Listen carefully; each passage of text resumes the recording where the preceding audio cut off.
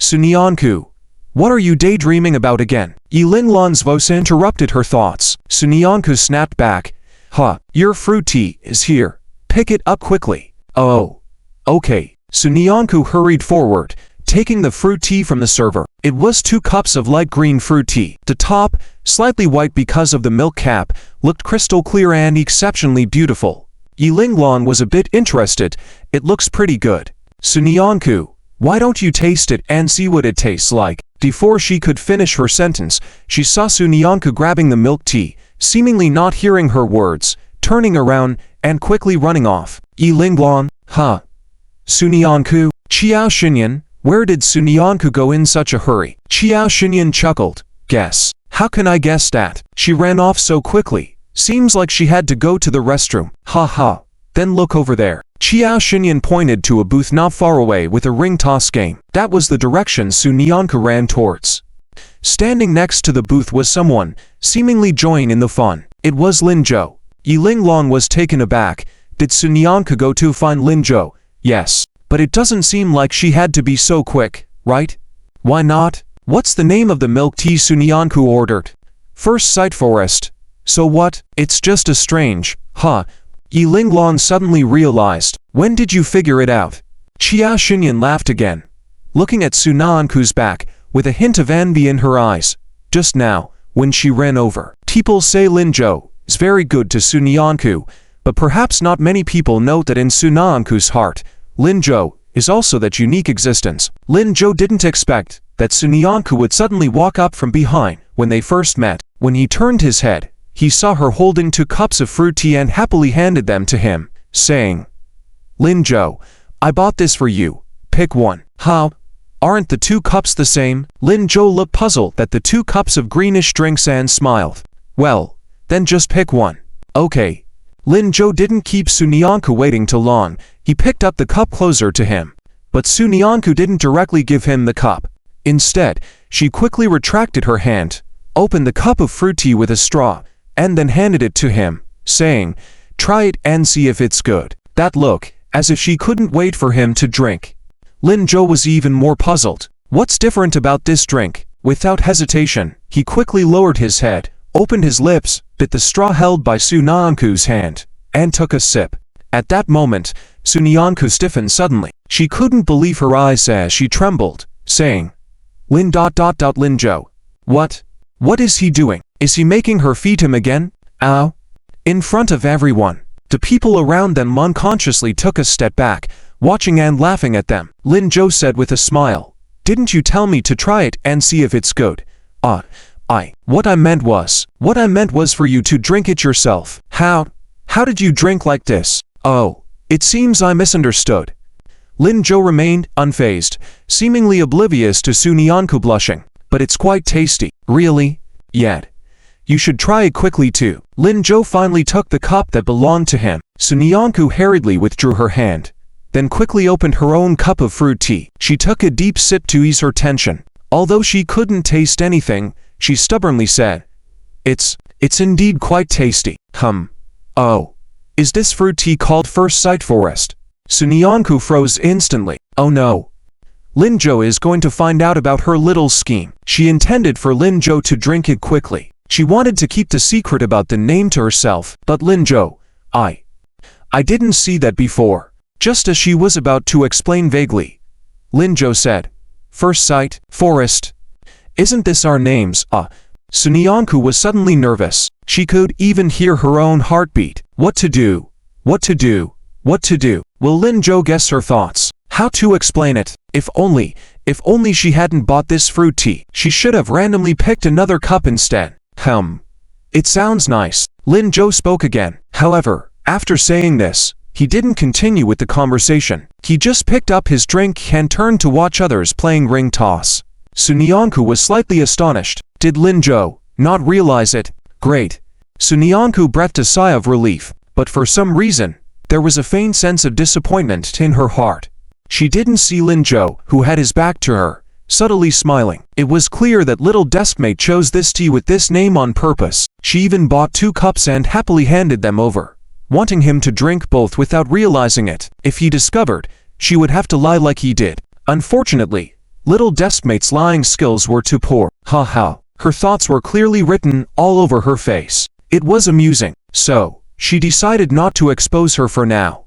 Miss, want to play ring toss? The boss's voice suddenly came. Huh. Sunyanku, who was in a daze, suddenly reacted. What? Ring toss. Very fun. The boss waved with his arms full of rings. Choose what you want. Let your boyfriend toss them for you. If he succeeds, it's yours, free of charge. He's not mine. Sunyanku was about to refute but then thought better of it. She had tried to argue back when she was misunderstood before, but it had never worked. This time might not be different. However, she was very interested in this game. Is that so? How much is this ring? $10 for 12. Linjo, seeing this, tried to stop Sunyanku. Little Deskmate, but before he could finish, he heard Sunyanku say, "Okay, let's play." Linjo could only helplessly start taking out money. Just as he was about to give it to the boss, he saw Sunyanku move faster than him. She quickly took out $10 and handed it to the boss, saying, 12, please. Sure. The boss quickly counted out 12 rings and handed them to Sunyanku. Linjo had a bad feeling. Sure enough, as soon as Sunyanku took the rings, she handed them to him, saying, Linjo, your turn. Ow. Linjo opened his mouth, suddenly unsure of what to say. He had actually wanted to pull Sunyanku away just now. He had only come to watch the ring toss out of boredom, but in fact, he didn't know how to play it. At least in his past life, he never succeeded in playing this game. It looked simple, but was quite difficult. It required skill, but now, it was too late to refuse. He could only reluctantly say, okay. But if I miss, it's okay. I believe in you. You can do it. The boss also smiled. Right, young man. Your girlfriend said so. If you still can't make it, it would be so embarrassing. How about tossing a few more for her? Linjo. This boss is good at doing business. Isn't he just putting Linjo on the spot? Originally, he could have just left if he missed. But now ... it would be so embarrassing to leave. Sigh. He was destined to be taken advantage of today. However, Linjo remembered how Sunyanku didn't rebut the boss assuming she was his girlfriend earlier. He felt that maybe being taken advantage of was worth it. He turned to Sunyanku and asked, Deskmate, which one do you want? After looking at the various toes in the middle for a moment, Sunyanku pointed at the farthest bear and said seriously, I want that big bear. Upon hearing this, the boss laughed even more. Ha ha, young lady has good taste. Little brother, you'll need to work hard for that big bear. It's been sitting here for 10 days without being won by anyone. But don't worry, with your girlfriend cheering you on, you'll definitely succeed. And if you still fail, I have plenty of rings here. You can keep trying. With this, the boss was obviously using psychological tactics to make Linjo continue spending money. Linjo was about to speak when he heard a voice in his mind. Bonus, ring toss gains skill enhancement. Linjo smiled. This also works.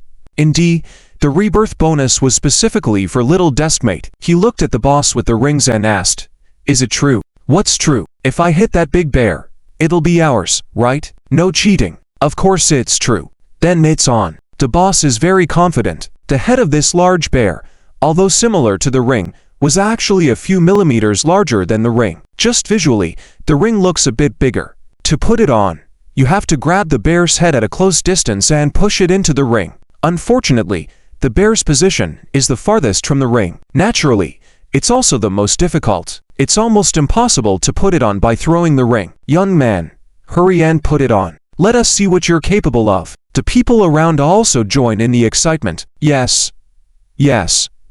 Young man, go for it. I just saw a guy spend $200 and still didn't get the bear. That's right, I saw it too. He almost cried. Young man, you can't cry, girl. Hurry, give your boyfriend some encouragement. Sunyanku struggled to say the words he wanted to explain. She blushed, looked at Linjo, and said, in a soft voice filled with joy, Linjo, keep it up. Linjo nodded, stood in front of Sunyanku, and began to find the right angle. Seeing this scene, the boss couldn't help shaking his head. He almost had the answer in his mind. This kid won't succeed. First of all, he's not standing in the right position. What's the difference between trying to put on the bear's head from that angle and throwing randomly? The probability is less than 0.1%. Thinking this way, The boss simply stopped looking at Lin Zhou. There was no need to look at the result, he could already guess. He turned directly, went to pick up the scattered rings on the ground. But just as he bent down, the boss suddenly heard a commotion. Wow, he did it. He did it. He put it on. The boss, before he could even straighten up, he turned his head. Sure enough, he saw Lin Zhou's ring, which was just in his hand, securely placed on the bear's head. The boss, what the heck? This kid actually succeeded. Just throwing it like that and it worked. Is it fake? But at this moment, the surrounding people became even more animated. Sunyanku was jumping and cheering. Ah, great, it's on. It's on. Boss, the bear. Lin Zhou also looked at the bewildered boss. Right, the bear. The boss. He could only blacken his face, couldn't believe it, picked up the bear and handed it to Sunyanku. Gritted his teeth. Young man, you're really lucky. That was his most expensive reward. He would only earn the money for a bear here. Suddenly it was taken away. It was really annoying. Sunyanku completely didn't catch the implication in the boss's words. She said happily, yeah, I also think he's really lucky. Then she pointed to the stall and said, Lin Zhou, I want that too. Wait, before she could finish her sentence, Lin Zhou interrupted her. He pointed to the spot where the bear was taken from and said to the boss, Boss, what about the new reward for that spot? What reward? There's none. Didn't you guys take it? Isn't that wrong? You only prepared one? Yes. Just this one. But boss, how do you know others won't hit it? What if someone does? Like now, the bear is taken away, and that spot becomes empty. Isn't it unfair for the next players? They have fewer choices, right? This remark caused an uproar around them. Yes, yes. Boss, this is unfair. Are you afraid this kid will continue to take away your big items? Boss, business isn't done like this. If that's the case, we'll have to consider whether we want to continue playing here. That's right.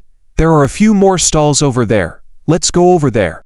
Upon hearing this, the boss panicked. Wait, I suddenly remembered I have one more in my car. Just wait a moment, I'll go get it. With a dark face, he walked to the small car behind the stall and took out a tall thud bunny, placing it in the original spot for the bear. All right, put it on. I don't believe you can have such good luck again. Before he finished speaking, the boss saw Lin Zhou casually throw the ring in his hand, and it happened to fall on the thud bunny. The boss, wait, is he seeing things? What's going on? But the audience around them didn't see things wrongly. They saw it and shouted happily, oh, hit again, boss. Thud bunny, quick, it's for this girl. Lin Zhou also called out, boss. The boss could only blacken his face again and handed over the thud bunny that had been here for less than a minute to Sunyanku. Here. Sunyanku took it happily. This time, before Lin Zhou could say anything, others started to shout, put it again, boss. Next one, quickly. Don't hesitate. The boss, he had to go back and bring out a huge SpongeBob doll. After throwing it into the spot originally for the thud bunny, he couldn't even look at Lin Zhou. He turned around and closed his eyes, saying, all right, it's your turn. 1 minute later, the SpongeBob doll also belonged to Sunyanku. The boss almost wanted to die. As he placed the fourth item, he kept muttering to himself, this kid is really playing dumb. Clearly, he initially showed no skill in ring tossing. What is going on now? It's just too much. Despite his grumbling, in order not to lose customers, the boss reluctantly continued to put out big items, and he admonished himself, after this round of ring tossing, he must find an excuse not to sell them anything. It's too much of a loss. At the same time, squatting in a corner on the outskirts of the crowd, watching the lively scene here, sipping milk tea, Yi Linglong. She took a sip of her milk tea and said, Chia Xinyan, why do I feel like my milk tea isn't sweet anymore? I feel the same way. Are we a bit unnecessary here? Chia Xinyan nodded vigorously. Yi Linglong. She silently glanced at Chia Xinyan. Should we go say hi to them and leave? Yeah, that works. Having made up their minds, the two of them got up together and walked towards Lin Zhou and Sunyanku. When they reached them, Yi Linglong gently tapped Sunyanku's shoulder, trying to get her attention. Hey, Sunyanku. Before she could finish her sentence, a huge doll was stuffed into her arms by Sunyanku. Yi Linglong, Chia Xinyan, you arrived just in time. Come, help me hold this. Thanks, There's too much. I can't carry all of them. Yi Lingguang. She could only silently take the tow bear and stand in place like a robot. But for some reason, this robot seemed pretty happy doing it. It was as if Sunyanku really saw her as a friend. When she handed the bear to her, it felt so natural. Kyoto, Tsinghua University. At 2 o'clock in the afternoon, Yanzan finally finished the tedious meeting. After he had some free time, he went to have lunch, then returned to his office. After a brief nap, he immersed himself in his work. First, he dealt with the main points discussed in the meeting, then handled urgent matters at hand. It was already 3:30. Yanzan rubbed his temples, poured himself a cup of tea, and just as he was about to drink it, the phone rang. Yanzan picked up the phone, and on the other end, an elderly voice spoke. "Lal Yan, how are you? Any progress over there?" Upon hearing this, Yanzan didn't drink his tea, but sat down directly and replied, "Lao Song, what information are you trying to pry out of me this time? I'm telling you, I don't have any. Don't try to coax me." "Oh, what's this all about?" "Lao Yan, I think you're just too nervous. The higher-ups clearly want us to collaborate. Can't we have a peaceful chat?" "No. You are from Kyoto University. I am from Tsinghua University. How can we chat?" Yanzang's tone was cold. The person he was speaking to, Sun Qinghai, was a professor in the mathematics department at Kyoto University. Also a mathematician and researcher, his status was equal to that of Yanzang. They had once worked together in a laboratory and were close friends. However, friends sometimes drift apart, like now. "Why can't we chat? Aren't we researching the same topic now? We could share data and then..." Before Sun Qinghai could finish, Yanzang interrupted. "You said the same thing half a year ago. Then you took away information that belonged to me, and a year ago, your school and my school admitted students together. You tricked me into having a meal and chatting peacefully, then took that student away while I was drunk. Oh, and 5 years ago. Oh, Lao Yan, don't be like this. Didn't I eventually give you your share of the prize money? Humph, can that make up for it? Anyway, this time, I'm not telling you anything. All right, I won't ask anymore. So, this year, which student have you targeted? The mathematical Olympiad is over. We should have results by tomorrow. No need for you to worry. Let's each rely on our own abilities. Lao Yan, I have to go now. Goodbye." Hanging up, Yanzang hung up without hesitation. Sun Qinghai, holding the receiver, he looked somewhat puzzled. This Lao Yan, really? Beside him, a man in his 40s smiled and brought some snacks. "Perhaps he's still upset about you snatching his student a few years back. Who knows? He's really petty. Anyway, I should invite him to dinner to make amends someday." "Well, should we give way in this year's admissions?" "Give way? Absolutely not. Li Wei, go find out who Yan is interested in this year's cohort. If necessary, snatch them. Li Wei was somewhat helpless, but he still nodded. "All right, what about the topic on modular forms this time?" "Let's not tell him about the topic for now. I was planning to share the joy with him, but since we found some talented students, let them continue their efforts. When they produce results, then we can tell Lao Yan. By then, we can have a good chuckle at this old guy. Professor San, you." Meanwhile, as Yanzang angrily sat in his seat after hanging up the phone, he kept turning around but couldn't shake off a nagging feeling. Why did Lao Song suddenly inquire about this? Could it be that they had a new idea regarding the research topic? But last week, he told me, there was no progress at all. No, absolutely not. This time, this topic must be his. He couldn't afford to lose to Sun Qinghai. He represented the dignity of Tsinghua University. Thinking this, Yanzan couldn't rest, diving straight into work mode. After reviewing all the data his students had provided over the past few days, Yanzan was at a loss. He was starting to feel anxious. What to do now? Frustrated and restless, Yanzan turned to the stack of papers he had received from Kan Yuansheng. Forget it. Might as well give it a look.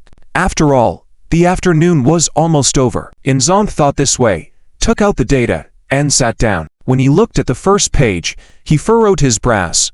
What was all this? It had nothing to do with the topic and was completely irrelevant to solving the problem. Disappointed, Yanzang shook his head and turned to the next page. Still nonsensical. The third page. The fourth page. After flipping through dozens of sheets, Yanzan was utterly deflated. He shouldn't have pinned his hopes on Kan Yuancheng. He couldn't do it. Could it be? He was going to lose to Song Qinghai again this time. The more he thought about it, the more Yanzan felt aggrieved. Massaging his temples, he leaned back in his chair, pondering what to do next. In his haste, his arm accidentally touched the papers on the table, revealing a corner of the last sheet. Unaware, after about 5 minutes of rubbing, feeling no relief from his headache, Yanzan stood up, intending to take a painkiller. Even though the doctor had strictly forbidden him from taking medication and advised him to rest properly, he couldn't relax. Grabbing the medicine bottle and about to pour some water for himself, Yanzan's eyes caught sight of the stack of papers on the table. At that moment, he shook all over. Almost instinctively, he hastily placed the water kettle down, didn't even bother putting the pills back in the bottle, casually tossed them on the table, then sat down, pulled out the last sheet of paper, and carefully read it. Yanzan suddenly trembled all over. This. How is this idea so clear? This solution, so novel. This line of thought, this is it, right? Who wrote this? Who? Oh yes, Kan Yuancheng did. Call Kan Yuancheng. Call Kan Yuancheng. Call. As Yanzan muttered to himself, he quickly dialed a number. Little did he know, in the office, Kan Yuancheng, who was staring blankly, almost jumped when he heard the phone ring. Whose call? Whose call? Ah, it's Professor Yan. What should I do? Is he calling to ask about the candidates? Should I act like I don't know? Thinking this, Kan Yuancheng hesitantly answered the phone. Half an hour later, Kan Yuancheng nervously walked into Yanzan's office. There was a smile on his face, seeming very joyful. Seeing that Yanzan completely ignored him, Kan Yuancheng cleared his throat. Professor Yan, were you looking for me? I already told you over the phone. Quickly, come over and explain the thought process of your solution to me. Yanzan stood up excitedly and handed a piece of paper filled with answers to Kan Yuancheng. All right. Kan Yuancheng excitedly took the paper. When he received the phone call, he thought that Yanzan wanted to inquire about the exam venue, but in the end, Yanzan said he seemed to have a correct solution to the month's theorem and asked him to come quickly. This undoubtedly gave Kan Yuancheng a huge surprise. You see, so many experts had not been able to research this topic. If his calculations were useful, he would surely make a name for himself, directly entering the ranks of the country's top mathematicians. So, without thinking too much, he hurried over, humming a song along the way. He was thinking about how to boast about himself eloquently and talk about his arduous calculation process. So at this moment, he was very excited. However, upon seeing the words on the paper, Kan Yuancheng was stunned. What's wrong? Yanzan looked at him expectantly. Is the subsequent process too complicated, or do you need more time? No problem. Tell me how long you need. Do you need a quiet office space? I'll give you the best working environment and the best service. No, it's not that. Hearing this, Kan Yuancheng nervously swallowed. Of course, he wanted to have such good treatment. But his rationality told him he couldn't. If he went and couldn't write anything, it would be a big problem. Professor Yan would surely be very angry. Professor Yan, this is not written by me. What? Yanzan looked at him in shock. Not by you. How is that possible? Then who wrote it? I don't know. I have no memory of this at all. Professor Yan, are you mistaken? Impossible. I took it from the pile of data you gave me. Kan Yuancheng couldn't believe it, and the handwriting is not mine. Hearing this, Yanzan quickly pulled out the messy pile of papers on the table, did a comparison, and indeed found out it was not Kan Yuancheng's handwriting. He sat down dejectedly. Could I have made a mistake? Whose writing is this? Why don't we compare the handwriting of others? Kan Yuancheng suggested. Yanzan immediately rekindled his fighting spirit. Yes, let's compare. He quickly took out all the data he had seen before and compared them with Kan Yuancheng for a while, but still made no progress. It was none of their handwriting. Yanzan sat down, deflated. How is this possible? I remember taking it from your data. How come none of them match? Then it's strange. Kan Yuancheng also looked puzzled. No, it's still not right. Yanzan took out the piece of paper again, carefully looked at it, then looked up at Kan Yuancheng. Who else have you shown this topic to? No one. I haven't shown it to anyone. I know the rigor of this topic. I'm very happy you invited me to participate in the research, so how could I show it to anyone else? Unless someone teaked, right? Think quickly, who has been in your office? Kan Yuansheng was taken aback. There shouldn't be anyone. This topic has always been in my home office, and I just brought it to the office this morning. I was planning to study, since I had nothing else to do during exam time, other than meeting you. I haven't left the office. At this point, Kan Yuansheng suddenly shivered. Wait a minute. Yanzan also looked nervously at him. Without thinking too much, Kan Yuansheng quickly made a call. After a while, the phone was answered. It was the voice of security guard Zi-san. Hello, Director Kan. What's up? Do you want me to contact the team leaders of those candidates? What contacts are you making? First tell me, did you lock a student in my office this morning? Yes, I told you in the morning. You said there was a VIP coming, so I had him leave. Why are you only reacting now? Stop talking. Who is that student? What's their name? Could it be? Yes, he's Lin Zhou. Kan Yuansheng was speechless. He hung up the phone, still a bit dazed. Yanzan looked at him anxiously. Did you find him? Kan Yuansheng forced a smile. Yes, I found him, but what? That? You say. Kan Yuansheng lowered his head and said firmly. That examinee, Lin Zhou, the one you mentioned this morning. When this was said, Yanzan was taken aback, then burst into laughter. Ha ha, ha ha, I knew that kid was extraordinary. How could it be so coincidental, always controlling the points? I didn't expect that he could even write out the solution to the month's theorem. Amazing, really amazing. The youth nowadays are really extraordinary. After his emotions settled, Yanzan got excited again. How did he do on this exam? Are the results out? Quick, find him for me. I want to have a good chat with him. Go find him. Professor Yan, I have something to tell you. Speak. This morning, a candidate caused a scene in the exam hall, was kicked out of the exam hall, and didn't take the exam. What? Could that candidate be? Yes, it's Lin Zhou. Yanzan was dumbfounded. Kan Yuansheng kept going, and a few other students were also kicked out because of him. They couldn't take the exam. Among them, there was one, named Sunyanku. Kan Yuansheng's voice grew quieter, but Yanzan heard it. He suddenly stood up in anger. The folds on his face were evident. What's the meaning of conducting this exam then? Yan, Professor, I also didn't expect. Shut up. What should we do? Let me think. What should we do? Is there any solution ... to include them all in my experimental group? Yanzan paced the room anxiously. Kan Yuansheng looked a little flustered. He thought for a moment, then whispered, they actually want to restart the exam, to use the backup test papers to retake it, but there's no precedent for this. Kan Yuansheng didn't finish his sentence, as Yanzan excitedly exclaimed, yes, restart the exam. How did I not think of that? Exams have backup papers.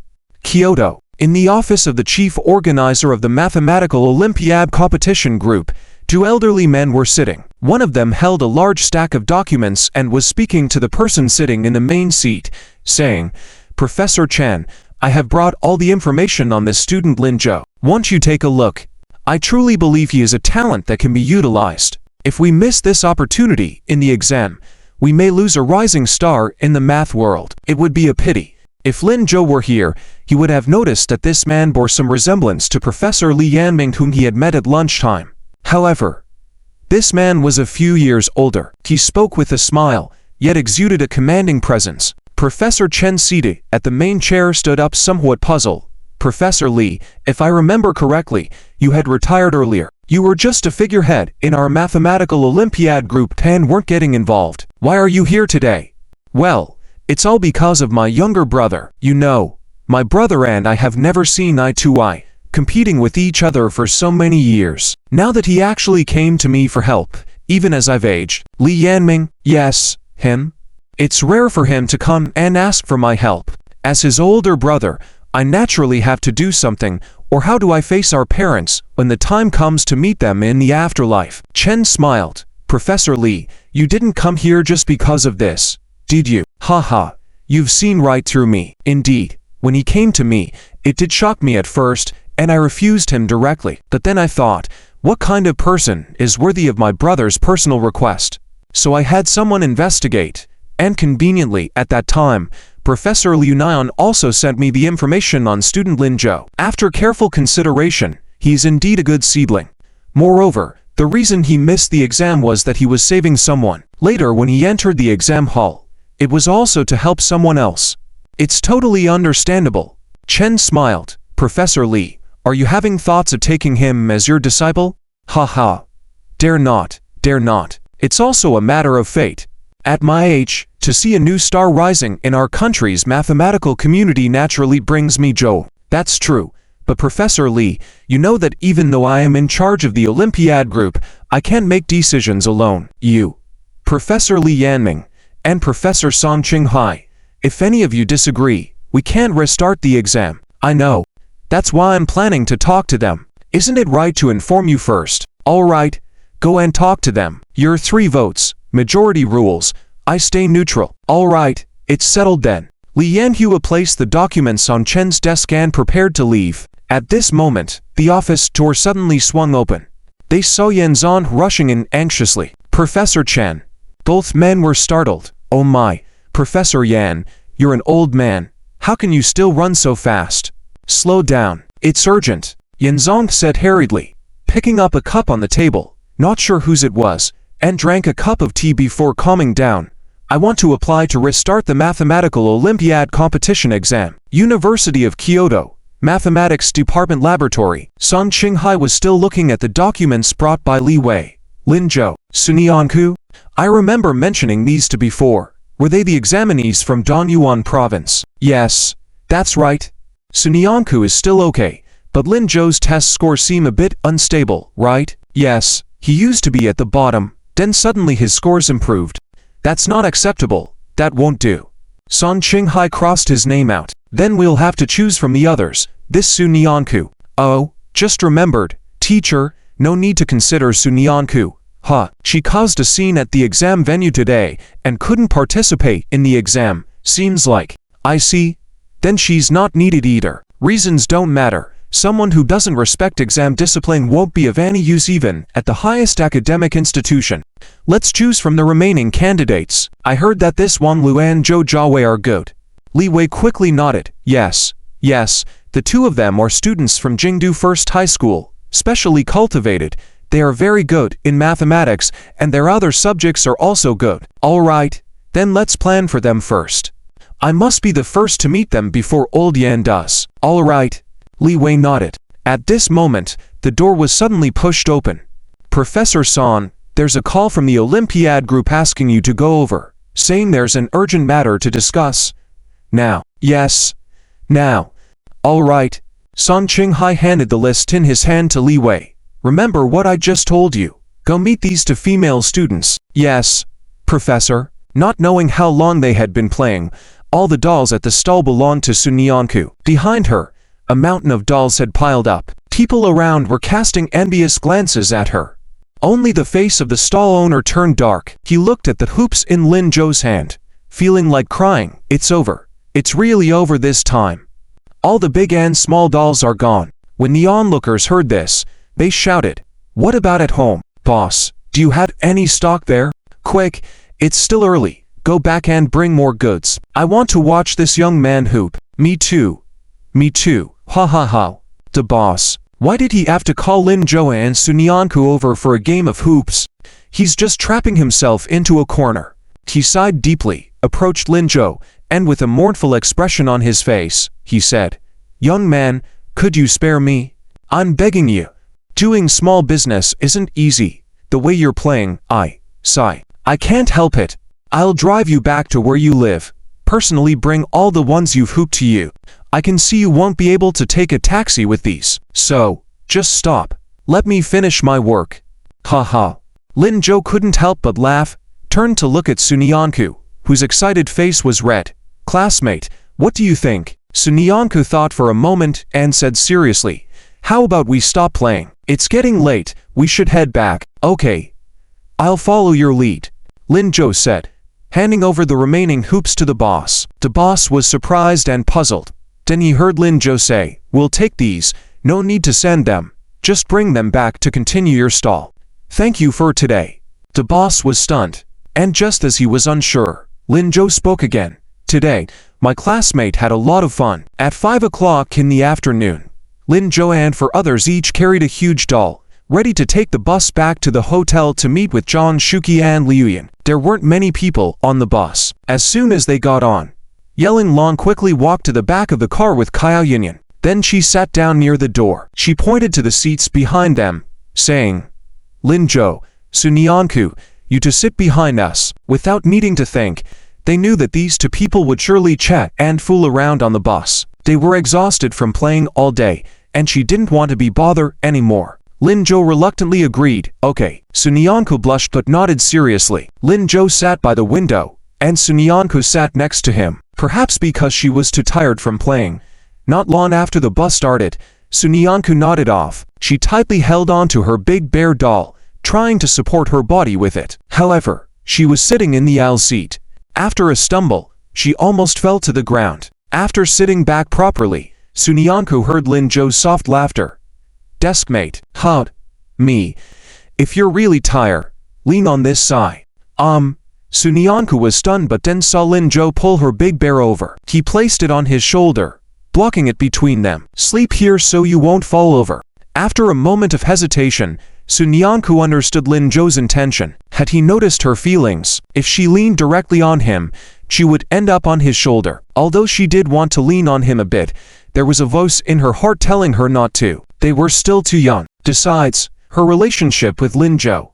However, at that moment, because of the big bear, it seemed like she wouldn't have direct contact with Lin Zhou. If that was the case, it should be fine, right? She was so tired. Thinking so, Sunyanku cautiously leaned towards the big bear. When her body touched the big bear, she felt secure. Quietly, she leaned her full weight on it. This way, it did seem more comfortable. Sunyanku yawned and fell into a deep sleep. Seeing Sunyanku sleeping peacefully beside him, Lin Zhou chuckled and closed his eyes slightly too. After a few stops, the bus suddenly stopped abruptly. Lin Zhou opened his eyes to find that someone had run a red light in front of the bus. The driver was cursing. Sunyanku, unable to hold her balance, tilted to the side. Before she could open her eyes, Lin Zhou quickly reached out to hold her. He softly said, "Don't be afraid, Deskmate. It's okay, it's okay. Keep sleeping. I'll wake you when we arrive." Hearing his words, Sunyanku's furrowed brow relaxed slightly. Unconsciously, because of the tug, the big bear between them was thrown aside. As she fell, she landed right on Lin Zhou's shoulder. It wasn't as soft as the big bear, but for some reason, at that moment, she felt an impulse not to get up. Lin Zhou probably wouldn't notice, right? Thinking so, Sunyanku tightly grabbed his hand where she thought he couldn't see and maintained her position carefully, not moving. Her heart was racing like a little bunny. Thump, thump, but she acted as if she didn't hear it. This spot had Lin Zhou's scent. Lin Zhou had seen through her thoughts. He paused for a moment while trying to pull back the big bear, then quietly let it be. It was fine without the big bear. Just as he was about to close his eyes again, Lin Zhou suddenly noticed Kaya Yinyan, who was sitting in front of him by the window, had awakened at some point. She was looking outside, attentively, seemingly unaware of what was happening in front. She was full of longing, admiration, and loss. What was she feeling lost about? Lin Zhou followed her gaze and saw it was the gate of a university, the art college. Lin Zhou was stunned. He wanted to ask something, but ultimately decided not to disturb Kaya Yinyan. Half an hour passed, and the bus arrived at the hotel bus stop. Without waiting for Lin Zhou to call, Sunyanku sprang up from her seat, as if just waking up, asking, "Are we there yet? Are we here?" Lin Zhou chuckled at her. This girl was probably afraid of awkwardness and trying to escape, right? He didn't expose her and nodded, saying, "Yes, great. Let's go. Get off the bus, or else the teachers will be anxious," she said, rushing off the bus with the big bear. She didn't look at Lin Zhou at all throughout the whole process. It wasn't until she got off the bus that she breathed a sigh of relief. Fortunately, it was a quick reaction to leave Lin Zhou and pretend nothing had happened. This way, it shouldn't be awkward, right? Kaya Yinyan was the second to get off the bus. She had shed the melancholy mood she had on the bus and called out to Sunyanku, "Wait for me." Yelling Lon had also intended to follow. However, halfway there, she heard Lin Zhou calling her. Yelling Long, wait a minute. Yelling Lon stopped, looking puzzled at Lin Zhou. "What's up? I want to ask you something." Go ahead. When did Xiao Yinyan start liking drawing? Oh, she has liked it since childhood. She has always wanted to learn how to draw, and her biggest dream is to go to an art college. But, Yelling Long lowered her head. But her parents don't want her to study art. They think it's not promising, and since she is good at studying art is a loss, so she has been learning secretly all these years. So, what about it? Yelling Long raised her head blankly. Lin Zhou said. So, what does her dream have to do with the Math Olympiad exam this time? Oh. Yelling Long hesitated. She wanted to say something but didn't know how. In the end, she forced out. How do you know? Xiao Yinyan didn't want me to tell anyone. Lin Zhou looked at her helplessly. Yelling Long, are we friends? Of course. Then can't you tell me? Oh. Yelling Long hesitated again. After a moment, she sighed. Forget it, it should be fine to tell you. Anyway, she can't take the exam now. Before the Math Olympiad exam, Xiao Yinyan made a bet with her family. If she could get first place in the math competition this time, she would choose her favorite major and work hard for the art college for a month. But, Yelling Long didn't finish the sentence. But she knew that Lin Zhou understood what she meant. Lin Zhou did understand it, indeed. Xiao Xinyan had always been fighting for her dreams. Originally, she could have not stood up. As long as Su Nianku was asked to terminate the exam, she might have a chance to achieve her dream of getting first place. But she didn't. She still stood up without hesitation and was escorted out of the exam room with them. People of this age are truly innocent and adorable. Lin Zhou smiled. As they neared the hotel entrance, Lin Zhou quickly stepped forward and shouted, "Classmate." Su Nianku, who was joking with Xiao Xinyan, was startled and subconsciously turned around. Lin Zhou, what's the matter? Why are you running so fast? I fell asleep on the bus just now, and I am still drowsy and haven't fully woken up yet. I could barely catch up with you guys. Su Nianku was stunned. Lin Zhou fell asleep. So, he didn't realize that she was leaning on his shoulder. That's great. That means she doesn't have to feel anxious anymore. Su Nianku immediately relaxed a lot. She completely forgot that Lin Zhou had told her on the bus earlier that he would wake her up when they reached their stop.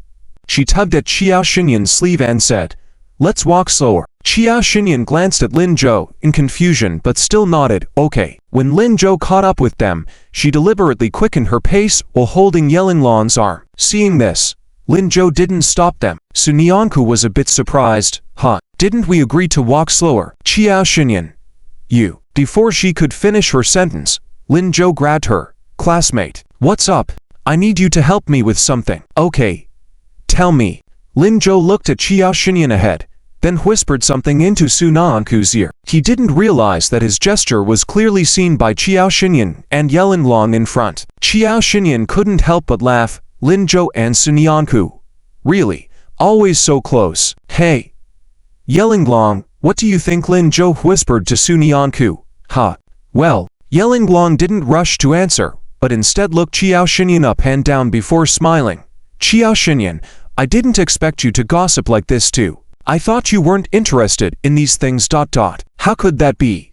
When I have free time, I also enjoy gossiping. The two of them chatted and laughed as they entered the hotel. Meanwhile, Su Nianku looked shocked as she gazed at Lin Zhou. Huh, is that okay? I don't know.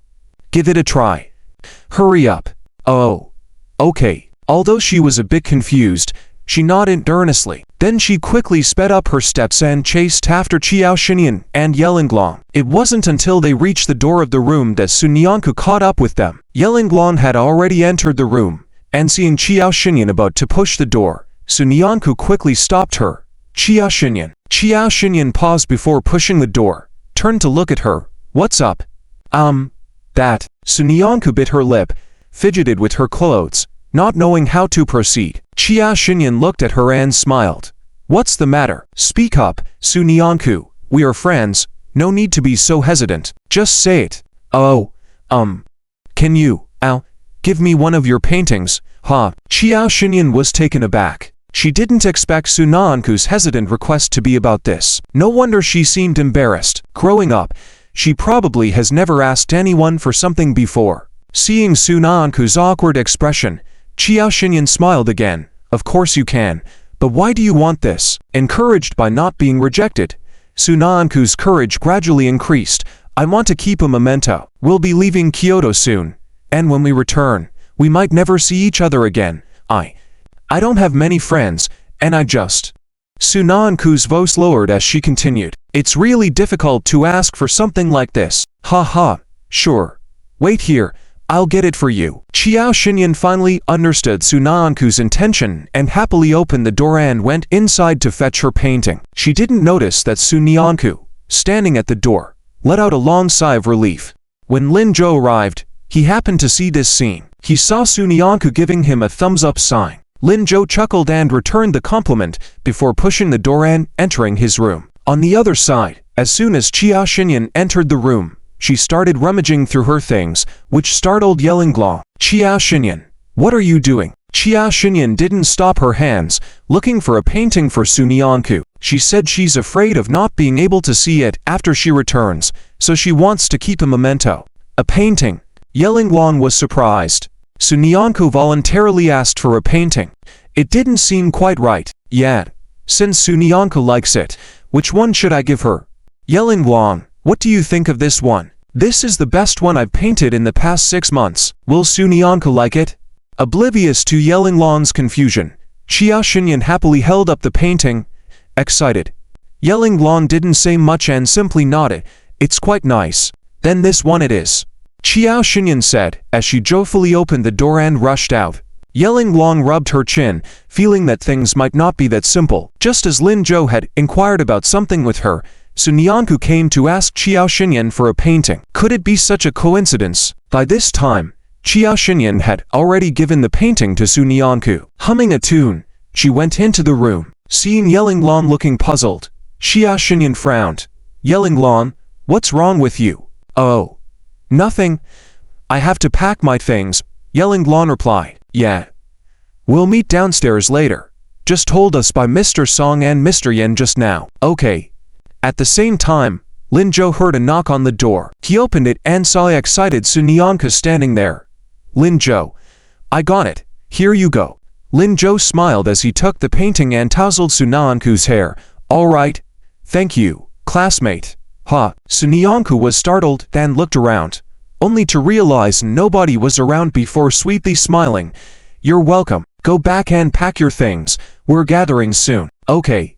After completing the task Lin Zhou assigned her, Sunyanku happily went into her room. Lin Zhou closed the door and opened the painting. He carefully examined it for a while, then neatly rolled up the painting. He picked up his phone, took out a business card from his pocket, contemplated for a moment, and dialed a number. The sky was gradually darkening. When the phone rang, Li Yanming was practicing Tai Chi in the courtyard. He finished his last move, picked up the phone, and saw an unfamiliar number, furrowing his brow. But he still answered seriously. Soon, he heard a familiar voice. Hello, is this Professor Li? Li Yanming paused for a moment, then quickly smiled. Lin Zhou, ha. What's up? Are you calling to thank me? No need to thank me, that's what I should do. Lin Zhou was puzzled. Thank you for what? Li Yanming also paused upon hearing this response. You're not calling to thank me. It seemed that Lin Zhou was not aware of that matter. Li Yanming laughed. No. I expressed it wrong. What I meant was, I want to thank you. Because of that painting of yours, my disciple, who is a doctor, had received a critical condition notice, but his mood improved a lot because of your painting, and now he can hold on for a while. Oh? This? You're welcome, Lin Zhou replied without suspicion. Li Yanming continued. All right, let's stop being polite with each other. You didn't call me for no reason, right? What's up? Is there something going on? Li Yanming was a bit curious. He had personally asked Lin Zhou to help him request a re-examination, but was rejected. Now Lin Zhou was calling him. Could it be that he had changed his mind? Although the matter of the re-examination had already been settled, Li Yanming wanted to see if Lin Zhou would soften because of this. It's like this. I have a friend, also a classmate, who loves painting, but her family disagrees and wants her to pass a regular exam to study something else. But I think she has talent in painting, and I want you to take a look. Lin Zhou's voice came slowly. Li Yanming was stunned. It turned out that it wasn't about the examination, but about another classmate. He was willing to speak up for someone else, even disregarding his own situation. Which classmate is worth your effort? Is it that Sue? Before he could finish his sentence, Lin Zhou interrupted. No, Professor Li, you misunderstood. She's just a regular classmate, nothing else. Oh, if you want to relate it in some way, then it should be a friend of Su Naanku's. Just a regular classmate? A friend of Su Naanku's? Li Yanming muttered to himself, then said, all right, it's fine. But have you thought it through? Are you using up this opportunity like this? I may not necessarily appreciate her painting. I've thought it through. Professor Li, if you don't like it, then don't worry about it. Treat it as if this never happened, and your promise to me will be considered fulfilled. I won't bother you again in the future. Li Yanming was stunned again. At lunch, he had heard Professor Liu Nan gossip about Lin Zhou and Su Nianku. He found it unbelievable. Such a young teenager. How could he be so devoted? Most of them were just playing. But now, he believed it. He was a professor at the Academy of Fine Arts, and he had made a promise, which Lin Zhou had just used up like this. And the reason was simply because she was a friend of Zhu's. This kid really. Although he was helpless, Li Yanming didn't say much. He just felt a bit emotional. When he was young, it seemed like he had also loved a girl like this. But in the end, there was no resolution. All right, bring the painting over. I'm afraid it won't make it in time. I have to leave. My train is at 7 o'clock. I'll ask Teacher Yan to deliver it to you. You little... Li Yanming couldn't help laughing again. All right, go on. Welcome back to Kyoto. Thank you, Professor Li. After hanging up the phone, Li Yanming was still a bit dazed. This kid really doesn't know that the exam should be rescheduled. It seems like I need to inform them quickly, otherwise, how will they be able to take the exam if they've already left in the car? With that in mind, Li Yanming made another phone call. At the same time, Lin Zhou quickly got up, took the painting he was holding, and went to Li Qifeng and Li Qilyang's room. He handed the painting to them, asking them to pass it to Yan Qingsu and requesting them to keep it a secret from Qiao Xinyan. After listening to the tearful farewell of the twins, he left. As he was packing to leave, he coincidentally met Su Nianku, who was just about to step out. The two went downstairs together. Zhang Shuqi, Yan Song, and Qiao Xinyan and Yi Linglong were already waiting downstairs. Lin Zhou noticed Li Wanren leaning against the door frame. She had her arms crossed in front of her, lost in thought, seemingly unaware of their descent. Lin Zhou asked Su Nianku in confusion, "What's wrong with Teacher Liu?" Su Nianku shook her head, also looking puzzled. "I don't know. When we came back, her things were already gone from the room. She must have packed up and left early. I only just saw her now." Lin Zhou furrowed his brows. Just as he was about to ask something, Zhang Shuqi called out, "Lin Zhou, Su Nianku, over here. We should be leaving." "Coming." Lin Zhou hurried over. They took a taxi because they had luggage. Ling Wenyan silently sat in the passenger seat, not saying a word. As a result, Zhang Shuqi, who was originally planning to sit in the passenger seat with his big belly, had to cram into the back seat with Lin Zhou and Su Nianku along with the others. The car slowly started. None of them spoke. They were all feeling a bit heavy-hearted. None of them had expected that they had come to Kyoto for honor, only to end up like this. Zhang Shuqi sighed all the way. Not sure how many sighs he let out. He seemed to have figured something out by himself, tatting his thigh and saying, "It's okay. When we get back, we'll prepare for the college entrance exam properly." Lin Zhou, Su Nianku, you two must not slack off. Work hard. Fight on. Su Nianku nodded seriously. "We got it, Director Zhang." Seeing Lin Zhou's lack of response, Zhang Shuqi frowned. "Oh, Lin Zhou, why do you seem distracted? What are you thinking?" Lin Zhou quickly made a hush gesture, pointing to Lin Wenyan and whispered, "Director Zhang, what's wrong with Teacher Liu? Has she not recovered yet?" "Oh, her. She went to do something big. She should not have reacted yet. She'll be fine when she comes back. Don't worry." "Something big?" Lin Zhou looked puzzled. Where did Lin Wenyan go in this afternoon? No one answered, so he didn't ask any further. The car soon arrived at the station. Qiao Xinyan and the others had arrived a bit earlier than them, but they didn't enter the waiting hall. They stood on the side of the road, watching the vehicles coming and going on the street, sighing. "We're about to leave. I don't know if we'll have the chance to come back to Kyoto in the future." "We will, won't we?" "Qiao Xinyan, have you forgotten? We still have to take the exam to come back. Coming to study in Kyoto has always been our dream." "Yes, we still have to take the exam to come back," Lin Zhou and Su Nianku said. We should. Sunyanku seriously considered how to respond to herself, but John Shuki didn't wait for her answer, and just shouted, "Let's go, you guys are so outstanding, you will definitely make it to Kyoto. This bustling metropolis belongs to you, no need to miss it. Kyoto will definitely welcome your arrival. Now, go back and study hard." These words did improve the mood of the few people. They all nodded along and said, "Okay. Thank you, Teacher John. Let's go." The group turned around, smiled, and walked towards the waiting room. John Shuki walked up and patted the dazed shoulder of Liu Qingyan, still thinking, "Let's go." Liu Qingyan still didn't turn around. "Director John, do you think they will be punished?" John Shuki nodded. "They definitely will. Even the heavens can't tolerate such people." "That's good. It's a pity I won't be able to see it." Liu Qingyan lowered her head in disappointment, then turned around. Just as she was about to leave, she suddenly heard her phone ringing. At the same time, John Shuki's phone also rang. They quickly picked up their phones and after a moment, both of them exclaimed, "What? Restart the exam?" At a certain shopping mall in Kyoto, Wan Che, who had left the hospital, had spent the whole afternoon with Yang Qingshan here. This afternoon, Wan Che felt extremely happy. Yang Qingshan had almost fulfilled all her wishes. He accompanied her to get a haircut, have a romantic meal, buy clothes, and stroll around. In the 7 years of marriage, this was the first time she had enjoyed such treatment.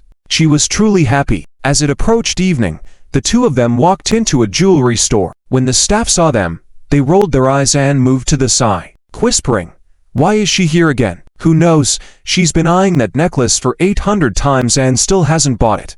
She always says she wait for her husband to come. It's been years, I don't think her husband wants to buy it for her." "Don't talk nonsense, huh? Look, she seems to have brought her husband with her this time." That's her husband. I thought he would look more handsome.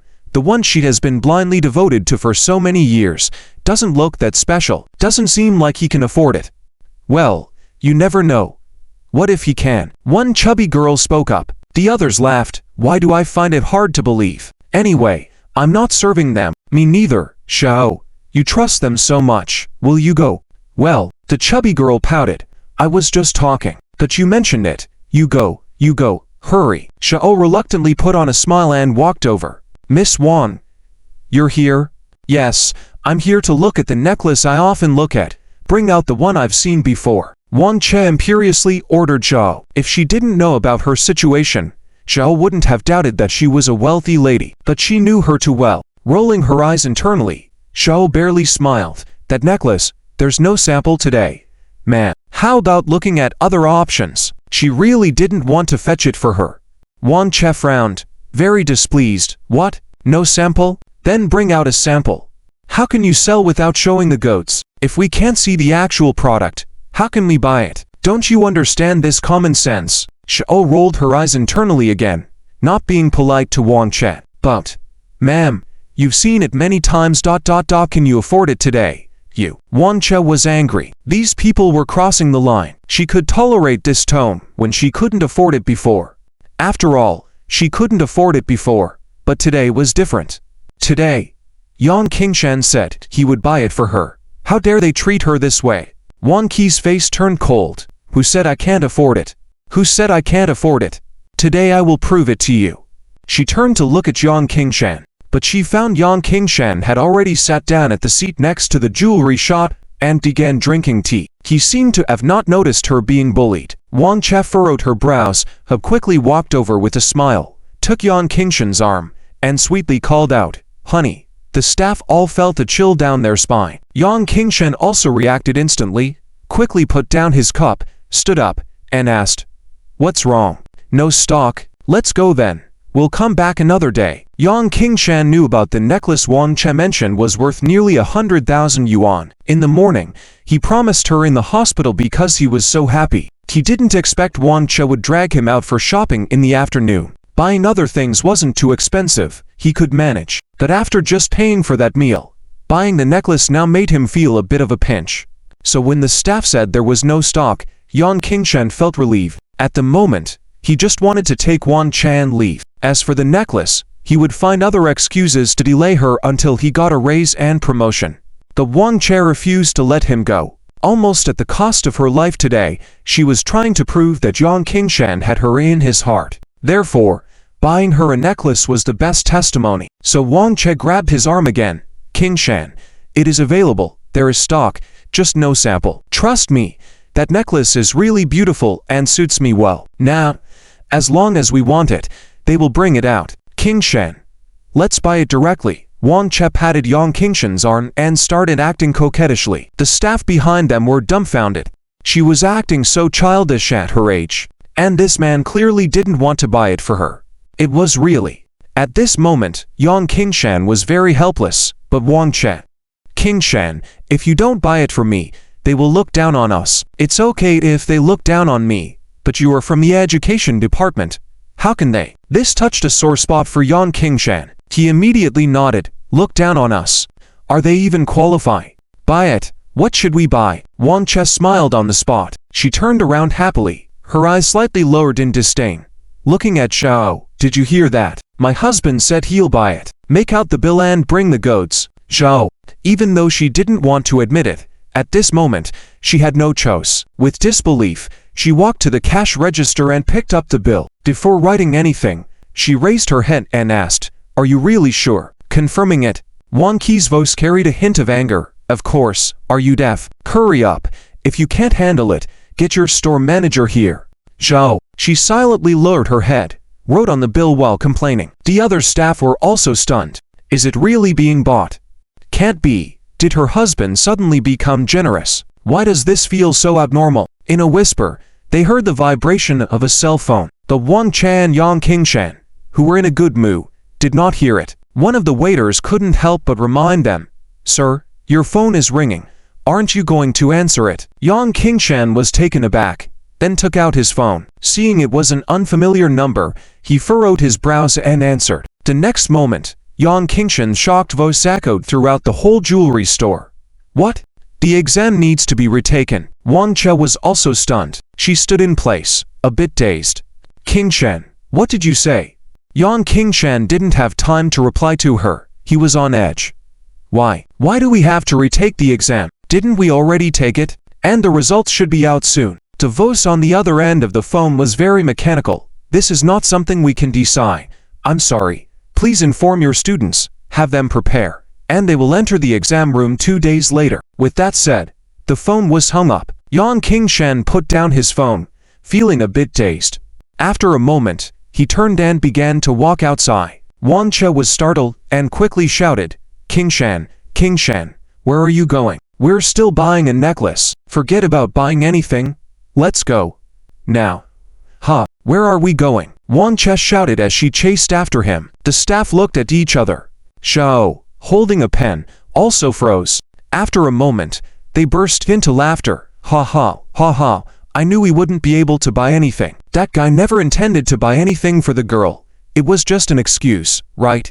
Sighing, this woman looks like she's always causing trouble. And if that guy really loves her, he must be blind. Wang Che and Yang Qingshan did not hear these words. After chasing after Wang Che, Yang Qingshan was seen walking back and forth on the side of the road, appearing restless. Wang Che, concerned, walked over. Qingshan, what's wrong? Is there a problem? Wan Lu and Zhou Jiawei, where did they go? Their phones are unreachable. Yang Qingshan said, becoming more agitated. Oh, I gave Lulu money to treat Zhou Jiawei to a meal. Wang Che disclosed. Yang Qingshan was surprised and quickly grabbed Wang Qi's hand. Where did they go for a meal? Don't worry, I'll take you. Qingshan, in critical moments, I'm still useful. Even if the exam is reset, I'll figure out a way to keep them from participating. Wang Che said proudly, a smile on her face. Hearing this, Yang Qingshan relaxed a bit. Yes, Wang Che, you think of a way. After this is over, I'll definitely buy you a necklace. I promise, I'll come buy it immediately. Okay. Wang Che immediately flashed a happy smile, but at that moment, Yang Qingshan's phone rang again. It was a call from Kyoto First Middle School. Yang Qingshan ignored Wang Che and quickly answered the call. The cold voice of the school leader was heard on the other end. Qingshan, come back to school. Oh yes. Let Wang Che come too. Kyoto Triangle Lane. In a steakhouse, Wan Lu and Zhou Jiawei were sitting by the window. On the table were cold steaks, untouched. They were sitting upright, earnestly looking across from them. There sat a middle-aged man, dressed in a suit. There were piles of documents in front of him as he talked to them. I came to negotiate with you first. After the test results come out tomorrow, as long as you pass, our Professor Song Ching-hai will personally contact you. We really hope that you choose our school, so we came here specially to make an agreement with you. When Zhou Jiawei heard this, her eyes lit up. Really? Are you telling the truth? Li Wei nodded. Of course. It's true. Hasn't Clear North reached out to you yet? Zhou Jiawei quickly shook her head. Not yet. That's good. Here's the agreement. Take a look. Li Wei took out the agreement. Zhou Jiawei happily picked up a pen, about to sign it, but was stopped by Wan Lu. She shook her head, looking sternly at Li Wei. Maybe we should consider this a bit more. What if Clear North also approaches them? Once the agreement is signed, they won't have a choice, but if they don't sign, they can enjoy the joy of being sought after by both schools. How worthwhile and happy would that be? Zhou Jiawei nervously glanced at Wang Lu, not daring to argue. Li Wei chuckled. I understand your concerns, but here, treatment is definitely better than Clear North. If you can participate in math competitions, it proves that you really like math. At that time, we will focus on selecting a math major for you and have teachers specifically train you. Additionally, we have an experimental group, which has already attracted a lot of fresh blood.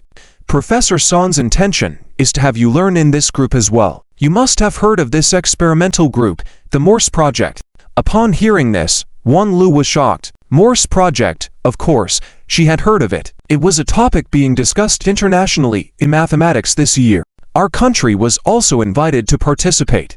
It is said that the problem is extremely difficult, and whoever can solve it will make a huge contribution to the country. The research topic is currently being handled by some old experts. They had never heard of students being able to participate. Wan Lu and Zhou Jiawei never expected Kyoto University to offer such enticing conditions. They couldn't solve it, but just the chance to interact with it was a huge temptation for them. Zhou Jiawei picked up the pen again. Wan Lu bit her lip, thought for a moment, and also picked up the pen. Just as they were about to sign, Li Wei's phone rang. He politely excused himself, stood up, and answered the call. After a moment, he was stunned. Professor Son, what did you say? The exam is being reset. Don't sign the agreement first. Okay. I'll go get it back right now. You can trust me. Wan Lu and Zhou Jiawei heard this and looked puzzled. What's wrong? Teacher Li. Li Wei turned around, still with a gentle smile. Sorry, both of you. Professor Son said not to sign the agreement for now. Your exam is being reset. 2 days later, there will be a re-exam. What? Wan Lu was shocked. She almost jumped up, looking incredulously at Li Wei. A retake? How come we didn't know? Why didn't Mr. Yang notify us? Li Wei was also puzzled. Is that so? Normally, each teacher should have notified you. Just wait a bit longer, he said, and took back the agreement. Wan Lu felt somewhat regretful. If she had known this earlier, she and Zhou Jiawei should have signed the agreement when Li Wei first offered it to them. She was very regretful.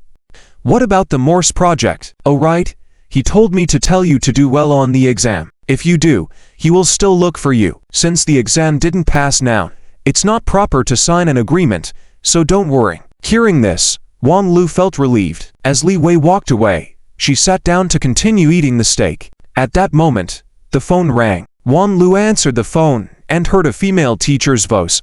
Wan Lu, this is Teacher Ziran. The exam is about to restart. Where are you all now? Come back to find me. I will handle the exam arrangements for you. Wan Lu was shocked and stood up. Teacher Z, why are you in charge? Where is our teacher Yang? Where did he go? Oh, he has some personal matters and can't lead you, but don't worry, I will take care of you. The phone was hung up, leaving Wan Lu puzzled. Her uncle always considered this exam more important than anything else. How could he not lead the team due to some personal matters? What private matter could be so important? Could it be something happened to her aunt? But that shouldn't be. Her uncle never valued her aunt so much. With these thoughts, Wan Lu couldn't help but call home. Before she could speak, her father Wang Ren said, Lulu, what's wrong? Do you want to ask about your aunt?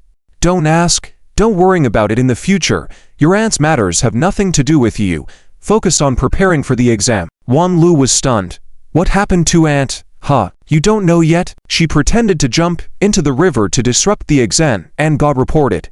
Now she's been arrested. What? Wanye Hotel. Liu Qingyan and John Shuki stood together on the rooftop, feeling the breeze. The weather wasn't too hot yet, and the evening breeze in Kyoto was particularly comfortable. Liu Qingyan closed her eyes and smiled. I didn't expect the exam to continue. I thought we would return empty-handed. Haha.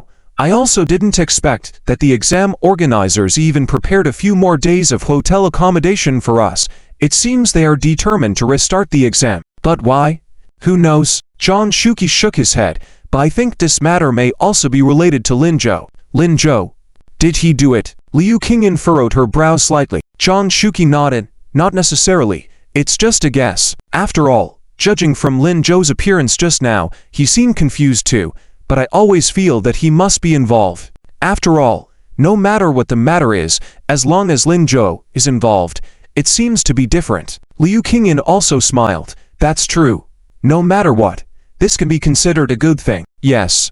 In this way, maybe you can finally see Wang Che and Yang Qingshan get their karma. Ha ha. Liu Qingyan couldn't help but laugh. It was indeed a happy occasion. Just as she was about to continue chatting with John Shuki, she heard an urgent call. Qingyan. Turning around, Liu Qingyan saw Yang Qingshan. He stood panting at the entrance of the rooftop, looking at Liu Qingyan. I have something to tell you. Liu Qingyan's smile disappeared. What's the matter? Speak up. Yang Qingshan glanced at John Shuki beside her, feeling awkward. John Shuki nodded knowingly. All right, I'll leave you to talk. Liu teacher, call me if you need anything. I'll be in the next room. Okay. John Shuki left, and Yang Qingshan quickly walked a few steps towards Liu Qingyan. Liu Qingyan stood up straight and looked alert. Just speak here. Yang Qingshan nodded. All right. Qingyan, did you report Wang Che? He asked directly. Liu Qingyan was taken aback. But soon, she smiled. What's wrong? Was Wang Che taken away? In the afternoon, she did indeed take the opportunity to report Wang Che and Yang Qingshan. She didn't expect the efficiency to be so high. She also didn't expect Yang Qingshan to be fine. How could he be okay? Yang Qingshan swallowed and approached Liu Qingyan again. Qingyan. Liu Qingyan quickly took a step back, avoiding Yang Qingshan. What do you want? Yang Qingshan realized his emotions were out of control, quickly steadied himself, and said, I don't want to do anything. I just want to ask you, did you do it? Liu Qingyan didn't deny it. Since Yang Qingshan dared to ask, he must be certain. It was futile for her to argue. She thought she would be scolded by Yang Qingshan, but she never expected to hear him suddenly say anxiously, reporting was good. Qingyan, you're amazing. If it weren't for you reporting, I wouldn't have thought Wang Che was this kind of person. She's really over the line. It involves the future exams of the students. How dare she? Liu Qingyan looked at Yang Qingshan in surprise. As Yang Qingshan calmed down, he continued, I'm sorry, Qingyan. I was too agitated. I really didn't know about this. It was all Wang Qi's decision. Wang Che did it herself. I thought she really drowned. That's why I went to take care of her in the hospital. If I knew she did this, I wouldn't have cared even if she died in the hospital. Yang Qingshan became more agitated as he spoke. Seeing Liu Qingyan's lack of response, he took a step forward again. Qingyan, you have to believe me. What I said is true. You know, Wang Lu is Wang Qi's niece. She probably wanted her niece to rank first. That's why she did this. Qingyan, enough. Liu Qingyan couldn't hear another word. Now she finally understood why Yang Qingshan was unharmed. He must have shifted all the blame to Wang Che. No wonder. Liu Qingyan suddenly felt a bit sorry for Wang Che. Do you think I would believe what you said? Yang Qingshan, I used to think I was foolish. Now I realize, Wang Che is quite foolish too. Is she taking responsibility for you? Does she know how you're treating her behind her back? Yang Qingshan became anxious. It's not Qingyan. Why don't you believe me? We've been in love for so many years. I don't love Wang Che at all. I married her completely because ... Yang Qingshan hesitated. Liu Qingyan said, because of what has nothing to do with me. That's your marital affair. I have things to do. I'll go first. However, every 2 steps she took, she heard Yang Qingshan saying, because she framed me, that time when I was drunk, I mistook her for you, and then she pressured me to marry her, saying if I didn't marry her, she would ruin our future. You know, we're going to be teachers. We can't have any scandals. I broke up with you at that time, and married Wang Che a year later. Actually, until now, I still don't love Wancha. I've always loved you. Qingyan, can you believe me once? Just once? Listening to these words, Liu Qingyan suddenly laughed. Yang Qingshan, you've really taken shamelessness to the extreme. Did you really think I would still believe you? Do you think everyone is like Wancha? After speaking, without waiting for Yang Qingshan's reaction, she lifted her steps and walked away. She really didn't want to hear Yang Qingshan say another word. Just listening made her feel nauseous, but Yang Qingshan quickly blocked her path again. Qingyan, listen to me, you can't do this. I've worked so hard to get to where I am today. I can't lose all of this. I know you love me. You, go to the Education Bureau and say you made a mistake in your complaint. Can't you do that? Otherwise, everything will be over for me. What will happen to my future? Liu Qingyan stopped in her tracks, looking at Yang Qingshan with a face full of disappointment. Yang Qingshan, oh no, Qingyan, I was wrong. I'm not doing this for myself. I'm doing this for us. For us. I want to divorce Wancha and marry you. What I said is true. Qingyan, don't you want to grow old with me? I know what you're thinking. I know you must be thinking, as long as you withdraw the complaint, I'll marry you immediately. We won't care about Wancha. That woman can't even bear a child. She's not worthy of me. Qingyan, I love you. I've always loved you. Before Yang Qingshan could finish his words, suddenly, there was a slap. His face felt a hot, stinging pain. Realizing what had happened, Yang Qingshan dared not believe it, turned back in shock to look at Liu Qingyan. Qingyan, you, enough. Yang Qingshan, are you crazy? Do you know what you're saying? That's your wife. But don't say anything more. I have to go counsel Lin Zhou and the others about the exams. Goodbye. Taking a few steps, Liu Qingyan turned back again. Oh, goodbye forever. Liu Qingyan left, leaving Yang Qingshan standing desolately on the rooftop. Tears welled up, unable to cry. How could this happen? How could this happen? Everything was supposed to be in place. Everything was supposed to get better. He was supposed to get everything. And suddenly, why did everything disappear? No. It can't be like this. Wancha. It must be that guy Wancha. As long as all the blame is shifted onto Wancha, that's all, right? He could clear his name, right? Thinking like this, Yang Qingshan rushed out of the hotel as if he were crazy. Liu Qingyan didn't notice this. She went into the room, buried herself under the covers, and started to sleep. She also didn't notice. At this moment, Lin Zhou was holding a phone, watching the scene clearly. On the other end of the phone was an urgent male voice. What happened? What happened? Lin Zhou, say something. How is Miss Liu? Lin Zhou fell silent, then said, Mr. Jian, I think you need to come to Kyoto. Come. Miss Liu needs you. After hanging up the phone, Lin Zhou put away the phone, turned, and walked towards the lively room. Li Qifeng, Li Qielian, Zi Lan, Zi Yuxin, and Yi Linglong were all in the room. They were playing cards. Sun Yanku sat on the side, watching seriously, occasionally laughing. Zi Lan, sitting directly in front, was twisting left and right, seeming like he wanted to say something to Sun Yanku, but ultimately couldn't. Seeing Lin Zhou, it seemed like he saw a savior. He instantly smiled. Lin Zhou, the call is over, right? Come, take over from me. I need to pee. About to burst. There were quite a few notes stuck on his forehead. This was their punishment for losing the game. Zi Long had been losing for hours. Hearing this, everyone burst into laughter. Zi Long, how many times have you used that excuse? Why are you still using it? You won't win after you come out of the bathroom. Bathrooms can't change your luck. Yet, Zi Long, sit down obediently and wait to lose. Just stick a note on, right? You're a man. Don't be so timid. Zi Long was close to tears. Ancestors, this time, I really don't want to escape. I really need to go to the bathroom. You don't want me to wet my pants, right? Who would believe you? Seeing no one paying attention to him, Zi Long had to look at Sun Yanku again. Among these people, only Sun Yanku was the most approachable. Top of the class, help me. Well, but this game, I don't know how to play. She only knew how to play the simplest landlord card game. Last time when she ate spicy hot pot with Lin Zhou, he taught her. It's okay.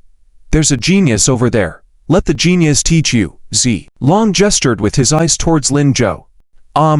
Sunyanku also looked helplessly at Lin Zhou. She really wanted to play with them when she saw how much fun they were having. The feeling of winning last time was quite enjoyable. Seeing this, Li Qifeng and Li Qiliang also chimed in. Yes, yes, come Sunyanku, come play cards together. Come on, come on, let's play together. Lin Zhou could see what Sunyanku was thinking, and he asked the others with a smile, are you sure you want the little deskmate to play cards?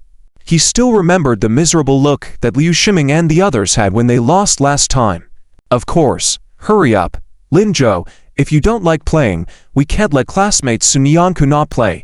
That's not fair. Because the exams were reinstated, they were very happy. That's why they bought cards to celebrate together. Initially, they had called Lin Zhou and Sunyanku to play, but Lin Zhou said they didn't want to. Hearing Lin Zhou now, everyone burst into laughter. Are you saying you don't know how to play either? It's not that. Lin Zhou could only helplessly shake his head.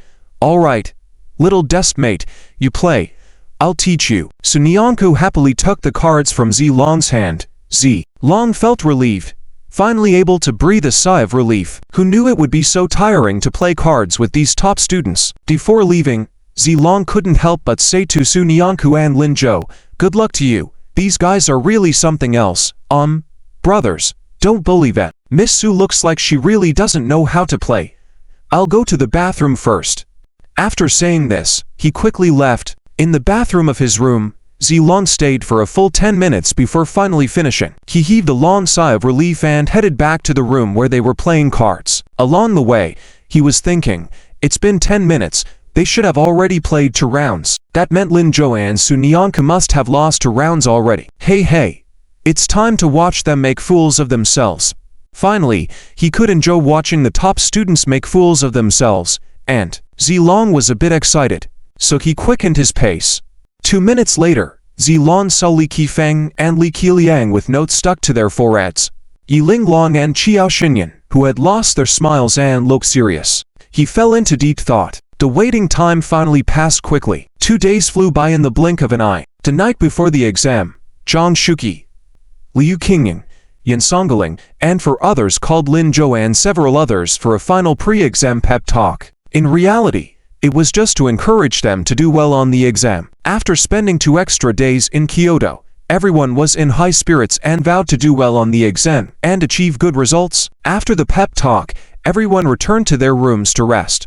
Before leaving, Zhang Shuqi called on Lin Zhou and Sunyanku, you two wait a moment. Miss Liu, you two. The 3 of them stood still, looking curiously at Zhang Shuqi. Director Zhang, with a smile on his face, said, there is something I need to tell you. The 3 looked at each other. What is it? Zhang Shuqi chuckled mysteriously. Why don't you guess first? Before Lin Zhou and Sunyanku could respond, Liu Qingying impatiently interjected, Director Zhang, please stop beating around the bush and just tell us. They need to rest well. All right, it's about Wan Chan Yang Qingshan. What? Liu Qingying was excited. Have the results of their punishment come out? Ha ha. Miss Liu, I knew you would be interested. Yes, the results are out, but it's not as good as we hoped for, but it's not bad either. Zhang Shuqi paused, then continued. Wang Che has been detained completely, and I'm not sure for how long, but it won't be short. The school and the Education Bureau will also penalize her. Her fabrication can't be maintained, and all subsidies will be withdrawn. What about Yang Qingshan? Liu Qingying asked anxiously. Zhang Shuqi halted, looking at her with hesitation. Liu Qingying realized something, and her smile faded. No punishment for him? Zhang Shuqi nodded. Wang Che seems to have taken full responsibility for all the wrongdoings, claiming she acted alone and had no relation to Yang Qingshan. As a result, there's nothing they can do to Yang Qingshan. I knew it would end up like this. Liu Qingying felt despondent. However, Jingdu First High School has already replaced Yang Qingshan's leadership qualifications. He cannot continue with this exam or be promoted. The school has even suspended his current duties and plans to observe him for a while. So, Miss Liu, don't be sad. You have done a lot, and it's enough, more than enough. Seeing that Liu Qingying still hadn't responded, Zhang Shuqi said, all right, everyone don't dwell on it too much. Knowing this before the exam is good news for us. Everyone focus on the exam tomorrow and do your best. All right, Director Zhang. Lin Zhou and Sunyanku replied in unison. Well, go rest now. Zhang Shuqi waved his hand. All right, The group dispersed. However, Lin Zhou noticed that Liu Qingyan didn't move. He exchanged a glance with Su Nianku and gestured for her to go first. Walking over to Liu Qingyan, he called out, "Miss Liu, Lin Zhou, why haven't you returned to your room?" Liu Qingyan lifted her head, looking melancholic. Lin Zhou pondered, "Did you report Wang Chan Yang Qingshan after all?" Feeling bad for not allowing them to take the exam. Liu Qingyan had reported Wang Chan Yang Qingshan, but had not informed Lin Zhou and the others. She wanted to quietly do something, even if it didn't change the outcome. She wanted them to pay a price. Unanticipatedly, the outcome turned out this way. Liu Qingyan forced a smile and didn't deny it.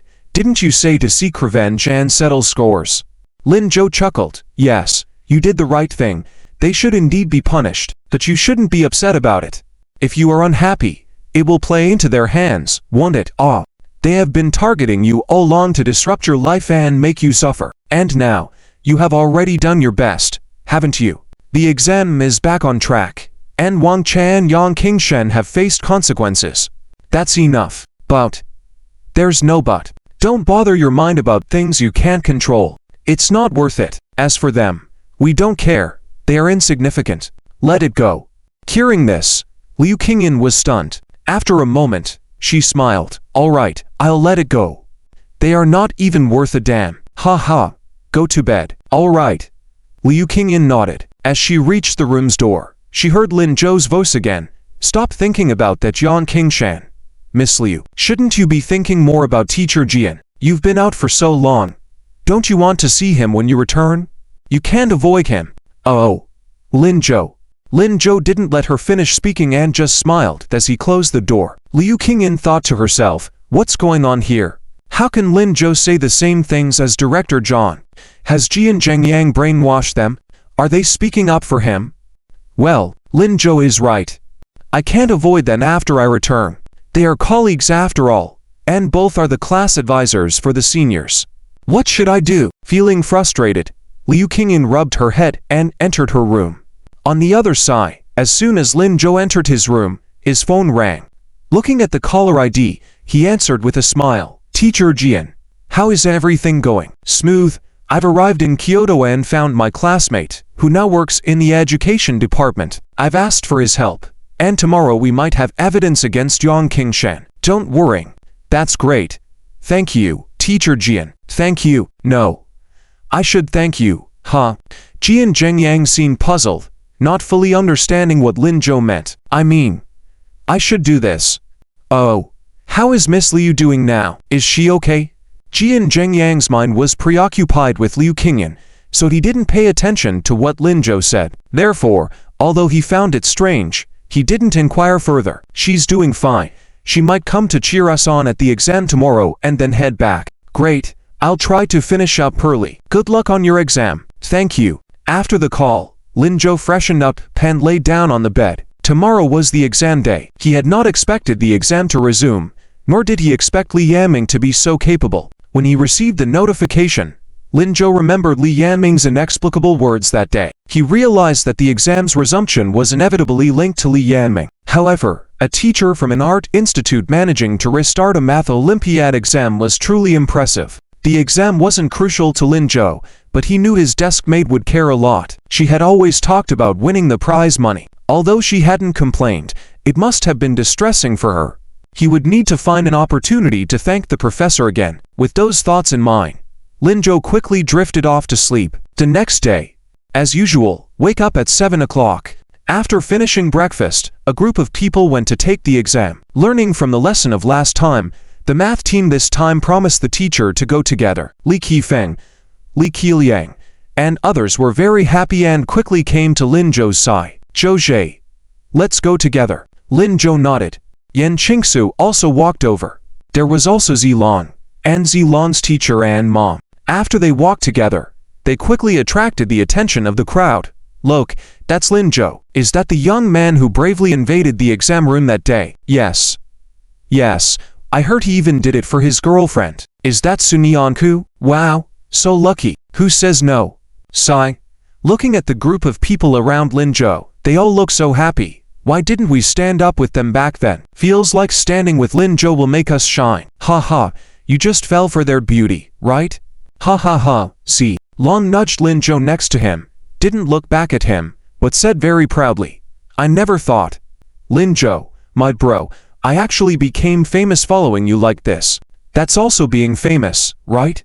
Ah yes, hope nothing goes wrong in this exam, or I'll really be beaten to death by my mom. Yeah, study well. Okay, but Zhou, have you seen Wan Lu and Zhou Jiawei? They were glaring at us. How? Really? While speaking, the corner of Lin Zhou's eye caught sight of Wan Lu and Zhou Jiawei. They were also looking at him. Perhaps realizing that he looked over, the two of them immediately turned around and walked forward without looking back. Lin Zhou shook his head helplessly. Lon's voice rang in his ears again. Look at those arrogant looks. So ugly. Next to him, Li Qifeng and Li Qiliang couldn't help but laugh out loud. You said they were school flowers last time. How come you think they're ugly now? Bah, who said that? Don't talk nonsense. It wasn't me. Ha ha ha. The group chatted and laughed as they walked forward. Meanwhile, Wan Lu's face turned green. This Lin Zhou really got conceited. Zhou Jiawei nodded, cautiously saying, the test scores from that day came out. You were first and I was second. But they were directly nullified. If we take the test again, can we still get such good scores? Of course we can. Isn't it just because of Lin Zhou and Sunyanku? I don't believe they can do better than us. But there's no but. I must surpass them. A village bumpkin like him. I won't believe it. Wan Lu bit her lip, determined. They soon arrived at the entrance of the exam hall. The security guards opened the gate, and the examinees entered slowly based on their preparation. They did not see. At this time, on the third floor of the exam hall, which originally was Kan Yuansheng's office, there were several old men standing inside. They were leaning against the window, earnestly looking outside. When their gaze fell on Lin Zhou, San Qinghai nudged Yanzong next to him, saying, Old Yan, is that why you made such a big arrangement this time to restart the exam? Yanzong looked displeased. Rubbish. We restarted the exam solely for the fairness of the whole exam. If so many people didn't participate in the exam, what's the point of this exam? It has nothing to do with anyone else. All right, but I really don't think highly of that Bo, so reckless at such a young age, almost ruining his own future for a girl. Who knows what more outrageous things he might do in the future?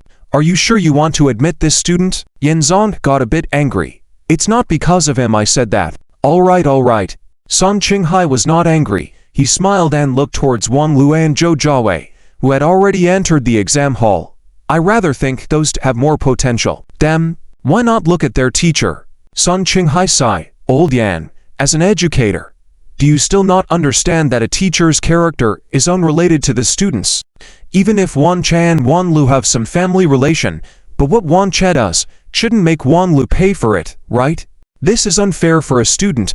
We should treat each student equally. Yanzong squinted his eyes. After a moment of contemplation, he nodded. You make sense. So do you plan to admit them? Ha ha. Old Yan, you know me. Yanzong turned his mind happily, but still pretended to be angry. Don't think of snatching with me. I've also set my sights on those two. After the exam, I'll go talk to them. This reaction immediately made San Qinghai happy. Ha ha. Don't think about it. It's too late for you to approach them now. What do you mean? Yanzong was irritated.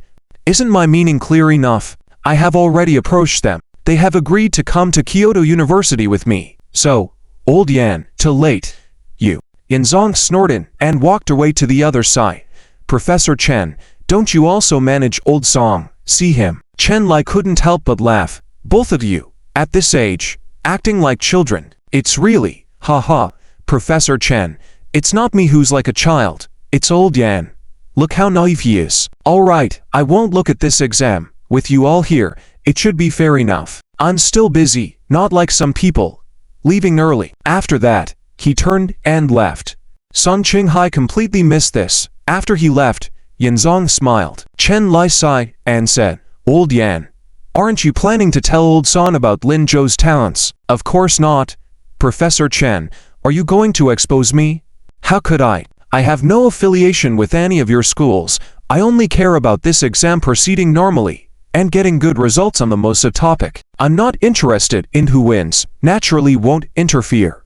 Thank you so much. Yanzong laughed. As long as San Qinghai didn't know about Lin Zhou's abilities, he wouldn't come to snatch Lin Zhou. This year, no matter what, he had to surpass Song Qinghai. Let this old beau show off for a while before doing anything. Lin Zhou and Sunyanku walked to the door of the exam classroom before parting ways. Before entering the classroom, Sunyanku had intended to say goodbye to Lin Zhou, but when he turned around, he seemed to be looking at something. His gaze was fixed on the entrance of the exam hall. Sunyanku furrowed his brows, following his gaze, and looked over. That was in the direction of Liu Qingyan. He's looking at Teacher Liu. Sunyanku was somewhat worried. Lin Zhou, what's wrong? Is something going to happen to Teacher Liu? Lin Zhou shook his head. It should be nothing. Little deskmate, don't worry, do well in the exam. Okay, you too. Okay. Well, see you later. See you. After Sunyanku entered the exam hall, Lin Zhou took out his phone, edited a text message and sent it out. Then, he turned off his phone, handed it to the invigilator, and went to his seat. Outside the examination hall, seeing Lin Zhou and a few others entering the classroom, Zhang Shuqi breathed a sigh of relief. All right, let's not stand here like fools. The exam is 3 hours long. Let's find a shady spot to sit and wait. Nothing should go wrong this time. Okay. Nodded Liu Qingyan. Since yesterday, after listening to Lin Zhou's words and completely disregarding the matter involving Yang Qingshen and Wang Che, she slept soundly. Today, her spirits were high. Taking advantage of this rare moment, she thought about how to handle her relationship with teacher Jian Zhengyang, and she returned. After all, the exam should be over soon. Some things must be faced. However, just as she walked to the stone bench outside the examination hall, she had not yet sat down when Liu Qingyan heard a familiar voice calling out, Qingyan. Liu Qingyan looked up and saw Yang Qingshan standing there in a white shirt and dark blue jeans. He even shaved and styled his hair. In that instant, Liu Qingyan suddenly had a feeling of returning to university. During her university days, Yang Qingshan loved this kind of dressing. Because of this appearance, he captured the hearts of many girls. If it weren't for his face already wrinkled and plump, she might have thought she was seeing the younger Yang Qingshan. She quickly came back to her senses, her expression cooling significantly. What is it? Yang Qingshan said. I want to talk to you. Perhaps fearing that Liu Qingyan would refuse, Yang Qingshan quickly added, just a simple chat. I know you're leaving after the exam. We may not see each other again. So let's treat it as a farewell. Liu Qingyan ignored him. There's no need. Let's go over there. Director Zhang. Liu Qingyan stood up, about to leave with Zhang Shuqi. Then Yang Qingshan said, Qingyan, don't you want to know what Wang Che has done? Liu Qingyan was taken aback. Zhang Shuqi and the others tensed up. Yang Qingshan continued. Wang Che won't let you finish the exam that easily. She hates you so much. Even if she's locked up, she will find other ways to stop you. Qingyan, I'm here to help you. Even so, don't you want to talk to me? What? Liu Qingyan stood up abruptly, her face looking very unpleasant. What else does she want to do? Yang Qingshan smiled and said, come with me, and I'll tell you. Liu Qingyan took a step to follow. Seeing this, Zhang Shuqi quickly stopped her, saying, Teacher Liu, don't go. We can't trust his words. If he really wants to help us, why doesn't he say it here? Liu Qingyan hesitated for a moment, then heard Yang Qingshan say, Qingyan, seize the opportunity now. In case something really happens later, the exam won't be restarted 3 times. Liu Qingyan bit her lip and nodded. All right. Director Zhang, I'll be back soon. Don't worry, it's broad daylight. He wouldn't harm me. You watch this area. Make sure nothing happens. But, Teacher Liu, no buts. Director Zhang, I can't let Lin Zhou and Sunyanku from the high school have regrets about missing their second chance at the exam because of me. After saying this, Liu Qingyan resolutely turned around and followed Yang Qingshan. Her hands clenched tightly together, hiding her nervousness. They crossed a street and climbed a bridge. Yang Qingshan led Liu Qingyan into an alley. The alley was quiet, surrounded by old residential buildings. A strange feeling crept into her heart. Liu Qingyan stood at the entrance of the alley and didn't move. Yang Qingshan, what does Wang Che want to do? What's the meaning of bringing me here? Yang Qingshan turned around with a smile. Follow me, and you'll find out soon. Liu Qingyan gritted her teeth and took 2 more steps forward. Crossing the alley, they arrived at a small open space enclosed by walls on all sides. There was no one in the open space, only a huge heart-shaped design in the middle. The design was made of roses, with a milky white cake placed in the center. On top were 4 large characters that read Happy Birthday. At that moment, Liu Qingyan suddenly felt today was her birthday. So much had happened in Kyoto in the past few days that she had almost forgotten about this. But Yang Qingshan, shh, don't speak. Yang Qingshan made a silent gesture, then quickly walked to the cake. He picked up a rose that had been lying on the ground and stood up. Holding the flower to his chest, he looked earnestly in Liu Qingyan's direction. His voice was slightly deep, a smile on his face, full of affection in his tone. He said, "Qingyan, happy birthday." Liu Qingyan was momentarily stunned, completely caught off guard. This scene, why did it feel so familiar? She remembered 10 years ago, when she was a sophomore and spent the second year with Yang Qingshan. They had little money, so they bought a 4-inch cake from a cake shop at the school gate and ordered a bowl of noodles at a noodle shop to celebrate her birthday. That day, Yang Qingshan said, "Qingyan, wait for it. One day, I will give you a huge sea of roses, holding roses and kneeling in front of you, saying, 'Happy birthday.'" At that time, Liu Qingyan felt incredibly happy. She had been looking forward to that day. Unfortunately, they broke up after graduating from university. Liu Qingyan thought she would never wait for it again in her lifetime. But today, she unexpectedly witnessed this scene. Her nose tingled. If this scene had appeared a few years earlier, that would have been wonderful. Unfortunately, there are no ifs in this world. Although she felt sad in her heart, Liu Qingyan controlled her emotions. Yang Qingshan doesn't love her now. She knows better than anyone. "Yang Qingshan, what are you trying to do? Didn't you say you wanted to tell me about Wang Che?" Before she could finish her sentence, Yang Qingshan suddenly knelt on one knee in front of her and said, "Qingyan, marry me." Liu Qingyan was stunned once again. She closed her eyes briefly, then opened them again. "Yang Qingshan, you and Wang Che, I will divorce her soon. She has already gone in. After the divorce, I can be with you, Qingyan." Yang Qingshan suddenly stood up, took a step towards Liu Qingyan. Liu Qingyan subconsciously took a step back. Yang Qingshan persisted. He placed the rose he was holding aside and then grabbed Liu Qingyan's arm. "Qingyan, marry me. All of these are promises I made to you in the past. I'm here to fulfill them now. I will treat you well." Liu Qingyan stood frozen in place.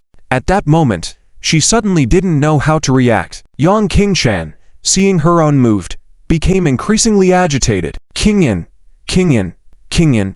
As he called out, he suddenly lowered his head and kissed Liu Qingyan. Liu Qingyan was startled.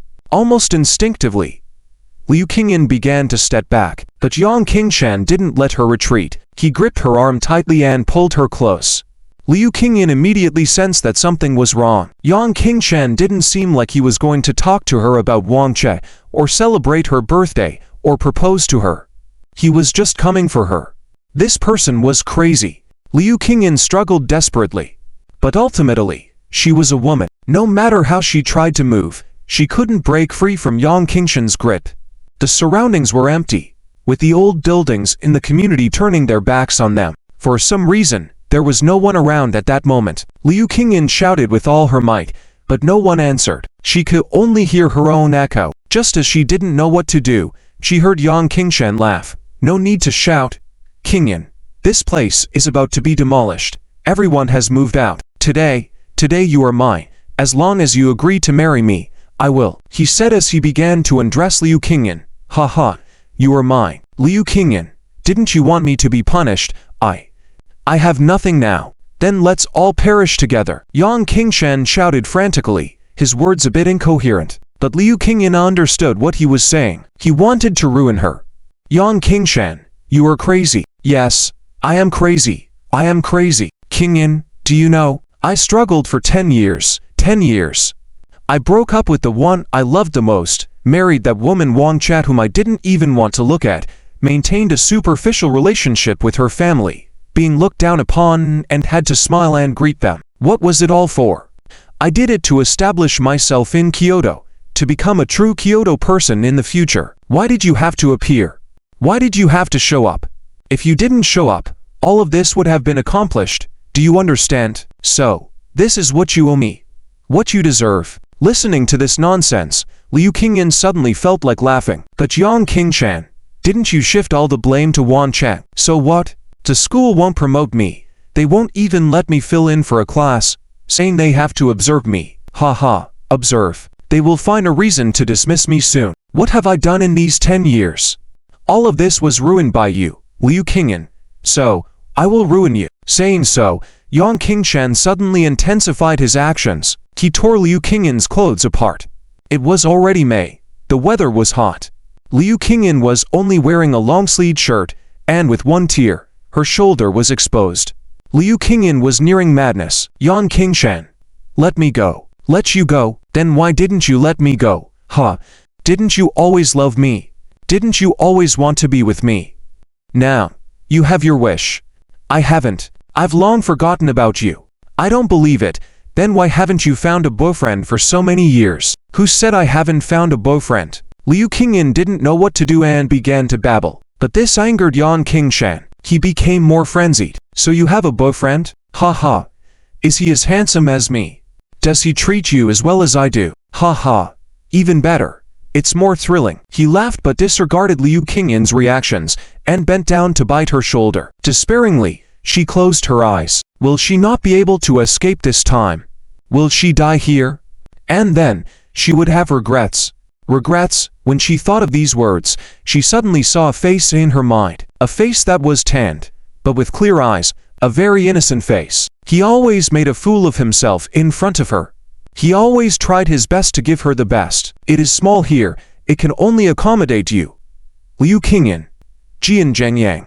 Maybe she wouldn't see him again in this life. Would he be heartbroken? Would he curse her and cry, saying, Liu Qingyan, you're really silly. So silly. As she was thinking, Liu Qingyan suddenly felt a strong gust of wind at her side. Then, Yang Qingshan's scream followed. The restraints on her disappeared instantly. Before she could react, she was pulled into someone's arms. A familiar voice sounded in her ears. He said, Qingyan, are you okay? His voice was gentle but full of urgency. But how could she hear his voice at this moment? He should be in school at this time. He should be complaining about her leaving without a word, coming to Kyoto to avoid him. The last place he should be at this moment was Kyoto. Liu Qingyan forced a smile. Dazedly, she raised her hand to try to touch Jian Zhengyang's face. It's so good to see you. Liu Qingyan felt dazed, but still spoke her mind. I thought I would never see you again. Upon seeing Liu Qingyan in this state, Jian Zhengyang became anxious. Qingyan, what's wrong? Qingyan, I'm Jian Zhengyang. I've come to find you. I'm sorry I'm late. Qingyan. During the conversation, Liu Qingyan's hand had already fallen on Jian Zhengyang's face. The warm touch made Liu Qingyan startle. Her hand hesitated. I'm Jian Zhengyang. I really came.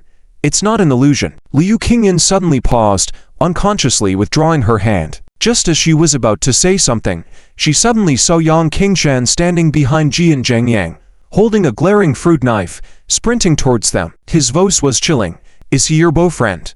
At that moment, Liu Qingyan widened her eyes, quickly blocking Jian Zhengyang behind her. Be careful, she shouted, closing her eyes again. Jian Zhengyang also realized what was happening. He almost instinctively hugged Liu Qingyan tightly and quickly pushed her to the other side. At the same moment, Yang Qingshan's knife arrived. Jian Zhengyang's advantage in sports was instantly displayed. He looked at the tip of the knife and jumped instantly, and both of them fell to the ground together. At that moment, he quickly took something out of his pocket and raised it high. Yang Qingshan, I found the evidence of you selling school data. What you're doing now is a dead end. Yang Qingshan was slightly stunned. He laughed again. Even if it's death, I will die with you. But at that moment, not far away, sirens rang out. Yang Qingshan suddenly panicked and threw away the knife in his hand, preparing to escape. But his speed was not as fast as Jian Zhengyang. Jian Zhengyang quickly stepped forward and immediately pressed Yang Qingshan to the ground. The police arrived quickly. Yang Qingshan was completely subdued. Jian Zhengyang then turned around and stood next to Liu Qingyan, trying to comfort her. After the scare, Liu Qingyan remained surprisingly calm. It seemed that the recent events had not affected her at all. Her gaze fell on Yang Qingshan, and she spoke coldly. Yang Qingshan, was it worth it to do what you did? Yang Qingshan, who was struggling desperately, suddenly paused and quieted down. Then, he began to laugh loudly. Worth it? How could it not be worth it? I've been ruined, and since you've ruined me, naturally, it won't be smooth sailing. It's a pity. I failed. Ha ha ha. I failed. Yang Qingshan laughed maniacally, but soon, he coldly looked at Liu Qingyan again. But Liu Qingyan, you're not doing so well either, right? The person by your side hasn't even matured properly, right? You're a boyfriend? Ha ha. Even if you're trying to provoke me. There's really no need for this. I didn't expect that after you left me, the market would be so bad. Even now, no one wants you. If only I had discussed with Wang Che at the time, to take you together. Yang Qingshan's voice had not yet died down when a strong wind suddenly struck. A sharp pain was felt on his cheek in an instant, accompanied by Jian Zhengyang's angry voice. Shut up, you beast. Yang Qingshan was startled, and then spat out a mouthful of saliva. He sneered and looked at Jian Zhengyang. What's wrong? Feeling ashamed and angry? Did I say something wrong? You're 20, right? She's already 30, well past her prime, and you still want her. You. Jian Zhengyang raised his fist again. Yang Qingshan quickly raised his hand. Are you going to hit me in front of the police? Are they allowing it? As soon as he finished speaking, the two police officers beside him turned their eyes away as if they hadn't seen anything. Jian Zhengyang didn't hold back and threw a punch. Yang Qingshan. He spit out another mouthful of saliva and sarcastically said, Kid, did I hit a nerve with you? You like this old lady? Tut tut. Your taste is really strong. Ha. This lady hasn't acknowledged you. Ha ha ha. It seems like you're not much of a man after all. Jian Zhengyang was about to explode with anger. He had never seen such a shameless person. Simply outrageous. Unbelievable. Raising his fist again, just as he was about to pummel Yang Qingshan, someone suddenly grabbed his fist. Jian Zhengyang. Stop it. Jian Zhengyang was stunned and turned his head to see Liu Qingyan holding his hand. She quickly stepped forward and stood by his side. Then she stared fiercely at Yang Qingshan and said clearly, word by word, Yang Qingshan. Listen carefully. I acknowledged him. I acknowledged him a long time ago. He's not a kid. He's 24 this year. It's me, Liu Qingyan, his legitimate boyfriend. A legitimate man. Liu Qingyan did not notice that as she spoke, Jian Zhengyang by her side was trembling all over. His eyes could see nothing else but her. He was filled with emotions as he looked at Liu Qingyan. She continued, and you, Yang Qingshan, he is 100 times, 1,000 times stronger than you. No, there is no comparison between you and him. You're just a piece of scum. He and I will be very happy. After saying this, she turned to the police officers and said seriously, thank you both for your hard work. Take him away. The two police officers nodded seriously. Rest assured. For sure. With the assurance, Liu Qingyan held Jian Zhengyang's hand and walked away. She still didn't notice that Jian Zhengyang seemed to have no reaction at all, mechanically following her steps. And behind them, Yang Qingshan's eyes seemed to almost spit out fire. He laughed maniacally. Ha ha ha. Liu Qingyan, will you be happy? Ha ha ha. I really want to see how happy you'll be. Happy? You're dreaming. Dreaming. But nobody paid him any attention. Liu Qingyan walked for a long time, until she reached the edge of the main road, and then stopped. Jian Zhengyang behind her did not expect Liu Qingyan to stop suddenly. He couldn't hold back and bumped into her. Suddenly realizing something, Jian Zhengyang quickly touched his nose and blushed. The words Liu Qingyan spoke just now they were too embarrassing. What should he do now? What should he do? Why isn't she speaking? Did she just say that to provoke Yang Qingshan? Thinking up to this point, Jian Zhengyang felt he needed to do something, so he touched his nose again and after some time, finally found his voice, Miss Liu, However, before he could finish his sentence, he suddenly felt the warm fragrance entering his nostrils. Then, a soft body pressed against his chest. He was being hugged. He was being hugged. He was being hugged by Liu Qingyan. Realizing this, Jian Zhengyang felt like he was going insane. His heart was pounding rapidly in his chest. His mind went blank instantly. His body stiffened, not knowing how to react. His hand went up and then down, unsure of where to place it. Even his voice trembled. Miss Liu. Wah. Jian Zhengyang. Why don't you hug me? A voice with a hint of crying came from his chest, causing Jian Zhengyang to lose his senses again. He didn't have time to think about how the cold Miss Liu could have such a reaction, and swiftly extended his arms to hug her. It seemed that this embrace gave her a sense of security. The woman's sobbing voice sounded a bit happier. She changed her position, burying her entire head in Jian Zhengyang's chest, and murmured, "You scared me just now, you really scared me. I thought I would never see you again." "You guys, what?" "Jian Zhengyang, do you know, I'm really happy to see you. I'm so happy," Liu Qingyan, like a child, rambled on. At that moment, Jian Zhengyang suddenly felt the feeling of comforting his own child. A sense of satisfaction, unique to men, surged instantly in his heart. "I know," he lightly patted his back again. "I know everything. That's why I'm here. I came to see you." "Then, can you?" Liu Qingyan shifted her position again, letting her tears all fall on Jian Zhengyang's chest. It seemed like this could make her less afraid. "Can you protect me by my side from now on?" I can. Jian Zhengyang answered without hesitation. Afraid that Liu Qingyan wouldn't believe him, he deliberately raised his voice. "I can definitely do it. I swear. I will definitely be by your side, protect you, cherish you, and make sure you live a good life. We will never end up like Yang Qingshan said. He's just a jerk." Before he could finish, Jian Zhengyang felt his lips being blocked. Lowering his head, he saw Liu Qingyan's playful smile. "That's great. It's really great. I believe you. A man who can stand up for himself in crucial moments, a man who gets angry when insulted, a man who silently sacrifices a lot for her behind her back. Why wouldn't she believe him?" Liu Qingyan buried her head in Jian Zhengyang's chest again, childishly shouting, "I super duper trust you. Do you know, Jian Zhengyang, I always thought I was a grown-up, that I was a big sister, and that I should take care of many people. I must remind myself every day to act like an adult. So I live alone, eat alone, and learn everything alone. But I actually really want to be taken care of by someone." She seemed to have found her Prince Charming at the age of 30. Jian Zhengyang chuckled. "I know. I understand everything." It turns out Lin Zhou's words were true. This strong woman Liu Qingyan actually wanted to be a little princess all along. Let her be his princess. The morning quickly passed. At 11:30, the exam ended. Lin Zhou put down his pen, handed in the paper, and left the examination hall. Seeing Sunyanku waiting for him at the door, Lin Zhou hastened his steps. "Deskmate, didn't we agree not to hand in early?" For this agreement, he slept for a whole hour in the exam hall. When he woke up, he spent another half hour trimming his nails. How come she came out first?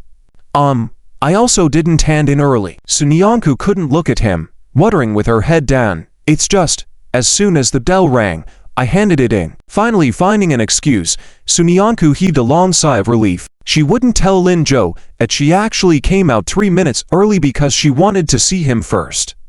"I did well on the exam. How about you, Lin Zhou?"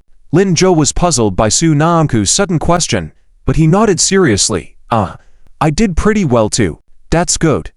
Let's go. Director Zhang and the others are waiting over there." "Okay." Lin Zhou didn't ask further. Even if the desk mate handed in early, she would still do well on the exam. He wasn't worried. The two of them walked happily forward. Unbeknownst to them, the expressions of the Li Qifeng brothers behind them were very unpleasant. "What do we do? I couldn't solve the last question." "You only had one question?" "I couldn't solve two. It's over. Z. Long suddenly appear. Hot. You also don't know. Then I can rest assured." Li Qifeng raised his head. "What assurance after talking nonsense? Just because we don't know doesn't mean others don't." Z. Long was shocked.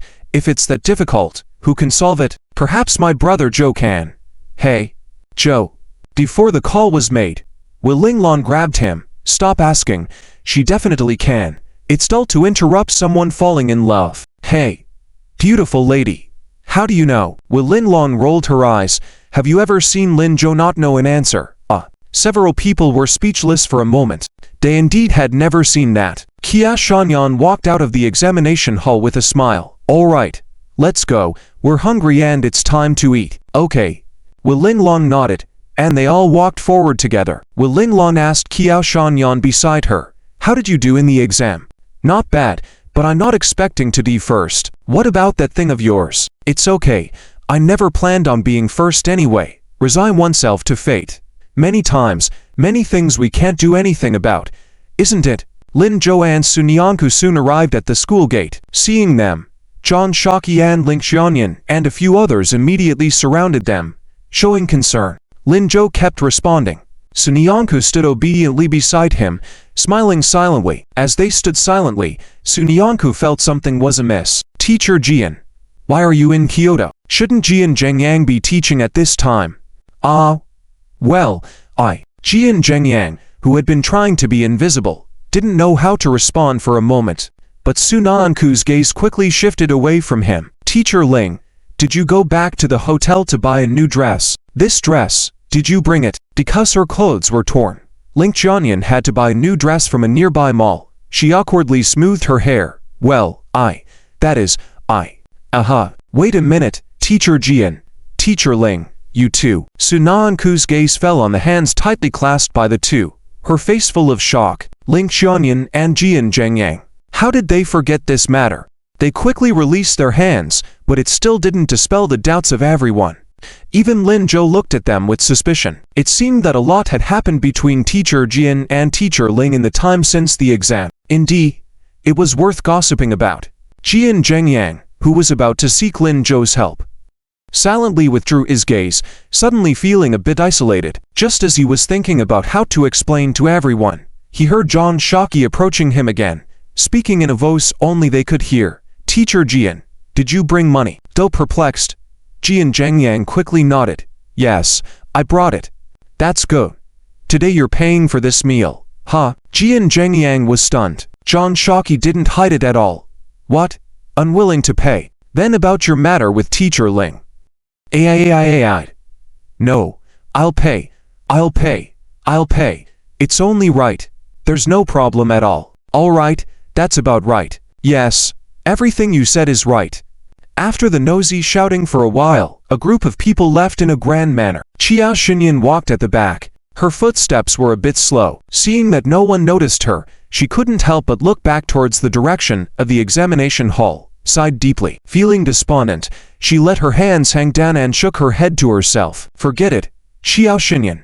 You wouldn't have gotten first place anyway. This time, just go back and review well. Wait for the college entrance exam. Aim for a school that your parents like. Actually, that's pretty good. Heh. After a bitter smile, Qiao Xinyan raised her head, put on a sweet smile, and walked forward. Classmate, can you help me with something? Suddenly, an old man's voice came from beside her. Qiao Xinyan was surprised, turned around, and saw an elderly man with white hair. He was wearing Zhongshan suit and stood in front of her with a hint of apology. He was holding a huge box with one hand and dragging a huge drawing board with a bunch of brushes with the other hand. He seemed to be struggling because of the weight. Classmate, can you help me with something? I really can't carry these anymore. My home is just up ahead.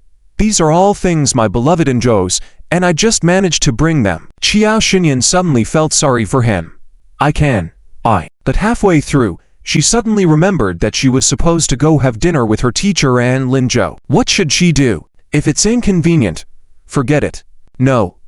No, it's fine. Just wait for me here, Qiao Xinyan said. Quickly took out her phone, thought for a moment, and sent a message to Lin Zhou. Then she quickly put her phone away and walked up to the old man. Let's go, I'll take you back. Thank you so much, young lady, you are really a good person. Haha, our teacher said to be helpful, and besides, I really like painting. Is that so? That's wonderful. As they spoke, they walked forward together. Meanwhile, Sunyanku, who was walking side by side with Lin Zhou, felt like something was missing. She looked up and noticed that Qiao Xinyan hadn't caught up. She was about to call out to her, but Lin Zhou stopped her. Classmate, don't call out. Why not? Qiao Xinyan is following a stranger. Isn't that dangerous? Lin Zhou smiled, sent a pre-edited message and then put away his pager. It's okay, there won't be any danger. But Sunyanku was about to say something, but after a moment, she nodded vigorously. Okay, then let's not call her. I'll send her the address for dinner later, so she can come after she's done. Since Lin Zhou said it was safe, then it must be. Lin Zhou smiled and looked at her. I've already sent it. Don't worry. Let's go eat hot pot. All right. Since Sunyanku was no longer concerned, Lin Zhou shifted his gaze to the elderly man beside Qiao Xinyan. Then, he smiled. It seems that Mr. Li was interested in Qiao Xinyan's art. This must be a test for her. So, let's not disturb them. Teacher San, Chia Xinyan has something to attend to, let me tell you. By this time, Chia Xinyan had already walked a street with the elderly man, standing in front of a clean and ancient door. Li Yanming stepped forward, gently pushed open the door, smilingly gestured towards Chia Xinyan. Come in, this is my home. Chia Xinyan stood at the door in amazement. The courtyard was not large, but it was far from small. The door was ancient, with two majestic lions on either side. Beside the lions, two giant ancient trees stood tall, lush with branches and leaves. Inside the gate, in the quaint courtyard paved with blue stones, there was a well-trimmed tree. Under the tree, there was a clear fish pond with shallow water where fish swam gracefully. Further in, all the small doors were antique. From the entrance, the composition was like a perfectly outlined painting. This is such a beautiful courtyard. Ha ha. Looks like you have similar taste to my old lady. She designed all of this herself. As the old man spoke, he invited Chia Xinyan inside. Chia Xinyan was not shy either. She carried the drawing board and walked in. Her eyes fell on the courtyard and couldn't look away. Grandma has great taste. Walking into the courtyard, it felt like stepping into a painting. Chia Xinyan suddenly recalled her dream. Carrying a drawing board, traveling the world, getting closer to nature, capturing every beautiful scene she saw. At this moment, she was in such a state of mind. She wanted to sit down, grab a brush, and quietly paint all the beauty in front of her. Li Yanming glanced at her and suddenly felt a ripple in his heart. This girl truly loves painting. No wonder she radiates such a spirit. Yes, she used to sit here often and paint. She has painted this courtyard hundreds of times. Unfortunately what? Chia Xinyan asked in confusion. Li Yanming smiled. Unfortunately, she left early. I've been trying to preserve the original look of this courtyard, but now I'm old too, and soon, I won't have the energy to maintain it. Oh. If she were still here, she could have preserved these paintings, maintaining the tranquility until the end. To be continued on the next page. No, I'll make a phone call and ask. Without waiting for Lin Zhou to respond, Song Ling took out her phone. As the team leader teacher of Chia Xinyan, not being able to see Chia Xinyan made her feel uneasy. It's okay. Lin Zhou quickly waved his hand. Chia Xinyan's matter is quite urgent. She didn't want to bother you, which is why she didn't tell you. Teacher Song, I guarantee with my integrity that she's absolutely fine. She should be back by the afternoon at most. Is that so? Song Ling held on to her phone, unsure of what to do. Liu Qingyan stepped forward. Teacher Song, girls all have their own secrets. Although we are teachers, we shouldn't be too nosy. Don't worry, if Lin Zhou says she's fine, then she's fine. Song Ling then nodded. Alright, let's eat first and give her some once she's back. Okay. The group then started eating. Lin Zhou also took Su Naanku's bowl and chopsticks to wash them and give them back to her. Yelling Lan, who was sitting nearby, asked curiously. Lin Zhou, yes, you are helping Chia Xinyan so much. Aren't you afraid Su Naanku will get jealous? This question had crossed her mind on the way there. Lin Zhou had been speaking in support of Chia Xinyan the whole time. If she were Su Naanku, she would definitely be furious. After all, as girls, she knew that there would be strong possessiveness in such situations when it comes to liking a boy. Lin Zhou's hand paused. Then he smiled and tapped Su Naanku, who was devouring the hot pot. Table mate, huh? Su Naanku turned to him, looking confused. Yelling Glong asked me a favor. Can I go out with her for a bit? Sure. Go ahead. Su Naanku agreed without hesitation. Yelling Glong was taken aback. Then Lin Zhou said, Aren't you mad? Why should I be mad? Yelling Glong is my friend. Friends should help each other. By the way, Yelling Glong, do you need any help? Let me know. Su Naanku spoke with a smile in her eyes. Yelling Glong was surprised once again. She suddenly felt that her thoughts were too complicated. In the eyes of Su Naanku, Chia Xinyan, and she were all friends with Lin Zhou. It was normal for Lin Zhou to help them, so she was not angry. But, Su Naanku, aren't you afraid I'll run away with Lin Zhou? She wanted to know the answer. Desperately. Lin Zhou also wanted to know. When Yelling Glong asked this question, Lin Zhou also looked at Su Naanku. Su Naanku hesitated for a moment, then smiled. No. Lin Zhou won't run away. She didn't explain why he wouldn't run, just calmly turned her head back, picked up her chopsticks, carefully added more meat to Yelling Glong's plate. Eat some meat, Yelling Glong. Yelling Glong was stunned for the third time. Was Sunyanku trying to change the subject? Yes, she was confident that Lin Zhou wouldn't run, but she was probably too embarrassed to explain further. Was she too embarrassed? Thinking this, Yelling Long also smiled. She nodded. Okay, let's eat the meat. Lin Zhou, seeing this, chuckled. Table mate, you can't be biased like this. What about my meat? Here. Sunyanku cheerfully handed Lin Zhou a big piece of meat. It was more than the amount she had given Yelling Long earlier. Eat. None of the three mentioned Yelling Long's assistance again, and they all ate happily. On the other side, Jian Zhengyang felt a bit awkward. He wanted to serve some food to Liu Qingyan as well, but when he entered, Liu Qingyan, to avoid any suspicions, took a seat directly across from him, making it impossible for him to reach her.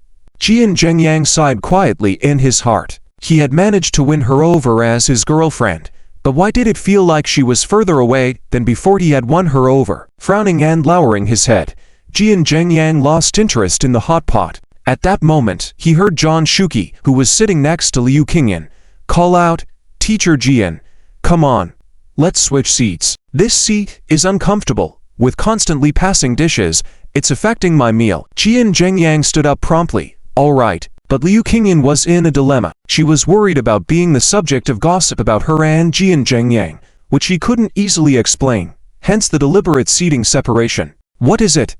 You don't want me to eat? Liu Qingyan was at a loss with Zhang Shuqi, who was throwing around accusations. She nodded.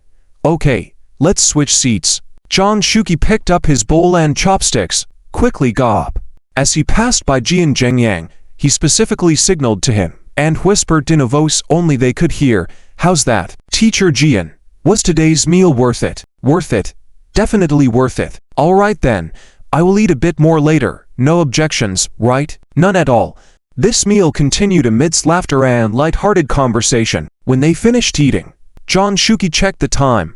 It was only 2 p.m. After burping, he stood up and suggested that everyone go back to the hotel to rest and prepare to go home in the evening. On the way, Lin Zhou sent a message to Qiao Xinyan, telling her to finish her tasks and return directly to the hotel. Song Ling had even bought her some food. When they reached the hotel entrance, just as they were about to go in, Lin Zhou suddenly saw Li Qifeng, Li Qiliang, and Zi Long happily jumping out. "Zhou Zhe, you're finally back. Let's go watch a movie." Eating hot pot was Zhang Shuqi's idea, and they were students from another school, so they couldn't go along. They had to wait at the hotel. They had been waiting for 2 hours now, and their hair was almost turning white. Lin Zhou was puzzled. "A movie?" "Yes. There's a new movie by Stephen Chow. It's supposed to be excellent. Let's go watch together." Lin Zhou loved Stephen Chow's movies, of course. "But why don't you go watch it yourselves?" They had been waiting for him at the hotel until now. It didn't make sense. Need I say more? Obviously, it's because if you go, the beauties will go too. "Hey, where's the beautiful Qiao?" Zi Long turned his eyes curiously. Li Qifeng and Li Qiliang had already walked over to Yelling Long and Sunyanku. "Sister Yelling, Sister Su, let's go watch a movie. We already have the tickets." Without hesitation, Yelling Long raised her hands and tapped both of their heads. "Can you ask Sister Su out? Leave us alone." "Ah, Sister Yelling, you're so violent. We really like it."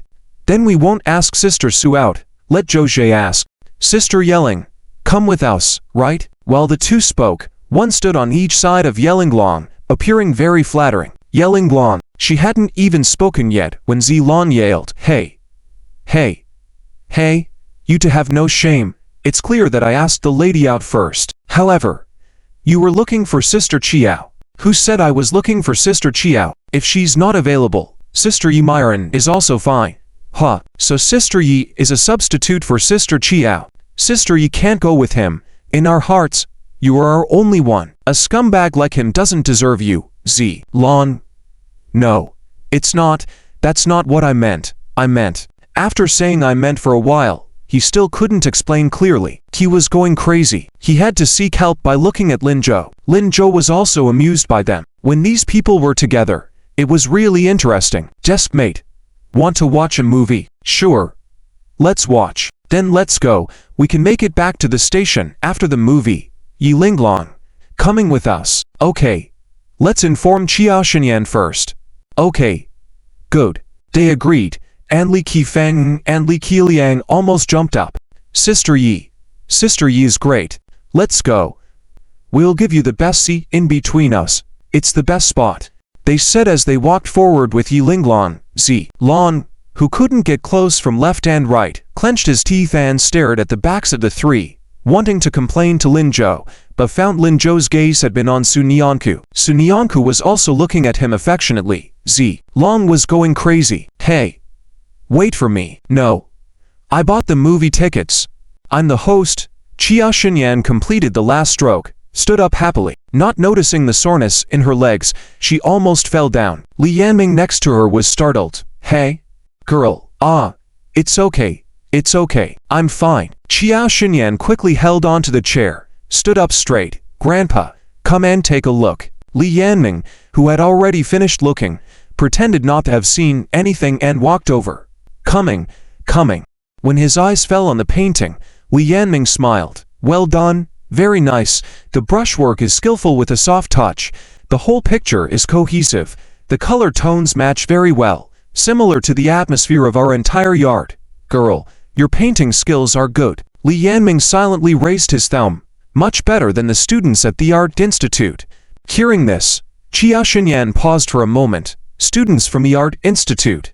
Have you met them? She never imagined that her painting would receive such high praise. Oh, what I mean is, my wife had met them before. I've met a few with her. I see. Xia Xinyan dryly smiled. So Grandpa was just using a metaphor to praise her. She thought she was really good at it. Girl, who did you learn painting from? I haven't learned. Xia Xinyan lowered her head awkwardly. Li Yanming was a little incredulous. Haven't learned? Xia Xinyan nodded. Well, not completely. I haven't had a teacher. I just looked it up in the library or online. My mom doesn't let me learn. As she spoke, she hung her head even lower. She felt a bit confined. Grandpa, will you be disappointed in me? I'm sorry, I wasted a piece of your paper. How could I be disappointed? Grandpa is not disappointed at all. You paint very well. Very good. I really like it. Xia Xinyan's eyes suddenly brightened. Really? Yes. Really. I will treasure this painting. That's great. Xia Xinyan almost jumped up. Li Yanming was getting more and more satisfied as he looked. Girl, do you want to learn painting? This painting brought back sad memories for Xia Xinyan. She nodded, then shook her head. I want to, but I probably won't have the chance. It's okay. I'll draw by myself when I have free time. Okay, that works. Don't be sad. It's so late and you haven't eaten lunch yet.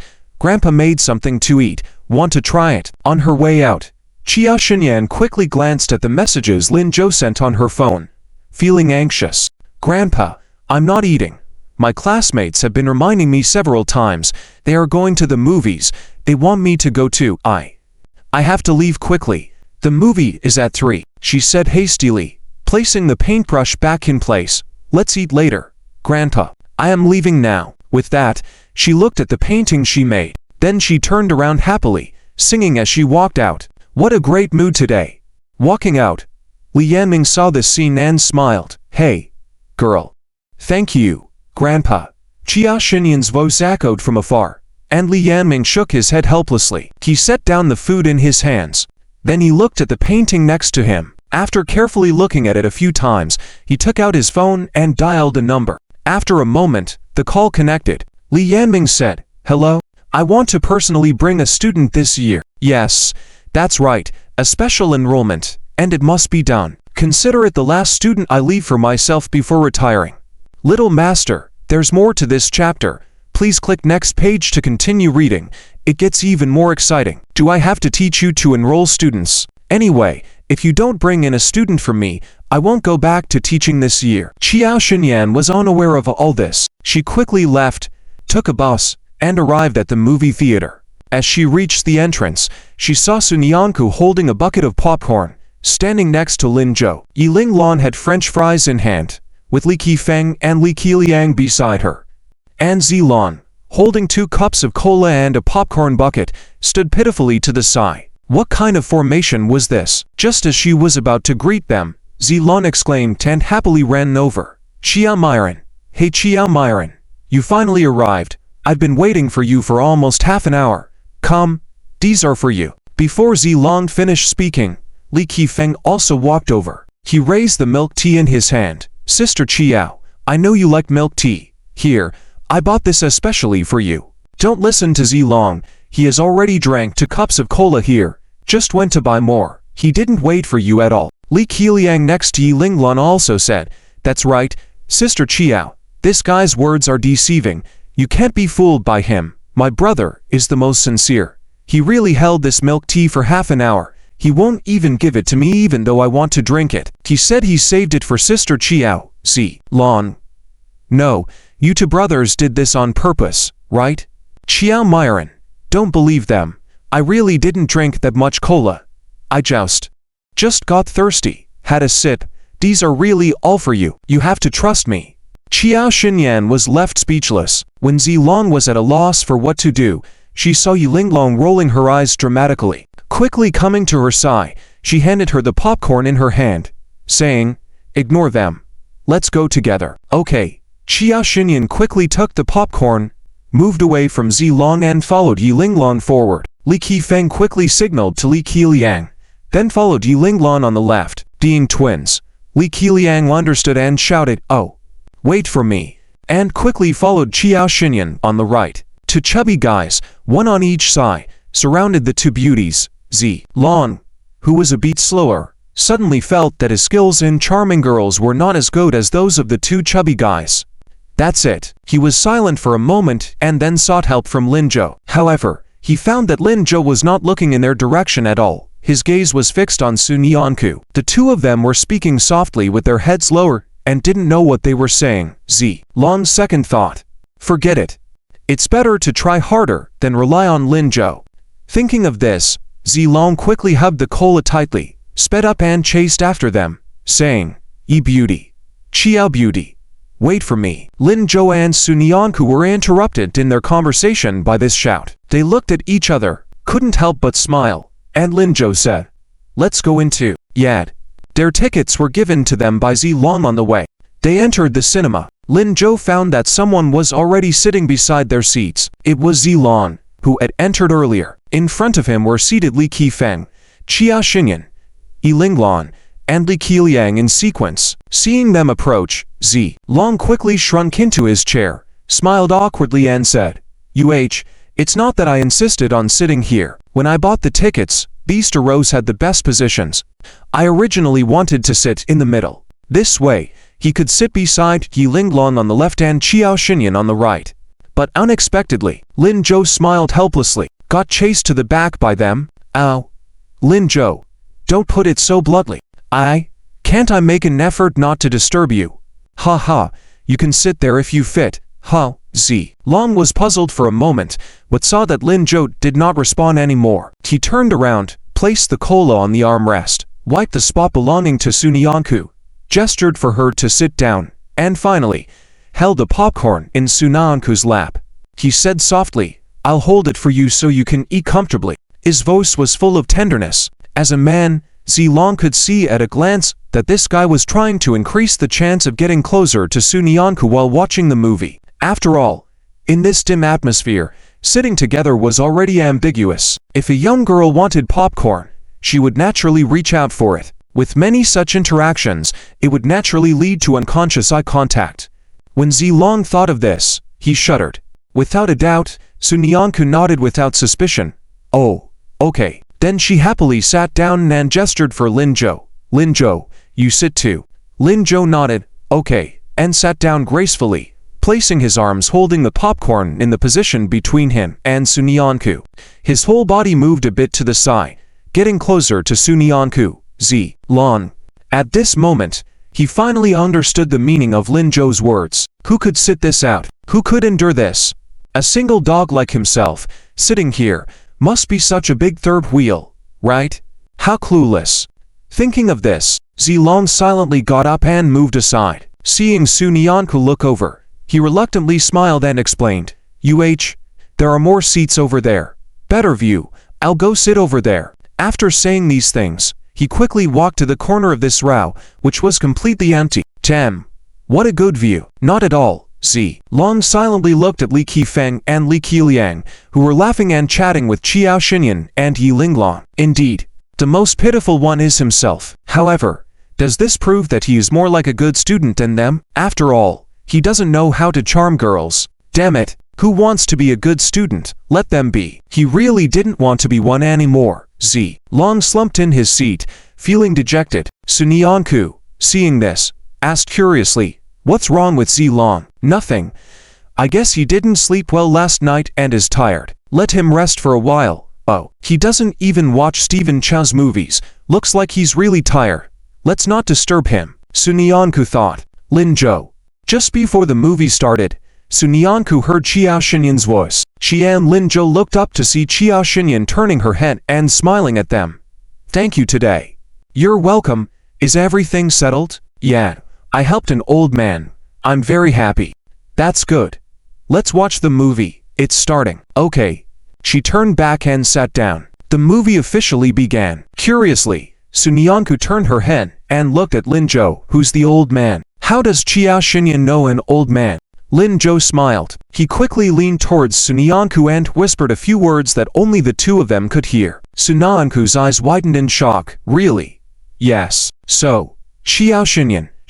Lin Zhou quickly made a hushing gesture. Sun Yanku also quickly closed her eyes and covered her mouth with her hand. Ahead, Qiao Xinyan had already heard her voice and turned around curiously. "What's wrong, Sun Yanku?" "Oh, nothing. I was just saying. Qiao Xinyan looks very beautiful today. Ha ha." Qiao Xinyan couldn't help but laugh. The movie started, and Stephen Chow's voice rang out. The few of them immersed themselves in the movie, becoming more serious. Sun Yanku was the same. As she watched, she suddenly felt a tingling in her nose. Tears uncontrollably rolled down her cheeks. Lin Zhou saw this and quickly turned his head. He wanted to ask her what was wrong, but the word stuck in his throat. Although the movie was a comedy, the protagonist in the film wandered around with his brothers, begging for food and being bullied. He had suffered too much, yet he remained kind at heart. Only later did he become a rare martial arts genius. This change in his life resembled Sun Yanku's past. She probably thought of herself. Without saying a word, Lin Zhou took out a tissue from his pocket, intending to hand it to her. Finally, he carefully unfolded it, tilted his body, and gently wiped her cheek. This slight movement made Sun Yanku wake up. She quickly lowered her head, snatched the paper from Lin Zhou's hand, and wiped it herself. Seeing Lin Zhou remaining silent, Sun Yanku awkwardly said, I'm fine." But her voice was choked up. Realizing her words lacked persuasiveness, Sun Yanku covered her face forcefully. "Lin Zhou, am I too weak?" "How could you be? You are the most capable, Sun Yanku. But, you will also be like Zhou Xingxing in the movies, 1 in a million, changing your fate, reaching the peak. At least in my heart, you are 1 in a million." "Really? But I, so ordinary, yet so timid. How can you be that 1 in a million? Do you believe me?" Sun Yanku hesitated for a moment, then lifted her head. In the dim light, Lin Zhou was looking at her seriously, waiting for her answer. His eyes were firm, like the only light in the dark trying to illuminate her. As her mind was in chaos, Sun Yanku earnestly nodded. "I believe." She had always believed. It had never changed. "Then it's true," Lin Zhou said seriously again, then gently patted Sun Yanku's head. The warmth of his palm made Sun Yanku feel a bit relieved. "Okay, it's true." Lin Zhou smiled with relief. "Let's continue watching the movie. He's about to counterattack soon. It's really exciting." Okay. Sun Yanku finally relaxed and focused on the movie. "Counterattack." Lin Zhou said she could. So she definitely could. Sun Yanku clenched her fist, silently vowing in her heart. Seeing this, Lin Zhou felt somewhat reassured. The movie became more and more exciting, and in the theater, there was complete silence. Even Zilan in the corner was watching intently. They didn't know that at this moment, the math competition team was exceptionally lively. Yanzong stood at the entrance of the grading room, anxiously pacing. When he saw a staff member coming out, Yanzong hurried over. "Is it out? Are the scores out?" The staff member looked at him with concern. "Not yet, Professor Yan. Although it's not cold today, you don't need to wait here so early. We'll notify you when the scores are out." "Okay, no need. I'll wait here. You don't have to worry about me. Go back to work and be quicker." Yanzong waved his hand. The staff member was taken aback. The usually strict Professor Yan was cheerleading today. Professor Yan, are you interested in a student? Ha, you already figured that out. Go on. Remember to check Lin Zhou's score for me in a while. The staff member frowned. Lin Zhou. Actually, if you're interested, you could directly inquire.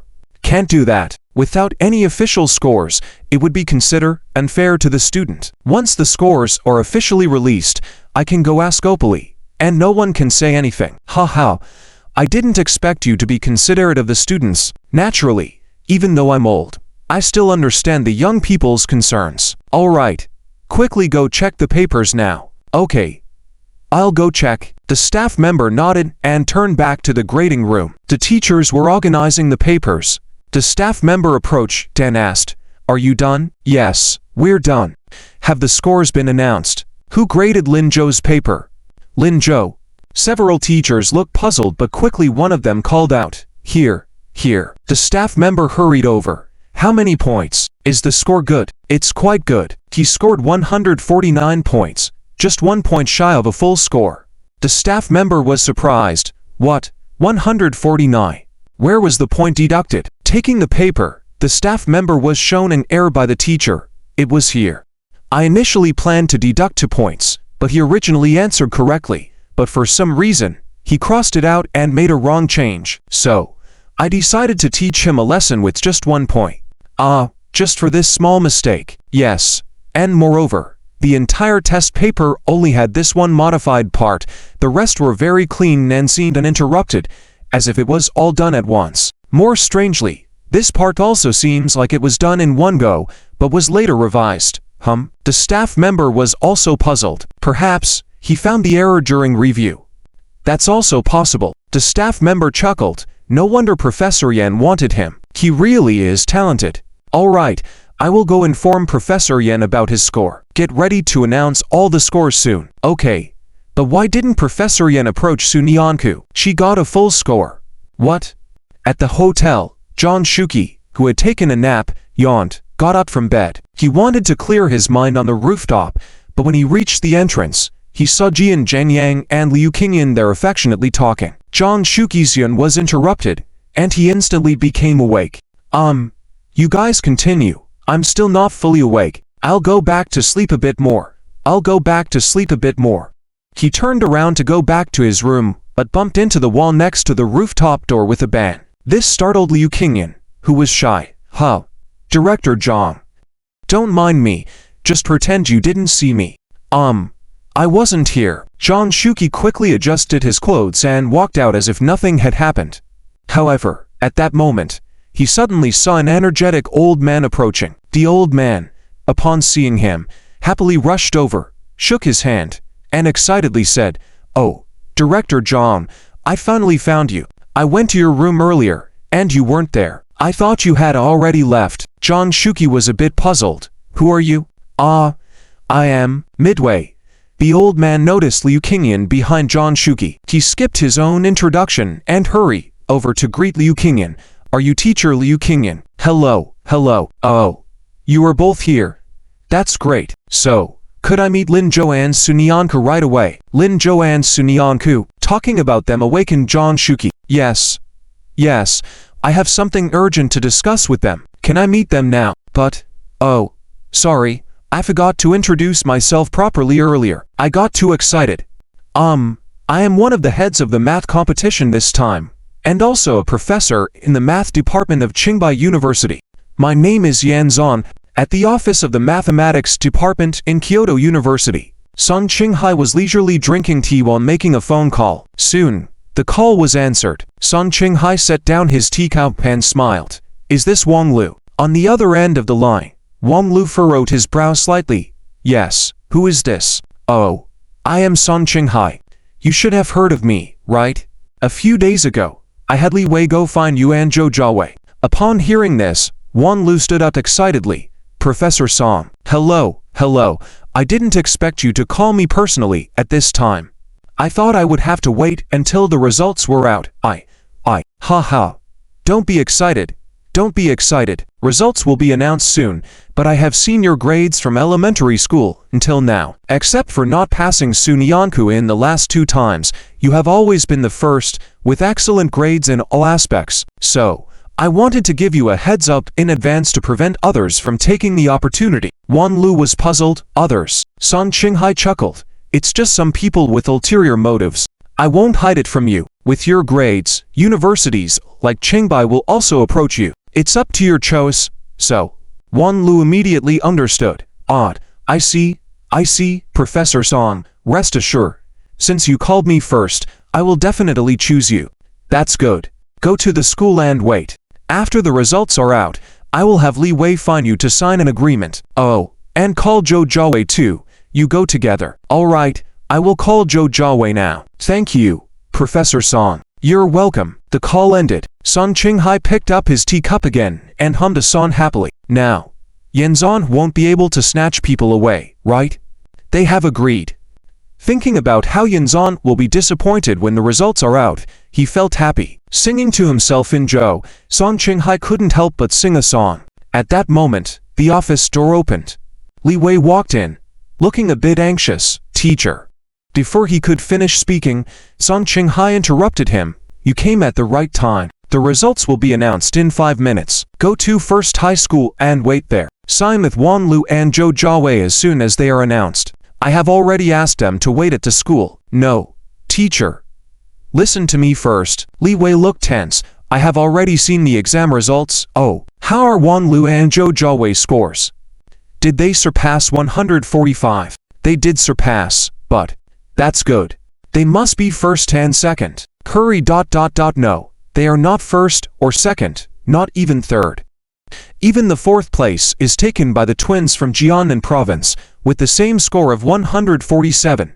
Wan Lu and Zhou Jiawei didn't make it to the top. Sun Qinghai's face changed again, and he couldn't believe it. Say that again. Teacher, what I said is true. This.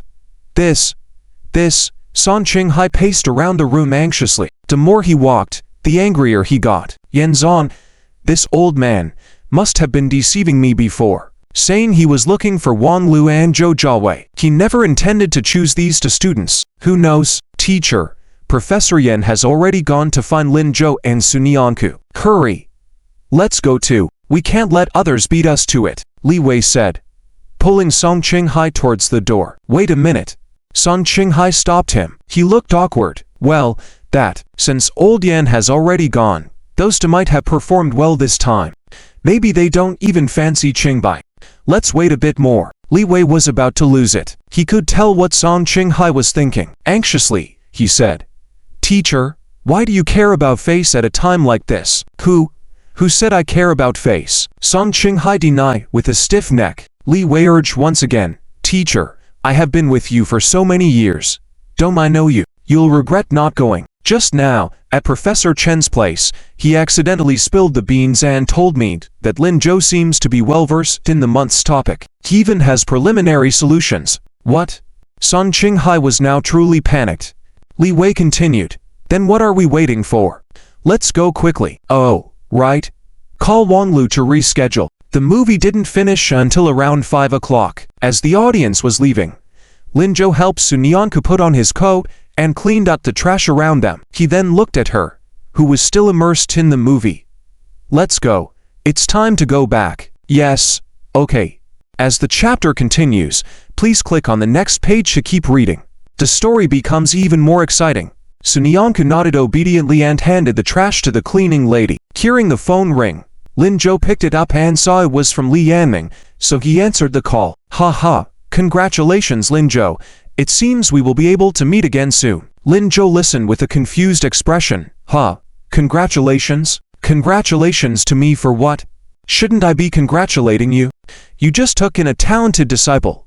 You're trying to tell me you haven't received the notice yet? What notice? Lin Zhou became even more confused. Did you just finish watching a movie? Yes. Alright, It looks like that old guy can hold on pretty well. Go outside quickly. There's a surprise waiting for you. I won't tell you now. Li Yanming tried to end the call. Lin Zhou said, okay. But, thanks, Professor Li. Thank me for what? I am the one who received such a great student, so I should thank you. But don't tell Chia Xinyan yet. Wait for us to tell her at school personally. Got it. But what I want to thank you for isn't this. It's about reopening the exam. If it weren't for you, we wouldn't. Wait. Before finishing the sentence, Li Yanming interrupted him. Lin Zhou heard him say, do you still think that you are somehow related to the exam reopening with me? It's not related. In a way, it is, but when I told them, someone had already interceded on your behalf. They had already decided to reopen it. Lin Zhou was stunned.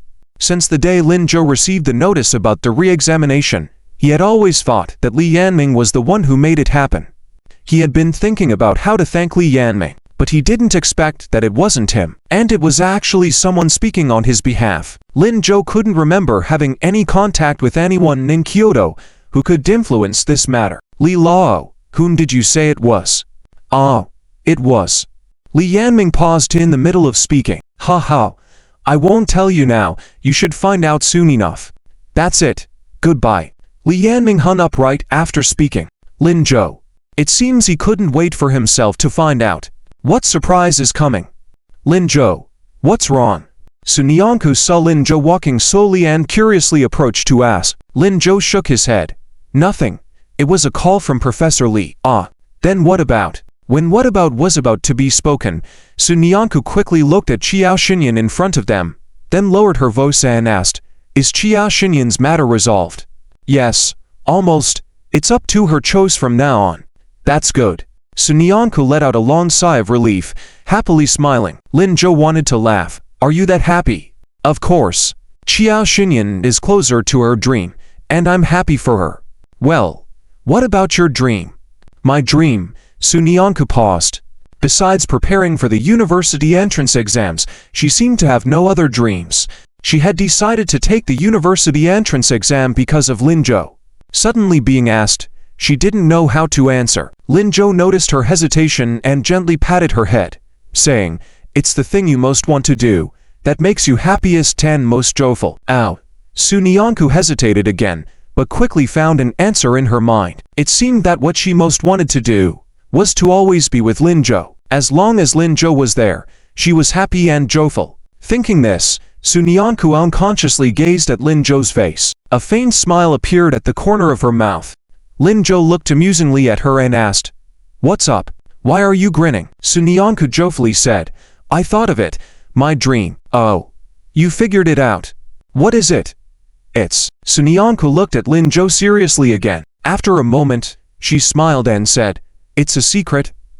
This girl, she's actually keeping it a secret from me. I won't tell you, but I really thought of it, and I'll work hard to achieve it. Okay.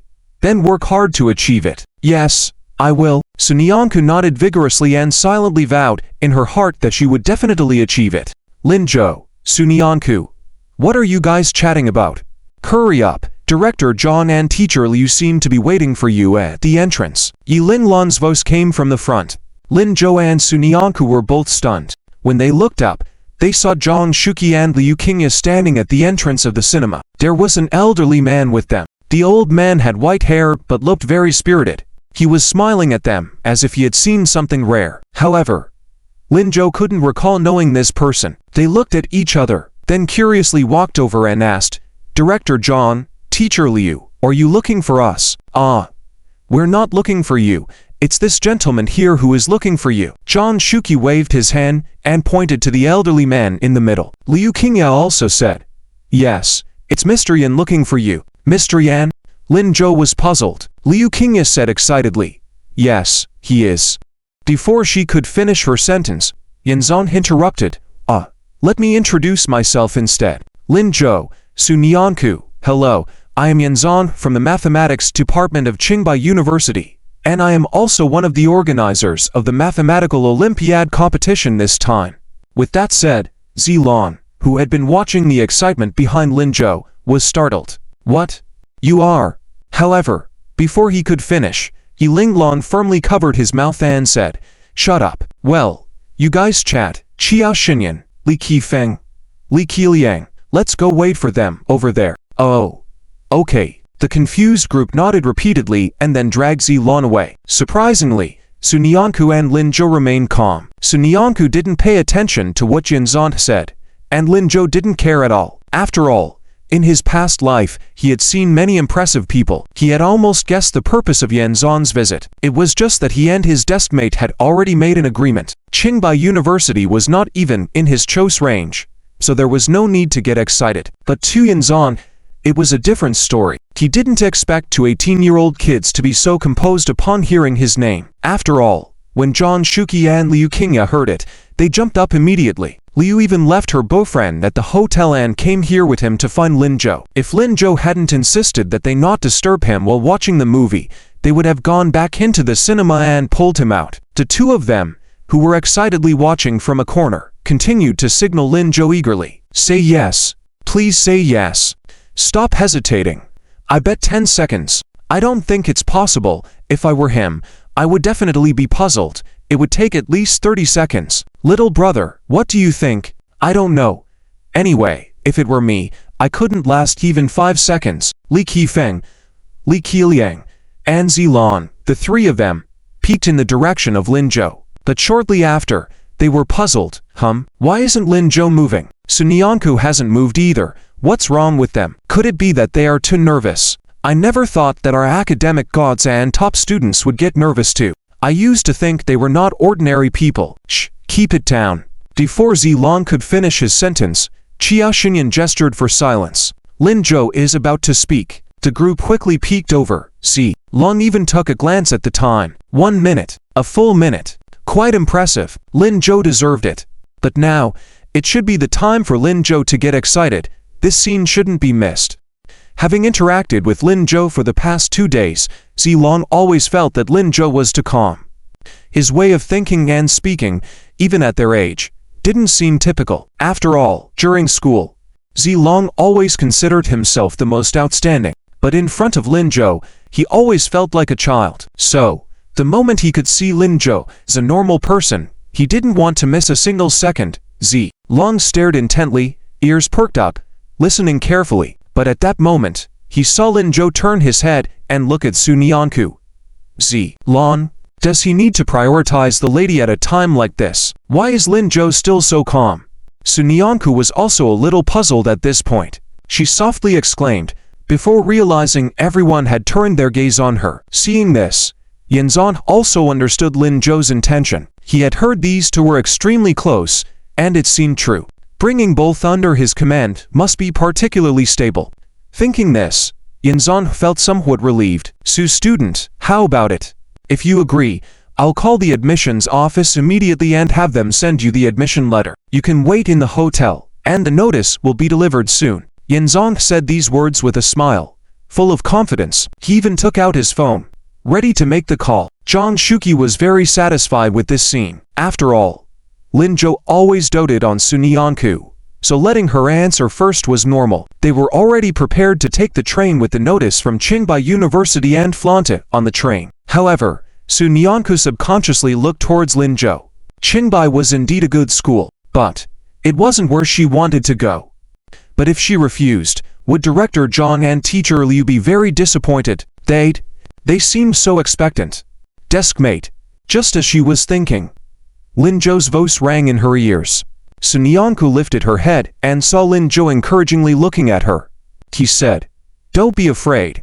Follow what your heart desires." In that moment, Sunyanku seemed to be encouraged. She nodded gently and turned around under everyone's expectant gaze, looking at Yanzan. She pursed her lips and slowly spoke. "I'm sorry, Professor Yan. I'm afraid I can't accept your offer." When these words came out, everyone was shocked, especially Zilan, who was standing behind them, waiting for their response. He stumbled and almost sat down. What? What did he hear? Sunyanku refused. No. Sunyanku rejected Professor Yan from Qingbai. Did he mishear something? Long couldn't believe it and rubbed his ears, only to find Qiao Xinyan, Yi Linglan, Li Qifeng, Li Qiliang, and the others around him were equally shocked.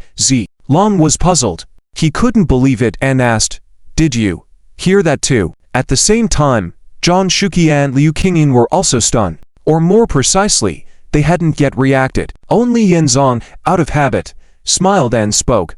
"Well then, According to what I just said, the notice will.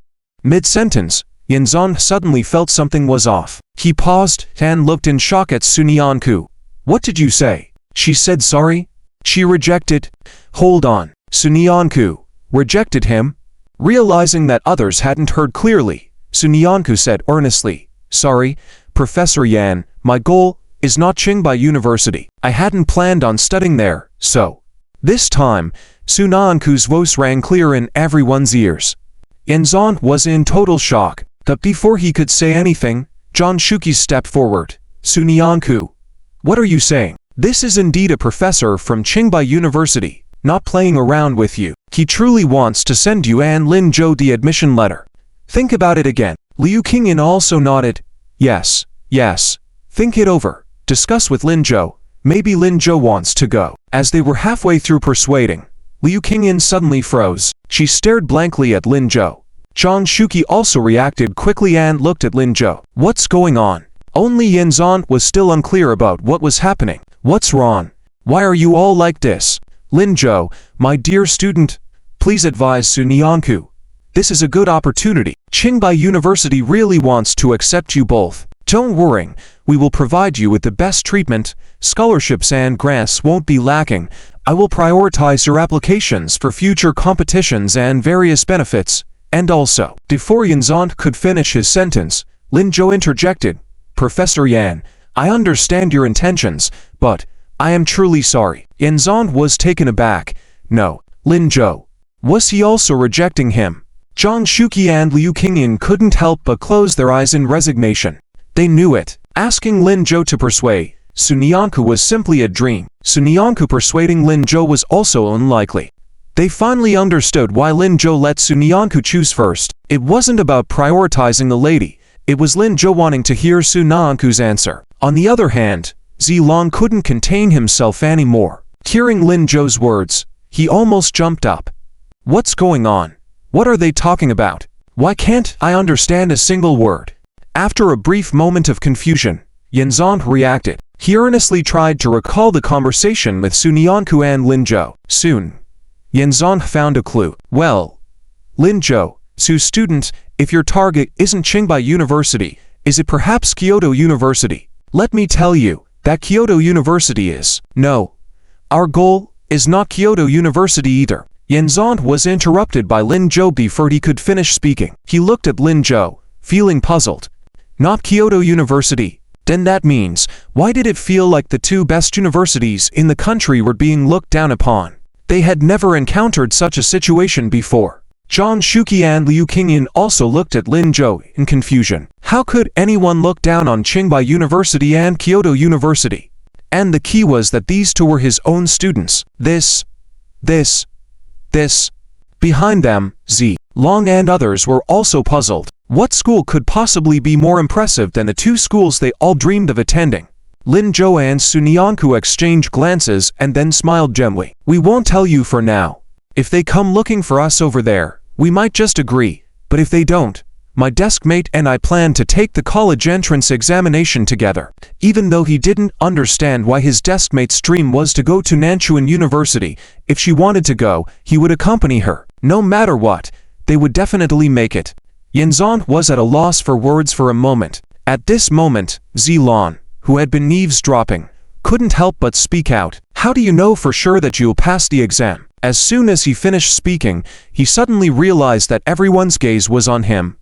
Long was stunned, realizing how foolish his question was. Lin Zhou and Sunyanku had such excellent grades. How could they possibly not pass? I mean, what if something unexpected happens? There won't be any unexpected events, Lin Zhou replied firmly. No unexpected events will occur. As he said these words, Lin Zhou's gaze remained on Sunyanku, as if to reassure her. Long opened his mouth to say something but couldn't find the words. At this moment, it didn't seem appropriate to disturb them. He lowered his head and retreated to the side of Yilinglong, pondering as he retreated. When would he be as confident as Lin Zhou? When Sunyanku saw Lin Zhou looking over, she also lifted her head and smiled. Well, with no surprises, we will definitely make it. Yinzan felt heartbroken standing beside them. Could he really just watch such outstanding students slip away like this? No, this couldn't be. He had to try again. Thinking this, Yanzan stepped forward again. Linzhou, Sunyanku, can we have a word? What's going on? Both of them looked puzzled. Yanzan glanced back at John Shuki and then at the others around them. There's something I'd like to talk to you two about in private. This issue related to the Moss project was still unknown to anyone except those involved. They still didn't have a clue at the moment, so to prevent eavesdropping by those with ill intentions, it was not suitable to talk openly about it just yet. That's why he hadn't directly told Sunyanku and Linzhou earlier. It seemed that it was time to share with them now. In a corner, Yanzan took out a stack of A4 papers from his briefcase and handed them to Linzhou. Linzhou, you recognize this, right? Linzhou was taken aback. Sunyanku, beside him, exclaimed in surprise, Linzhou, is this your handwriting? What is written on it? She took the papers in confusion. Linzhou also looked at what Sunyanku was holding, furrowing his brows. This isn't. Yes, it's the question left in Director Kang Yuansheng's office. I heard that during the last exam. Only you entered his office. Exactly. Linzhou felt somewhat embarrassed about it. I was bored at the time and saw this question, so I started working on it. But because time was running short, I hadn't written out the answer. Is there a problem with that? Yanzan was about to speak when Sunyanku, next to him, surprised, said, this question is so difficult. But Linzhou, your approach is correct. It seems like at the back, there should be. As she spoke, Sunyanku furrowed her brow slightly, deep in thought. Yanzan was stunned. After a moment, he was overjoyed. Sunyanku could figure it out too. This was amazing. He thought that once they joined in, he would have Linzhou teach Sunyanku, and they could work together to explore the full solution to this question. But unexpectedly, Sunyanku didn't need any guidance. If he could keep both of them this time, it would be a huge win for him. Thinking this, Yanzan cleared his throat. When Linzhou and Sunyanku's gazes both fell on him, he said, Linzhou, Sunyanku, to be honest with you, this question is very important to us. It could be a groundbreaking mathematical problem for our country internationally. Our Qingbai team, along with other teams, has been researching it for a long time, but so far, the answers and approaches we've come up with are wrong. So, halfway through his words, Yanzan looked up at Linzhou. He thought Linzhou would understand his intention. Seeing Linzhou frown, Yanzan hurriedly continued, you can rest assured, as long as you come to our school and join our research team, I can guarantee that everyone in our Qingbai team will rally around the two of you. Whatever you need, we won't interfere. And the benefits I mentioned earlier won't be reduced in the slightest. As for the schools you wanted to go to before, you can tell me why you wanted to go there, and I'll try to fulfill all your requests. What do you think? Linzhou and Sunyanku looked at each other in surprise. After a moment of thought, Linzhou handed the documents to Yanzan. But what about this question? No. It's not as simple as you see it. Initially, I thought Director Kang Yuansheng couldn't solve the question, so I only gave him an outline of the question. The truly complex data for the task has been in our office all along, and if you agree to come, I will immediately provide you with all of it. Seeing Linzhou and Sunyanku remain silent, Yanzan continued, also, there are many bonuses behind this, all of which we can forego and hand over to you. You can use them as startup funds for your university. Yanzan almost mentioned all the conditions he could offer. He looked at Linzhou with hope. Linzhou glanced at Sunyanku, and after a moment, he suddenly remembered something and asked, so, did you arrange for the retake of the exam? It turned out that Li Yanming meant this. Had Yanzan noticed his solution to the problem a long time ago? Yanzan was momentarily stunned, then smiled and waved his hand. It's nothing worth mentioning. You two are so excellent, and I don't want to lose you, so I hope you will consider it carefully. Linzhou smiled again when he heard the words. Sorry, Professor Yan, my deskmate and I had already discussed it, so I'm afraid we might disappoint you. The smile on Yanzan's face gradually disappeared as he lowered his head, looking a bit desolate. Just as he was about to give up, he heard Linzhou say, however, we can still participate in this topic. Yanzan was stunned, somewhat incredulously raising his head. He saw Linzhou smiling at him and said, what's wrong? Just because we're not students from Qingbai, we can't participate in your experimental group. In that case, forget it. No. It's possible, completely possible. Yanzan quickly interrupted Lin Zhou, his voice trembling. But in that case, it may delay your college entrance exam. It won't. We're already prepared for the college entrance exam. Oh. Yanzan was a bit at a loss. After seeing Sun Yanku not in agreement, he smiled. These two guys who always scored full marks in exams, why would they be worried about the college entrance exam? Alright, let me go back and submit your information. Wait, Professor Yan. Seeing Yanzan about to leave, Lin Zhou hurriedly said, we have a small request. Go ahead. Both of us may not be able to stay in Kyoto all the time. We will have to go back to Jiangcheng County. So, oh, don't worry. Tell me your email and contact information. I will send you emails when I get back, sending all the information to you, as long as you can keep it confidential. No problem. Lin Zhou nodded. Sun Yanku also nodded. Okay, Professor Yan. Alright then. The results have just been announced. I'll go back and record the data for you right away. After taking a few steps, Yanzan turned back again. By the way, teachers from other schools will come look for you later. Don't worry. If it's not a school we're interested in, we won't agree. Okay. That's good. I can rest assured then. Yanzan muttered to himself.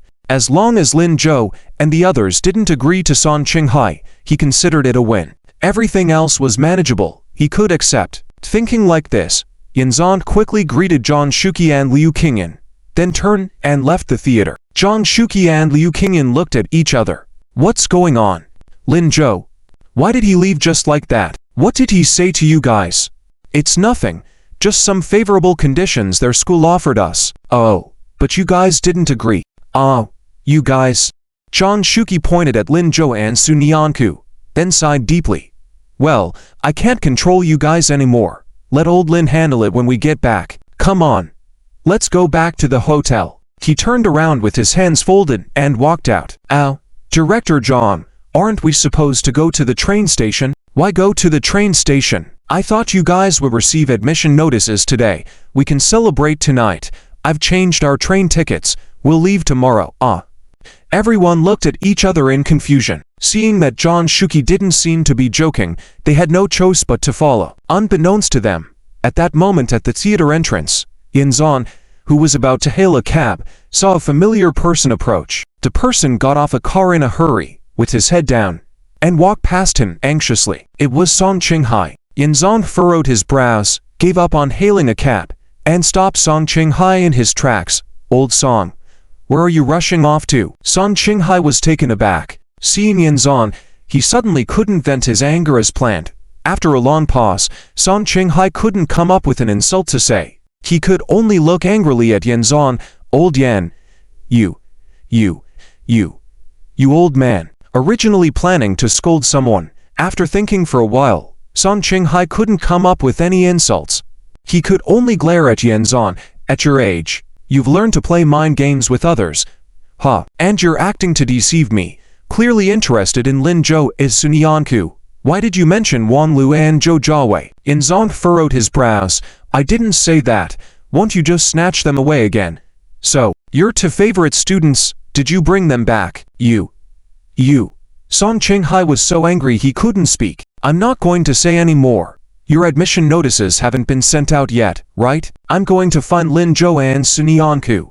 This time, who wins and who loses is uncertain. Earlier, when he went to the hotel to find Lin Zhou and Sun Yanku, he was informed that they weren't there.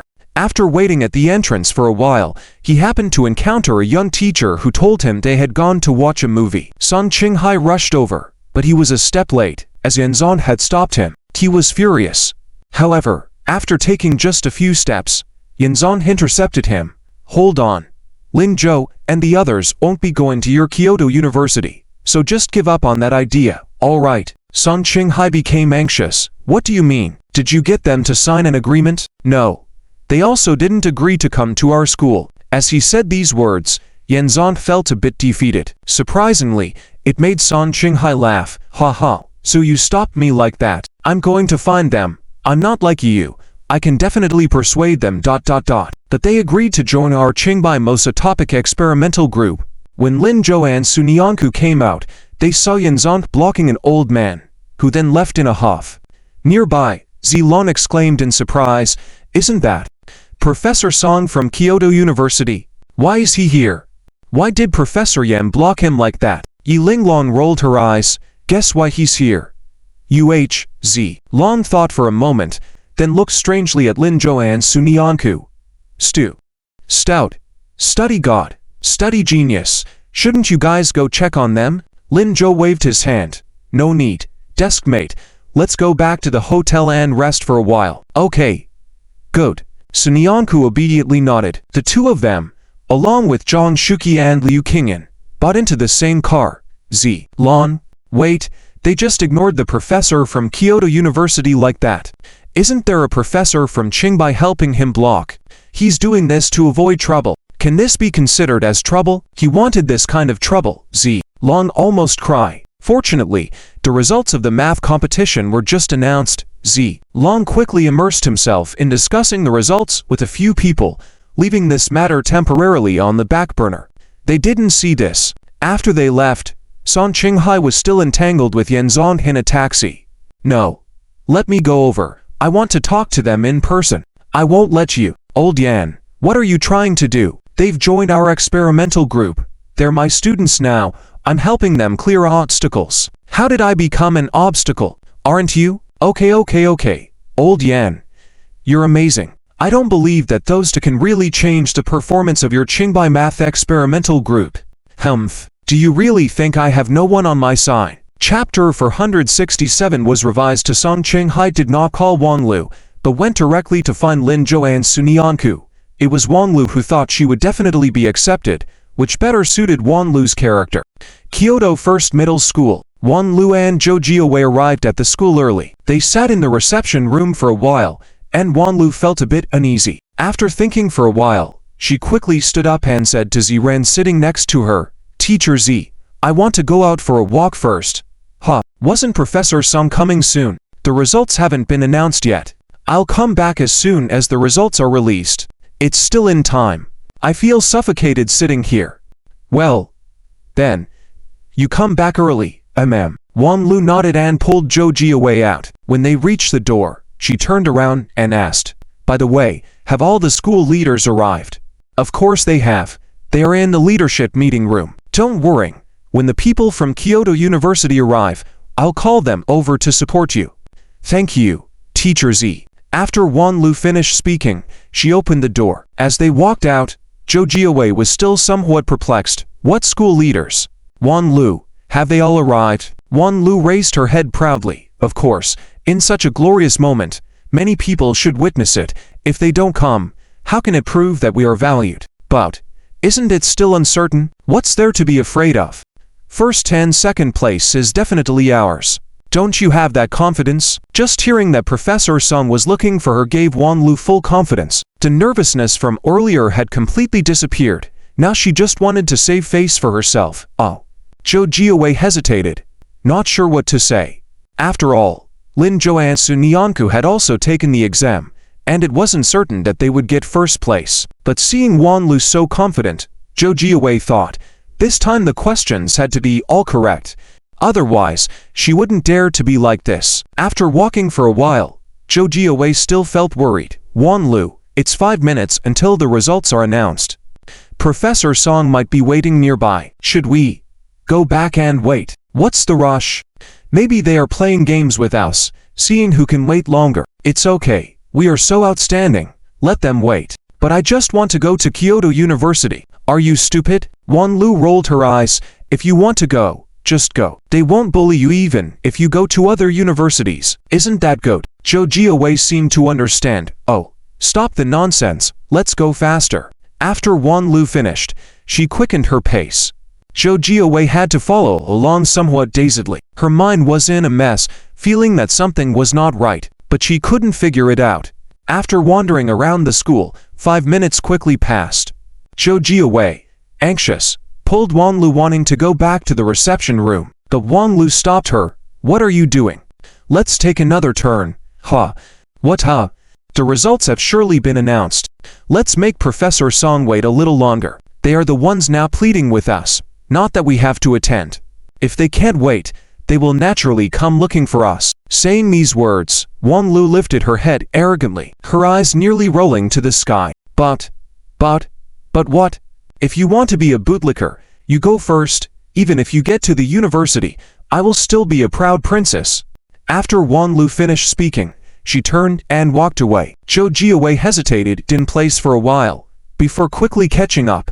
"Wanlu, wait for me." The two walked off, with Zhou Jiawei not knowing that at that moment, in the reception hall, Ziran was going crazy. She was pacing back and forth holding a score sheet. What's going on? How are Wanlu and Zhou Jiawei the 6th and 7th? This score, could it be wrong? Beside her, the male teacher who had just brought the score sheet frowned. "Teacher Z, do you think there could be a mistake in the math division?" "This," Ziran deflated, "it shouldn't." "Well, then, this is their real score. Don't fret. After all, it's a math competition. All the excellent students in the country are here.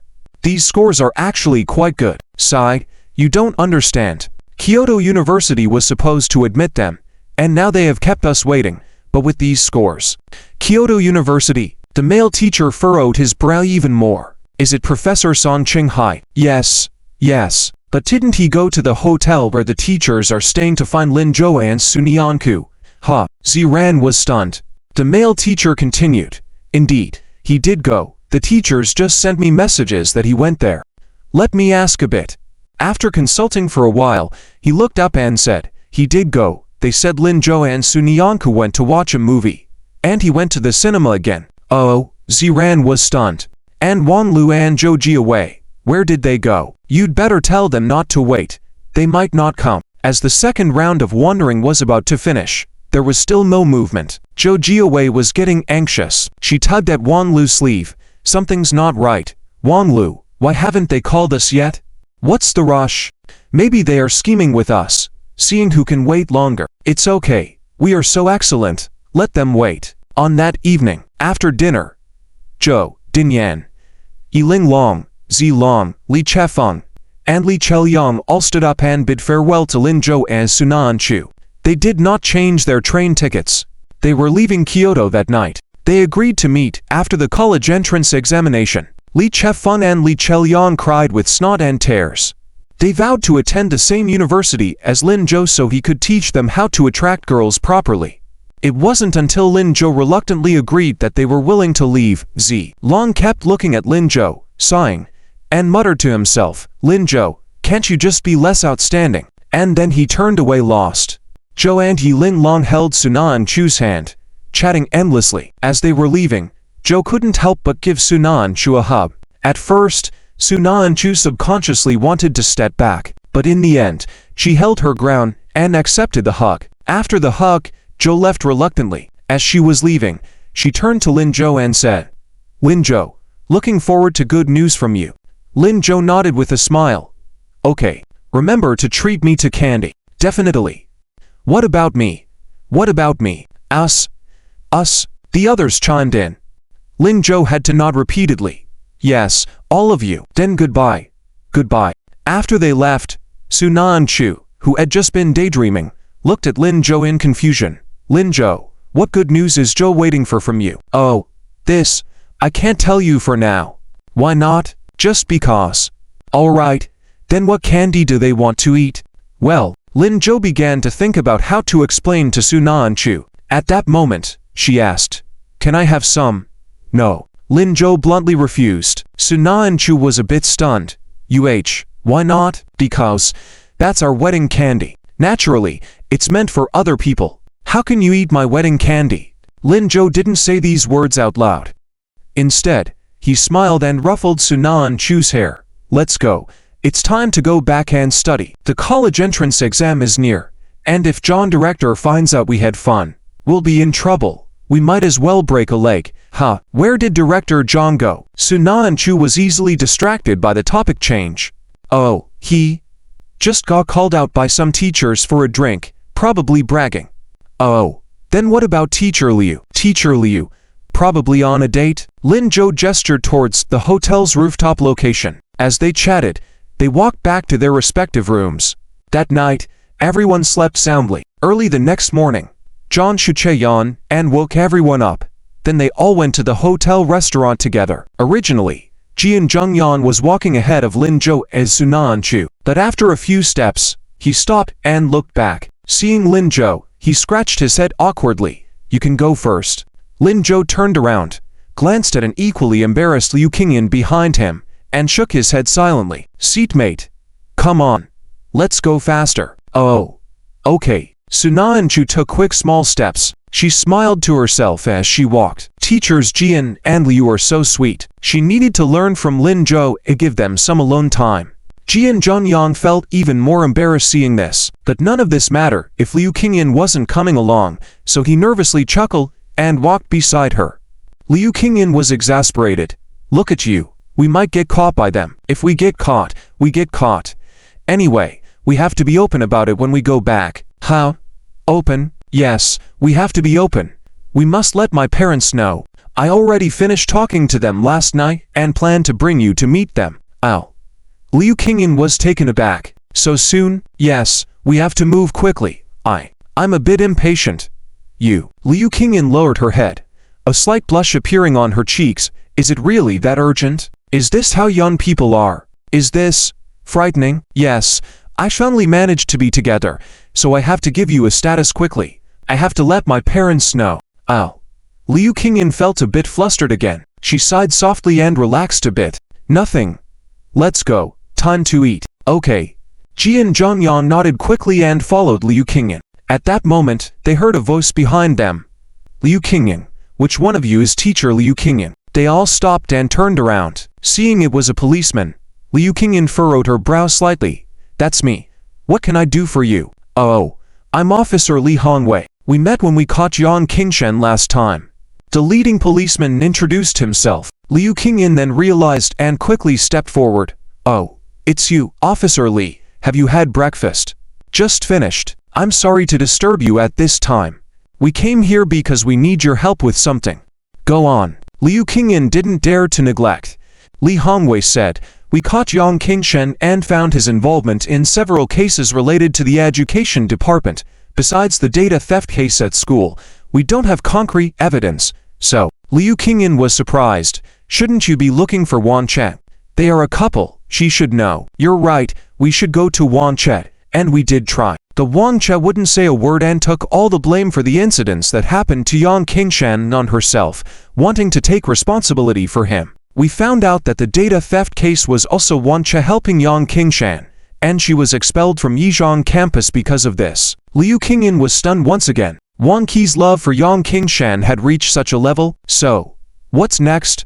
We heard that you and Wanchet used to be close friends, so we wanted to ask if you could help persuade Wanchet. I know your relationship with Wanchet hasn't been good lately, but you know her better than we do, so we thought maybe you could try. Before Liu Qingyan could react, Jian Zhongyang stepped in front of her. No, can't do it. Last time, Liu Qingyan went to see Yang Qingshan alone. It almost caused trouble. There is no way such a thing will be allowed to happen a second time. However, Liu Qingyan lightly tapped his back and then pulled him behind her. I'll go find Wanchet. I'll talk to her. Kyoto Detention Center. Wanchet, wearing a prison uniform, had just finished breakfast. She wiped her mouth disdainfully, glanced at the other inmates around her, picked up her tray, and headed towards the area where plates were collected. A fellow inmate who had just finished eating called out to her from behind. Hey, newbie, can you take my tray too? Wanchet gave her a disdainful look, held her nose in disgust, ignored her, and continued walking. The fellow inmate frowned. Hey, are you deaf? Didn't you hear me? Wanchet, who had reached the door, placed her tray down, turned around, and walked towards her own spot, saying, I heard you, but why should I help you guys? The fellow inmate was taken aback. What do you mean? Do you want to stay here? After sitting down, Wanchet coldly laughed. I won't stay here forever. This caused a stir among the others, and they demanded she take their trays over. Wanchet, without looking at them, closed her eyes and retorted, do you think I'm like you, without a husband? This remark angered the others, who were actually divorced before entering the facility, a fact Wanchet knew upon arrival.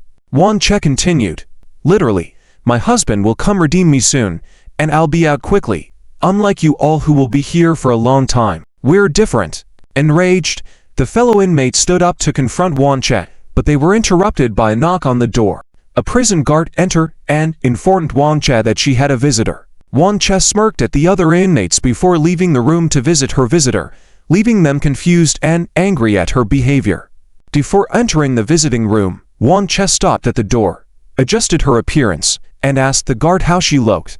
Upon receiving a positive response, she put on her best smile and entered. Her smile quickly faded as she saw the person seated in the room, prompting her to exclaim, "Why is it you?" The person, Liu Qingyan, stood up and smiled. "Why not me?" Wan Che showed no hesitation and turned to leave, but Liu Qingyan called out, "Don't you want to know about Yan Qingshan?" Wan Che paused, but before Liu Qingyan could speak, she made to leave again, saying, "You're not worthy to mention Yan Qingshan." Liu Qingyan then calmly mentioned, "He's been arrested." Wan Che. This news made Wan Che briefly halt, and upon hearing that he wouldn't come to rescue her, she held on to the door frame tightly. Despite feeling some initial pain, she composed herself and turned around, smiling sardonically. "Liu Qingyan, are you trying to deceive me? Are you one of those police trying to fool me? Are you jealous of my relationship with Qingshan? Let me tell you, Qingshan can never be yours, now or ever. He promised not to divorce me, and he promised to treat me well in the future." Liu Qingyan, you've lost. Liu Qingyan, observing Wan Che, couldn't help but find her pitiful for being so infatuated with Yan Qingshan. She felt relieved that she hadn't been with him, and resolved to herself that Wan Qi's situation was too pitiful to endure. At this point, the story continues, with a dialogue exchange between Wan Che and Liu Qingyan discussing Yan Qingshan's actions and the consequences of their choices. Wan Che defends her beliefs, while Liu Qingyan tries to make her see the reality of the situation. Their conversation delves into the complexities of their relationships and feelings towards each other and Yan Qingshan.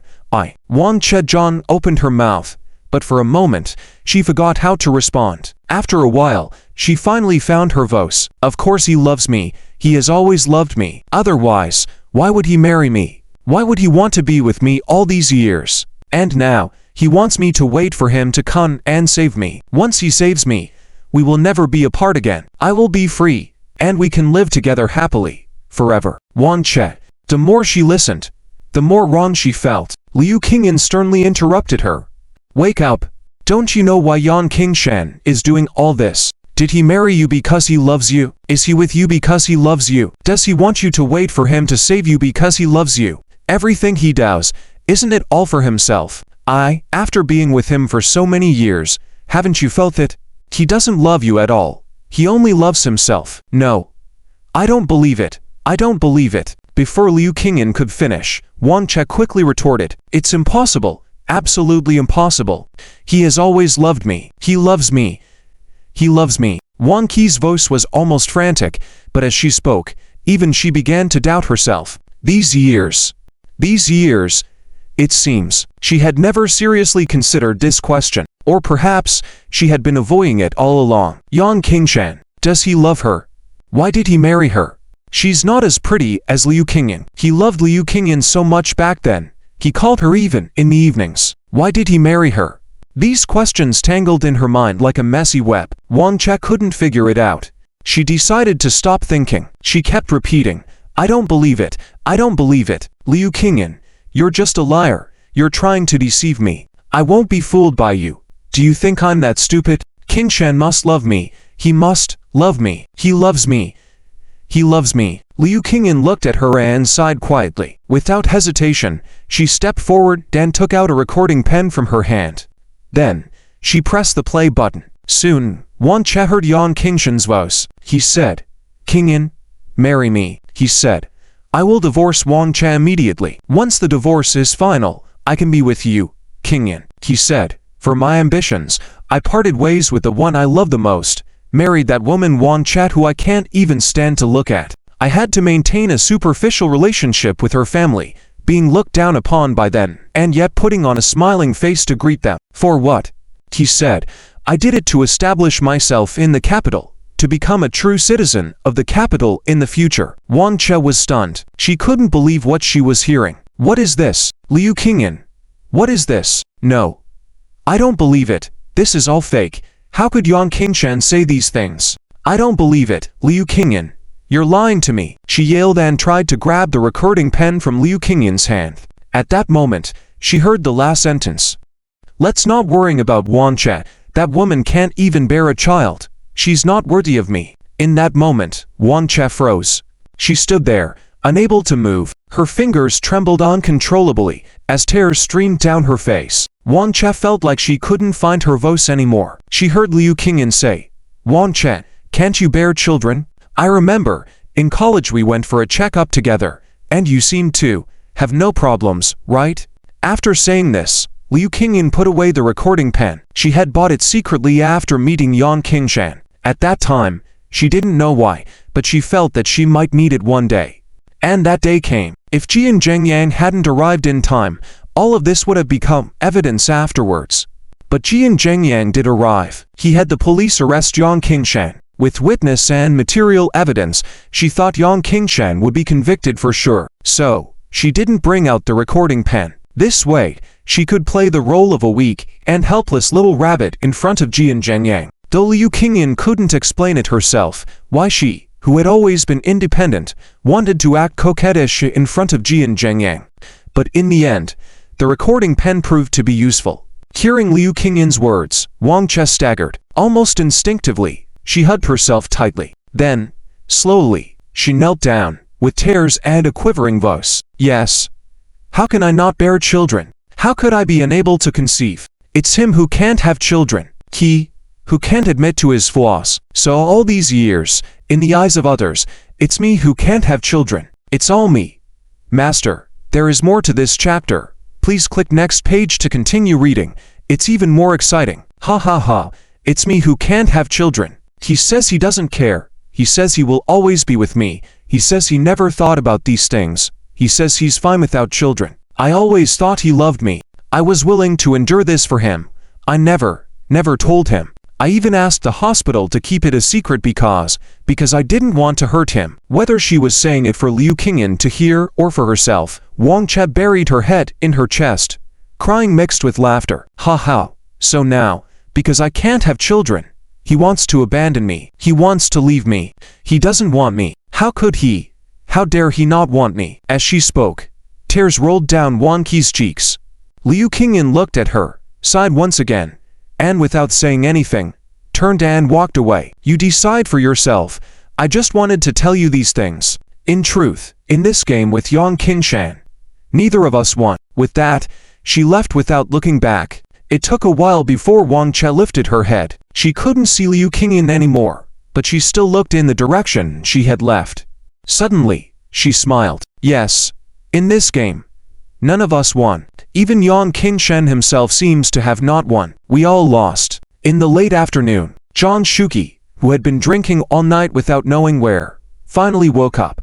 He packed his bags and called everyone to go to the train station. As they walked to the hotel entrance, they saw Officer Li approaching them. He smiled and extended his hand towards them, saying, "Teacher Liu, hello, it's me again. Are you all leaving?" Liu Qingyan nodded. "Yes, Officer Li, what's up? If there's anything else you need help with, I can." No need. I came today just to tell you that Wancha has confessed. She has provided all the evidence accusing Yang Qingshan, and some more that we didn't know about. Ha ha. This time, you have made a great contribution." Liu Qingyan felt relieved and smiled. "Really? That's great. Yes. This time, we have enough evidence for his sentencing, so don't worry." "Okay. Thank you, Officer Li. You're welcome. It's my duty. But, Teacher Liu, I heard that two students rejected Qingbai. Can I meet them?" Seeing a few puzzled faces, Officer Li quickly added, "Don't misunderstand. I just want to see who has the courage. After all, they are truly talented individuals." Liu Qingyan was shocked. "How did you know?" "Ha ha. How could we not know about something this big? I heard that yesterday a teacher, who had been drunk, was shouting on the square with a megaphone all night." "Ow." Liu Qingyan quietly glanced at John Shuki. John Shuki smirked, then dashed off, saying, I think I left something in the room. I'll go get it. Wait for me." Liu Qingyan. She turned aside and pointed to the more helpless Lin Zhou and Sunyanku behind her. "There. It's them. Lin Zhou and Sunyanku." After saying that, she turned back to introduce Lin Zhou and Sunyanku to Officer Li. "Officer Li, as I mentioned yesterday." Lin Zhou then turned back from John Shuki's back and politely said, "Hello, Officer Lee. Sunyanku also followed suit. Hello, Officer Lee. Hello. I didn't expect that you both, at such a young age, have such courage. Impressive. Officer Lee, you are too kind. Oh, me? I heard that the last person, refused Qingbai, has already reached the top of the research department now. Both of you, keep it up. Lin Zhou and Sunyanku exchanged a smile and simultaneously said, thank you. After an awkward 5-minute conversation with Officer Lee, he left. At that moment, Zhang Shuqi also came down. He was dragging his suitcase with a look of exhaustion. Let's go. Liu Qingyan looked at him helplessly and smiled. Director Zhang, what did you forget? Why so tired? Nothing. Joust. His mind kept turning, thinking about how to deal with this embarrassment. He really got drunk last night. Besides, how could he not brag about his students rejecting Qingbai, such an extraordinary event? He couldn't help himself. Oh right, I forgot to take the competition results sheet. Zhang Shuqi quickly took out a results sheet from his pocket and handed it to Lin Zhou and Sunyanku. Here, even though you got first and second place, you should still look at the results sheet as a sign of respect, especially you. Lin Zhou, you were unfairly penalized 1 point. I inquired and found out that you made a mistake in one angle. You can't afford to be careless like this. Ow. Director Zhang, realizing the situation wasn't right, Lin Zhou was about to stop Zhang Shuqi from continuing, but it was too late. Hearing this, Sunyanku furrowed her brows. Another mistake in an angle? Lin Zhou, you promised me. I won't make the same mistake again next time. I promise. Seeing that Sunyanku didn't believe him, Lin Zhou raised his hand. I swear, this exam isn't that important anyway. We still have the college entrance exams to take. Little Deskmate, trust me, I won't make mistakes next time. Alright, let it go this time, but be more careful with your assignments in the future. Okay. Lin Zhou earnestly nodded. Seeing Sunyanku focused back on the results sheet, Lin Zhou breathed a sigh of relief. Seeing Zhang Shuqi being ignored, he said, in a voice only they could hear, Lin Zhou, are you intentionally making mistakes? Always one error each time. Lin Zhou didn't look back, quietly reply, see through, but don't expose it. You little... Zhang Shuqi was speechless. Director Zhang, why was it only 1 point deducted? According to tradition, it should be 2 points deducted. This way, each time the little deskmate would lose to fewer points. Don't you know this? You corrected it after writing it correctly. The teacher grading the paper is kind-hearted. Out. That means next time, I should write more slowly, avoid corrections, and just write the wrong answer directly. You have a next time? Student Sunyanku. Zhang Shuqi raised his voice. Lin Zhou hurriedly stopped Zhang Shuqi and made a gesture to keep quiet. Director Zhang, I was wrong. Please don't shout. Hey, I finally found a way to restrain you. Speak up. Is there a next time? No, there isn't. Fine. Study well next time. Strive for first place in the college entrance exam. Even sharing it with Sunyanku is fine. Okay. I'll do my best. You still need to strive.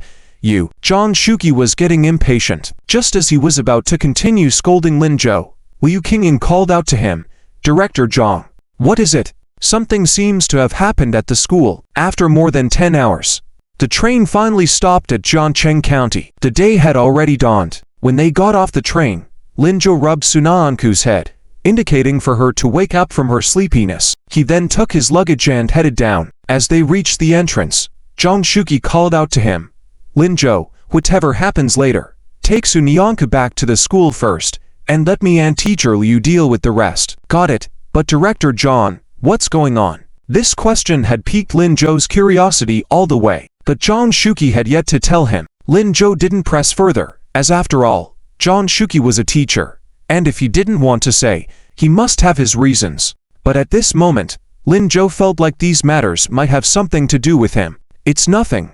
Don't worry. Just go back to school, and if you feel tired, I'll give you a day off to rest at home. Lin Zhou didn't expect Zhang Shuqi to be so generous. He nodded. Okay. The group pulled their suitcases together and walked towards the exit of the train station. Jiangcheng County was a small county after all, and the train station was not large. Soon, they arrived at the exit. Just as Lin Zhou was about to walk out after passing the ticket check, he heard an angry shout. Lin Zhou! Lin Zhou looked up and saw Gao Zhanxiang wearing a suit, with a big belly, walking towards him. He was slightly surprised, just as he was puzzled. Zhang Shuqi said, "Lin Zhou, let's go." Lin Zhou was surprised again, but Director Gao. "Forget about Director Gao. Do you remember what you promised me just now?" Seeing Zhang Shuqi speaking seriously, Lin Zhou could only nod. "All right, classmate, let's go first." Oh, Sun Yanku obediently nodded and followed Lin Zhou to the side. Seeing this, Gao Zhanxiang was furious. "Stop right there.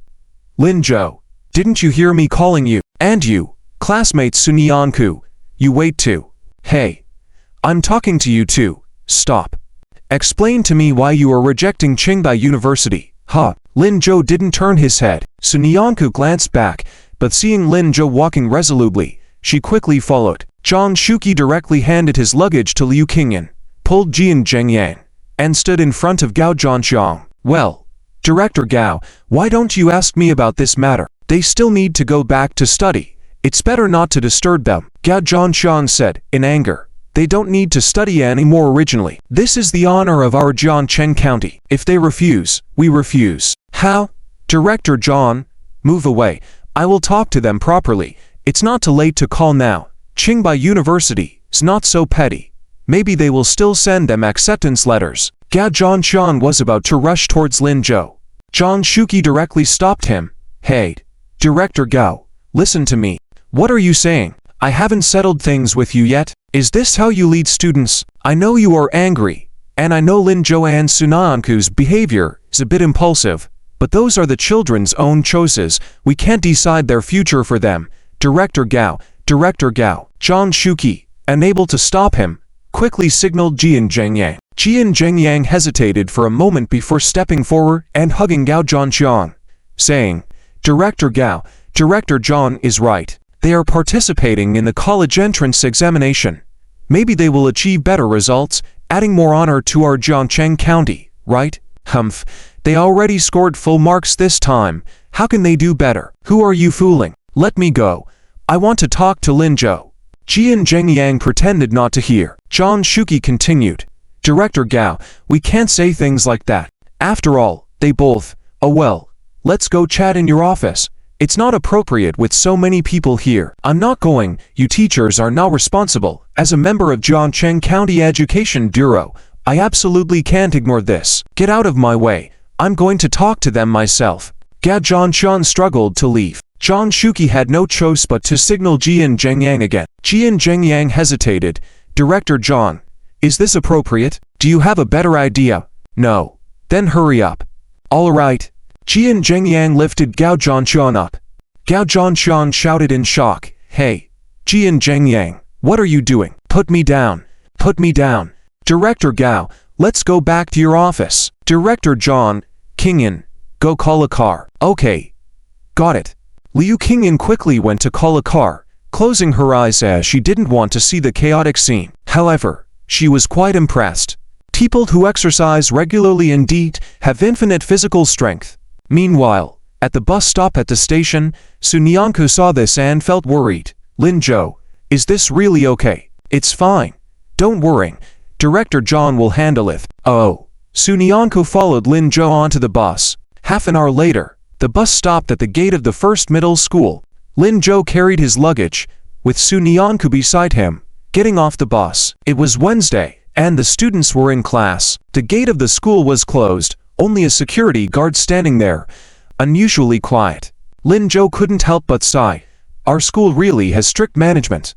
Classmate, when we enter the classroom later, let's be a bit slower and enter from the back door, so as not to disturb the other students. Okay. Noted. She thought the same way. The two of them walked slowly towards the gate. Just as they were about to call the security guard to open the gate, Lin Zhou suddenly heard a shout. "Lin Zhou." It was Liu Shiming's voice. Lin Zhou looked up in confusion and saw a group of people emerging from nowhere standing where the security guard had been, all looking at them. Leading the group were Liu Shiming and Qian Guoguo. Behind them stood Wang Zikan, Li Liwei, Li Xian, Wen Cici, Chen Yushan, Fen Yunzi, and all the students from class 2. Their eyes were eager and excited. Lin Zhou suddenly had a bad feeling. Before he could react, Liu Shiming shouted, "Let's go. Why are you still standing there? Then, the group rushed towards him. Lin Zhou subconsciously tried to move backward, but it was too late. Liu Shiming quickly took his luggage and, along with Wang Ziqing and others, lifted him up. Hey, Liu Shiming, the story has not finished yet. Click on the next page to continue reading the exciting content ahead. Lin Zhou didn't finish his sentence and felt himself uncontrollably being thrown up into the air, accompanied by loud cheers from his classmates. Wow, Lin Zhou, you're awesome. You actually rejected Qingbai. You are the most awesome student I've ever seen. Haha.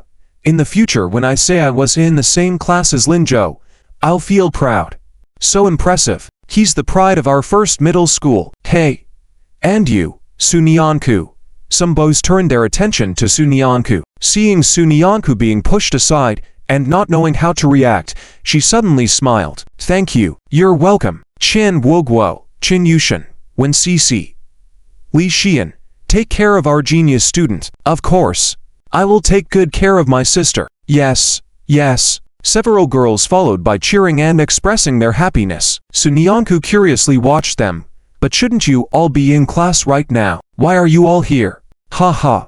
We knew you were coming back today, so we asked the teacher for permission to skip class. Qian Guoguo laughed happily. Li Xian added, yes, this is our physics class. When teacher Zhou Ping heard that he needed to come to the gate to pick you up, he immediately agreed. He also said that we should learn more from you guys. Su Nianku was a bit puzzled. She remembered this teacher with thick glasses, who seemed quite serious. And yet, he allowed the students to behave this way. Smiling, Su Nianku looked at Qin Yushan and Wen Cici. These two are not in the same class as them, especially Qin Yushan, who is only in grade 1. Could this girl have skipped classes? Qin Yushan saw Su Nianku's thoughts and quickly shook her head. No, big sister, I didn't skip class. I asked for permission. When Cici nodded along, me too. Su Nianku was puzzled. Is it so easy to skip class now? Haha, as soon as our teacher heard that my sister and brother are Lin Zhou and Su Nianku, he immediately approved my absence. Me too. The exclamations of the two made Su Nianku burst into laughter. Your teacher is really nice. Mainly because you are nice, big sister. That's right. Su Nianku. Where's teacher Jian? Didn't he also go to Kyoto? Didn't he return with you guys? When Cici looked around in confusion, Qian Guoguo and the others also realized. That's right. What about Director Zhang and Teacher Liu? Su Nianku. How are Teacher Liu and Teacher Jian? Su Nianku was about to explain when suddenly, they heard a screeching sound of brakes. The classmates all turned their heads and saw a taxi stopping at the school gate. While they were puzzled, the door of the taxi opened. Inside, a man's rough voice could be heard. Su Nianku. Lin Zhou, wait for me. Following was a man who seemed to have a leadership vibe.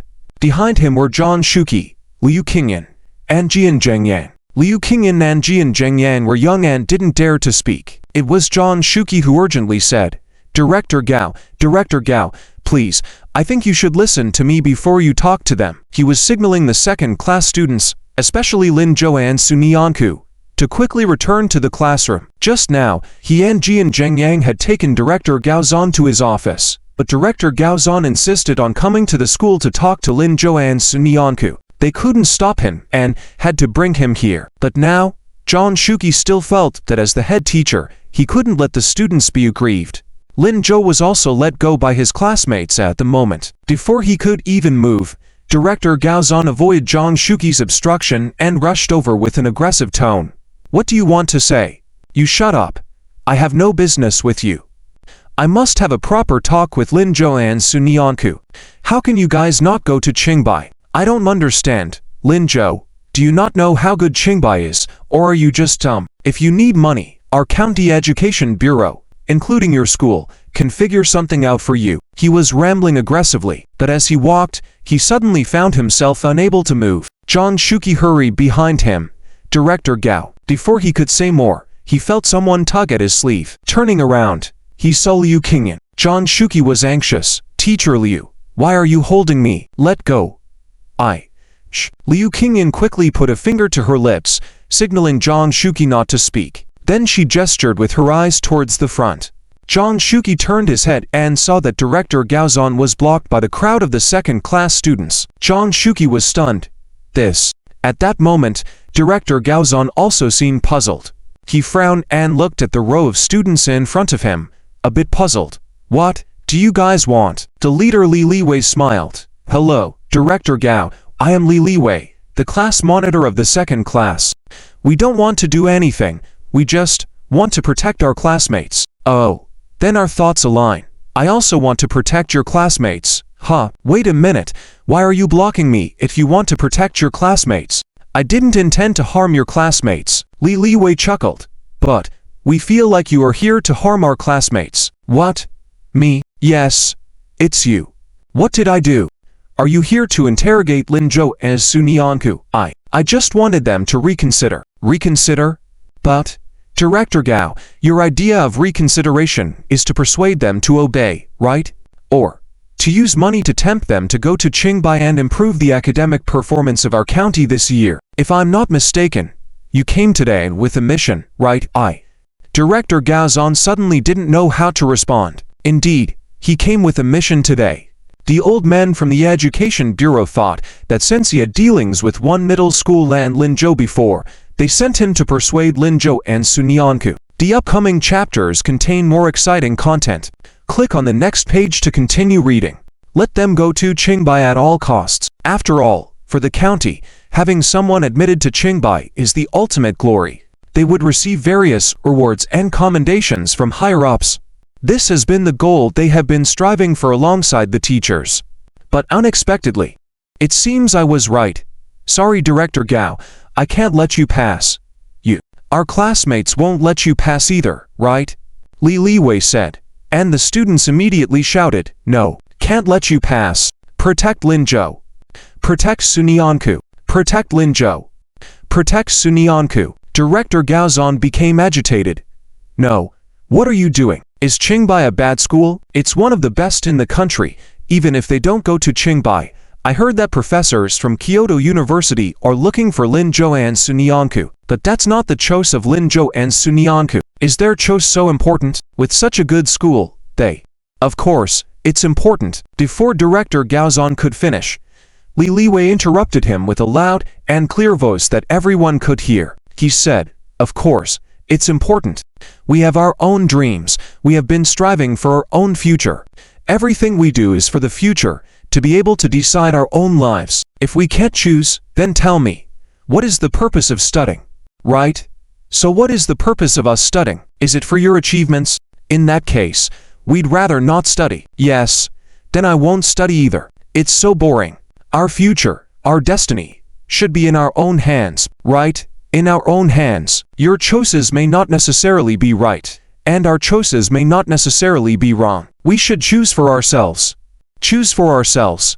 The classmates shouted passionately. The entire school entrance was filled with excitement. Zhang Shuqi watched this scene, took a quiet step back, smiled, and said, Teachers Liu and Jian, who do you think will win this time, the principal or the students? Liu Qingyan followed with a smile. I guess it will be the students. Jian Zhengyang said, I'll go with Qingyan. Zhang Shuqi, he glanced at Jian Zhengyang, who seemed indecisive all of a sudden, and decided to ignore him. At this moment, Gao Zhanshan was completely bewildered. He looked at the students, opened his mouth as if to explain something, but couldn't say a single word. He remembered his rebellious self in his youth. However, over time, society had smoothed out his rough edges little by little. Now, he had become the one who sought to smooth out the edges of others. For some reason, he suddenly felt a bit uncomfortable. Thinking of his mission, Gao Zhanshan wanted to struggle again, but alas, he couldn't say another word. What is the purpose of studying? If we can't even determine our own destiny, then what is the meaning of studying? He seemed to have no answers to these questions. Lin Zhou, who had been standing in the crowd all along, suddenly felt a twinge in his nose when he saw this scene. These lovely classmates, perhaps they themselves didn't know when they had ever been so united. Lin Zhou smiled lightly, exchanged a glance with Sunyanku not far from him, and then looked towards Gao Zhanshan outside the crowd. Director Gao, his voice rang out, and the classmates quieted down. All eyes were on him. Gao Zhanshan raised his head to look at him. Lin Zhou continued, we have already planned our future and made our decision. This time, let us choose for ourselves. Seeing Gao Zhanshan's silence, Lin Zhou added, don't worry, during the college entrance examination, Sunyanku and I will do our best. Don't you want to see two top scholars from our county? Gao Zhongshan was stunned. Then Linzhou said, if we choose the school now, then we won't need to take the college entrance examination. Gao Zhongshan was taken aback again. After a moment, he suddenly laughed. You kid ... Was he giving him an out? With this excuse, he could go back and explain to the old folks at the Education Bureau. All right, I won't give you a hard time, but what are you doing during class time? Are you studying or not? The exams are coming up. Why is discipline still so lax? The crowd, relieved by Gao Zhongshan's leniency, immediately responded, all right, we'll go back to the classroom. Director Gao, rest assured, we will study hard. The classmates followed each other back into the school. After some thought, Gao Zhongshan shouted, Linzhou, don't forget what you promised me. First and second place at the provincial level. Got it.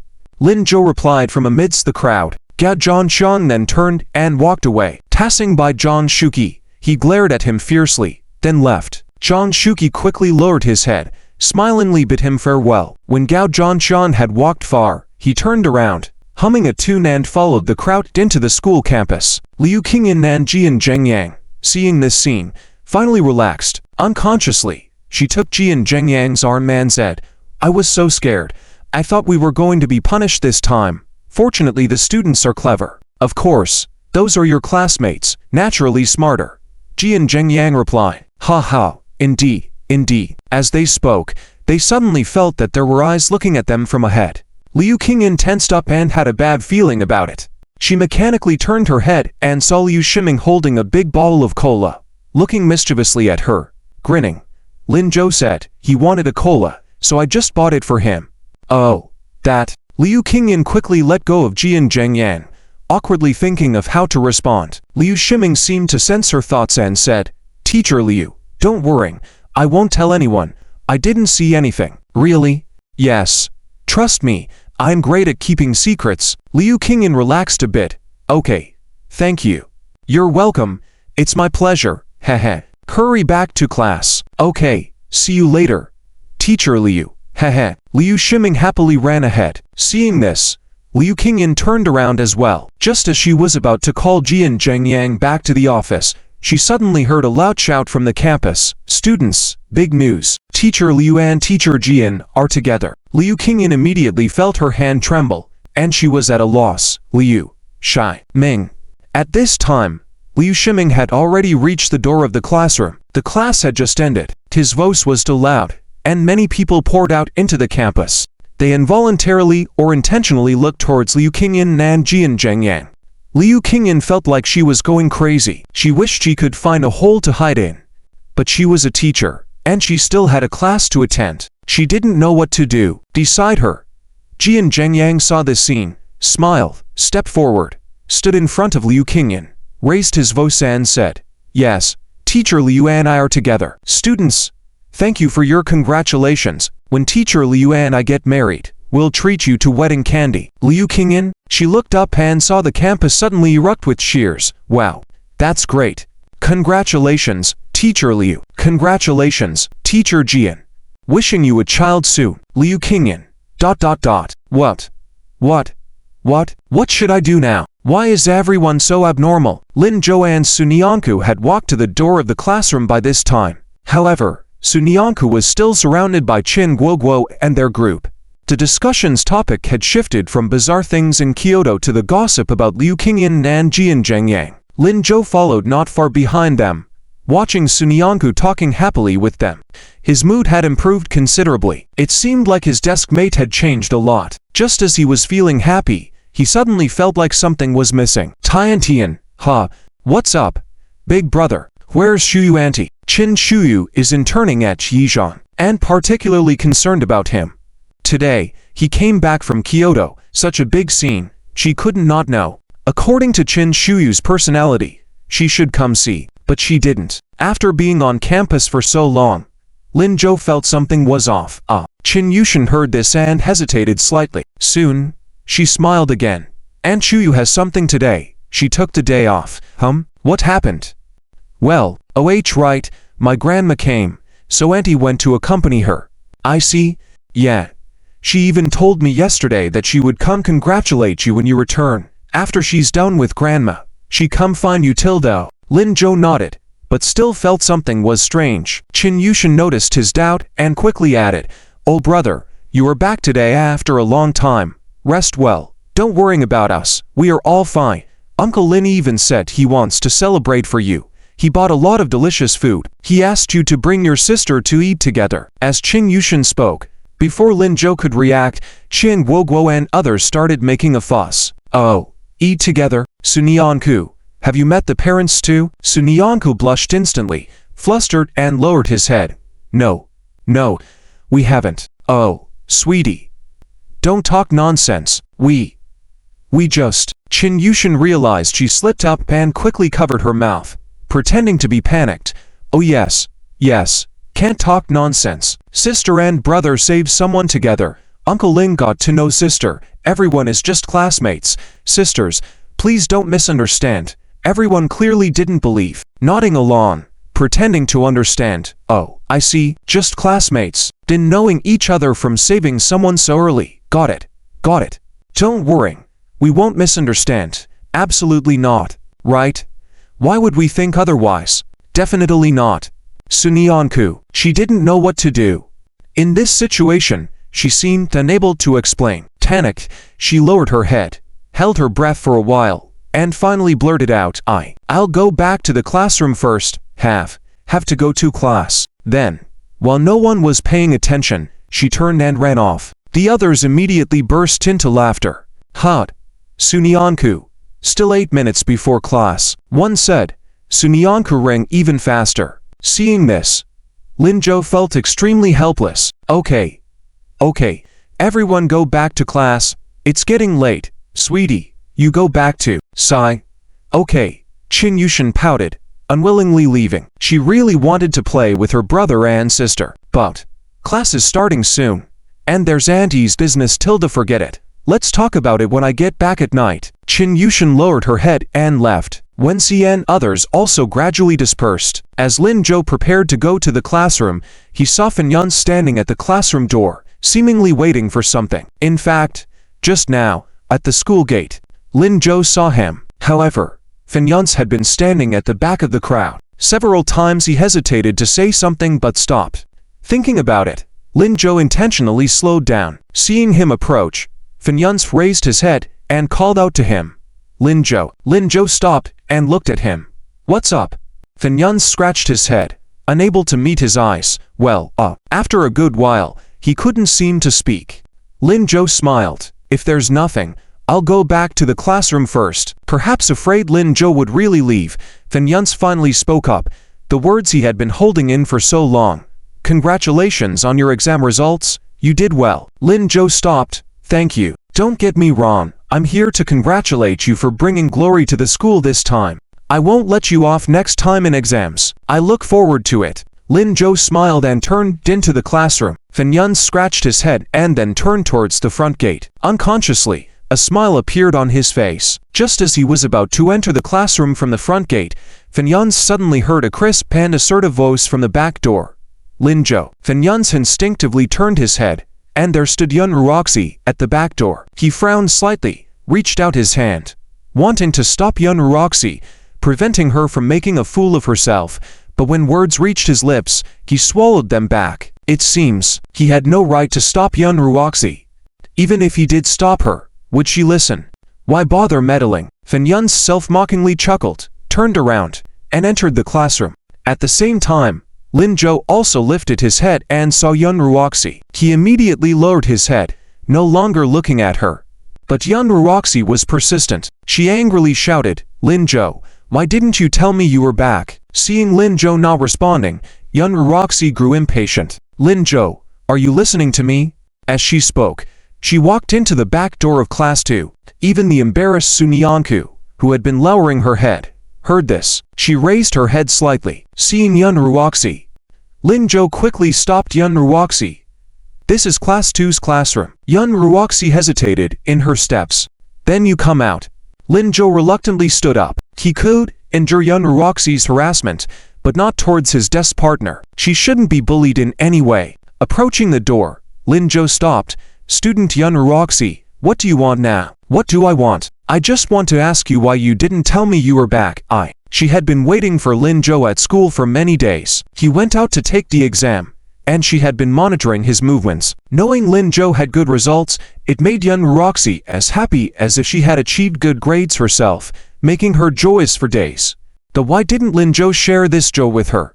She should have been the first to know this news. After all, Lin Zhou liked her so much. Yun Roxy couldn't understand, but as the words were about to come out, Yun Roxy suddenly felt that Lin Zhou's gaze was cold. He seemed to warn her that if she continued, he would get angry. Yun Roxy quickly held back her words, but soon, she changed her approach. Handing over something she had been holding, she handed it to Lin Zhou. Looking up, she arrogantly said, "Help me fill this in." Lin Zhou lowered his head and saw it was a classmate record booklet. The cover was pink and looked very new. In this era, classmate record booklets were very popular. Graduating boys and girls would buy these to write messages of good wishes to their classmates. Some even left big headshot photos as souvenirs. What they didn't know was that many years later, a large portion of these classmates in the record booklets would forget each other. Seeing Lin Zhou not responding, Yun Ruoshi said again, "I haven't found anyone else yet, a new one." When she said this, she lifted her head slightly, revealing a proud and self-satisfied expression. It seemed as if she was saying, "Hurry up, you are the first person I looked for. You should feel proud." Lin Zhou furrowed his brows slightly, then smiled. He put his hands in his school uniform pockets, raised his head, and looked at Yun Ruoshi. "There must be many people who want to be that first person, right? I don't want to join in the fun. I won't write this." Yun Ruoshi, just as she was about to say something, she suddenly heard Fen Chengdao's loud voice at the door of class 3. "Goddess, Ruoshi goddess, are you here? I bought your favorite milk tea for you." "Oh, is this a classmate record? I haven't written mine yet. Come, let me see, I have a lot to say to you." Saying that, Fen Chengdao quickly snatched the classmate record from Yun Ruoshi's hands. Yun Ruoshi was slightly stunned. She wanted to get the record back, but quickly dismissed the thought. Lin Zhou was still here. She had to let Lin Zhou see how popular she was. If the classmate record was taken away and Lin Zhou couldn't be the first person, he would definitely be upset.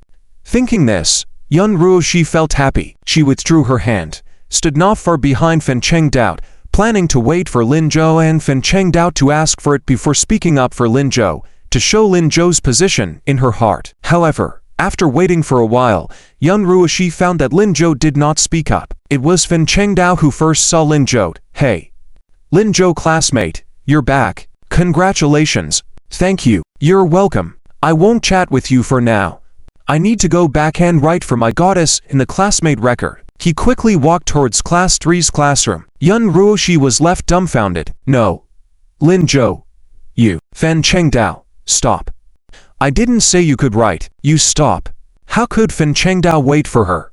She quickly also disappeared at the door of class 3. Lin Zhou saw this scene, shook his head helplessly, put away his smile, turned around, and walked back to his seat. Yun Ruoji's behavior just now was too ostentatious. She wondered how much the tablemate had heard. She needed to explain to the tablemate. Thinking this, Lin Zhou quickly sat down. After pondering for a while, he was about to turn and speak to Su Nan Chu, but suddenly saw Su Nan Chu handing him a cup of tea. The tea was steaming hot. Her smile was sweet, and her voice was especially pleasant. "Drink tea. I've cooled it down for you. You can drink it directly." Lin Zhou was stunned, and he took the tea cup absent-mindedly. "Tablemate, you. Why don't you seem to care at all? What's wrong?"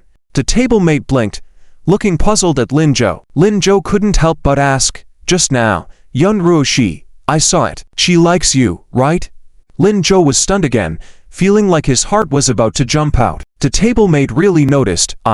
Just as he was about to explain, he heard her say, "You did the right thing. You don't like her, so what you did was right. It should be this way." Su Nan Chu spoke very earnestly, leaving Lin Zhou somewhat at a loss. Should he praise her, or praise her? She could actually tell that he didn't like Yun Ruoshi. No wonder she didn't seem jealous at all. But soon, Lin Zhou felt relieved. As long as the tablemate wasn't sad, nothing else mattered.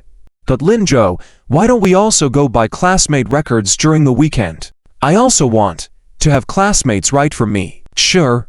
Suna and Chu's eyes curved upwards like crescent moons. The bell for class soon rang, and the students quickly immersed themselves in the lesson. It was a math class, and Zhang Shuche was teaching seriously. However, Lin Zhou had already mastered the knowledge he was teaching.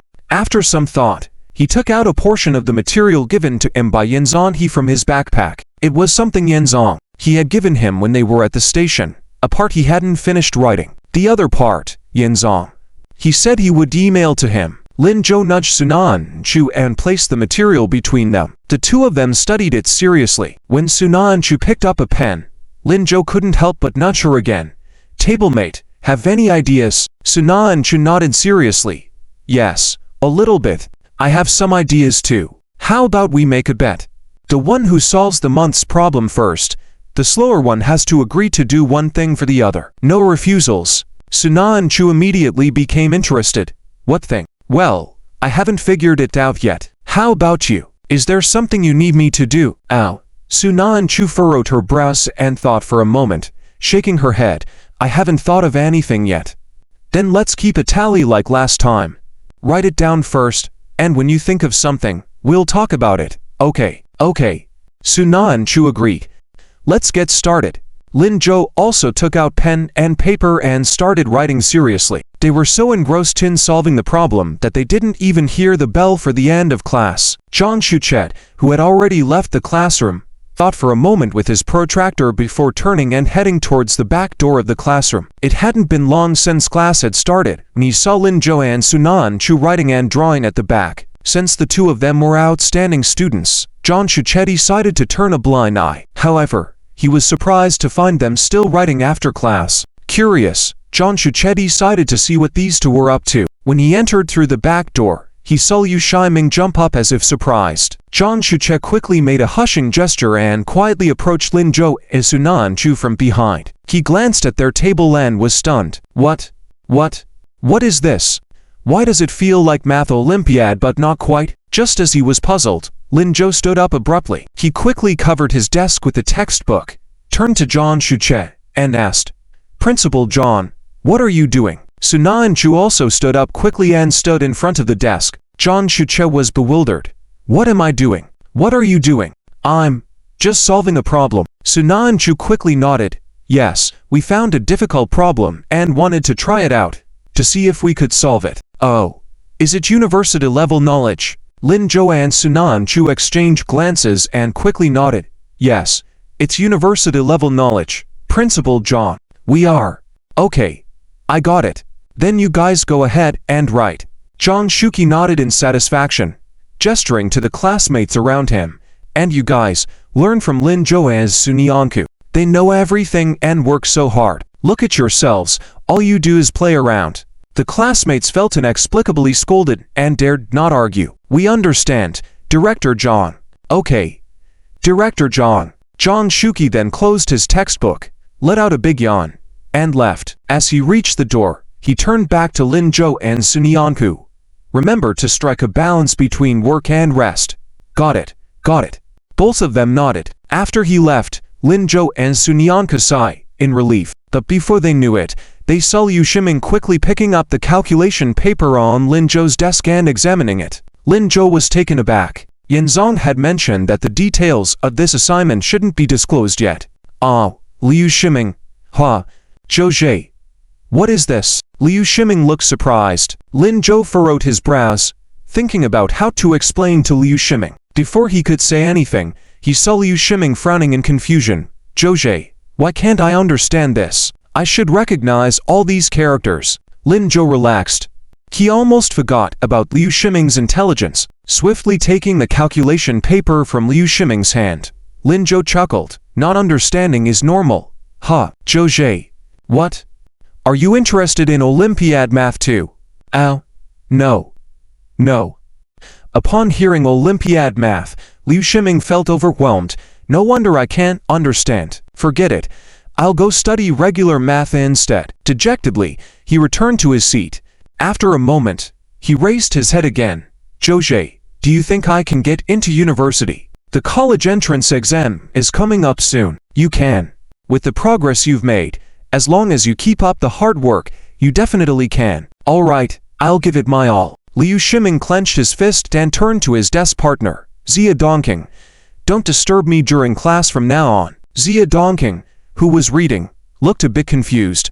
But didn't you always initiate the conversation? Then just ignore me? Mouth agape. Zia Dongqing didn't know what to say, so he just lowered his head again and continued reading. Lin Zhou tittied up his desk, looked up, and saw Sunyanku staring blankly at the ceiling. He followed her gaze and saw a prominent box drawn in the top right corner of the blackboard. Inside the box were the words countdown. 21 days written in large letters. Lin Zhou looked at the number and smiled. High school was almost over. As long as they safely navigated these 21 days and took the exam, he and his little deskmate could enter university. Compared to the previous life, this change in their life trajectory was real. They needed to work hard. At least for these 21 days, nothing could go wrong. Little deskmate, he turned to Sunyanku. Sunyanku snapped out of her daze. Huh, what's up? What are you thinking about? I'm thinking about what university will be like. Sunyanku looked up, lost in thought. Lin Zhou smiled. University is great. Really? Yes. Then let's strive for it. As she spoke, Sunyanku took out the textbook for the next class. Good. Let's do it together. Setting the textbook on the table, Sunyanku looked back at Lin Zhou. Do you know how Qiao Xinyan is doing now? Will her dream come true? It should. Let's keep going. Jianzhou no. 1 high school. Break time. The entire teaching building was bustling, but in the 4th row by the window of class 6 of senior 3, a girl sat with a sad face. When she turned to look out the window at the lively scene outside, she suddenly sneezed loudly. The girl in front of her twisted around anxiously. What's wrong? Qiao Xinyan, are you catching a cold? Qiao Xinyan snapped back and shook her head. No, just an itchy nose. As she said this, she lowered her head slightly, looking unhappy. The girl in front of her asked worriedly, what's wrong? Haven't your parents agreed to let you study art? Qiao Xinyan shook her head, remaining silent. Since returning from Kyoto, she had been trying hard to convince her parents, but all efforts were in vain. They insisted that unless she received an acceptance letter from Tsinghua or Kyoto University, she had to focus on the college entrance exam. No other schools were allowed. Seeing this, the girl in front of her bit her lip. After a moment of contemplation, she took out a piece of bubble gum from her desk and handed it to Qiao Xinyan. I don't know how to comfort you, but here, have some gum. It might lift your spirits a bit. Thank you. Qiao Xinyan forced a smile. The girl in front also smiled. You're welcome. Opening the gum wrapper, Qiao Xinyan popped the gum into her mouth. The refreshing citrus scent filled her mouth, and she felt a slight improvement in her mood. Despite not being able to pursue her dream, at least the cards in her hand weren't totally useless. Little girl, there's more to the story after this chapter. Click next to continue reading for more excitement. Tsinghua University and Kyoto University are good too. She began consoling herself continuously. At that moment, the classroom door suddenly swung open. In walked Songling, breathing heavily. Qiao Xinyan. Qiao Xinyan looked up, a bit perplexed. Teacher Song, what's wrong? Songling took a deep breath to calm herself before saying, the principal is looking for you. Huh, why is the principal looking for me?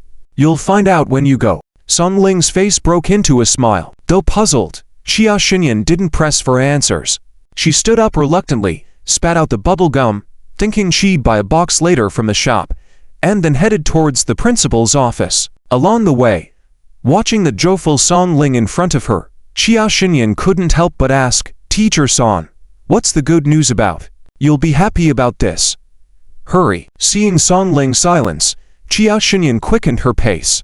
When she reached the principal's office door, she saw two familiar faces. Qiao Xinyan was stunned. Mom, Dad, what are you doing here? Her parents hurried over when they saw her. Xinyan, come in, come in. Oh my, you've made us proud.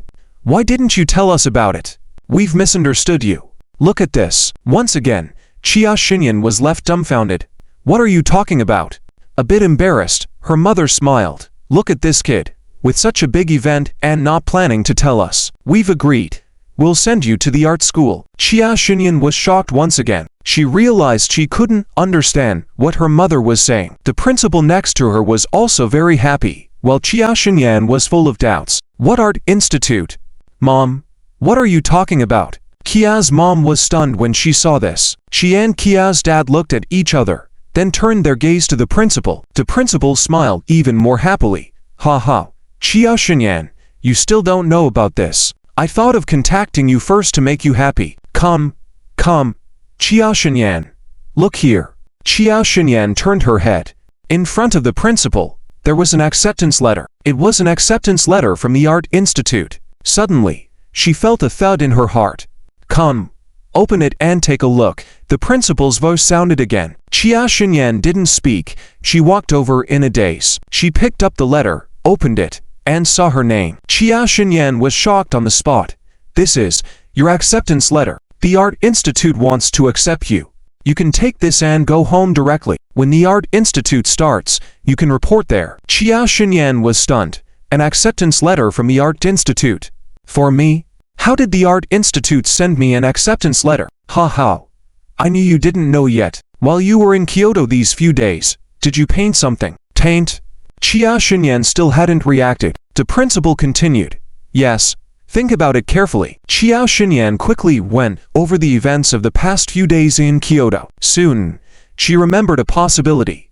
That old man. Chia Xinyan looked at the principal in shock. The principal laughed. Remember now, it's that painting that made the Art Institute decide to accept you. Chia Xinyan was instantly excited. Really? Really? Really? Ha ha, you have the acceptance letter in hand. And you still don't believe it? I believe. Chia Xinyan almost cried. She never imagined that the old man she encountered was actually her benefactor. Did he take her painting to the Art Institute's teacher? That's great. Truly wonderful. But soon, Chia Xinyan felt something was amiss. She clenched her hand and turned to her parents. They were smiling, seemingly very satisfied with this. Chia Xinyan was stunned. Mom, Dad, how could they agree to her studying at the Art Institute? Even if she received the acceptance letter from the Art Institute, they shouldn't have agreed. They had always been so opposed to her, even once smashing her brushes and watercolors. She had to secretly buy her painting tools. She had never dared to let her parents know about her art. And now, how come? While puzzled, the principal's voice rang out again. Chia Xinyan, do you know who recommended you for acceptance? Chia Xinyan was stunned for the nth time. Who? Without answering directly, the principal walked back to his desk and handed an envelope to Chia Xinyan. Take a look at this. Chia Xinyan curiously took the envelope, opened it, and found it was a referral letter. At a glance, Chia Xinyan saw the final signature. She was shocked again. Li Yanming? Professor Li Yanming, the master of traditional Chinese painting. Yes, it's him. Take another look at the content of the letter. After a moment, Chia Xinyan became excited all over again. Even her body was trembling. Professor Li wants to personally mentor me, make me his student? Yes. This Professor Li has been retired for 20 years and hasn't taken a student in nearly 10 years. Chia Xinyan, this time he made a special trip for you, so your parents agreed. Yes. Yanyan, your dad, and I discussed it, and this is a course you must take. A professor of such stature has come out, showing how outstanding you are. Yanyan, yes. Yanyan, you can't let him down. Kia's parents echoed from behind. Chia Xinyan was stunned, but she soon grasped the point. I will become Professor Li's student. I will become Professor Li's student. I will become Professor Li's student. After asking 3 times, Chia Xinyan finally calmed down a bit. The principal, seeing this, was also very happy. Congratulations, Chia Xinyan. Thank you, principal. You're welcome. You've brought honor to our school. Starting today, you can stay in school if you want, or go home if you don't. Enjoy your summer vacation, and when it's over, study hard. In the future, continue to bring glory to our school. All right, Chia Xinyan nodded. Okay. Then go back now. The principal waved cheerfully. Chia Xinyan immediately bowed deeply. Thank you, principal. Goodbye. As she walked to the door, Chia Xinyan heard the principal's voice again. By the way, Chia Xinyan, when Professor Li sent the letter over, his assistant also called and mentioned something about you wanting to see a picture of autumn something. Chia Xinyan froze. Autumn mountain evening green picture. Ah. Yes.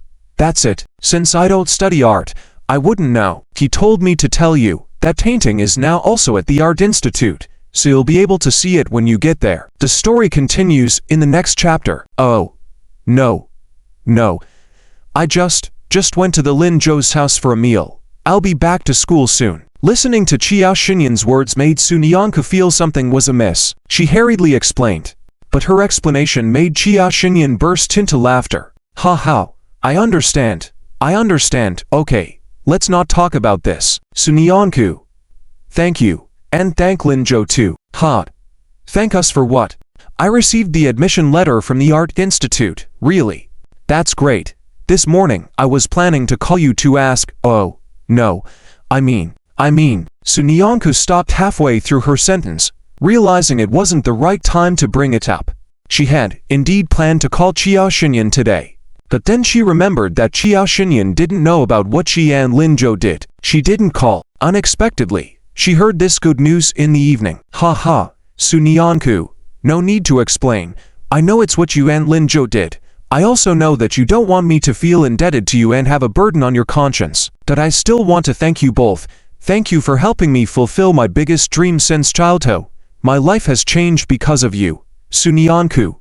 You know, it's the first time I saw my parents support me so much. I'm so happy. Su Nianku sensed Qiao Xinyan's excitement and stopped being hesitant. As long as you're happy, congratulations. Next time when we're free, I'll treat you and Lin Zhou to a meal. Okay, so it's settled. I won't disturb your date with Lin Zhou. I'll hang up. And after you finish the college entrance exam, I'll come to Jiangcheng County to visit you. Okay, but I don't have a date with Lin Zhou. You don't misunderstand. I understand. Bye. Without waiting for Su Nianku to finish, Qiao Xinyan hung up. Su Nianku was stunned. She closed the phone and was about to return it to Lin Zhou, and she noticed Lin Zhou was looking at her with a meaningful gaze. That expression seemed to be saying, date. Su Nianku was suddenly at a loss. She quickly lowered her head, blushing, and said, here's your phone. Lin Zhou lightly chuckled, took the phone, and asked, what did Qiao Xinyan say to you? Qiao Xinyan said, she wants to thank us, and also wants. Her voice trailed off. Lin Zhou smiled. Wants what? She wants to invite us for a meal. Oh, did she just say that? Yes, only that. Nothing else, really nothing. Su Nianku hurriedly explained. However, she soon saw another hint of a smile on Lin Zhou's face. All right, we'll go together another time for a meal. Let's go home first. Okay. Let's go home. Lin Zhou said to go home, right? How could going to his place be considered going home? Su Nianku again lowered her head, too afraid to speak. Everything she said seemed to be wrong. She blushed all the way until they reached Lin Zhou's house, where she finally started to calm down a bit. But soon, she had a new worrying. Lin Zhou, do you think Uncle Lin will be angry because you didn't choose Tsinghua University or Kyoto University? Oh, about that, Lin Zhou hadn't thought about it. But considering how upset Gao Zhanshan was, Mr. Lin might indeed be. After all, who wouldn't want their child to attend Tsinghua? Lin Zhou was about to nod, but Su Nianku said seriously, Lin Zhou, if he scolds you, just blame it all on me. He probably won't scold me. Lin Zhou smiled again. How to blame it on me? Say I'm the reason you didn't choose Tsinghua or Kyoto University. Upon hearing this, Su Nianku's face flushed again. Why hadn't she thought of this before? Only able to say it's because of her. But Lin Zhou immediately caught her dilemma, ruffled her hair with a smile, and said, it's okay. Don't worry. If Mr. Lin really scolds me, let him do it. He's soft-hearted. He won't scold for too long. All right. Congratulations. Su Nianku could only nod and take a deep breath, following Lin Zhou upstairs. She was still embarrassed, unable to think of how to persuade Mr. Lin to go easy on Lin Zhou. The door opened. Qin Yushan, who finished school early, was busy setting up the table. Seeing them, she happily shouted, Mom, Uncle Lin, Lin Zhou and Su Nianku are back. She shouted towards the kitchen. Lin Zhang, wearing an apron, peeked out with a spatula in hand, his eyes squinting with a smile. Back, Qin Shulin stood next to him holding some vegetables. Come on, Xiao Zhou, Xiaonian, sit, the meal is almost ready. Just one dish of stir-fried vegetables left. Okay. Lin Zhou nodded and casually pulled out a chair for Su Nianku. Little deskmate, sit. Thank you. Sunyanku also nodded cautiously, sitting down carefully. Her eyes didn't leave Lin Zhang for a moment, afraid he would rush out and scold Lin Zhou. Soon, the meal was served, and Lin Zhang and Qin Shulin also sat down. Even Qin Yushin quieted down. Everyone seemed to be waiting for something. Sunyanku saw Lin Zhang clasping his hands together, not reaching for chopsticks. After a moment, his brows furrowed tightly, as if he had something to say. Sunyanku's heart skipped a beat. Without waiting, she picked up the chopsticks Lin Zhou handed to her. She shouted anxiously, "Uncle Lin." Lin Zhang, who was about to speak, was puzzled and looked at her. "What's wrong, Nyanku?" Lin Zhou. Sunyanku hesitated for a while, not knowing how to say it. Her face turned red with anxiety. Upon seeing this, Lin Zhang, puzzled, asked, "Oh dear daughter, what's the matter? Are you running a fever?" No, I'm not. I just wanted to say." Lin Zhou, on the side, seeing her anxious expression, couldn't bear it. He took over. "She's afraid you'll scold me." "Huh?" Lin Zhang was surprised once again. "Scold you?" Lin Zhou nodded, "Yes." Lin Zhang looked at Sunyanku, who nodded seriously. Yes, Uncle Lin, don't scold Lin Zhou. He didn't choose Qinbai because of what? Sunyanku didn't know what else to say. But Lin Zhang quickly caught the point. He burst into laughter. "Ha ha, you mean this? Nyanku, don't worry. I wasn't planning to scold Lin Zhou, ha." Sunyanku was a bit puzzled. But seeing Lin Zhang's comforting expression made her feel relief. He quietly gave Lin Zhou a thumbs up, saying seriously, "Choosing which university to go to is your freedom. I won't interfere. Lin Zhou is grown up. He can choose for himself. I'm not worried. I just wanted to say, since you both have been in Kyoto for so long, working hard, and with the college entrance exams coming up, if there is anything you need, Uncle and Auntie will buy it for you." Yes. Uncle Lin and I have been thinking for a few days about many things we want to buy, but we are afraid it won't be useful for you. We thought of asking you when you come back. Na and Chu, think about it quickly. Qin Shulin also chimed in. Sunyanku listened absent-mindedly. Seeing this, Qin Yushin pouted mischievously. "Mom, Uncle Lin, I also have things I want." But before she could finish, she was interrupted by Qin Shulin. "Go on. You didn't take the college entrance exams. Wait until you do before you speak." Qin Yushin pouted, her voice slightly tearful. Sister, do you see my mom?" Sunyanku couldn't help but smile. She also realized, "No, we don't need anything for now, right Lin Zhou?" Lin Zhou nodded, "Yes, if you have money. Buy something for yourselves. I will buy what I and my little Deskmate need." "Ha, you little brat, you really are." Lin Changzhen was about to scold him but was stopped by Qin Shulin, who said with a smile, "Okay. You buy.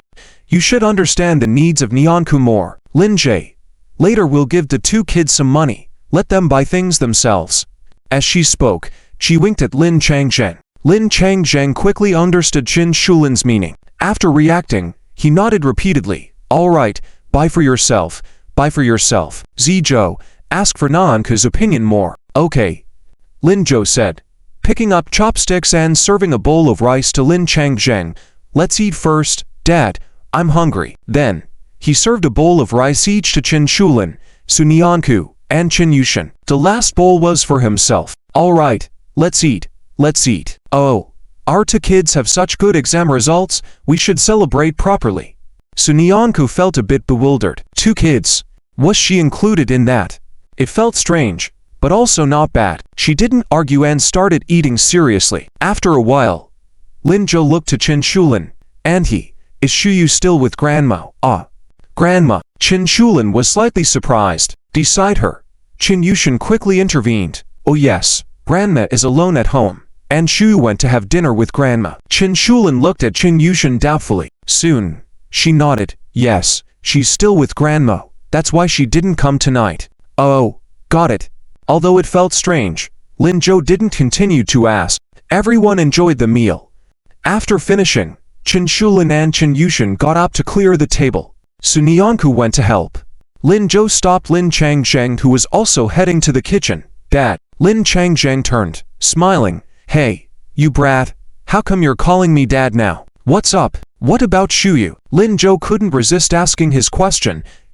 Lin Changzheng's smile gradually faded. She didn't want us to tell you. Why? Lin Zhou was even more puzzled. Before going to Kyoto, he had specifically asked Lin Changzheng to keep an eye on Qin Shuyu. As a patient needing antidepressants, he felt something might happen. And it did. She didn't even let him know. What's going on? She's getting married. What? Lin Zhou was stunned. Married? To whom? That's Han Yuanmo? Yes. Him? The one you asked me to pay attention to before. How come? I asked you to keep an eye on her, didn't I? Lin Zhou couldn't believe his ears. He had even witnessed her parting ways with Han Yuanmo before. Later, in the gym class, she seemed to have vented enough. She even threw away her pills. How could she be getting married to Han Yuanmo now? Lin Changzheng sighed again. It's a long story. I kept an eye on her. I even informed Shulin about Shuyu's situation and asked her to keep it a secret. But on the third day you left, Shuyu suddenly ran back to Shulin's house and told Shulin not to interfere in our affairs anymore. Shulin could move to my house, and we could get married. But she had one condition. She also wanted to get married to Han Yuanmo. We were shocked. Shulin got angry, talked about her depression, and said that Han Yuanmo was unreliable. But Shuyu insisted on marrying him, said the sooner, the better. She also mentioned that she had stopped taking those depression pills a long time ago, saying that you had convinced them to take it, and she had thrown them all away. As for Han Yuanmo, he had changed for the better. No more dating other women or gambling, and he was willing to settle down in Jiancheng County. Little Master, there is more to this chapter. Please click next page to continue reading. It gets even more exciting. This, Lin Zhou listened in astonishment. Is this true or not? Of course it's true. These past 2 days, Shulin, Sweet, and I have been trying to persuade her, to no avail. Also, maybe because we mentioned the depression, she got very angry and said, not to tell you anything, or she'd cut off contact with the family. Lin Zhou was confused. So, you still don't know why she's in a hurry to get married, right? We have no idea. What are you planning to do? We don't know either. Shulin said we'll go back to persuade her and try to understand the situation better, get to know Han Yuanmo more. Also, Nanchen won't come over because she wants to be there for Shuyu every night, afraid she might do something extreme. While explaining, Lin Changzhen shook his head. Lin Zhou was at a loss. Just as he was about to ask more, he heard Qin Shulin calling from the kitchen. Lin Changzhen had to respond loudly. Coming. Zizhou. Don't say I told you this. Also don't go see Shuyu yet. I'm afraid she's under too much stress and her current mood is not right. Got it? Lin Zhou nodded. Lin Changzhen then went into the kitchen. Lin Zhou watched the busy figures, lost in thought. What's going on with Shuyu? Considering her condition a few days ago, this shouldn't be happening. She was so against me and Nanchen. It should be because she was deeply hurt by Han Yuanmo. How could she want to marry him after just a few days? No. I need to find an opportunity to understand what's really going on. The bowl was quickly washed. Qin Shulin came out of the kitchen, pulling Qin Yushin to pack up and prepare to leave. Sunyanku also picked up his school bag. But just as she was about to leave, she was stopped by Qin Shulin. Where are you going, dear? Oh, I'm going back to school. Oh, it's already so late. Why go back to school? Just stay here. Uncle Lin bought a new bed today, especially cleaned the guest room. It's very beautiful. Originally your aunt was going to stay, but had to leave due to some family matters. Will you stay for aunt instead? Sunyanku was a little confused. Qin Yushin slyly blinked and took advantage of Sunyanku's lack of reaction. She quickly grabbed Sunyanku's wrist and headed towards the guest room. Yes. Sister, we have a tradition here that a new bed must not be left unoccupied. It's all Uncle Lin's good intentions. Sister, please stay. With those words, they had already arrived at the guest room. The door to the room opened. Sunyanku saw the guest room was adorned with fresh pink bed sheets and covers. On the pillow, there was even a large stuffed bear, especially cute. Wasn't this room prepared for Auntie? It seemed more appropriate for Sweetie. And why was there such a strange tradition?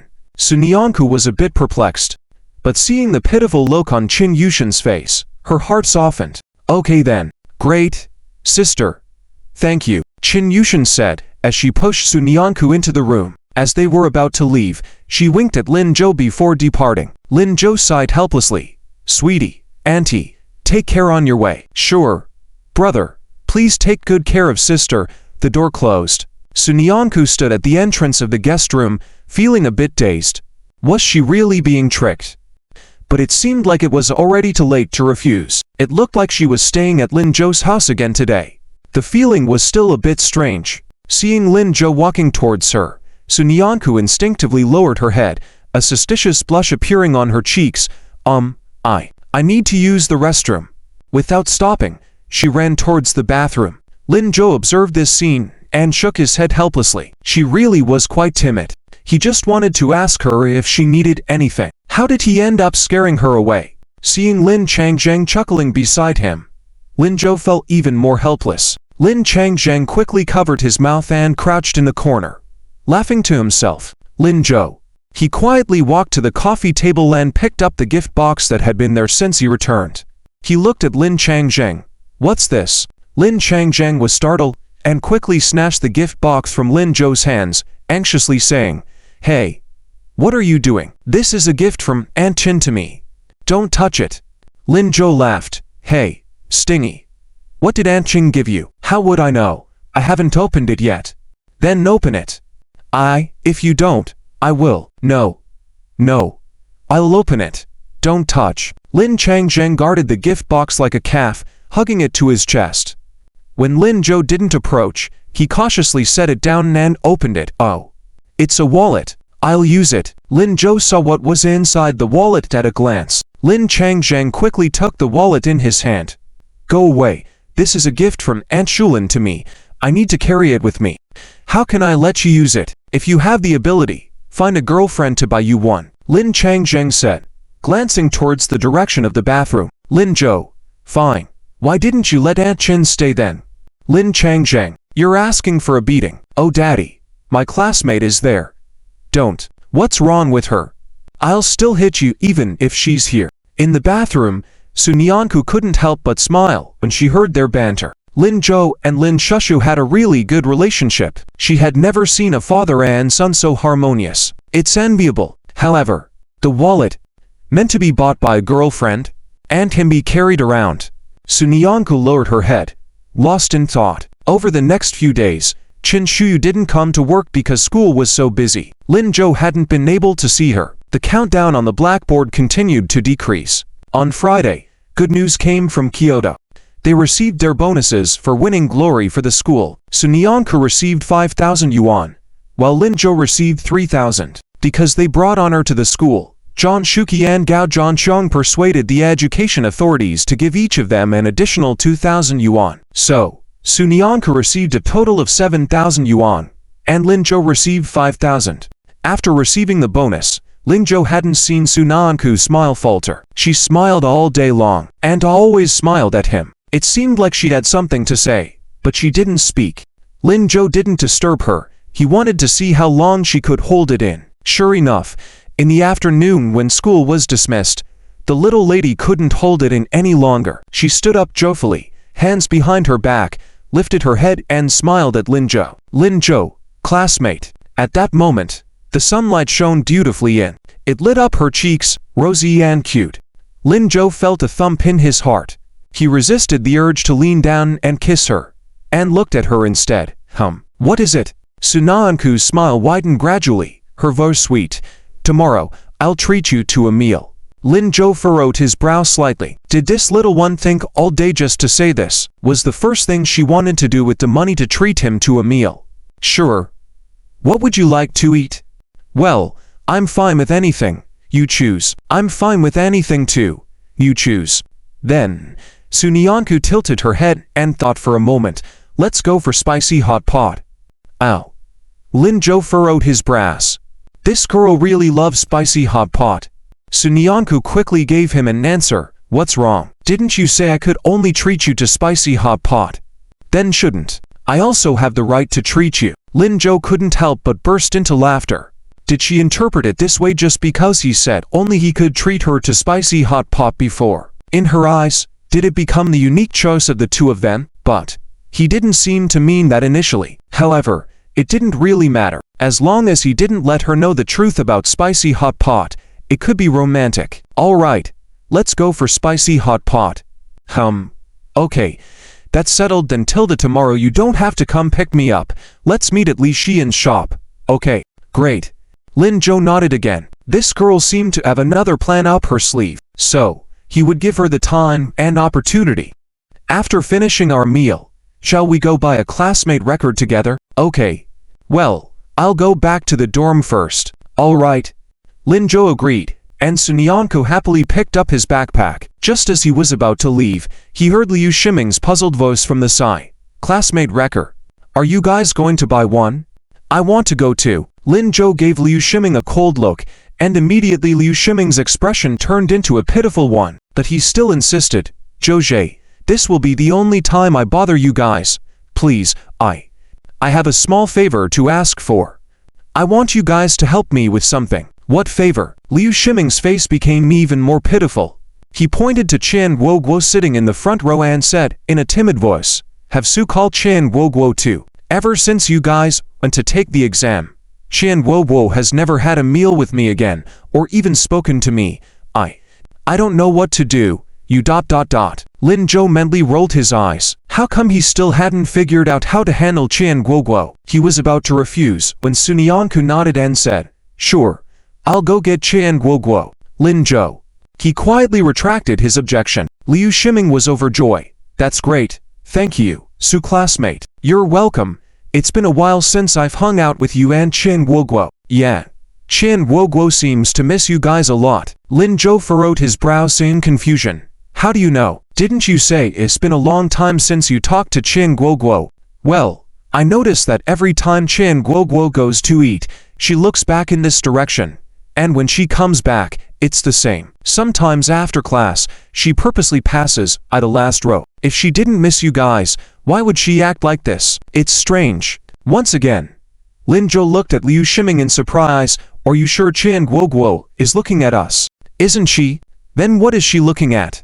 Lin Zhou mentally rolled his eyes again and sighed. He then patted Liu Shiming on the shoulder. Fatty Liu, you've slimmed down but your brain hasn't.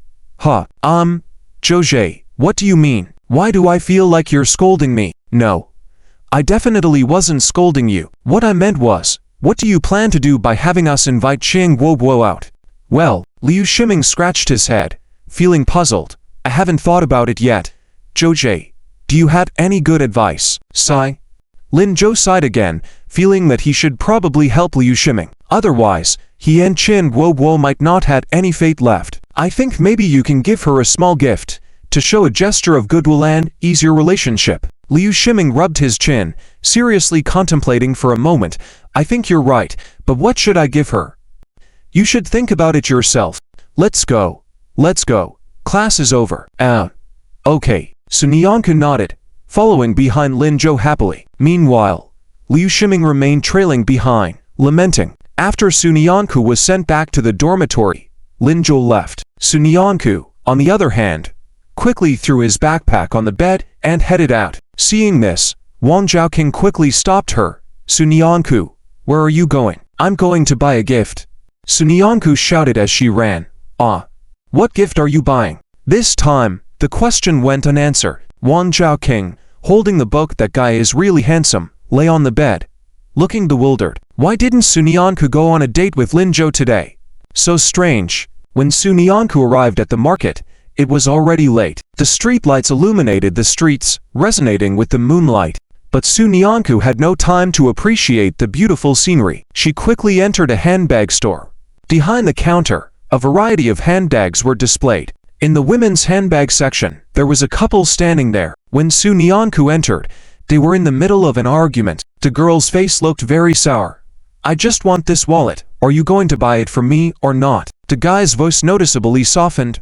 Okay, I'll buy it. But Zeman, can we get a different one? There's a couple's design over there. If we had a bit more money, we can buy two. One for you and one for me. Before he could finish speaking, the girl called Zeman jumped up. Shai Xiaoxian, if you don't want to buy it for me, just say it. Why are you making so many excuses? You know I don't like that design.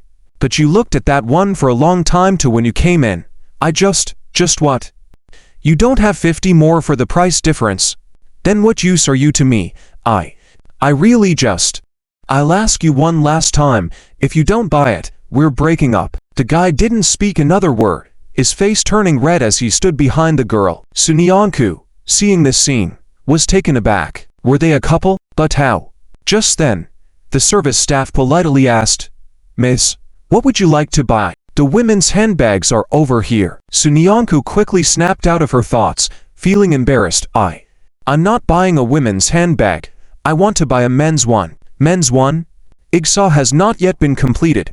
Please click the next page to continue reading the exciting content ahead. The service staff was puzzled.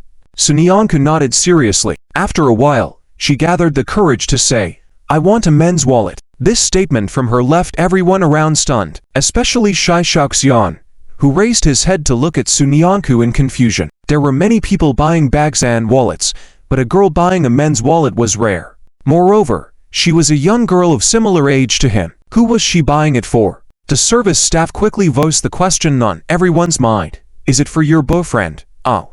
Sunyanku was suddenly at a loss for words.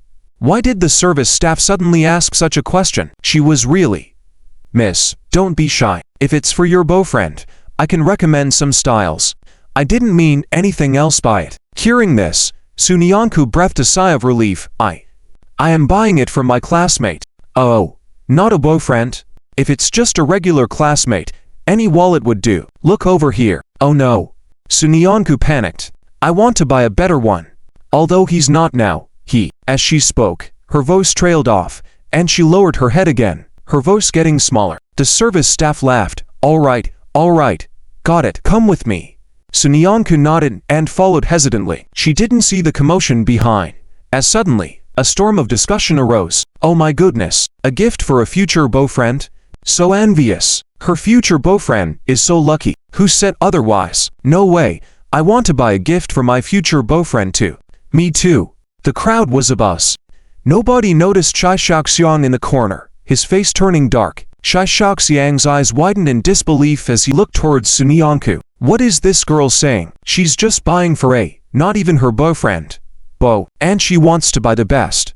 Just because that beau might become her boyfriend. How could this be? How could there be a girl like this? At least, in his understanding, he had never seen a girl like this. In Shai Shaoxiang's impression, in a relationship, it's usually the beau who gives. That's the only way to find a girlfriend. So there are girls willing to give too. But Zimin's voice kept buzzing in his ear. Yet Shai Shaoxiang couldn't hear a thing. His head was buzzing. Everything in front of him felt so unreal. Sunyanku didn't notice any of this. She kept her head low, avoiding eye contact with the cashier, fingers nervously entwined, and cautiously asked, Do you have it? Ha. Of course we do. Right this way. The cashier joyfully led Sunyanku towards the counter. As they walked, the cashier continued, Girl, your boyfriend is really lucky. Oh, he's not really. I know. Not yet, don't worry. With your efforts, he will be eventually. Really? If that's the case, would it make her really happy? Sunyanku's face flushed with excitement, but soon, she realized it was inappropriate. How could she say this in front of others? It's so embarrassing. Sunyanku quickly raised her head and said, I mean ... Ha. I'm sure of it. I've seen so many couples. I have a sharp eye. He's really good to you, right? Sunyanku earnestly nodded and added, Yes, very good. After saying 3 veries, Sunyanku still felt it wasn't enough to describe how good Linjo was to her. She added, He's the best person to me in the world. He always silently stayed by her side, attentive to her every need. No matter what trouble she faced, he was always there for her. He cared for her, cherished her, encouraged her, and even brought her food. It was really good. Being with him, there was no pressure. It was comfortable and easy. That's right. With such a couple, you'll be together for a long time. That's wonderful. Sunyanku was overjoyed. Maybe she realized she was too excited, so she lowered her voice and said, The cashier laughed again. How could there be such a lovely girl? A girl on the verge of experiencing love for the first time. How heartwarming. Come, take a look. See which one you like. Sunyanku lifted her head and saw a row of men's wallets on the shelf in front of the cashier. She was a bit overwhelmed by the choices. Just as she couldn't decide, Sunyanku's eyes lit up. She quickly walked to the adjacent shelf, then stopped, reached out, and picked up two wallets to place in front of her. Yes, two wallets. One long, one short. One for men and one for women. The men's wallet was a simple and stylish blue checker design. The women's wallet was a pink checkered one, adorned with a small bow at the opening, very delicate and beautiful. At a glance, Sunyanku saw them. Her heart fluttered. The cashier, seeing this, exclaimed, "Oh, I forgot about these. These are couple wallets. Perfect for you." "Ow, couple wallets, they really look nice. But, girl, you have a great eye. This is the last pair we have. All the previous ones were sold out. They were bought by young couples like you," the cashier enthusiastically explained. "You should buy them, one for you and one for your little brother." When Sunyanku heard this, her heart skipped a beat. One for each, but, she lowered her head. Her cheeks blushed. Her fingers fidgeted anxiously. She had only intended to buy a wallet for Linjo, for him to always carry with him. Should she buy the couple's set? Would that be inappropriate? Would Linjo? Would he use it? How would he react if he saw she bought a couple's set? Would he be angry? Her mind was in turmoil, and Sunyanku couldn't think clearly. Nearby, the onlookers, young girls enjoying the scene, joined in. "Buy it, miss. This couple's set suits you really well. It looks so good. Once you buy them, you can each have one with your little brother. Think about how happy that would be. If you're afraid your little brother will find out, you can secretly use it and surprise him when you two are officially together." "Exactly. Hurry and buy it." Upon hearing this, Sunyanku became even more conflicted. Their words did make sense. With the couple's set, she and Linjo could each have one. She wanted to continue reading. Click the next page. The rest is even more fascinating. It seemed like it would make her very happy. Although she and Linjo were not officially a couple, but perhaps she could secretly use it without him knowing. Just the thought of it. Sunyanku gritted her teeth and made up her mind. "How much is it?" The cashier smiled and said, "The pair costs 288 yuan. "Ah, is it? Is that expensive?" Sunyanku, who had less than 100 yuan for living expenses in a month, was a bit stunned. "Yes, these are of very good quality. They can be used for a long time. Don't be swayed by cheaper options. They don't have the same quality. Also, this is the discounted price. It's the last pair we have, miss. If you don't buy now, they'll be gone." Sunyanku lowered her head again. After a moment, she made a firm decision. She raised her head. "I'll take it." When buying a gift for Linjo, she had to buy the best. Otherwise, she wouldn't be worthy of him. "Great. Come here, I'll wrap it up for you." "Aha." Sunyanku nodded happily. As they approached the checkout counter, she took out her small purse from her jacket pocket. It was a cloth pouch she had sewn herself from scraps of fabric. It looked very plain, but she didn't mind. She pulled out 300 yuan from it and handed it to the cashier. Sunyanku didn't notice. At that moment, not far from her, Shai Shaoxiang was left stunned. His grandmother wouldn't even use such a ragged bag, yet this girl was still using it. Coupled with her clothes, it was clear she didn't spend much. Despite all that, she didn't hesitate to spend 288 yuan on a wallet for a guy who wasn't even her boyfriend, contrasting with his girlfriend. Why was there such a big difference? Shai Shaoxiang couldn't help it. He closed his eyes, trying to calm the sadness in his heart. Before Shai Shaoxiang had a chance to calm down, he heard Zimin, who had finally finished sorting out her wallet, say, "Shai Shaoxiang, what are you doing? Why aren't you paying up? Do you not love me at all? Let's break up." Shai Shaoxiang was taken aback. Suddenly, he felt a sense of pity in his heart. He suddenly felt a bit pitiful. No. Extremely pitiful. He chuckled lightly and then, in Zimin's shocked gaze, calmly said, "All right, let's break up." Without looking back, he turned and walked out. Zimin, she could not believe her eyes as she watched Shai Shaoxiang's back, feeling stunned. "No, Shai Shaoxiang, what did you say?" Seeing Shai Shaoxiang completely ignoring her, Zimin grew anxious. "Do you want to break up with me?" Shai Shaoxiang's steps did not falter. Zimin became even more agitated. "Stop, Shai Shaoxiang. If you take one more step forward, we are really over." Shai Shaoxiang did not stop. "Zimin, if you step out of this store today, I will never speak to you again." Shai Shaoxiang approached the door without hesitation. Zimin.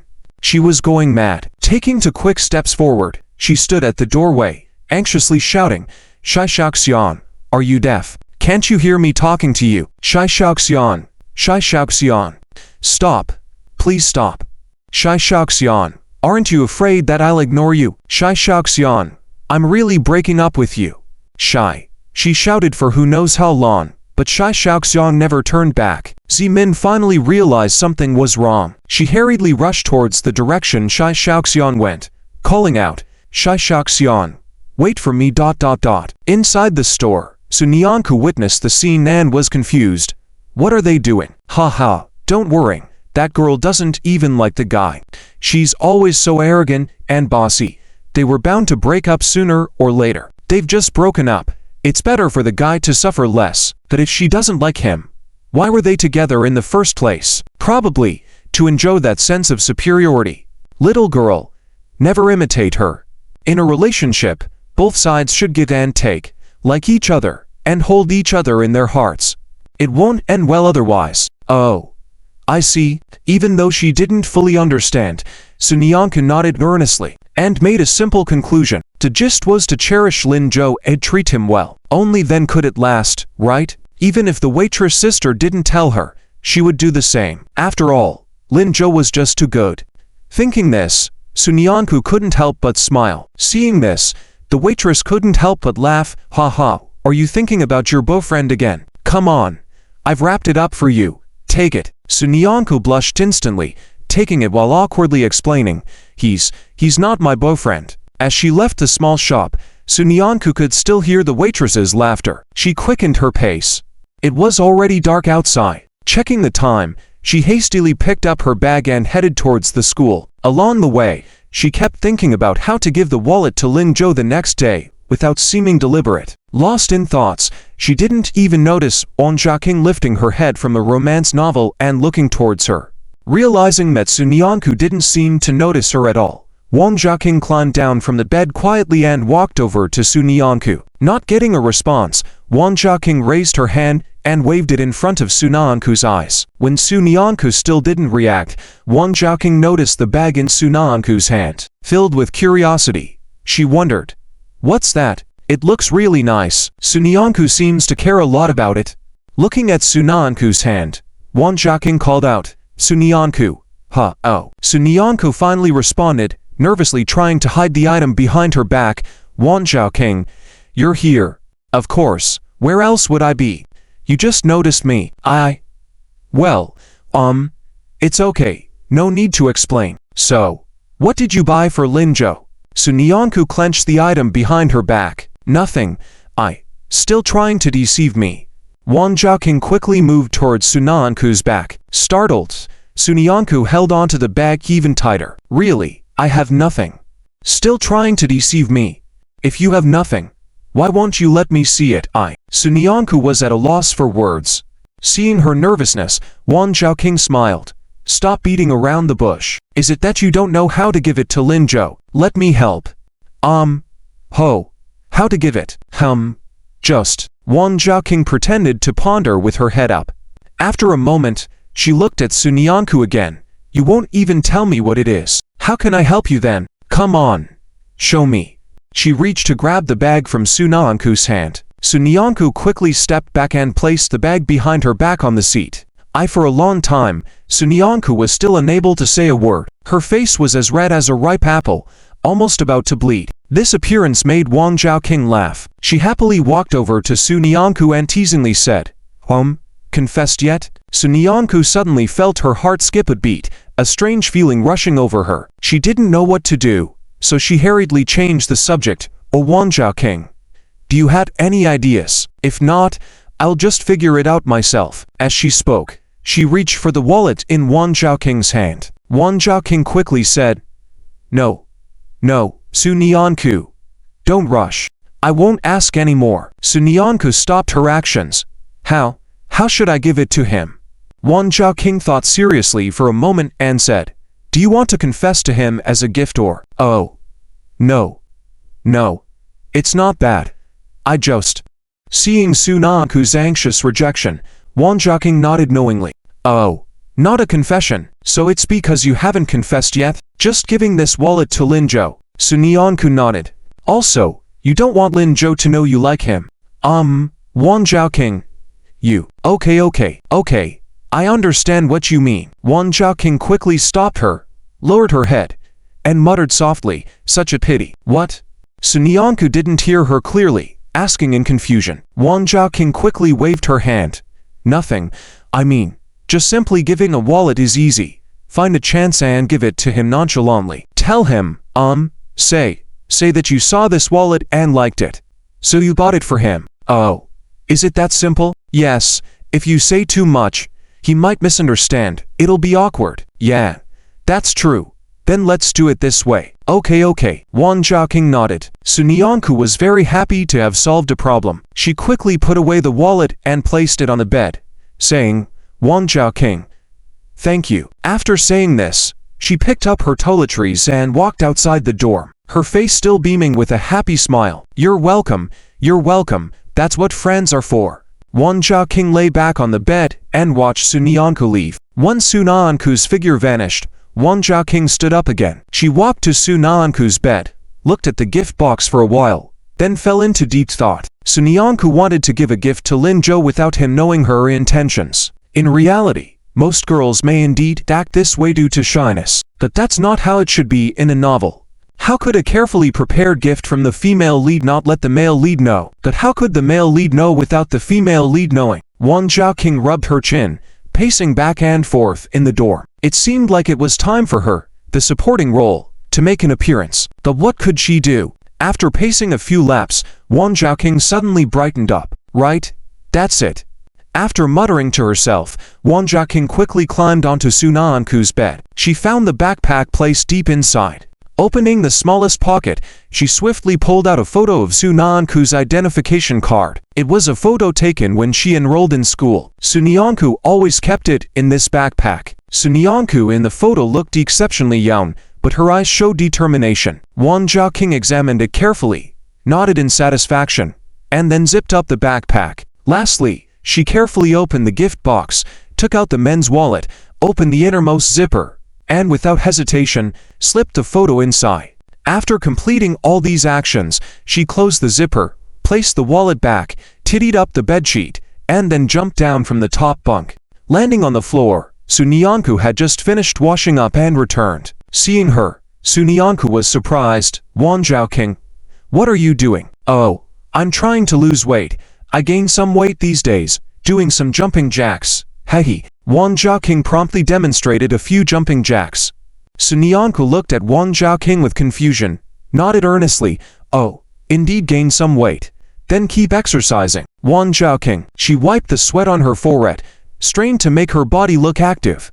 But inside she felt incredibly frustrated. What a lame excuse she came up with. But well, if she could fool Sun Yanku, it was worth it. Lin Zhou, my classmate, you better thank me properly for this. On that evening, Lin Zhou returned home early. Lin Changzheng had already finished preparing dinner. While eating, Lin Changzheng didn't say a single word, unusually silent.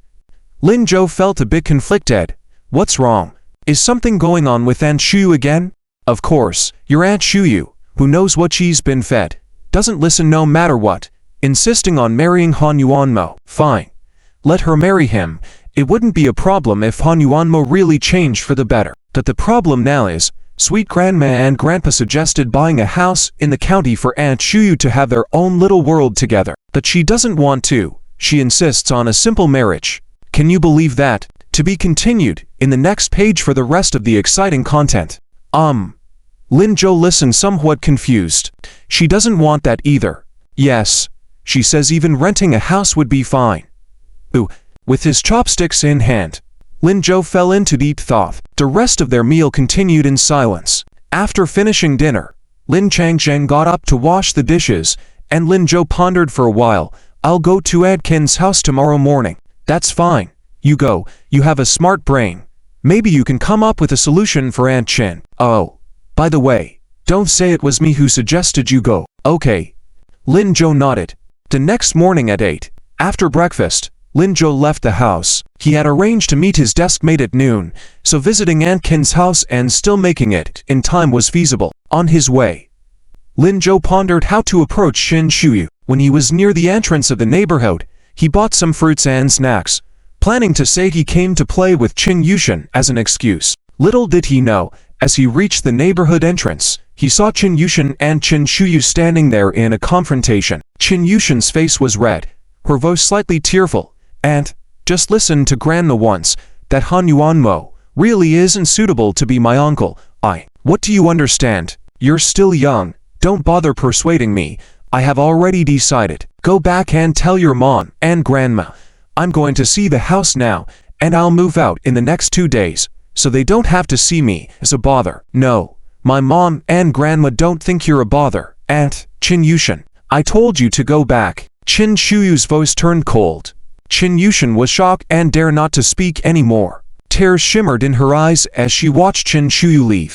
Lin Zhou felt a pang of distress. Since he had known Qin Yushan, when had she ever been so wronged? Qin Shuyu clearly liked Qin Yushan very much, so how could she bear to treat her like this? What had happened these few days? Unable to figure out the reason, Lin Zhou decided to first go and comfort Qin Yushan. But before he could take a step, he saw Qin Shuyu, who had just turned a corner, crouching down and clutching her chest in pain.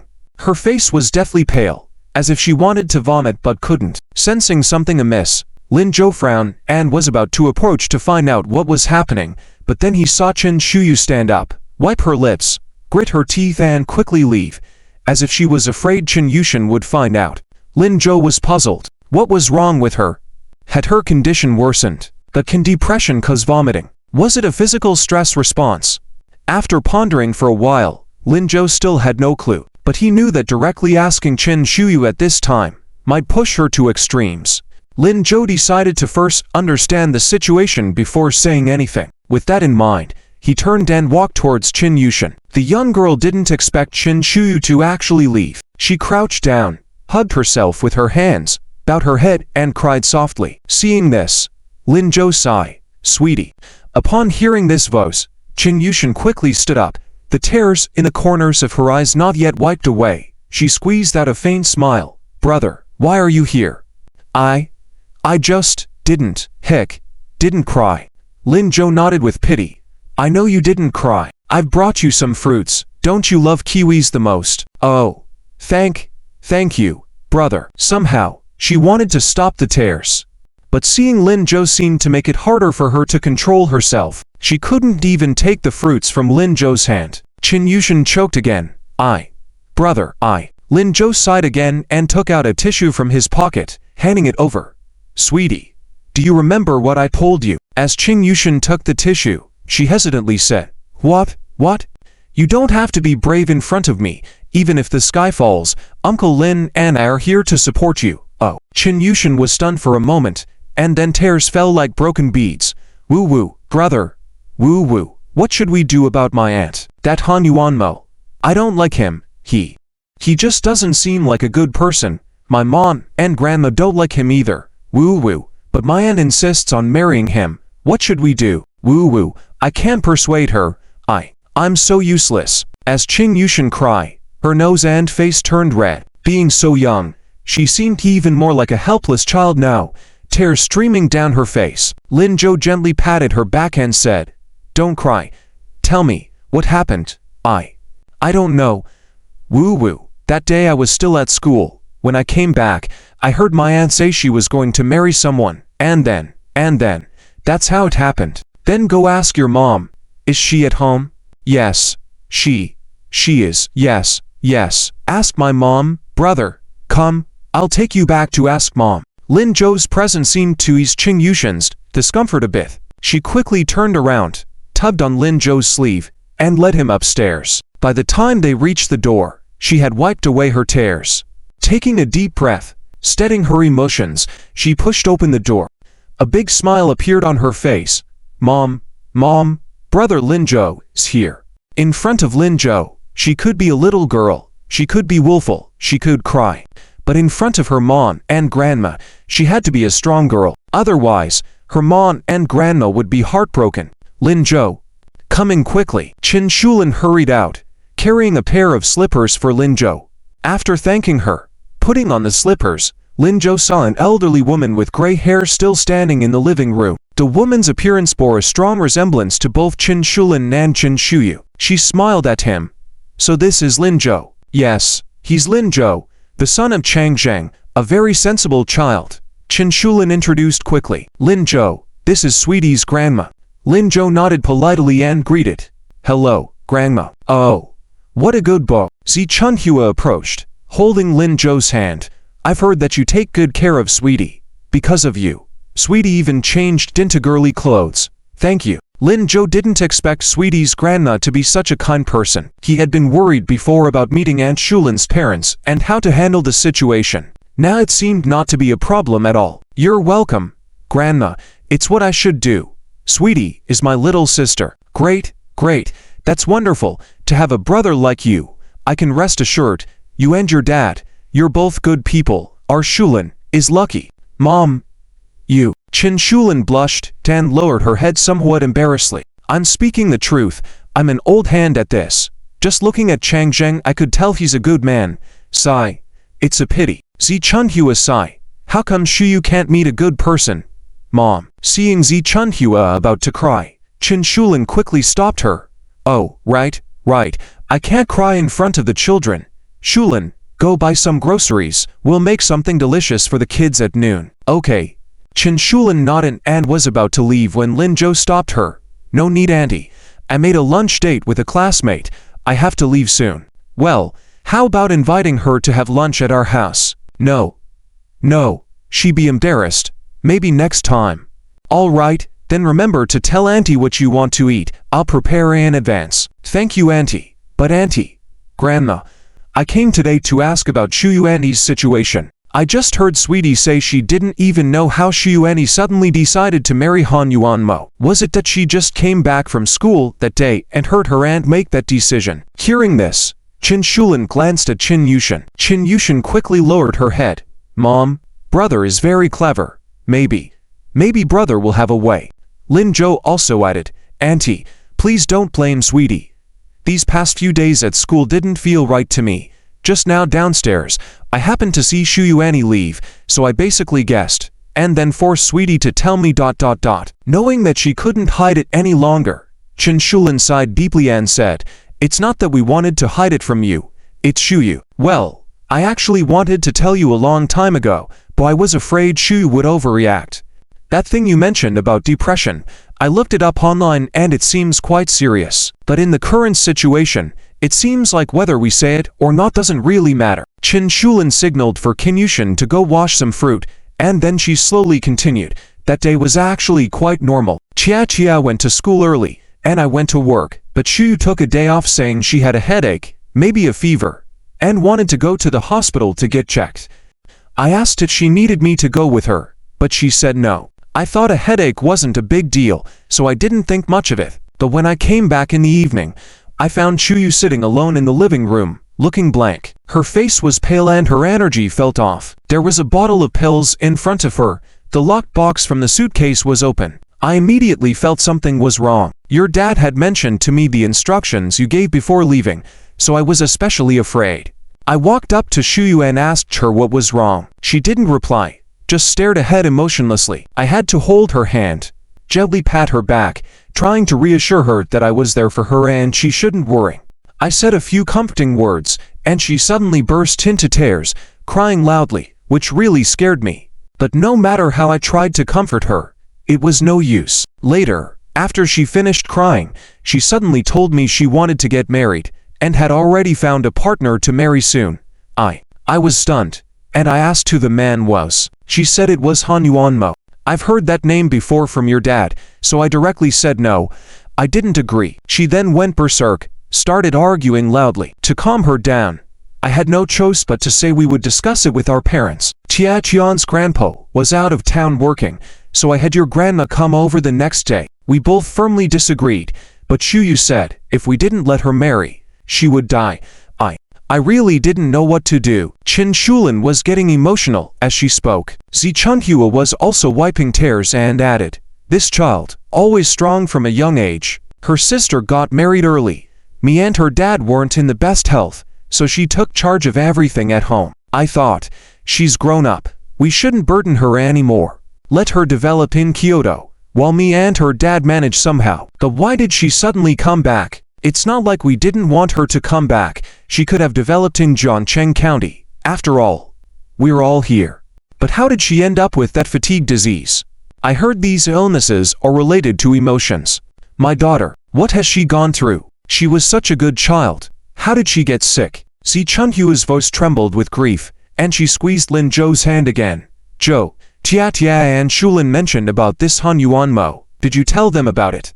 Lin Zhou nodded. Si Chunhua continued, is he really that kind of person? Lin Zhou hesitated for a moment. Si Chunhua continued, don't get me wrong, I do believe in you, but Shuyu, we can only ask more. The day before yesterday, Shuyu and Han Yuanmo came to see us. He was quite polite and spoke kindly. Shulin and I tried to probe for a long time, but couldn't get anything. Do you think it's possible that he has truly changed as Shuyu said? Completely? Lin Zhou forced a smile, indicating that it seemed unlikely, but he also felt it was too cruel. Wasn't this what the sister and the mother hoped for the most now? Perhaps, he answered vaguely. But Qin Shulin sighed. I don't think it's very likely. What should we do? Shuyu doesn't want the house or money. She just wants to get married. At this point, Lin Zhou remembered the incident when Qin Shuyu squatted down at the corner of the community, vomiting. He asked, Aunt Qin, when Shuyu went to see the doctor that day, did the doctor mention any problems? Qin Shulin shook her head. No, I saw her emotional instability and forgot to ask. Later, we were all tangled up with Han Yuanmo's situation. I don't know the specific illness. Midway through her sentence, she suddenly froze. Are you saying, yes, Shu may be ill. Her current condition may be related to the date she went to the hospital. Exactly. Why didn't I think of that? Why didn't I? The what illness needs marriage to cure? Qin Shulin was getting anxious. Qin Yushin and Si Chunhua exchanged looks. After contemplating for a while, Lin Zhou said, I don't know. I'm just guessing. Let me go to the hospital in the next few days and find out. Don't worry for now. Okay. Thank you, Zhou. No problem. We're family. It's what I should do. After chatting with Qin Shulin and the others for a while, approaching noon, Lin Zhou bid farewell and left. He headed straight to the spicy hot pot restaurant. At that moment, Sunyanku had already arrived. Today, she was wearing a blue plaid skirt with white stockings and white shoes. She paired it with a blue bow short-sleeved shirt, looking very youthful. She stood not far from the spicy hot pot restaurant on the roadside, looking around. Not seeing Lin Zhou yet, she cautiously took out the gift she had prepared for him from her backpack, holding it close and contemplating how to casually hand it to him without being misunderstood. But the more she thought, the more chaotic her mind became. After all, Uncle Lin had said that giving a wallet meant the man should always carry it with him. If she was too casual, would Lin Zhou not care at all? But if she was too deliberate, Lin Zhou might misunderstand, and she would. She didn't know what she would do. Her mind was in a mess. After thinking for a long while, Sunyanku still didn't know what to do. As she took out the wallet to practice how to present it to Lin Zhou in a casual way, she suddenly heard a voice behind her. Sunyanku, what are you doing here? Oh. What are you holding in your hand? Sunyanku hurriedly put the wallet into her backpack, then turned to look at Li Xian. I'm here to eat. Spicy hot pot? Yes, yes. Sunyanku nodded obediently. Li Xian looked at her in confusion and asked, Are you alone? Where's Lin Zhou? Normally, wherever Sunyanku appeared, Lin Zhou would be there too. She couldn't believe that Sunyanku would come out to eat alone on a weekend. He hasn't arrived yet.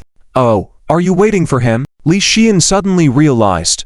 Sunyanku nodded again obediently. Li Xian smiled and said, So, the gift you were hurriedly hiding from me earlier was for Lin Zhou. Well, Sunyanku felt awkward being caught, not knowing what to do. Fortunately, Li Xian didn't make things difficult for her and said, It's okay, no need to explain. You wait here. I'll go inside to help first. Let me know if you need anything. Okay, Sunyanku nodded. Li Xian then left. After she entered the shop, she quietly hid behind the door and watched as Sunyanku cautiously took out the item from her backpack and examined it carefully. Li Xian smiled again. It seemed that Sunyanku was embarrassed. She didn't seem to know that half of this shop belonged to Lin Zhou. Thinking this, Li Xian quickly went inside the store. At the cash register, she smiled and said, Xiaohong, I need a favor, not for me, but for Lin Zhou. At that moment, Shunyanku was still unaware of this. She looked at the wallet carefully and once again found herself in a dilemma. How exactly should she give the backpack to Linzhou? After a while of thinking, still unable to come up with a solution, Shunyanku cleared her throat and looked at the sycamore tree in front of her.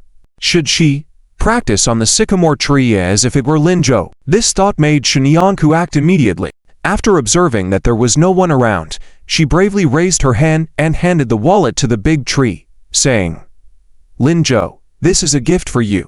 I hope you like it." Her voice sounded clear, but Shunyanku felt it was too deliberate. She casually tucked the wallet back into her hand and spoke naturally. "I saw this in the morning on the street.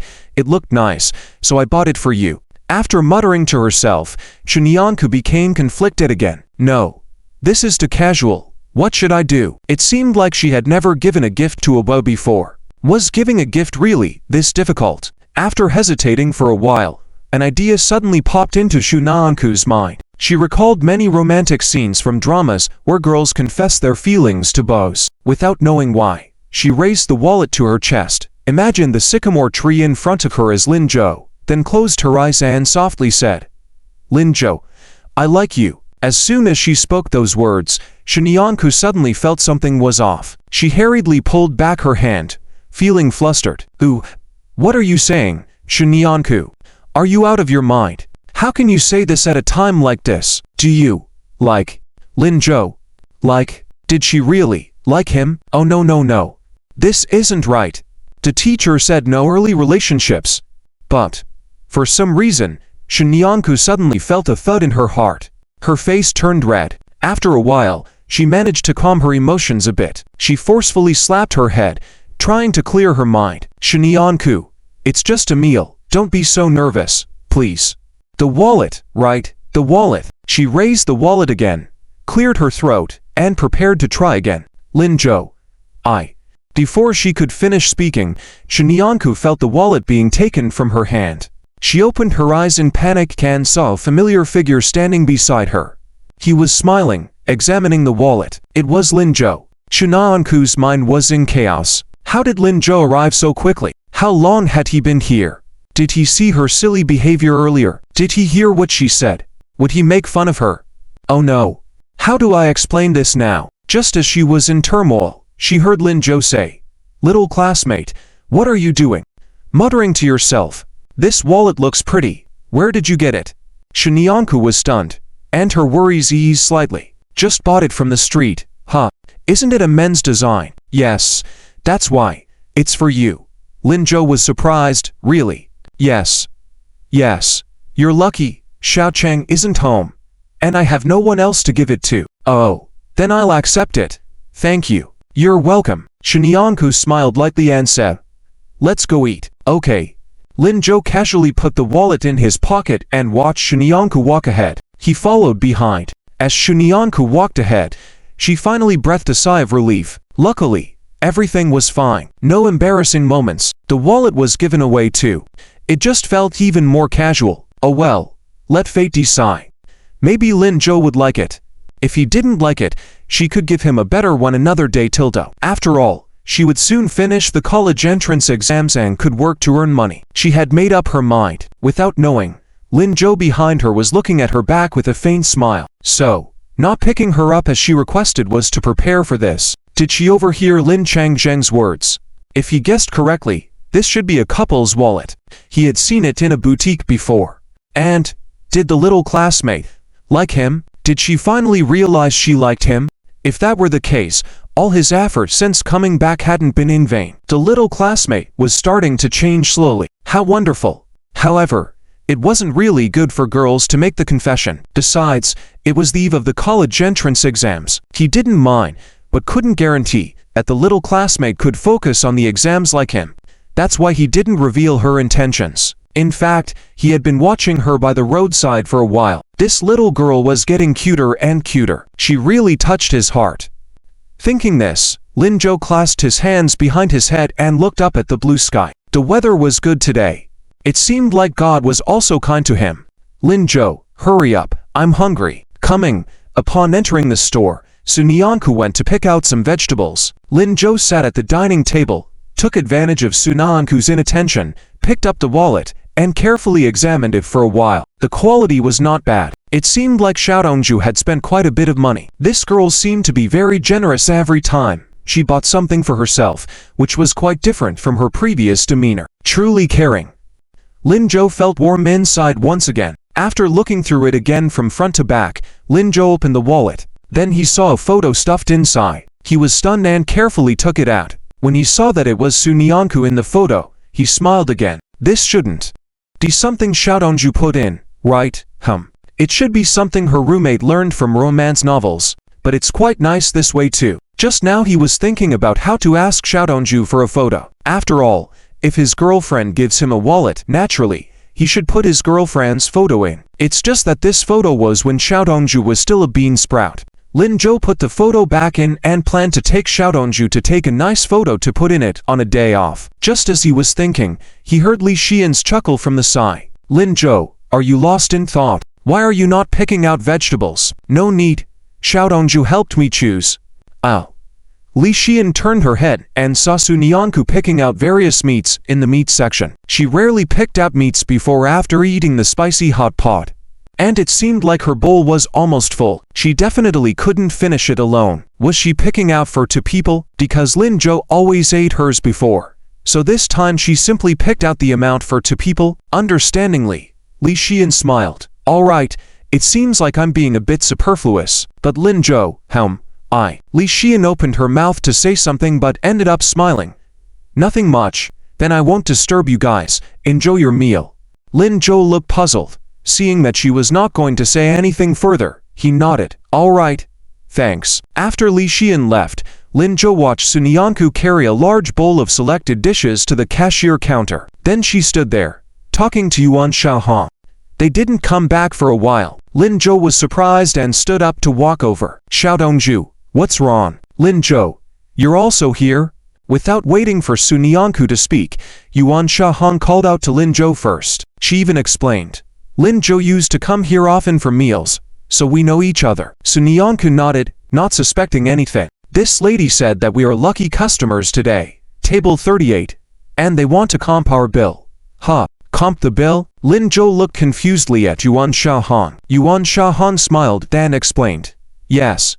It's a new promotion we launched this week. All tables with the number 8 will have their bill comped. As she spoke, she winked at Lin Zhou. Lin Zhou immediately understood.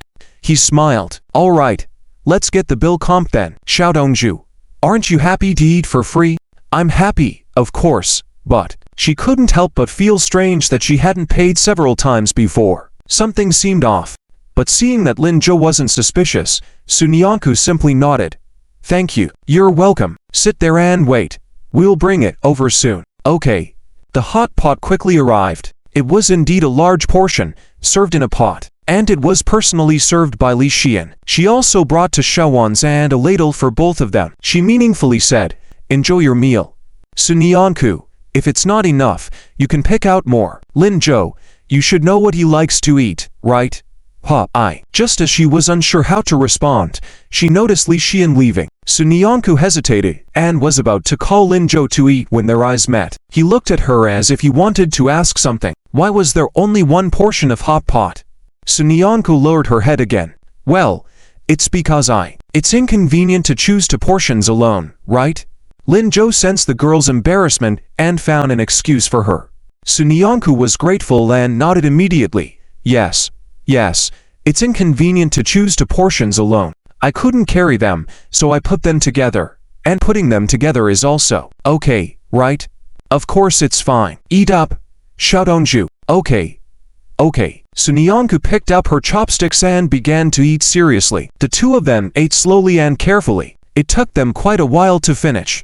When Li Xian came to tidy up the table, Lin Zhou stood up. Xiaodongju, wait for me for a bit. I'm going to the restroom. Oh, sure. As he passed by Li Xian, Lin Zhou looked at her and said, thank you. Before leaving, Sunyanku looked puzzled. Is he thanking you? What's going on? Li Xian smiled. It's nothing. He probably wanted to thank me for cleaning up the table, but that's something I should do. Don't worry about it, Sunyanku. After comforting Sunyanku, Li Xian continued to be busy. However, she sincerely admired Lin Zhou. He probably already knew about today's promotion, which she and Yuan Xiaohan had concocted and bluffed, right? Lin Zhou deserved the praise. At that moment, Lin Zhou walked to the back of the store, turned a corner, and entered the kitchen. Li Qiansheng was busy, but when he saw Lin Zhou coming in, he smiled and said, "Lin Zhou, my brother, why are you here? Weren't you on a date at the front? How's the food? Uncle Li, are you teasing me too? Ha ha, I'm not teasing you. I envy you. Take advantage of your youth. Have a good time dating. That girl is nice. I have high hopes for her." Naturally, I also have high hopes. Lin Zhou didn't mince words. "But Uncle Li, is there something going on in the store?" Li Qiansheng's movements paused for a moment and then continued quickly. If Lin Zhou hadn't paid attention, he wouldn't have noticed. He heard Li Qiansheng say, "Nothing. What could possibly be the problem? All is well. You go out and accompany your little partner. I'm here in the store." "Uncle Li, you've said it yourself. We are partners." Lin Zhou had no intention of leaving. He pulled up a chair and sat down. "Xiaodong Li Xian will take care of it. Since we are partners, I believe I have the right to know if there's a problem." Just now, Li Xian hesitated to speak, and he felt there must be some issue, so he took this opportunity to inquire. Li Qiansheng stopped his work once again. This time, he didn't continue but sighed deeply and sat down across from Lin Zhou. "It's nothing major. Just opening a branch, needing funds and manpower. As for manpower, it's relatively easy to find, but as for the money, He seemed a bit embarrassed here. "It's also my fault. After all these years, I haven't saved much money." "How much more money do we need?"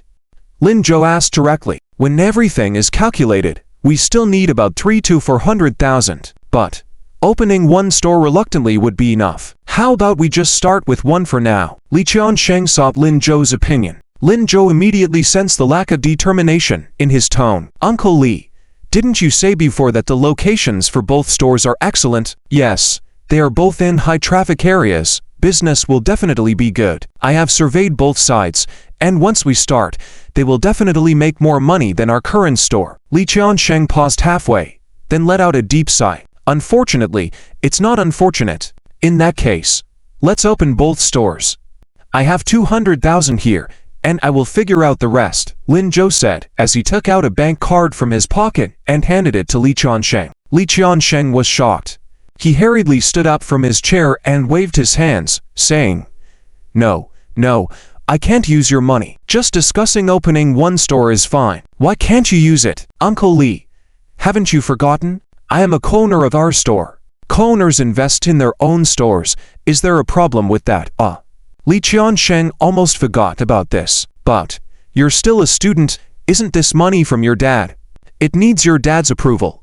"It's okay. This is my own money." This was the money he had saved up in the 2 months since his rebirth. The profits from selling fruit salads and spicy skewers, along with the calligraphy competition prize money and the school award money that he hadn't had a chance to use. Originally, he planned to start some small business during the summer break, but now it came in handy unexpectedly. Li Qiansheng was shocked again. "Yours?" "Yes. Haven't you been giving me money for the past 2 months? But I have some other business and income as well. Together, it's enough. So, just take it and don't be polite with me. I have to go out to meet my study partner. It's not good to stay here for too long. Besides, you do give me a share of the profits. By investing more, we'll have more profits in the future. I am considering my interests here. I want to make money too." Li Qiansheng reluctantly accepted the bank card. "All right, then. Okay, Uncle Li, I'll go out first." "Oh, okay." As he walked to the door, Lin Zhou suddenly remembered something and turned back around. "Oh, Uncle Li, do you urgently need the remaining money?" "Not really urgent. This money can cover the initial expenses. The rest, I can manage for another 2 weeks." "All right. You focus on the store matters. Yuan Xiaohan, Yuan Yang. I think we can utilize them more. I will try to gather the rest of the money and bring it to you within these 2 weeks." Lin Zhou nodded before pushing open the door. Li Qiansheng watched his departing figure, still feeling dazed. An 18-year-old boy gave him 200,000. He even said he would figure out the rest 20,000. Is this the courage a person of his age should have? It all felt somewhat surreal. Li Qiansheng sat on the chair with the bank card in hand. lost in thought. Li Xian arrived at the back kitchen after seeing Lin Zhou is Sunyanku off. She walked over curiously. Dad, what's wrong? Oh, Lin Zhou has left. Yes, he has. What are you holding? A bank card? Yes, Lin Zhou's. Huh? Why did he give you a bank card? Li Qiansheng fell silent and explained the conversation he had with Lin Zhou to Li Xian. Finally, he let out a deep sigh. Xian, do you think Lin Zhou can gather that much money within 2 weeks? Li Xian was taken aback. Before she could say anything, Li Qiansheng continued, I'm not pressuring him. I just feel it's too difficult for a child. It should be me who should figure out how to come up with the money. Li Xian smiled. Dad, let's sell the house. Li Qiansheng was taken aback. What did you say?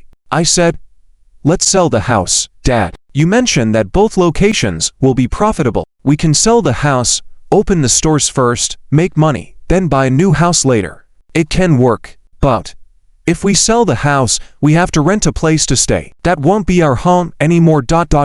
Who said it won't be? Wherever you and Mom are. That's my home. Li Qiansheng was startled once again. After a moment, he started to smile. Lin Zhou was unaware of all this. At this moment, he had already arrived at the market with Sunyanku, waiting for Liu Shiming and Quan Guoguo at the agreed location. Sensing Lin Zhou's silence, Sunyanku became a bit worried. Lin Zhou, what's wrong? It's nothing. Just thinking about money. No. About Aunt Shuyu's matter. Oh. Sunyanku nodded.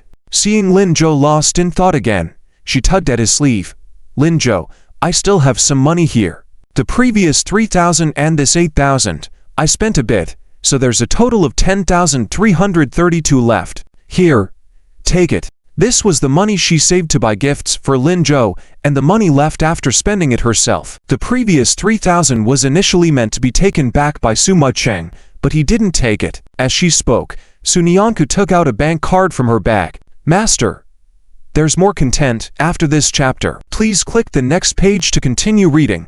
It gets even more exciting. This card was opened after she received a prize, and all the money was deposited into it. As she handed it to Lin Zhou, a smile appeared on her face. The password is... Before she could finish, Lin Zhou interrupted her. He looked at her with eyes gleaming. This girl, she used the prize money to buy him a pair of shoes and a wallet, and most of the remaining money she hadn't spent. She was so thrifty. Yet, at this moment, she took out all the money and gave it to him. Did she even realize how charming this action was? Damn. It felt like there was sand in the corner of his eyes. Lin Zhou raised his hand and gently rubbed Sunyanku's hair. I don't need it. I'm not short of money. And even if I were, I would earn it myself. Keep your money safe and use it slowly. But when I can't afford to eat, I'll come to you for a meal, and you'll feed me. We're not at that point now. Okay. Sunyanku could only nod. After thinking for a while, she still felt something was off. She turned back and said seriously, if you need anything, you must tell me. Afraid Lin Zhou wouldn't speak up, she emphasized it repeatedly. All right, I'll definitely tell you. Lin Zhou nodded. Just as he was about to say something else, the voice of Quan Guoguo came from a distance. Sunyanku. Lin Zhou, you've arrived. What are you talking about here? Sunyanku. Why do you have a bank card in your hand? Giving it to Lin Zhou. I am. Sunyanku was at a loss for words for a moment. She showed me her newly issued bank card. Lin Zhou explained with a smile. Sunyanku quickly nodded and handed her bank card to Qian Guoguo. Yes. This is my first bank card. Oh, all right. Qian Guoguo seemed somewhat skeptical, but didn't expose them. Where are we buying the yearbook? The boutique over there. Let's go. I heard they sell nice ones, and cheap too. Qian Guoguo grabbed Sunyanku's arm and started walking ahead. After pulling a few times, she realized Sunyanku had no intention to move. Confused, Qian Guoguo turned back and saw Sunyanku carefully putting away her bank card and not moving an inch. Lin Zhou was also standing still. Qian Guoguo asked, "What's wrong? Aren't we going?" Sunyanku awkwardly nodded. "Not going to that store." Sunyanku hesitantly nodded with a forced smile. "Then where to? You lead the way." Sunyanku sought help from Lin Zhou. She had called Qian Guoguo to go shopping fearing she would refuse, so she didn't tell her that Liu Shiming would also come, originally thinking Liu Shiming would arrive before she did, but he turned out to be slow. How to explain this now? Lin Zhou, seeing this, asked, Do you guys want bubble tea? Chan Guoguo directly refused. I just had lunch. Let's quickly buy the yearbook. I have something to do in the afternoon and need to go home early. Chan Guoguo rejected. Sunyanku also instinctively said, I also. The word no was at her lips when she suddenly realized Lin Zhou's gaze on her. Sunyanku quickly changed her response. I do want to drink. Though she had just eaten and was full, this cup of bubble tea seemed necessary. Chan Guoguo's reaction was puzzling, so she stood there waiting. Sunyanku silently praised Lin Zhou and then said to Chan Guoguo, It's okay. Lin Zhou's bubble tea must be delicious. Chan Guoguo, drink up. It won't take long. Reluctantly, Chan Guoguo complied, and they waited together for a while, but Lin Zhou didn't return. Chan Guoguo started getting anxious. Sunyanku, did Lin Zhou get lost? Should we go find him? Sunyanku hesitated. He shouldn't, right? She glanced a little further and saw Lin Zhou standing behind the crowd with 3 cups of bubble tea. Watching them, Chan Guoguo was puzzled, unable to pinpoint what was wrong but waited there. Sunyanku quietly gave a thumbs up to Lin Zhou, then took Chan Guoguo's arm, saying, It's nothing. Lin Zhou's bubble tea must be worth the wait. Chan Guoguo, drink up. It won't take long. Okay. Chan Guoguo reluctantly acquiesced. They waited together for a while but Lin Zhou didn't return. Chan Guoguo became impatient. Sunyanku, maybe Lin Zhou got lost. Shall we go find him? Sunyanku was startled. Guoguo, Liu Shiming hadn't arrived yet. What to do? How to stall Chan Guoguo? Sunyanku was getting anxious. Suddenly, she heard a familiar voice behind her. Sunyanku, are you all here? Where's my buddy Zhou? Oh. Chan Guoguo, you're also here. It was Liu Shiming's voice. Sunyanku finally felt relief and grabbed Chan Guoguo's arm. Guoguo, Liu Shiming is here. Chan Guoguo was taken aback and quickly adjusted her expression. Are you waiting for Liu Shiming with Lin Zhou? No. No. Sunyanku explained in a panic. Since she wasn't good at lying, she was flustered. Just when she didn't know what to do, she heard Lin Zhou's voice saying, Liu Shiming, you're here too. I didn't buy your bubble tea. Sunyanku, Chan Guoguo, one for each of you. Sorry, I suddenly needed the restroom, so it delayed a bit. Lin Zhou handed out 2 cups to Sunyanku and Chan Guoguo. Sunyanku finally realized, right? Guoguo, were we waiting for Lin Zhou's bubble tea? Why did we wait for Liu Shiming? We didn't even know he was coming. An embarrassed Liu Shiming listened to their conversation. Finally, he said, Oh, right. I passed by here and saw you guys standing here, so I came over. Hey, what are you doing? Sunyanku earnestly replied. We're going to buy the yearbook. Oh, perfect. I haven't bought mine yet. Let's go together. He moved closer to Chan Guoguo. Chan Guoguo subconsciously stepped back, but Sunyanku said, All right, let's go together. Realizing she couldn't make decisions for others, Sunyanku quickly looked at Lin Zhou and Chan Guoguo. Is it okay? Lin Zhou nodded. I'm fine with it. They all agreed, and Chan Guoguo reluctantly nodded. All right, let's go. Without looking back, she walked forward. Liu Shiming faced Lin Zhou and Sunyanku, revealing a bitter expression. What should he do? Chan Guoguo still ignored him. Go after her. Lin Zhou's voice suddenly sounded in his ear. Liu Shiming was stunned. Saying can I? You won't know until you try. If you don't go after her, it will never work. But what should I say when I catch up? Catch up first and then say. Just go with the flow. Speak as you usually do. Okay, I'll try. Liu Shiming was nervous, but trusted Lin Zhou wouldn't mislead him. He walked hesitantly forward. After a few steps, Lin Zhou called out, Hey, Liu Fatty. Remember to reimburse the bubble tea. Sure, I'll reimburse you in a while. Liu Shiming didn't mind missing out on bubble tea. His mind was preoccupied with figuring out how to reconcile with Chan Guoguo. With Lin Zhou and Sunyanku away, and Chan Guoguo ignoring him, Liu Shiming suddenly felt that life was meaningless. Extremely pointless. He didn't want to live a single second like this. He just had to appease Chan Guoguo. Next time when Lin Zhou and Sunyanku were not around, he wouldn't be this bored. Thinking like this, Liu Shiming quickened his pace. Chan Guoguo had been walking for quite a while. As she walked, she muttered curses silently in her heart. Liu Shiming, this jerk, such a jerk. How could there be a guy like him? Really? She had been walking for so long, and he didn't even catch up to say a word.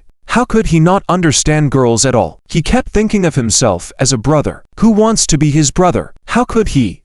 How could he? How could he for so long? Chan Guoguo didn't even know what she wanted Liu Shiming to do. She just felt extremely irritated. Hey, Chan Guoguo, wait for me. Suddenly, Liu Shiming's voice came from behind, and Chan Guoguo's heart jumped with joy. Did this guy finally come to his senses, knowing to come find her? Unconsciously, Chan Guoguo smiled, but soon, she hid her smile. No, she couldn't let Liu Shiming see her like this, or he would be too pleased with himself. Let's see what he wants first. Chan Guoguo intentionally slowed her pace. Liu Shiming caught up to her with 3 quick steps, panting, and exclaimed, Chan Guoguo, why are you running so fast? It tired me out. Chan Guoguo glared at him, not saying a word. Liu Shiming didn't give up. Chan Guoguo, don't be angry. I know I was wrong. Let's make up. A real man can bend. In order not to eat alone in the future, he had to lower his head. Upon hearing this, Chan Guoguo's heart blossomed with joy. Indeed, being angry for a few days was helpful. Liu Shiming was apologizing. Good job. Maybe she could forgive him a bit. What did you do wrong? Chan Guoguo asked, crossing her arms and waiting for Liu Shiming's answer. Liu Shiming was suddenly at a loss. What did I do wrong? Where did he go wrong? He had no idea, but since Chan Guoguo asked, it must mean his apology was correct. He scratched his head, hesitated for a while and finally said, I was wrong not to tell you I was also buying a yearbook. Chan Guoguo, Liu Shiming, wait, let me think about it some more. Liu Shiming rubbed his head, paced back and forth, trying to figure out where he went wrong. Chan Guoguo watched him seriously. Not far from them, Lin Zhou and Su Nianku held a cup of milk tea. Watching them, Lin Zhou, do you think Liu Shiming will succeed? Succeed at what? Winning over Chan Guoguo? Well, that's hard to say. Chan Guoguo waited for a while, but didn't hear Liu Shiming's next words. She got impatient. Liu Shiming, have you figured it out? Oh, I have. I said you weren't gentle last time on the playground. I was wrong. You are actually very gentle. Chan Guoguo was overjoyed to hear this praise from Liu Shiming for the first time. For some reason, she felt a bit nervous. Where am I gentle? This was the first time Liu Shiming had praised her. Somehow, she felt a bit inexplicably nervous. Liu Shiming fell into contemplation again. Where are you gentle? Well, let me think. After stammering for a while, Liu Shiming couldn't find any words. Chan Guoguo instantly understood his intention and got angry. Liu Shiming, are you teasing me? Not. How am I teasing you? You are really gentle. You are simply the gentlest girl under the sky. She knew it. She knew he was mocking her. Crazy. Going crazy. Liu Shiming, you really are a big jerk. After scolding him, Chan Guoguo turned and walked away. Hey. Chan Guoguo. Wait. Liu Shiming was confused. Why are you mad again? He wanted to ask Lin Zhou for advice, but realized it seemed too late. Liu Shiming had to use his last move, quickly catching up to Chan Guoguo and blocking her path. Chan Guoguo, I brought you a gift. Don't go. Chan Guoguo stopped in her tracks. A gift? This guy was actually going to give her a gift. If that was the case, then he didn't seem too bad, not entirely clueless. Maybe there was hope for him to learn. So, she looked at Liu Shiming expectantly. Liu Shiming nodded repeatedly. Yes. Wait, let me get it for you. With that, he took off his backpack. Chan Guoguo stared at the huge basketball stuck inside the almost exploding backpack. Liu Shiming said, last time when I was playing basketball on the court, I noticed you were staring at the ball in my hands, so I guessed you liked it. So, I specially bought one for you. Chan Guoguo heard this with a mix of emotions. She felt flattered and embarrassed to ask, how? Am I nice? This was the first time Liu Shiming had complimented her. She felt a bit nervous for some reason. Well, Liu Shiming didn't give up entirely. He continued to unravel the situation as best he could, involving comedy and confusion. And Zhou the Reed, wooden head. Liu Shiming is really clueless. Chan Guoguo was close to tears. Her eyes turned red, but she quickly composed herself. Behind her, Liu Shiming was completely dumbfounded. Chan Guoguo. No. What's wrong with you again? Wait for me. Hey. Wait for me. I haven't given you your gift yet. Hey. After calling out for a while, he noticed that Qian Guoguo was walking faster and faster. Liu Shiming had to stop, turn around, and asked Lin Zhou with a worried expression, "What should I do, Zhou?" Lin Zhou, seeing Liu Shiming holding a basketball in front of him, sighed silently. Then he walked up, gently patted Liu Shiming's shoulder, and said with heartfelt advice, "Good buddy, you deserve to be single." He shook his head and walked forward with Sun Yanku. Liu Shiming was even more puzzled. "No. What about Qian Guoguo? Zhou, your method is not working." Seeing that no one was paying attention to him, he muttered to himself, "What does being single have to do with this? Wait for me. Why are you running so fast?" Soon, they arrived at a boutique. Qian Guoguo headed straight to the section for choosing classmate yearbooks.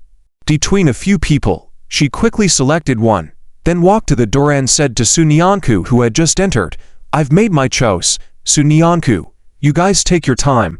I have something to do. I'll go back first." "Oh. Okay." Sun Yanku knew that Qian Guoguo was upset, so she didn't dare to say anything and just nodded. When Liu Shiming rushed over, he happened to see Qian Guoguo paying for the classmate yearbook. Then, expressionless, she passed by him and walked outside. She didn't even acknowledge him. Liu Shiming was anxious. Qian Guoguo, I haven't finished shopping yet. Can you wait for me? Qian Guoguo. Not getting any response, Liu Shiming could only watch helplessly as Qian Guoguo quickly left. He came in front of Lin Zhou with a dejected look. "Zhou, did I mess up again?" "Probably. What should I do?" "Chill out." "Ow.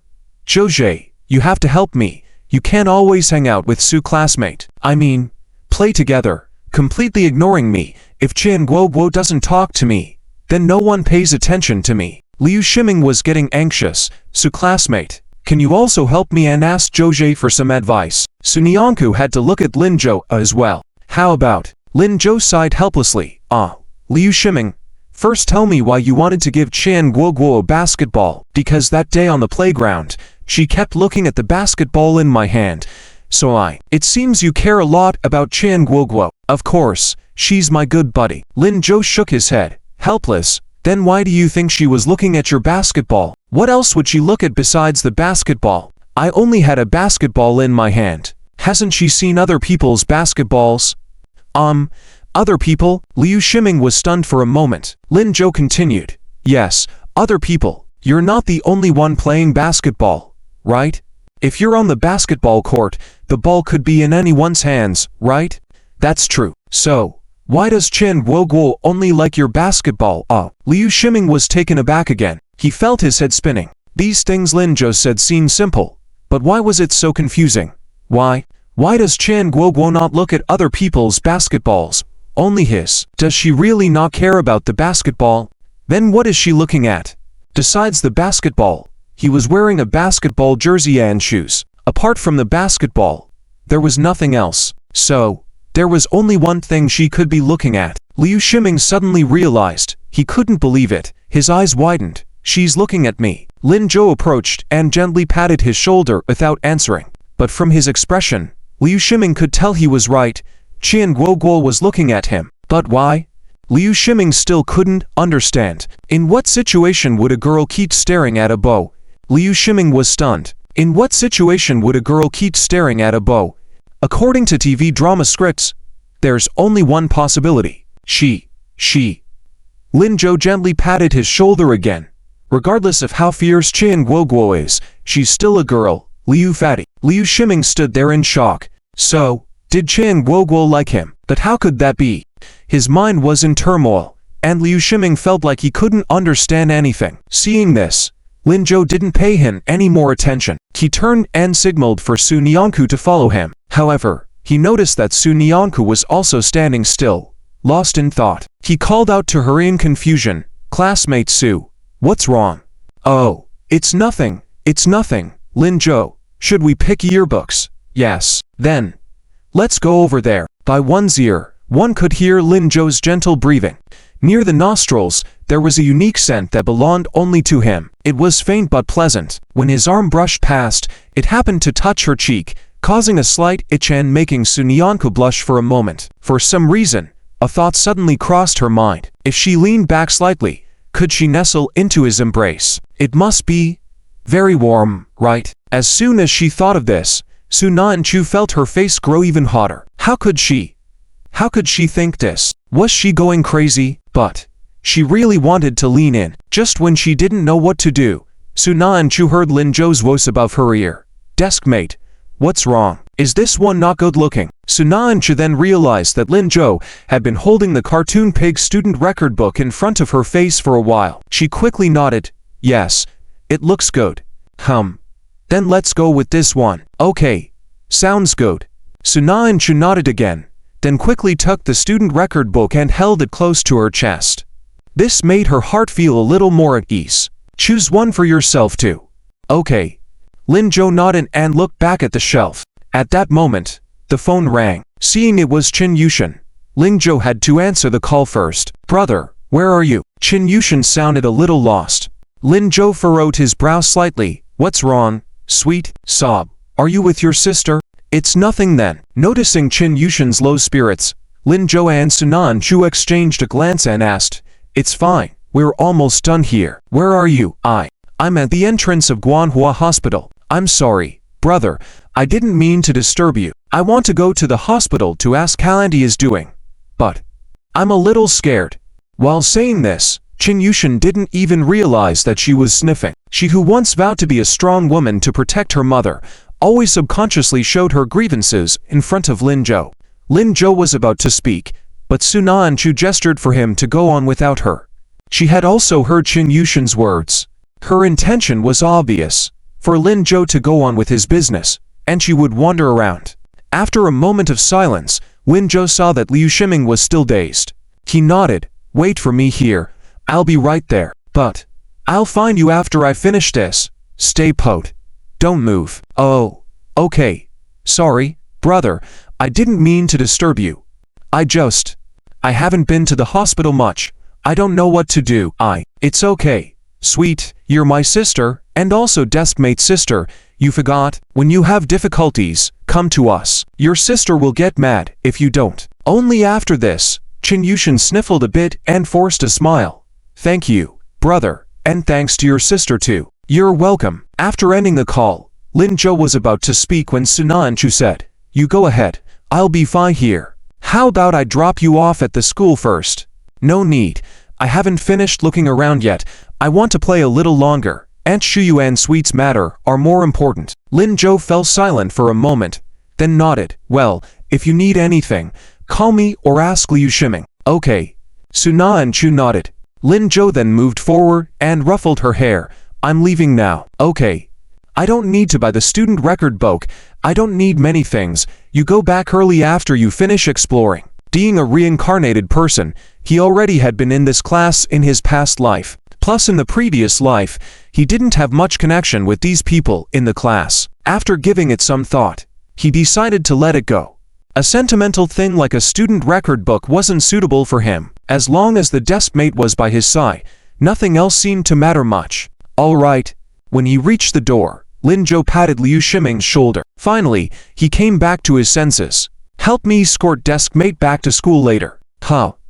Where are you going, Zhou? I have something urgent. Huh? Zhou, I still have many questions to ask you.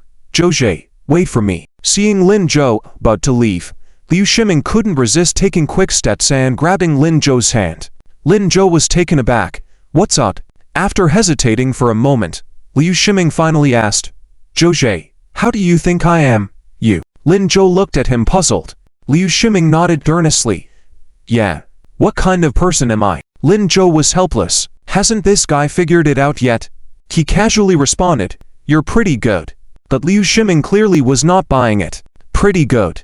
But why do I feel I'm not good at all? Huh? Where is that coming from? Look at me.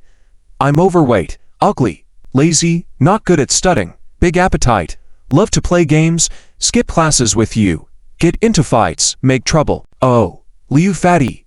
Zhou, let me finish. Look at me. I'm the poor student in the eyes of the teacher, not good at sports. My parents aren't too hopeful for me. I'm just terrible in every aspect. The young master. There are more to this chapter. Please click next page to continue reading. It gets more exciting. Stop. Lin Zhou couldn't bear to listen any longer. He quickly stopped him. Fatty, you actually want to ask why Quan Guoguo likes you, don't you? Yes, Liu Shiming was a bit dazed. Since his talk with Lin Zhou, until now, his mind was full of these thoughts. How could Quan Guoguo like him? How could Quan Guoguo like him? He was so bad. So why would Quan Guoguo like him? She was excellent, kind, and nice. She could like many people. But why would she like him? It must be, Lin Zhou had made a mistake, right? Zhou Zhe, are you sure she likes me? Lin Zhou felt even more helpless. Liu Shiming, do you think you need a reason to like someone? Liking someone doesn't need a reason. Once you like them, good or bad, they are all good. Do you understand? Even if you are ordinary, mediocre, if she likes you, she likes you. All your shortcomings will turn into strengths in her eyes, and then be greatly magnified. That's what liking someone is about. But, let it go. Ponder on that. Lin Zhou patted Liu Shiming's shoulder again and turned to leave. He didn't see that behind him, Sunan Chu was watching his retreating figure. Stunned, equally stunned was Liu Shiming. Only after Lin Zhou had gone quite far did he come to his senses. Right? Do you need a reason? No. You don't, right? Yeah. Probably no need. After repeating this to himself twice, Liu Shiming turned and saw the dazed Sunan Chu. He called out in confusion, "Student Su, what's wrong with you?" Sunan Chu reacted in a panic. She quickly turned around and went to the shelf of classmate albums, pretending to be very busy. "I'm fine. I was just thinking, maybe I should buy another classmate album. Yes, I should buy another one." As she spoke, she quickly picked up the classmate album with a dark blue cover. As she stood with her back to Liu Shiming, she nervously swallowed a mouthful of saliva. Lin Zhou's words kept echoing in her ears. Do you need a reason to like someone? Once you like someone, you like them. Good or bad, everything is good. Even if you are mediocre or lousy, if she likes you, then she likes you. Your flaws will turn into strengths in her eyes and be magnified infinitely. That's what liking someone is all about. That's what liking someone is all about. Sunan Chu thought, accepting everything about the other person, liking everything about the other person. So, how did Lin Zhou see her? Sunan Chu, didn't you already buy a classmate album? The two you have now are for bows. You. Liu Shiming looked at Sunan Chu, who was at a loss, somewhat stunned. Sunan Chu was startled once again. Without lifting her head, she said, right, they are for bows. I bought them for Lin Zhou. But didn't he just say? Although stunned, Liu Shiming still heard Lin Zhou's final words. He said he didn't want them, but... Sunan Chu paused for a moment before saying, but I think it's nice to have one. All our classmates must want to write messages for him, right? After all, Lin Zhou had helped so many people. He was now the idol of the entire class. They surely didn't want to say goodbye to him. Liu Shiming, you're almost graduating, right? You haven't spoken to Lin Zhou much. Well, I guess. Not really. So, I bought one for him, secretly. Sunan Chu smiled as she said this, her eyes forming crescents. She seemed very happy. For some reason, a question suddenly popped up in Liu Shiming's mind. Su classmate, what is it like to like someone? I think you would think about them all the time, Sunan Chu said. Really? Yes. That's how it is. Whatever you think about, whatever's on your mind, it's always that person. At least, that was how she felt now. Liu Shiming was taken aback. Recently, all he could think about was Quan Guoguo. Even when Lin Zhou went out to take exams, he wasn't very worried. Before, he had thought it was because Lin Zhou and Sunan Chu had such good grades that he didn't need to worry. Of course, that was one reason, but now, he realized there was another, more important reason. Quan Guoguo. He found himself unintentionally looking at her during class. The day before yesterday, she had sneakily eaten bubble gum during English class. The day before that, she had fallen asleep in chemistry class and drooled. The day before that, she seemed to have stomach pain during physics class and rushed to the bathroom as soon as it ended. The day before that, she and Li Xian had lunch together in the cafeteria, but she seemed absent-minded and unhappy. The day before that, these scenes, each detail, appeared clear as day in Liu Shiming's mind. He suddenly realized that his eyes and heart were focused on Chen Guoguo. This, could it be? He also liked Chen Guoguo. Wasn't he always treating Chen Guoguo as a sister? Damn. Did his sisterly regard turn into something more? Liu Shiming's expression changed suddenly, and for a moment, he didn't know how to react. Suna and Chu didn't disturb him. She watched him carefully for a while. Finally, she picked up a Classmate album with a black cartoon dog cover and went to the checkout counter. After paying, she carefully put the 2 Classmate albums in her backpack, called the bewildered Liu Shiming, and left the boutique, heading back to school. Meanwhile, Lin Zhou had arrived at the entrance of Wanhua Hospital. He saw Qin Yushin standing pitifully in a corner and walked over. Sweetie, didn't we agree that I would come to the hospital to inquire? How did you get here on your own? I didn't have anything to do at home. I wanted to make something for my aunt, but she lowered her head in disappointment. Her lack of social experience became evident as she entered the hospital, feeling quite lost. It's okay, let's go. I'll take you in. Okay. Qin Yushin clasped her hands together anxiously. Did I disturb you and your sister? She mumbled apologetically. Sweetie, if you talk like that, I'll have to call you Suna and Chu's sister. I won't say any more. Okay. Lin Zhou took Qin Yushin into the hospital. He had also planned to finish buying Classmate albums with his little desk partner this afternoon before coming to the hospital. Unexpectedly, Sweetie beat him to it. At the outpatient inquiry desk, the girl working there warmly asked them, "What's wrong? Where does it hurt?" "Oh, we're not here for treatment, young miss. Our aunt was here a few days ago, and we wanted to know what department she visited and what the diagnosis was." "A few days ago? Your aunt? Do you have her ID card?" "Ow." Lin Zhou looked at Qin Yushin, who was also stunned. ID card? Yes, we need the patient's ID to retrieve information, but we are her family.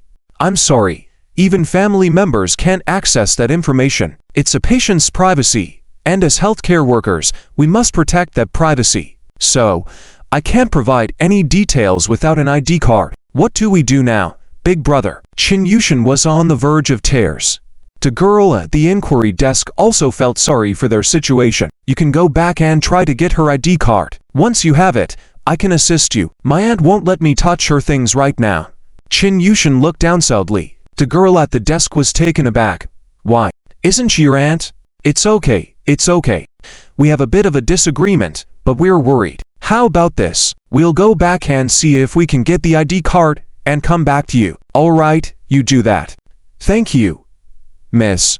Lin Zhou led Qin Yushin away. As they reached the hospital's entrance, Qin Yushin burst into tears. "Big brother, it's okay. We'll figure something out." Without the ID card, their task seemed impossible. It wouldn't be ethical for the hospital to disclose a patient's information without proper authorization. "My aunt absolutely won't let me have her ID card. What should we do?" "Don't worry. Let me think." Lin Zhou was silent when he suddenly saw a familiar face at the hospital entrance.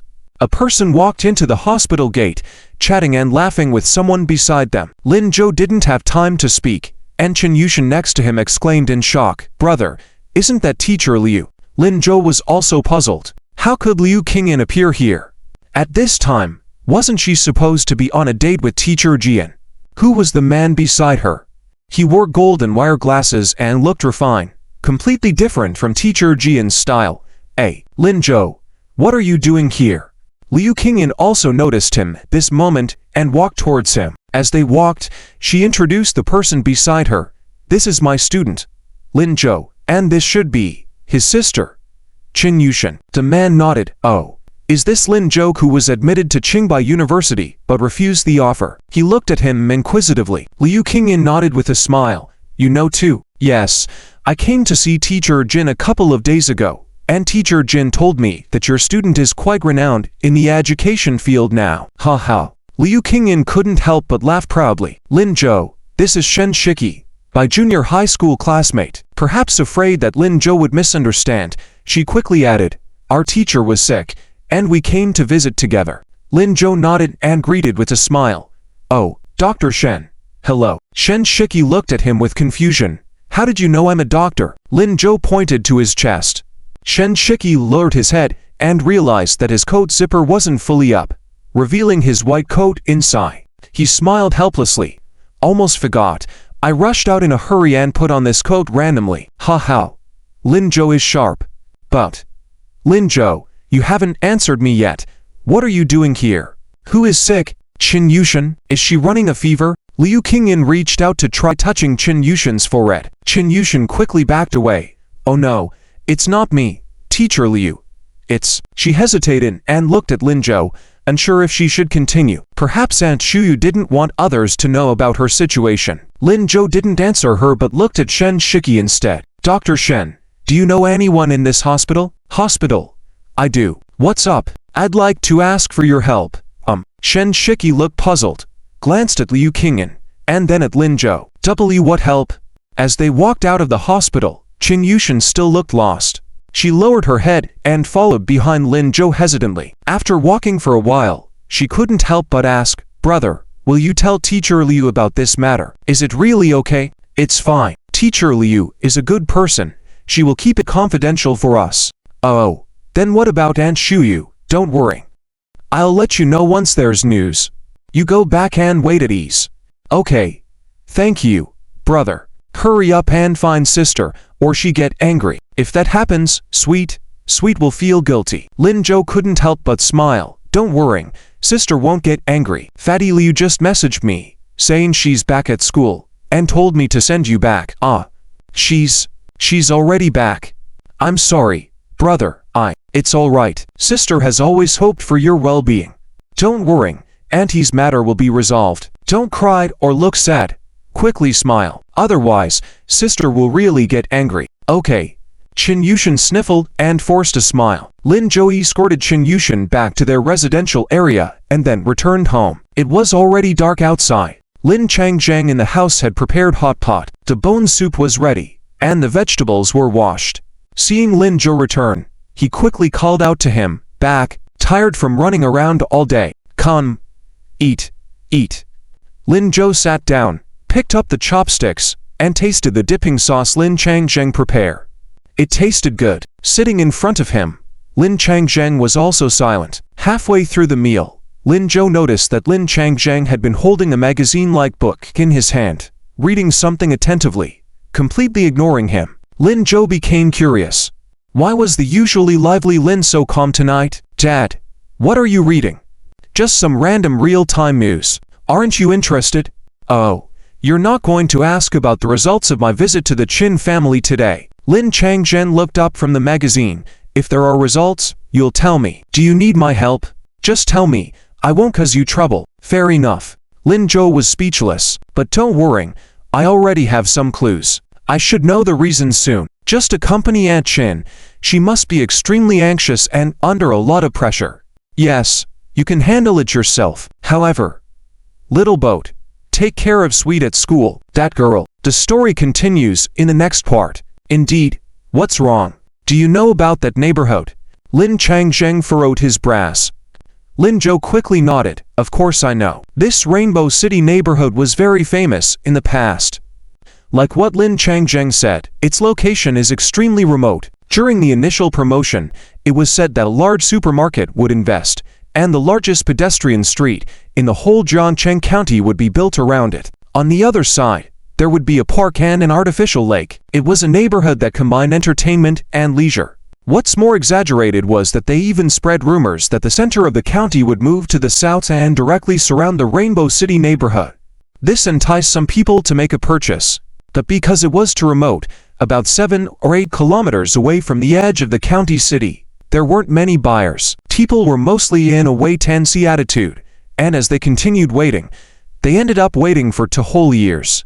Rainbow City neighborhood was completed, but there were not even supermarkets around, let alone an artificial lake or park. The undeveloped land looked like wild grassland. Some said it was because the boss who was supposed to invest in the supermarket ran away and no longer intended to build it. Rainbow City had turned into a desolate place. Those who had bought houses were almost going mad, cursing the developers everywhere.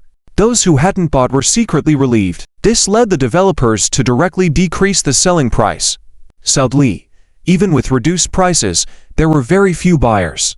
No one wanted to go to such a remote place. Unexpectedly, A week after the sales, the government of Zhangcheng County suddenly announced that the largest supermarket in Danyuan Province, Dayuan Plaza, would be coming to Zhangcheng County. Dayuan Plaza was like a myth in the hearts of people in the entire Danyuan Province. They were very good at choosing locations. Wherever they went, it would bring about a qualitative leap in the local economy. Property prices would also soar. And the location they chose happened to be next to the Rainbow City neighborhood, not too far or too close from the center of the county city. Their reason was the land there was cheap, more convenient for building a pedestrian street, and more suitable for their development. When Dayuan Plaza arrived, the people of Zhangcheng County went crazy. They flocked to the Rainbow City neighborhood, hoping to grab a house. After all, with Dayuan Plaza present, Rainbow City would sooner or later become the new center of Zhangcheng County. But the developers weren't fools either.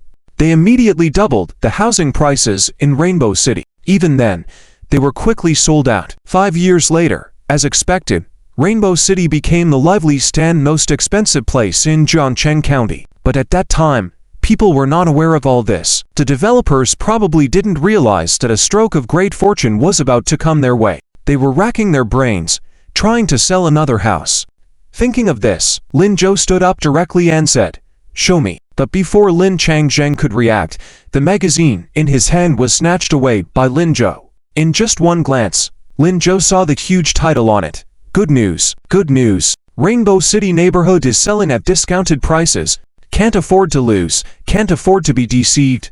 Just spend 200,000, and you can move into a new house. Rainbow City, the harbor in your heart, your most beautiful home. Straight discounts, directly reduced by 100,000 yuan. Come quickly to buy your home. Flipping through several pages, Lin Zhou burst into laughter. It's this cheap. The originally 37 to 38,000 yuan house was now selling for 27 to 28,000 yuan per square meter. A 100 square meter house had indeed become cheaper by 100,000 yuan, with a total price of only 278,000 yuan. Lin Changzheng snorted coldly, complaining as he spoke. This is still cheap. Who would want that place for even 100,000 yuan? They're requiring buyers to pay at least 100,000 yuan upfront before signing a contract. They must be crazy. Who would buy that? Dad. Lin Zhou almost ignored Lin Changzheng's scolding, looking at him with joy in his eyes. How much money do we have at home? Just as Lin Changzheng was about to continue his scolding, Lin Zhou interrupted. Why are you asking that? Are you planning to? Yes. To buy a house. Lin Zhou didn't intend to hide it from Lin Changzheng. Lin Changzheng was suddenly at a loss for words. It was as if he couldn't swallow the spit in his mouth, but he couldn't spit it out either. He picked up a glass of water and poured himself half a glass, easing himself a bit. Say it again. I said, I want to buy a house. Lin Changzheng swallowed a mouthful of saliva, suddenly having a bad feeling. Buy. Buy where? Rainbow City. Yes. Lin Changzheng stood up in shock. He felt that his son had gone mad. Xiao Zhou, you don't really believe the news in there, do you? Have you looked at what this trashy magazine is about? It's promoting men's health. Can you believe what's written in it? Lin Zhou put down the magazine and said, I don't believe that. Rainbow City will indeed become the county center. That's why. But you feel that what those people lost wasn't enough, right? Where is there a county center? If there was one, would the developers be selling at a reduced price? Lin Zhou suddenly didn't know how to explain. Lin Changzheng was right to worrying. This was indeed the thinking of a rational person. Hence, even with reduced prices, there weren't many buyers for Rainbow City. Dad, hear me out. I'm not listening. I'm not listening. Xiao Zhou, you've just gotten better. You can't act like this. Nonsense. But, Dad, don't call me. I won't give it to you. Drop this idea. The money I've saved is for your university education, getting married and buying a house. It can't be wasted like this. Lin Zhou's heart felt sore hearing this, and he couldn't speak a word. It turned out that Lao Lin had planned everything for himself a long time ago. He didn't even think that he needed money to marry Shulin Nanti. Once he calmed his emotions, Lin Zhou sighed. Okay, Dad, I won't go for it. He did want to buy a house here, and he needed to earn this money. The money was also needed by Li Jima Hot Pot, and he needed it himself. However, taking the money from home, Lao Lin would probably feel uncomfortable, as it was his lifelong savings. He had no rebirth, no inside information, and didn't know the future of Rainbow City, so naturally he wouldn't believe what Lin Zhou said, but would think the money had been wasted. He would have to figure something out on his own. This is more like it. Lin Changzheng finally breathed a sigh of relief. He quickly picked up the magazine from Lin Zhou's hands and tossed it into the trash without hesitation. Don't look at those messy things, let's eat quickly. Okay. Good. Lin Zhou nodded. When he picked up the chopsticks, he thought of something and looked at Lin Changzheng again. But Lao Lin, you don't have to save money for me. I'll save for marriage and buying a house myself. You just need to marry Qing Auntie well and treat her well and take care of yourself and Qin Auntie. What nonsense are you talking? You're my son. How can I not worry? Don't mind my affairs, eat. Lin Zhou simply lowered his head and earnestly started eating. Today's meal seemed particularly delicious. When Su Nianke returned to the dormitory, it was already dinner time. Wang Zhaoqing was not in the dorm, presumably went to the cafeteria. The other people in the dormitory had not returned home for the weekend, so she was alone at the moment. She quickly climbed onto the bed, lying on the pillow, and took out the classmate's record book she had bought, studying it carefully. She was thinking about who to write. Wang Zhaoqing, Wen Cici, Li Xian, Qian Woguo, Liu Mengmeng. Thinking carefully, there were quite a lot of people. This book should be filled, right? She wondered what they would write for her. All in all, she had only been in class 2 of grade 3 at No. 1 high school for just over 2 months, but in these 2 months, she had gotten to know more friends than in the previous 2.5 years. They were all really good people. After tomorrow, she would ask them to write during the class. As for Lin Zhou's book, Liu Shiming, Wang Zikan, Xia Dongqing, Liu Xingchen, and Li Liwei, Finyans. Who should she find first? What are you doing again, Su Nianke? Just as she was thinking, Su Nianke suddenly felt the classmate's record book in her arms being snatched away. Then, she heard Wang Zhaoqing's voice. Su Nianke turned to see Wang Zhaoqing, who had returned at some point, leaning on her bed, holding her classmate's record book. Black cover? Do you have such unique preferences? Without waiting for Su Nianke to answer, she picked up another book next to Su Nianke. Wow, this one looks nice. This must be yours, right? Then, this one is Lin Zhou's. Su Nianke was stunned and instinctively sat up, attempting to snatch the record book from Wang Zhaoqing's hand. You're giving it back to me. How? Don't let me see it. Looks like I guessed right. Ha ha ha, Su Nianke. How did you get Lin Zhou's back too? Did he ask you to write for him first? Wang Zhaoqing directly lay on the edge of Su Nianke's bed, smiling with meaning. Su Nianke blushed instantly. She quickly snatched Lin Zhou's book back. No, it's not. Didn't ask you to write first. How is that possible? Lin Zhou isn't stupid. Unless this record book isn't his. And oh. Muttering to herself, Wang Zhaoqing looked at Su Nianke in shock. The record book in your hands couldn't be someone else's. But Lin Zhou's. Did you buy this for Lin Zhou? Does he know? Su Nianke was completely exposed. Feeling a bit at a loss, Su Nianke hastily grabbed the record back. Ha, looks like I was right. I won't look at this one anymore. Here, give me a pen. Without waiting for her reaction, Wang Zhaoqing picked up a pen from the bedside table, opened the pink pig-themed record book's first page. Since I'm here, I'll write for you. She was about to start writing when she felt a tug on her arm. Wait, Su Nianke said. What's wrong? You won't let me write for Lin Zhou. I understand. I don't know Lin Zhou well either, but why won't you let me write for you? Do you not consider me a friend, Su Nianke? No. Not. Su Nianke instinctively explained, but realizing how awkward she was, she directly grabbed the pink record book, turned the first page, and pointed to the second page. Right here. Wang Zhaoqing was stunned again. After a moment, she smiled. Ha, is the first page reserved for Lin Zhou? Su Nianke lowered her head, not saying anything. Though Wang Zhaoqing could see it clearly, she was acknowledging it silently. Wang Zhaoqing smiled even more happily. All right, I get it. I won't write on the first page, I'll write on the second. That's fine too. After all, in Su Nianke's heart, being second after Lin Zhou wasn't too bad. After finishing writing at one go, Wang Zhaoqing handed the record book to Su Nianke and playfully moved closer to her, asking softly, by the way, about the wallet, did you give it to Lin Zhou? Su Nianke nodded shyly. Wang Zhaoqing suddenly became excited as if she had hit a jackpot.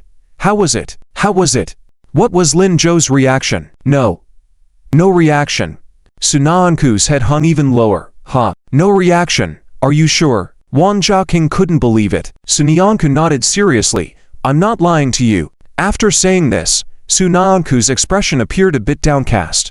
Today, after receiving the wallet, Lin Zhou seemed to have no particular reaction. He just put it away directly and didn't say if he liked it or not. How could her first gift she ever sent out receive such a response? Wang Jiaking also fell silent. However, after a moment, she thought of another question. Sunyanku, did you open the wallet before giving it to him? Open it? No. I didn't. Oh, that's good. Wang Jiaking smiled mysteriously. Sunyanku didn't understand what Wang Jiaking meant. But it seemed like Wang Jiaking didn't need her to understand. She got up and handed a dinner over to Sunyanku. Well, it's all good. I bought an extra dinner. I can't finish it, so you eat it for me. I'm going to read a novel. Oh. Sunyanku took the food in a daze and started to eat in confusion. She didn't fully grasp Wang Jiaking's meaning, but felt awkward asking further questions. She was completely bewildered. That night, Sunyanku kept having strange dreams. It was chaotic, with Lin Zhou's figure everywhere. She was going crazy. Another person who couldn't sleep was Qian Guoguo. Since parting ways with Liu Shiming and the others, she had gone straight home. After throwing the Bob record book randomly on the desk and then throwing herself on the bed, she hadn't even had dinner. She felt gloomy. Her mind was full of Liu Shiming. This guy clearly had lost weight recently. Coupled with Lin Zhou slightly growing his hair longer, she had to admit, he looked quite handsome. As she thought about it, Qian Guoguo couldn't help but smile. But soon, her smile turned into a sad face. What was the point of being handsome? He only knew how to give her a basketball and call her bro. She was losing it. Literally losing it. Qian Guoguo angrily raised her fist and pounded hard on the bed. But she still felt unable to drive away the depression in her heart. After what seemed like a long time, Qian Guoguo finally couldn't take it anymore. She decided to get up and go to the bathroom. At that moment, her phone rang. Thinking it was Liu Shiming calling, without even looking at it, Qian Guoguo answered the call. Then, she heard Lin Zhou's voice. Qian Guoguo, is your dad at home? Sunday. Lin Zhou got up early in the morning, had breakfast with Lin Changzheng, and then left the house together. He first called Sunyanku and said he couldn't go to the library to study with her today due to something urgent, so she should go on her own. Then he headed straight to Qian Guoguo's house. At that time in the Qian household, Qian Yokai was preparing tea in the tea room. After keeping away the best tea leaves, Qian Yokai took out a bag of tea that he usually didn't pay attention to and placed it on the coffee table. Qian Guoguo, who was helping tidy up the tea room, exclaimed, "Dad, what are you doing? Why did you put away the Longjing tea? Who would drink this old tea? Lin Zhou is almost here. Take it out quickly." She directly opened the drawer where Qian Yokai kept his tea leaves and tried to take it out, but was stopped by Qian Yokai. "How? Don't touch it. That tea is for important guests to drink. What does a little kid like you need it for?" "You. Why don't I need it? Isn't Lin Zhou an important guest? He was almost admitted to Tsinghua University. His future is limitless." "What do you mean almost? Wasn't he not admitted?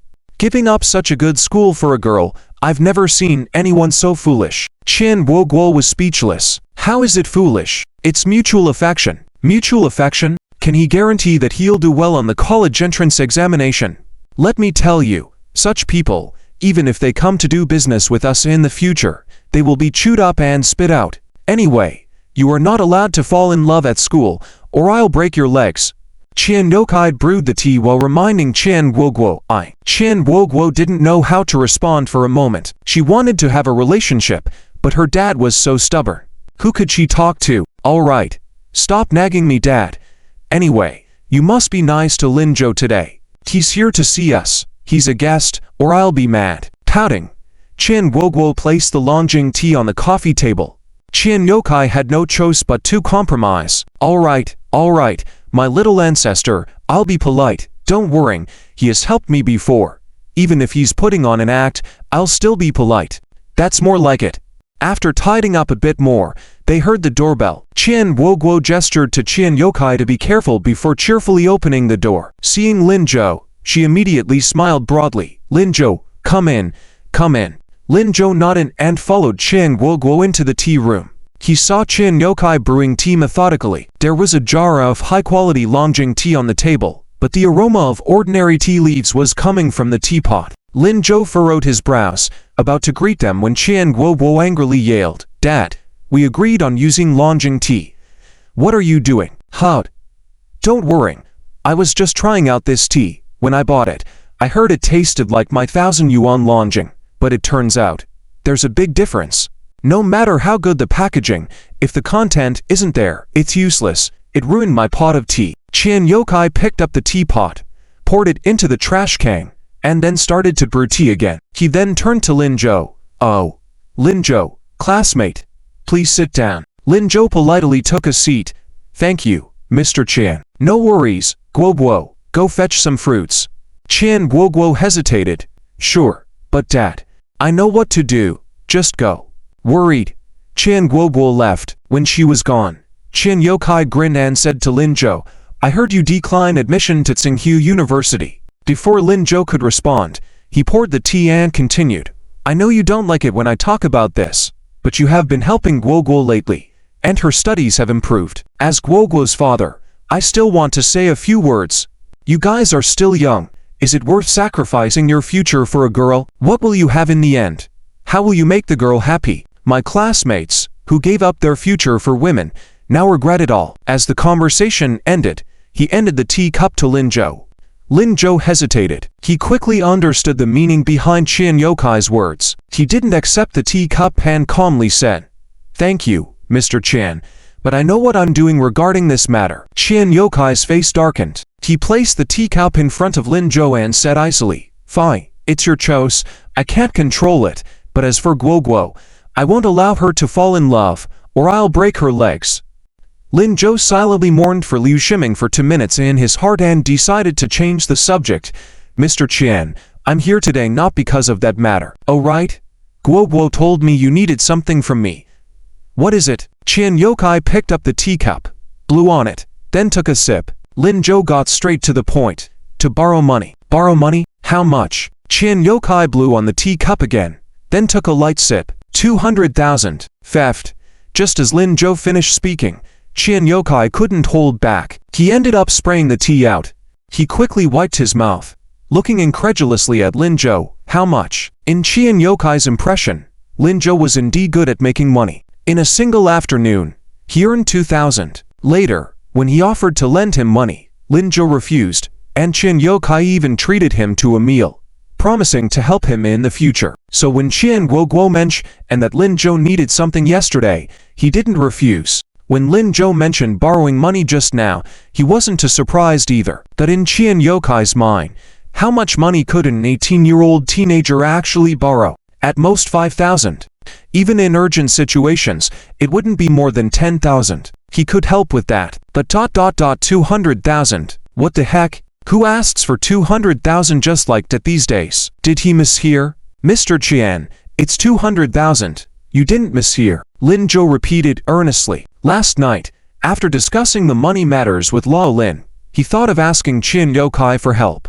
Originally, he wanted to borrow 50,000, but looking at Qian Yokai's attitude, he knew it wasn't possible, so he only asked for 200,000. With 10,000, he could secure one house, and with 200,000, he could secure 2. Once the deal at Daiwan Square was settled, he could sell one house and make 200,000. After giving Li Chansheng 20,000, he would still have some left.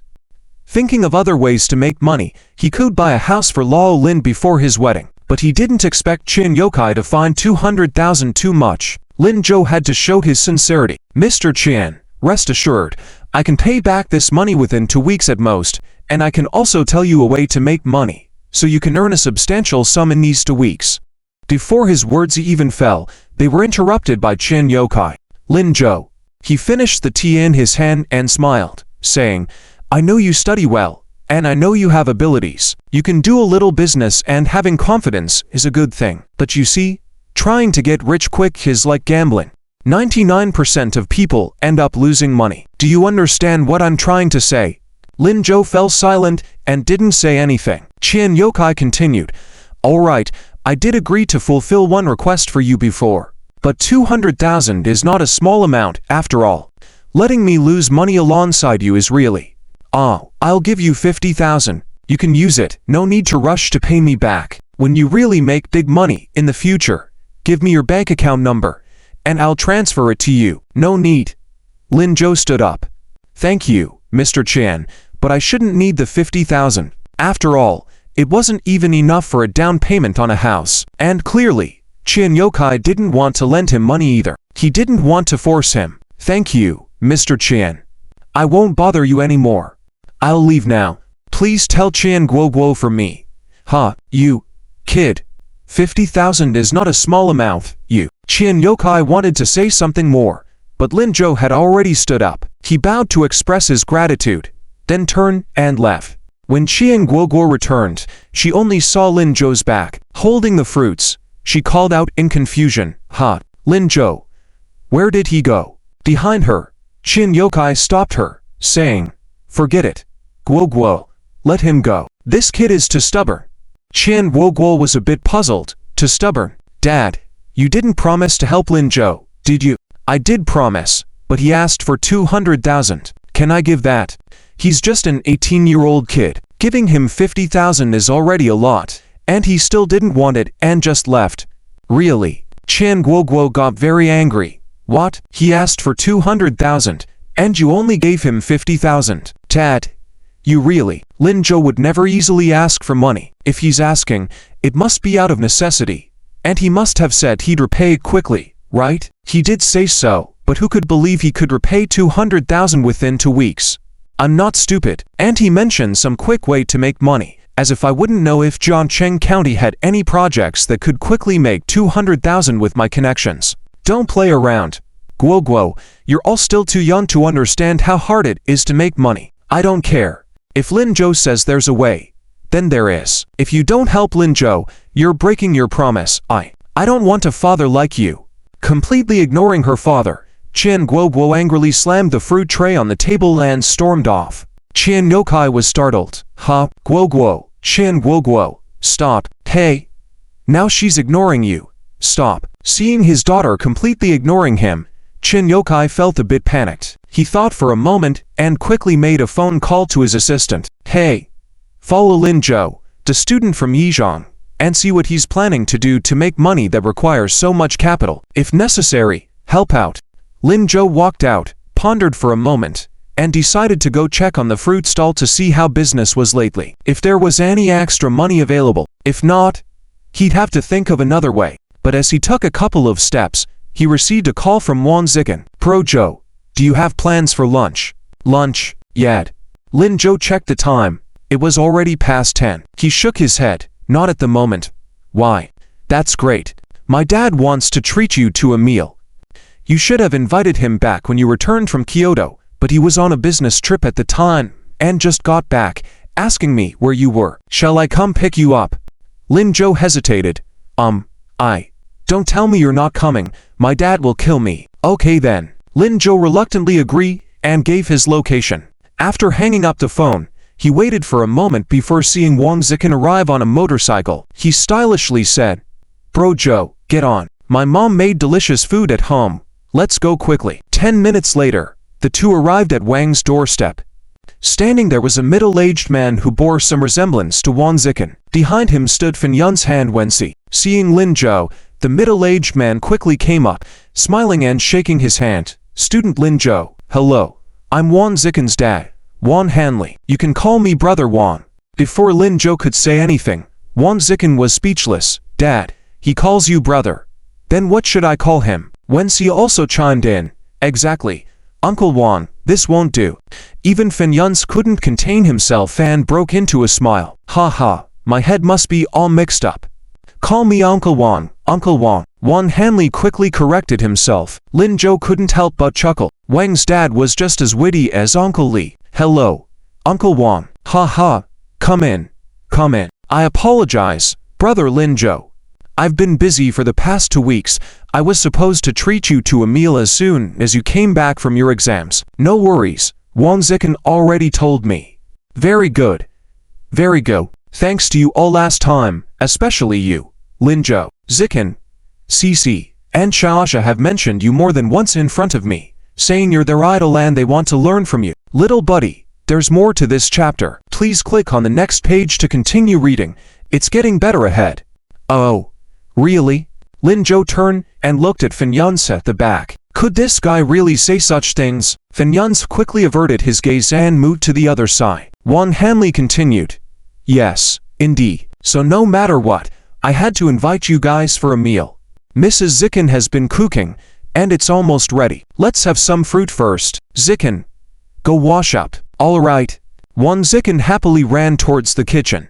Wang Hanli gestured for the others to stay in the living room. The fruit was just washed, and Zhang Finglian peered out from the kitchen. Zikin, Hanli, come set the table. It's time to eat. Coming.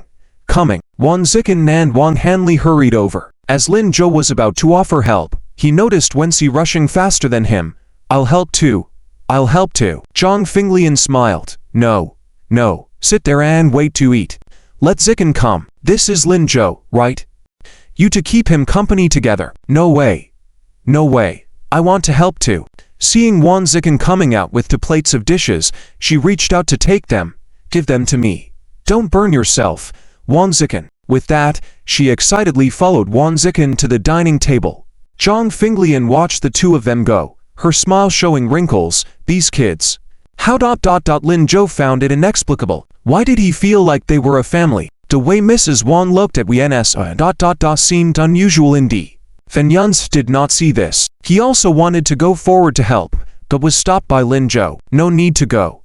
We'll just wait to eat. Fan Yunce furrowed his brows. Do you want to be a third wheel? Fan Yunce was startled and followed Lin Zhou's gaze, looking towards Wang Zikin and Wen Cici. Suddenly, he felt like a third wheel. He quickly stopped in his tracks.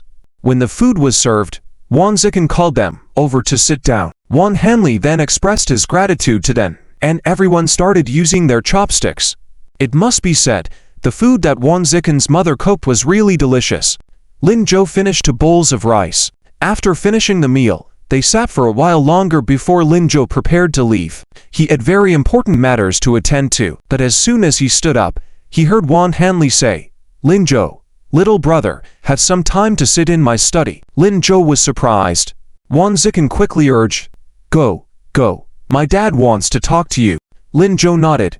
Okay. Wang Hanli's study was not as grand as Qian Yokai's, but it looked particularly simple, yet very tidy. It felt quite homely. Lin Zhou was not polite either. After sitting down, Wang Hanli poured him some water and then sat across from him nervously. For a while, no one spoke. Lin Zhou was filled with confusion. Uncle Wang, what is it? Well, it's like this. After hesitating for a while, Wang Hanli took a note from his pocket and handed it to Lin Zhou. This is for you. Lin Zhou lowered his head to look and saw a check for 200,000 yuan. He was shocked. Uncle Wang, what is this for? Wang Hanli hurriedly said. Lin Zhou, brother, you can't refuse. You've helped our company a lot before. Revived the company from the brink of collapse. Not only did I pay the workers as promised, but also made a huge profit because of your help. Most importantly, because Filia used our company's products, many other companies are now seeking to collaborate with us.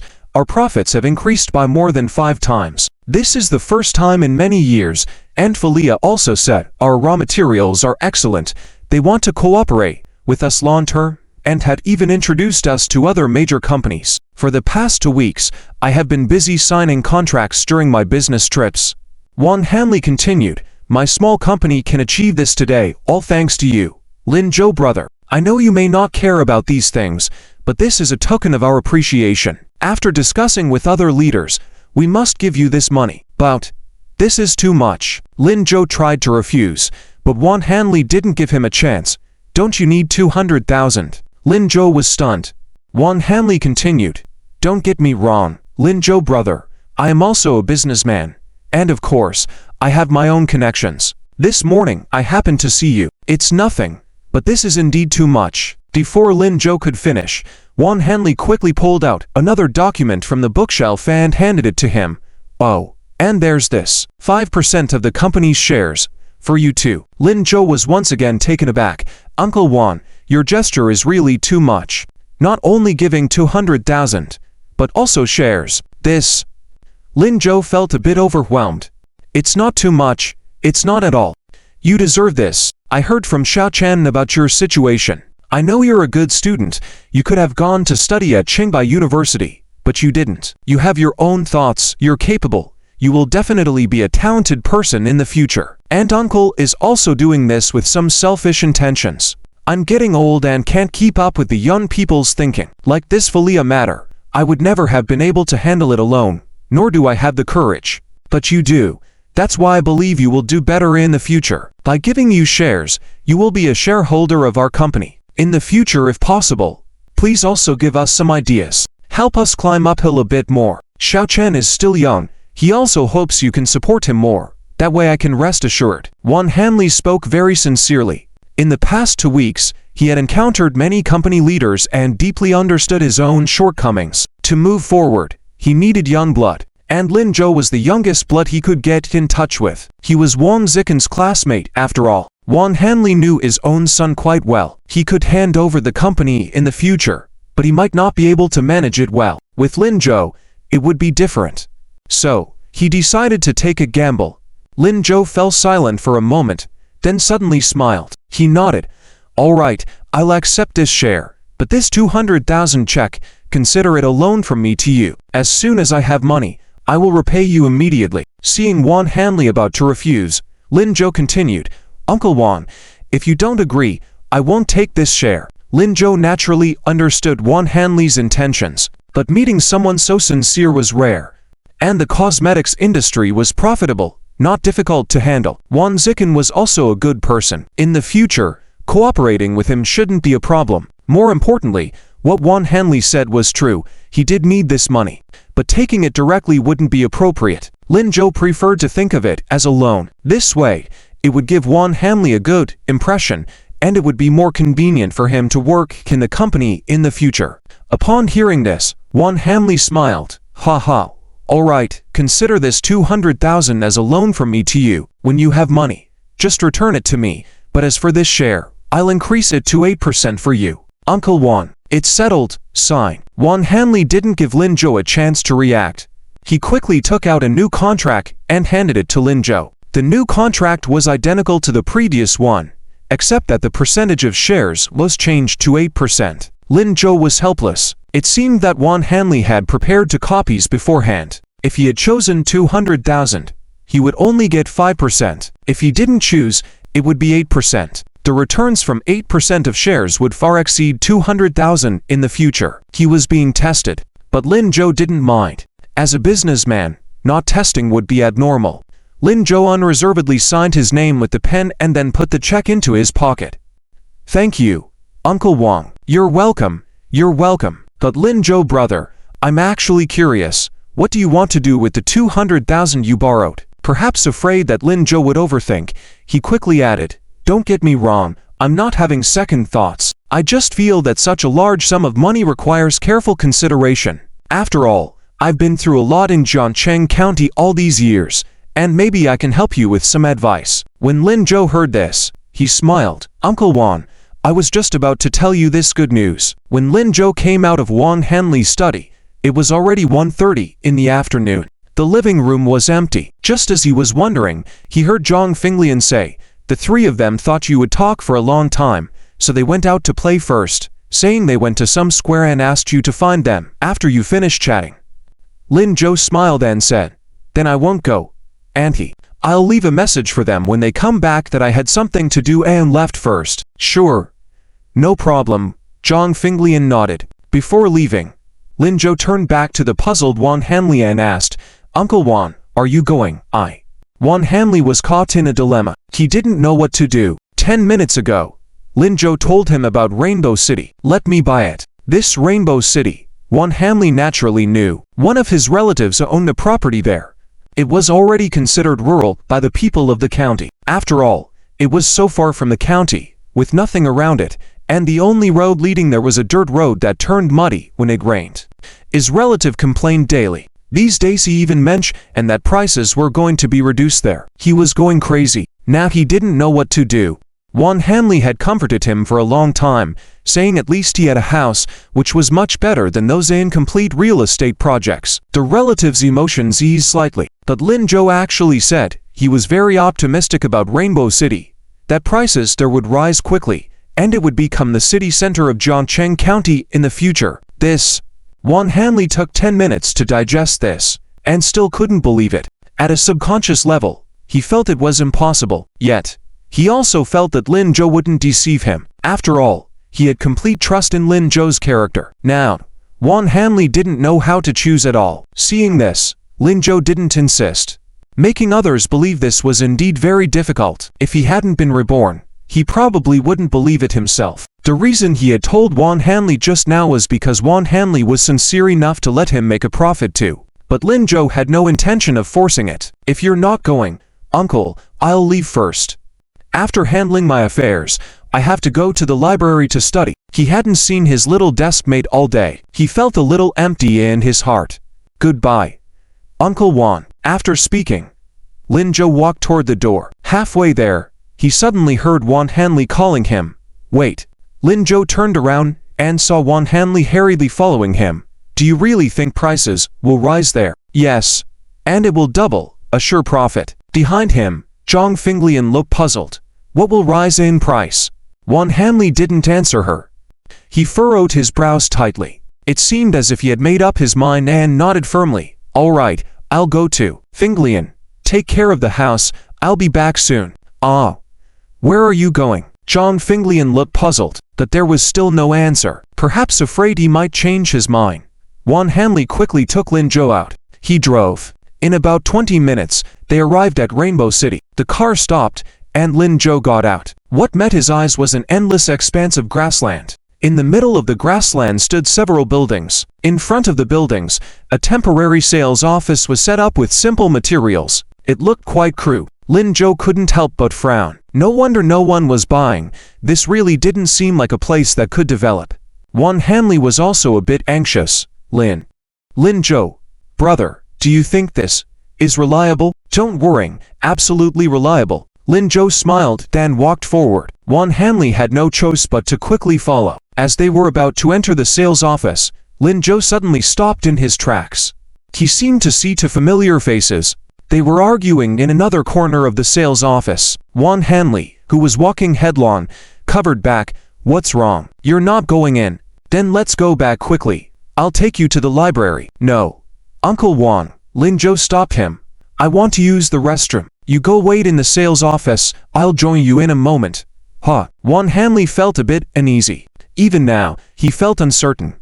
Don't worry, just go chat with the people inside. Understand more about Rainbow City. I'll be right there. All right. Juan Hanley had to turn and walk towards the sales office with 3 steps taken and 2 glances back. After he went in, Lin Zhou's expression turned serious. He turned around and walked towards the 2 people in the corner. The restroom was close by. Lin Zhou walked to the restroom door, but didn't go in. He found a place where the 2 people couldn't see him and listened carefully. Soon, he heard their conversation. Han Yuanmo, what exactly do you want to do? I said I wanted to rent a house. Rent a house. Not look at new houses. Can't you understand? It was Qin Shuyu. Facing her, Han Yuanmo stood with his head down, sounding a little aggrieved. I know, I didn't intend to bring you to see Rainbow City. Wasn't it the agent who tricked us into coming here? The story continued on the next page. Lin Zhou stopped in his tracks, pretending not to see Qin Shuyu as he exclaimed in surprise, Aunt Shuyu, what are you doing here? Qin Shuyu did not answer Lin Zhou's question. She took 2 steps towards him, furrowing her brow and said, Are you here to show your dad and my sister the house? Lin Zhou nodded. Qin Shuyu's brow furrowed even deeper. Stop looking here. Go somewhere else. Her tone was cold, as if she didn't intend to give Lin Zhou a chance to argue back. Why? Lin Zhou continued to play dumb. Don't you do your homework? Can you buy a place like Rainbow City? It's so remote. How will you live in the future? So, she came to stop him from buying Rainbow City. It seems that Aunt Shuyu still cares about him. But I heard that the prices here are going up. Do you believe those rumors too? Those are all tricks the developers use to fool you folks. Aunt.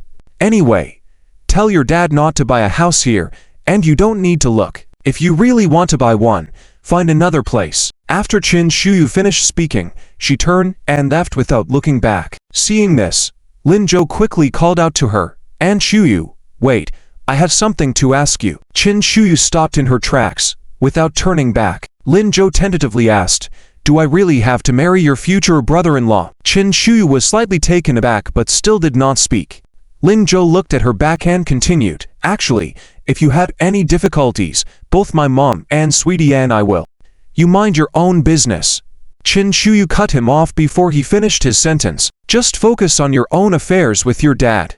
With that, she left quickly without stopping. Lin Zhou saw on the roadside that Han Yuanmo had already called for a car. When Qin Shuyu passed by, he quickly bent over and opened the door for her. As he closed the door, he looked in Lin Zhou's direction. When their eyes met, Lin Zhou felt that Han Yuanmo smiled at him. That smile seemed especially sincere. Could it be that he was mistaken? Has Han Yuanmo really changed for the better? But why? What's even more strange is that Aunt Shuyu wants to marry him, so why doesn't she agree to buy a house? No woman would like to rent a house after getting married, right? Unable to figure it out, Lin Zhou decided not to dwell on it. First, he would settle the matter of the house, then call teacher Liu to help find out if Aunt Shuyu's illness was serious. Thinking about this, Lin Zhou quickened his pace and headed towards the sales office. Little did he know, at this moment, in the taxi, sitting in the passenger seat, Han Yuanmo had fastened his seatbelt. He turned his head and chuckled. Shuyu, wasn't that Lin Zhou just now? Qin Shuyu did not answer. Han Yuanmo continued. You said he's clever, right? Why is he here to look at houses? You don't understand anything. Qin Shuyu suddenly spoke, her voice colder. If he wants to buy somewhere, it's none of your business. He's about to get admitted to Qingbai University. He's not clever, are you? Han Yuanmo opened his mouth, but didn't dare speak again. At this moment, Lin Zhou had entered the sales office door, not knowing why. Although the sales office was small, it was particularly lively. The service counter was packed with people. Confused, Lin Zhou suddenly heard someone in the crowd near the service counter raising their hand and shouting, refund. Following that, the crowd went crazy, each person waving their arms and shouting, yes, refund. Shameless developers, give us back our hard-earned money. Exactly. Give us back our hard-earned money. If we don't get a refund today, we won't leave. Some people even picked up mats and sat directly on the ground. Lin Zhou was a bit confused at the sight. At that moment, Wan Hanli, who had been waiting in a corner, spotted him and quickly waved at him. Lin Zhou, over here, over here. Lin Zhou walked over to him. Wan Hanli looked very worried, with a deep frown on his face. Look at this situation. All these people are here to refund their houses. Huh, refund their houses? Yes, I just came in to find out. This group of people is divided into 3 batches. The middle group is asking for refunds, the group on the left is those asking for a price difference or fund, and the group on the right is waiting for someone to buy houses to resell. With Wan Hanli's explanation, Lin Zhou carefully observed and, indeed found that although the large group of people stood together, there was a clear division in the middle. Lin Zhou, can we really buy in such a situation? Wan Hanli was becoming even more uncertain. It seemed crazy to come and buy in Rainbow City now. Yes, we can. Lin Zhou nodded without hesitation, then looked into the crowd. However, he quickly noticed a problem. Why isn't there a single salesperson? Did they all run away? Who would dare to stay here with such commotion? That's right. Lin Zhou nodded. While trying to figure out what to do, he saw a person in uniform cautiously moving forward from behind the crowd. It was a salesperson. Lin Zhou quickly pulled Wan Hanli over to him. Hey, there is more to read on the next page. Please click on the next page to continue reading. It gets more exciting. Wan Hanli followed after him, still muttering, shouldn't you think about it again? No need to think about it. Uncle Wan, we're here. Let's go. Wan Hanli had no choice but to continue following him, though feeling a chill in his heart. When they reached the salesperson, Wan Hanli was still bewildered. The salesperson was even more bewildered. He had come out for a bathroom break. He was being so careful, yet he was still noticed. Could it be that someone was here to cause trouble? What to do now? He nervously took a step back and nervously said, Please, how can I help you? Oh, I'm here to buy. Lin Zhou was about to speak when he heard a familiar voice behind him. Lin Zhou, what are you doing here? Didn't I just tell you, you shouldn't look at houses in Rainbow City? It was Shen Shiki. He emerged from the crowd and stood beside Lin Zhou, frowning. Haven't gone back yet? No. I don't plan to look. I'm here to buy. Lin Zhou replied directly. This time, Shen Shiki was utterly shocked. What? Buy? Are you crazy? The nearby service staff were also shocked. What? What are you saying you want to do? Buy? Buy a house? Did he mishear something? People around turned their heads, looking puzzled. What? Buy a house? In this day and age, there are still people coming to buy houses in Rainbow City. Are they insane? Huh. It's just this little kid.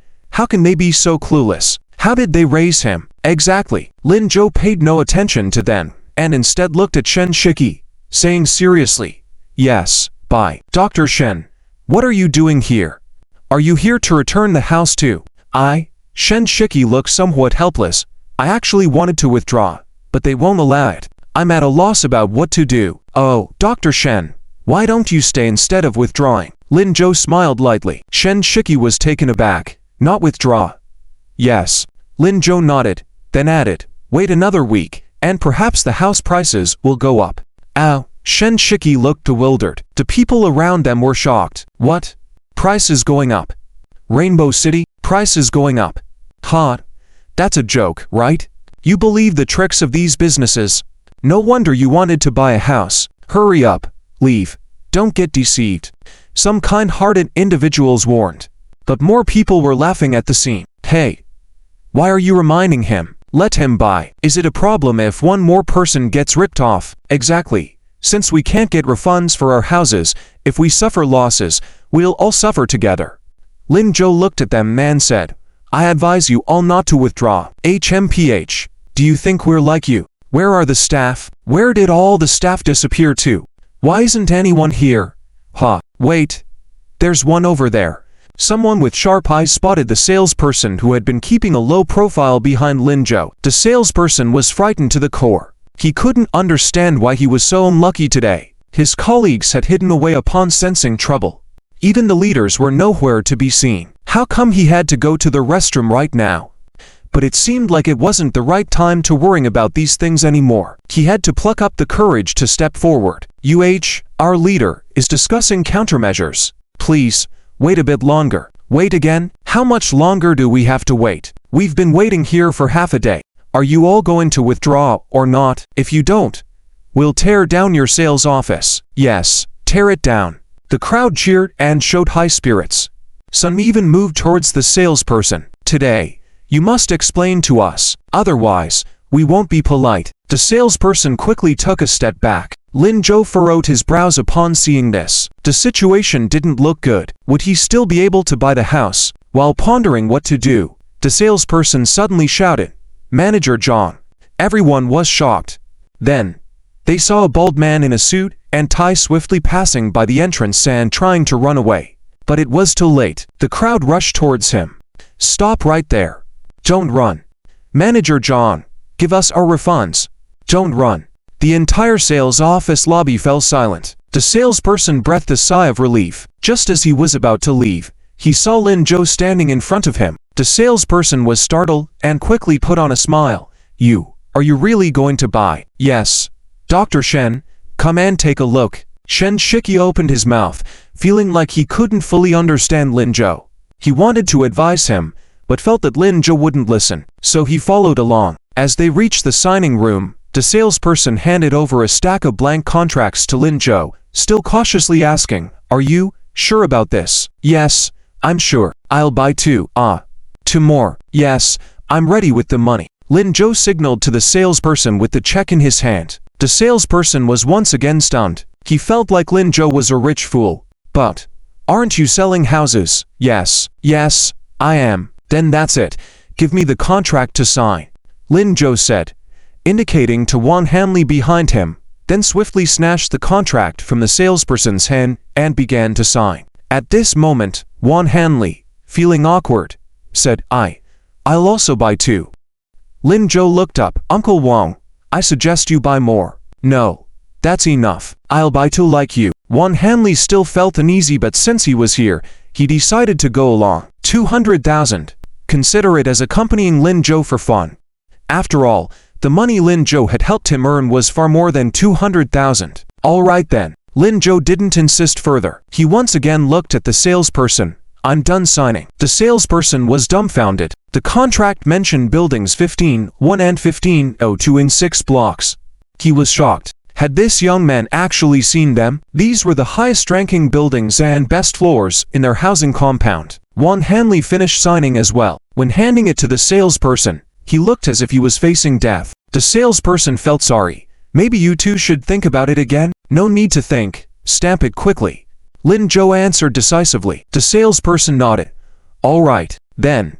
Hesitantly turned around and picked up the stamp. When he turned back, still feeling reluctant, he said, I've stamped it. Good. Pay now. Lin Zhou handed him the check as if afraid of any last-minute changes. The salesperson nodded and stamped the contracts. Shen Shiki, standing behind Lin Zhou, looked dazed. He noticed that Lin Zhou remained unusually calm throughout all this, as if he couldn't see the many people coming to cancel their bookings. Could it be true that the prices in Rainbow City were going up? How would he know? Dr. Shen, they agreed to refund now. Go quickly. What are you doing here?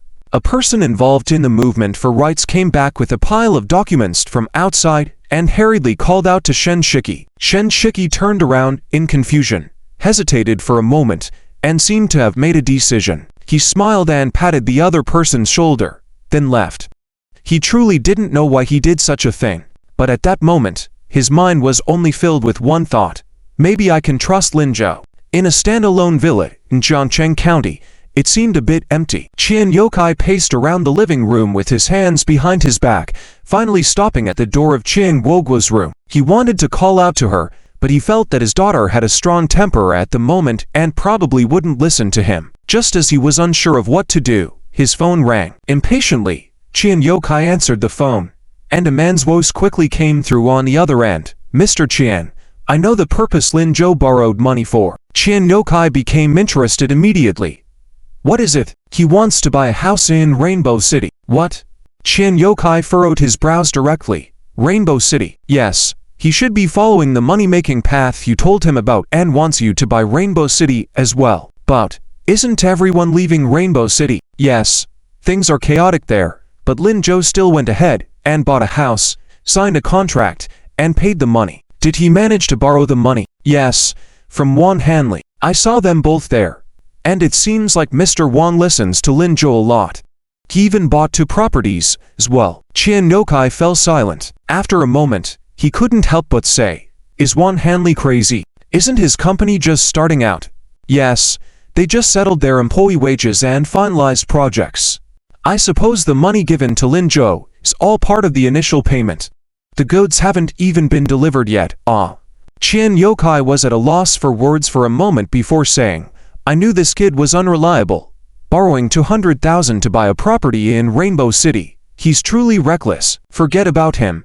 Come back. All right, but Mr. Qian, shall we really not warn him? He is Mrs. Classmate, after all. Forget it. He's too arrogant. He must pay some price. Okay. After ending the call, Qian Yokai looked towards Qian Guoguo's room door once again. However, this time, he seemed to have figured out how to communicate with his daughter and had a smile on his face. Guoguo, come out quickly. Dad wants to tell you that Lin Zhou is really unreliable. He took a large sum of money to buy a house that's about to collapse. Ha. Fortunately, Dad didn't lend him any money. Look, Dad is so smart. When that money returns, Dad can buy you many nice things. Guo. Qian Yokai approached and gently tapped on the door. No response. Qian Yokai knocked again. Guo. Open the door. I'm Dad. Guo. Before the third call came out, the door suddenly opened. Qian Guo stood at the doorway with a school bag on her back, looking angry. Qian Yokai hurriedly said, Guo, listen to me, about Lin Zhou. You don't need to say anything. I don't want to listen. But Lin Zhou wouldn't buy a house there for no reason. You don't understand anything. Don't regret it. After saying this, Qian Guo bypassed Qian Yokai and walked out. Qian Yokai was stunned. Guo, where are you going? I'm going to study. Lin Zhou and Sunyanku told me, the college entrance exam is approaching. We need to make good use of our time. It's Lin Zhou again. Why do you trust him so much? I also mentioned Sunyanku. Why don't you mention that? I see you just have opinions about Lin Zhou. Forget it. I won't say anything to you. Qian Guo left without turning back. Qian Yokai watched her leave with a puzzled expression. Why does she always mention Lin Zhou in every sentence? Could it be she likes Lin Zhou?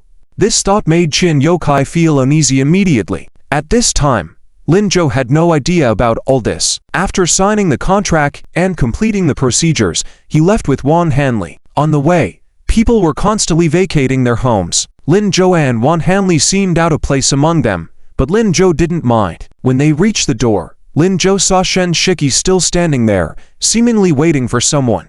Lin Zhou walked over with a smile. Dr. Shen, were you waiting for me? Yes, I just wanted to ask you. You mentioned before that Rainbow City's prices would increase in a week. Is that true? Lin Zhou nodded with a smile. Yes, great, that's all I needed to know. I'm heading home. Lin Zhou was taken aback. Dr. Shen, you're not going to ask why the prices will go up. No need to ask, you sounded very confident. I think it might be true. Seeing Lin Zhou's confusion, Shen Shiki explained with a smile. I read fortunes. Lin Zhou was surprised once again. You believe in that too? Dr. Shen? Haha. Actually, I'm a psychologist. Shen Shiki no longer concealed it. Huahua Hospital has a psychology department. Oh no. I have my own practice in the provincial capital. Last time, I helped out a friend, and I happened to wear his white coat. I see. Lin Zhou suddenly understood. No wonder he seemed unfamiliar with that hospital when he saw him with Licking in that day. Well, I'll go now. My friend is still investigating the matter you asked about last time. I'll inform you once we get some information. Thank you. They bid farewell and went their separate ways. Just as Lin Zhou took a few steps, he heard Shen Shiki call out, wait. Lin Zhou turned around and saw Shen Shiki looking serious. We've found something. After hearing Shen Shiki's words, Lin Zhou did not hide anything. People who can gain Teacher Liu's trust should be trustworthy. Indeed, she was taking medication before. Well, people like that are more prone to extremes, tend to be more stubborn, or what we commonly call single-minded. They have fragile psyches and may be using this type of behavior as a form of self-punishment, not actually feeling happy inside. I see, Dr. Shen. Do you have any good solutions? If possible, you can have her come to me for a systematic treatment. Okay, but I feel like her current situation is quite difficult. In that case, it will be up to those around her to pay more attention. Try not to provoke her. Think of ways to help her realize on her own, which is more important than anything else. All right. Thank you, Dr. Shen. You're welcome. After chatting for a while, the two of them left separately. Lin Zhou got into the car, and Wan Hanley drove him to the library. Along the way, he seriously contemplated Qin Shuyu's situation, deciding not to tell Qin Shulin and Qin Yushin for now. They do not understand this illness, and might inadvertently upset her due to their eagerness. Now, he needed to find a way to let her know that even if she was pregnant, it was not a big deal. There was no need to punish herself like this. Perhaps he could talk to Lao Lin and figure out what to do. Upon entering the library, Lin Zhou saw Su Nianku sitting at their usual spot. She didn't dress up today, with a thick dang covering her face, wearing old clothes, focusing intently on her book. She didn't even notice Lin Zhou approaching. Lin Zhou stood behind her for a while before bending down and whispering in her ear. Deskmate. Su Nianku was startled by the voice and turned around, looking somewhat uneasy. How come you're here all of a sudden? I came to study. Don't you want to see me? No. No. Su Nianku hurriedly explained. I thought you'd be busy all day, and I didn't bring any clothes today. After saying this, she tugged at her clothes in frustration, seemingly not wanting Lin Zhou to see. Lin Zhou paused slightly, realizing where her unease came from. It wasn't from being startled but rather feeling unhappy with her appearance. Every time they came to the library before, she would change into nice clothes early to wait for him. Did his deskmate think he only liked seeing her in glamorous attire? Realizing this, Lin Zhou quickly stepped forward and gently rubbed Su Nianku's hair. Deskmate. You look good today, too. In my eyes, you look good in anything, so there's no need to worry. Su Nianku was surprised for a moment, but then smiled. She nodded earnestly. Okay, I won't worry. Then let's focus on studying. I lag behind you a lot. Yes. Yes. Quickly, you should read my textbook. Su Nianku anxiously handed him her textbook. Lin Zhou took it and sat down. Though he knew the content of the book by heart, he still read it diligently.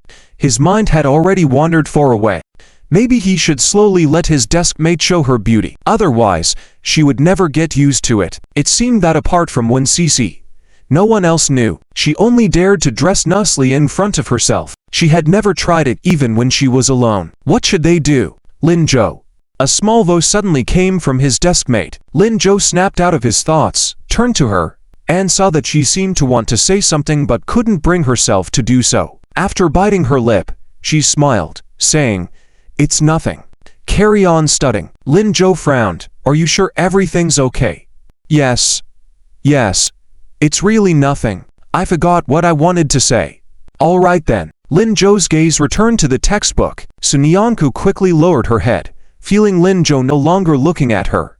She carefully reached into her bag and took out a corner of the classmate's record she had prepared beforehand. This morning, when she left the dorm, she inexplicably packed the classmate's record in her bag. She didn't know why, knowing that Lin Zhou was busy and might not see her today, but she still did it. After showing Lin Zhou her book, she wondered how to get him to help her write. What if he opened it and saw that the first page was blank, and the second page was already filled by Wang Zhaoking? What would she say then? She couldn't just say, "The first page is for you," could she?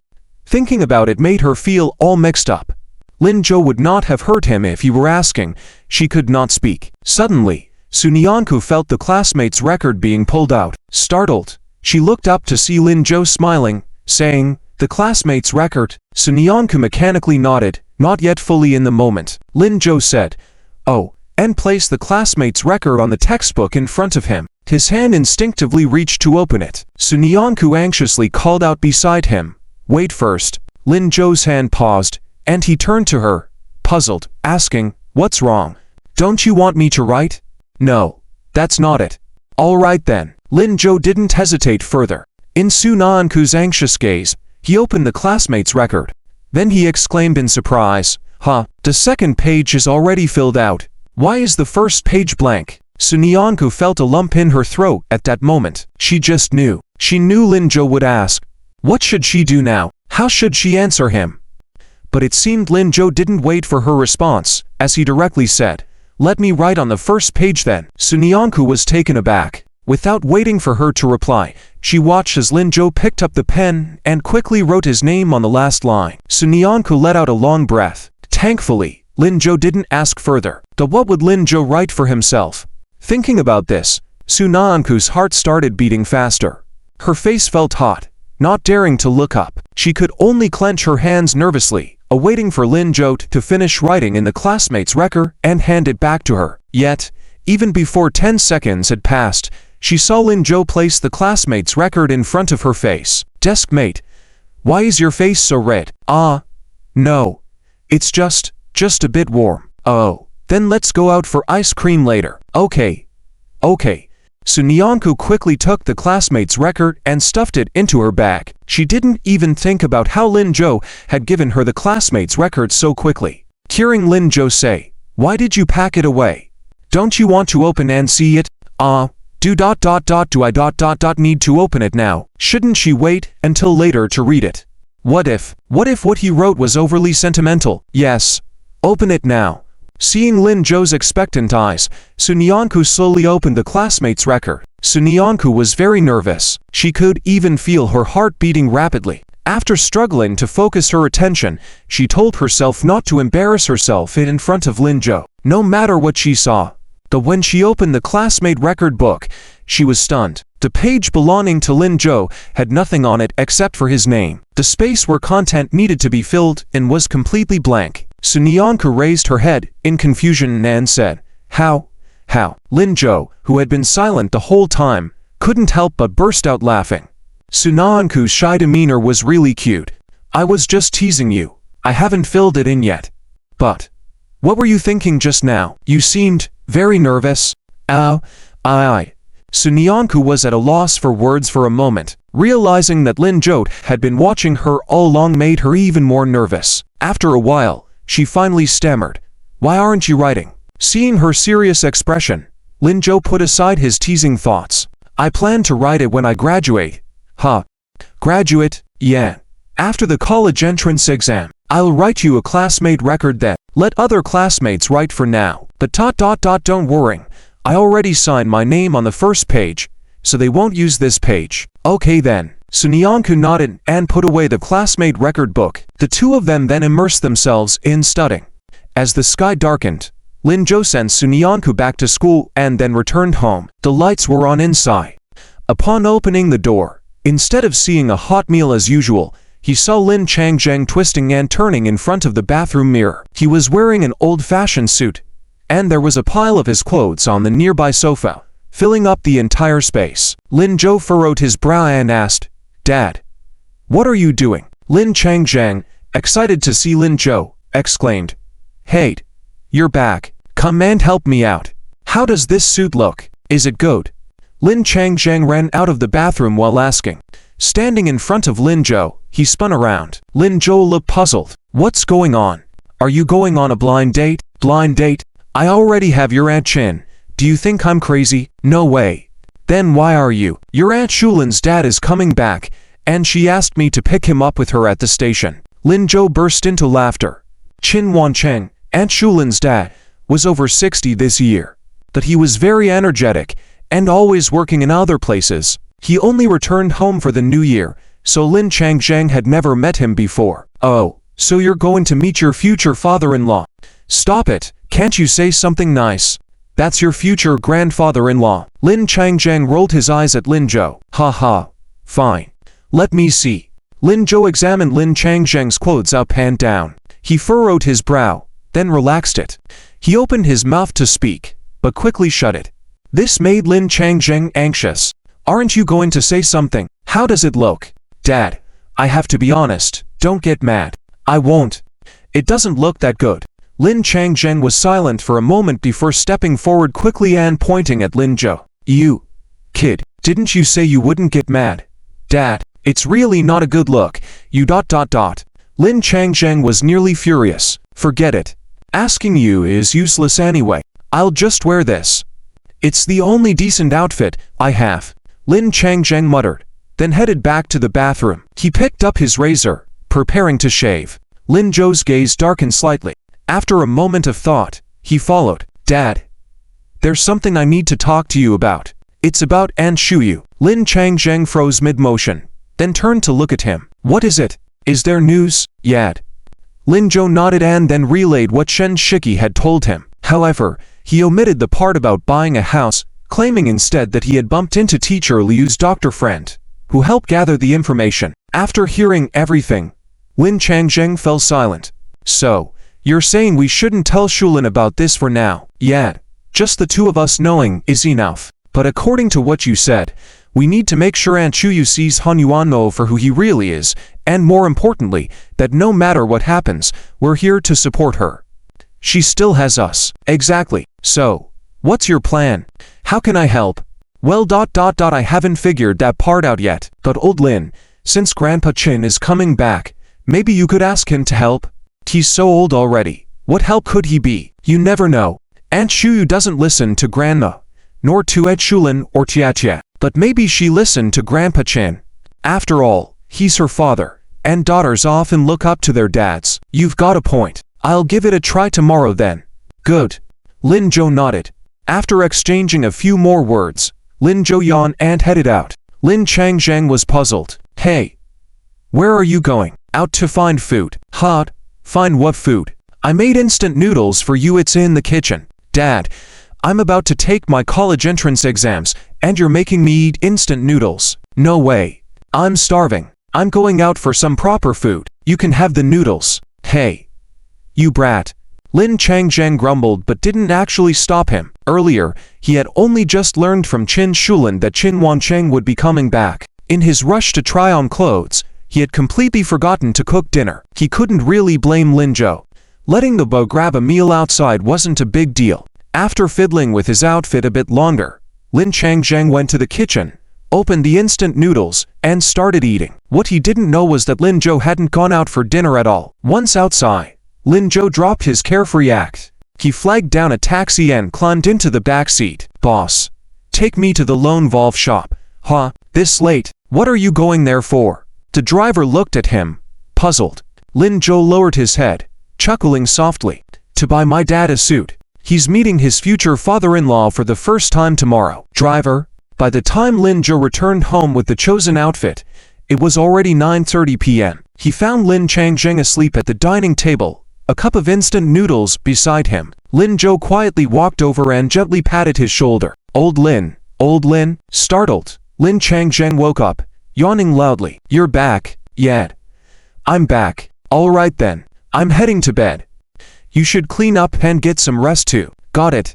Watching his dad's groggy figure shuffle towards the bedroom, Lin Zhou felt a pang of sadness. He picked up the unfinished cup of noodles, took a bite, and then quietly placed the suit, still in its bag, at the door of Lin Changjing's room. When Lin Changjing got up, the sky was already bright. He yawned, got up, put on the clothes he had selected yesterday, and got ready to go out. Qin Shulin said that Qin Wancheng would arrive at the bus station at 11 in the morning. He needed to go buy something now. It wouldn't be good to meet his future father-in-law empty-handed for the first time. However, when Lin Changjing opened the bedroom door, he saw a bag of clothes placed at the door. He stopped halfway through his yawn in surprise. Bending down, Lin Changjing picked up the bag, opened it, and was shocked to see a new suit inside. Who bought this? As soon as he finished muttering, a note fell out of the clothes. Confused, Lin Changjing opened it and saw a line written on it. Old Lin, I bought the new clothes for you as a bonus. Wear it to meet Grandpa and don't embarrass me. What's this little guy saying? Lin Changjing grumbled and tossed the note aside. He looked at the suit and finally smiled. He quickly went into the bedroom, took off his old clothes, put on the new ones, and then went to the bathroom to admire himself in the mirror. The more he looked, the more he liked it. Lin Changjing couldn't help but smile. Feeling more confident, after straightening his clothes before leaving, he suddenly turned back. He picked up the note he had just thrown away at the bedroom door, carefully dusted it off, and placed it in the deepest drawer of the cabinet before leaving. Along the way, he happily sang a song. At this moment, Lin Zhou had already finished breakfast and returned to the classroom. With just over 10 days left until the college entrance exam, the students seemed to be cherishing their final moments together, brimming with energy and excitement. Groups of students were chatting and laughing, some even carrying around their classmates' autograph books. Zhang Wei, write in mine. Me too. Me too. Here, take mine as well. Get lost, Wang Dong. Why would I write in yours? You're a guy, and you're still asking me to write. Move along. A guy? So what? Are you saying you're fine with parting ways with me? Zhang Wei, I can't believe you're like this. My heart is shattered. Ha ha ha. The class erupted into laughter. Zhang Wei snatched Wang Dong's autograph book while mockingly scolding, get lost already. On the other side of the room, the class's shyest girl, Chen Xiaoru, stood in front of a slumbering Li Liwei, her face red with embarrassment. She hesitated to speak. Seeing this, Li Liwei's deskmate nudged him with his elbow. Class rep, stop pretending to sleep. There's a lady here. A lady? Where? Li Liwei immediately shot up, fully alert. When he spotted Chen Xiaoru, he straightened his posture and lowered his head, his voice becoming noticeably softer. Oh, Chen Xiaoru, it's you. Chen Xiaoru's face turned even redder. Class rep. She stammered for a while, but couldn't get her words out. Finally, summoning a burst of courage, she placed her autograph book in front of him. You. Please write in this. Before Li Liwei could respond, Chen Xiaoru turned and ran off, too flustered to stay. Wait. Chen Xiaoru. Li Liwei called out, but it was too late. He could only watch her retreating figure in a daze. The surrounding students erupted in laughter once again. Wow. Class rep. Looks like you're popular. Ha ha ha. Better write something nice. Don't let her down. You guys shut up. Why? You don't want to write in hers? Then give it to me. I'll do it. Get lost.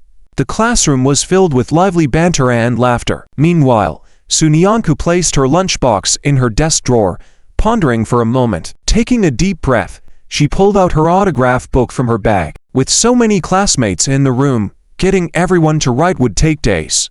She couldn't afford to delay any longer. But how should she bring it up? As expected, taking the initiative to approach others was too daunting for her.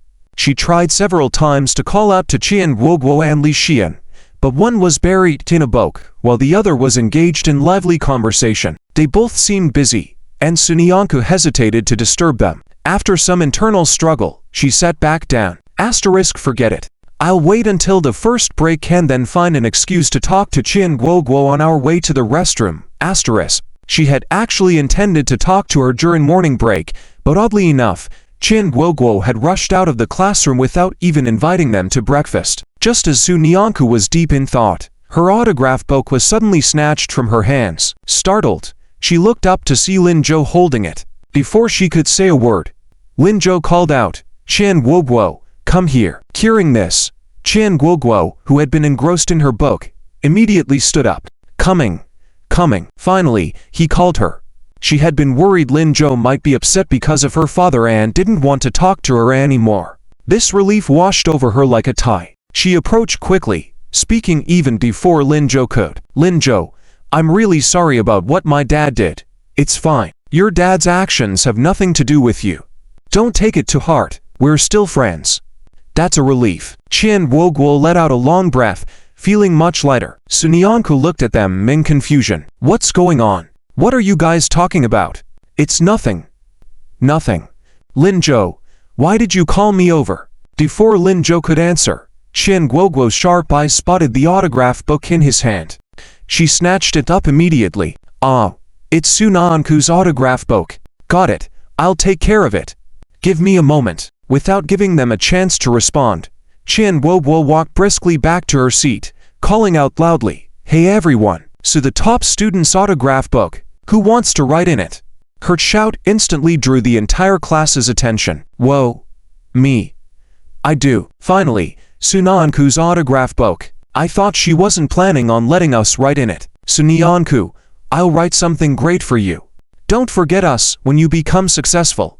Watching the enthusiastic response, Su Nianku was stunned. Asterisk there, so eager. Asterisk. She smiled warmly. "Of course, don't worry. You're my best classmates. I'll never forget you." Money Guoguo had not yet reached her seat when she opened Su Nianku's classmate record. She was momentarily stunned, but quickly reacted. She blocked the classmates rushing to grab it, saying, "Don't move, don't move. Sit back in your own seats. I will distribute them one by one. Collect them once you're done writing so we can keep it organized. If anyone pushes, there won't be any left." Classmate records could be separated. By opening the book clip from the middle, she could easily take out one page at a time, making it more efficient. Money Guoguo's method immediately worked, and they dared not snatch any more. They hurried back to their seats, eagerly stretching their necks, waiting for their turn. Okay. Not grabbing any more. Money Guoguo, please hurry. Suzueba's classmate record must be written, or else what will happen if she forgets us in the future? Money Guoguo smiled as she placed the classmate record on her desk and opened it. Then she quickly flipped to the first page, where Lin Zhou's name was signed. Starting from the second page, she distributed the classmate records. She then inserted the page with Wang Zhaoqing's completion, holding the other blank pages and distributing them one by one.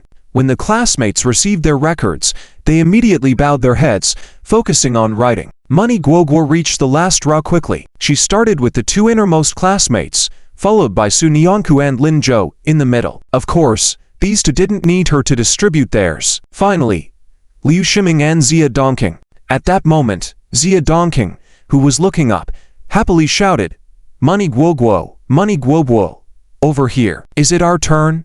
Is it our turn?"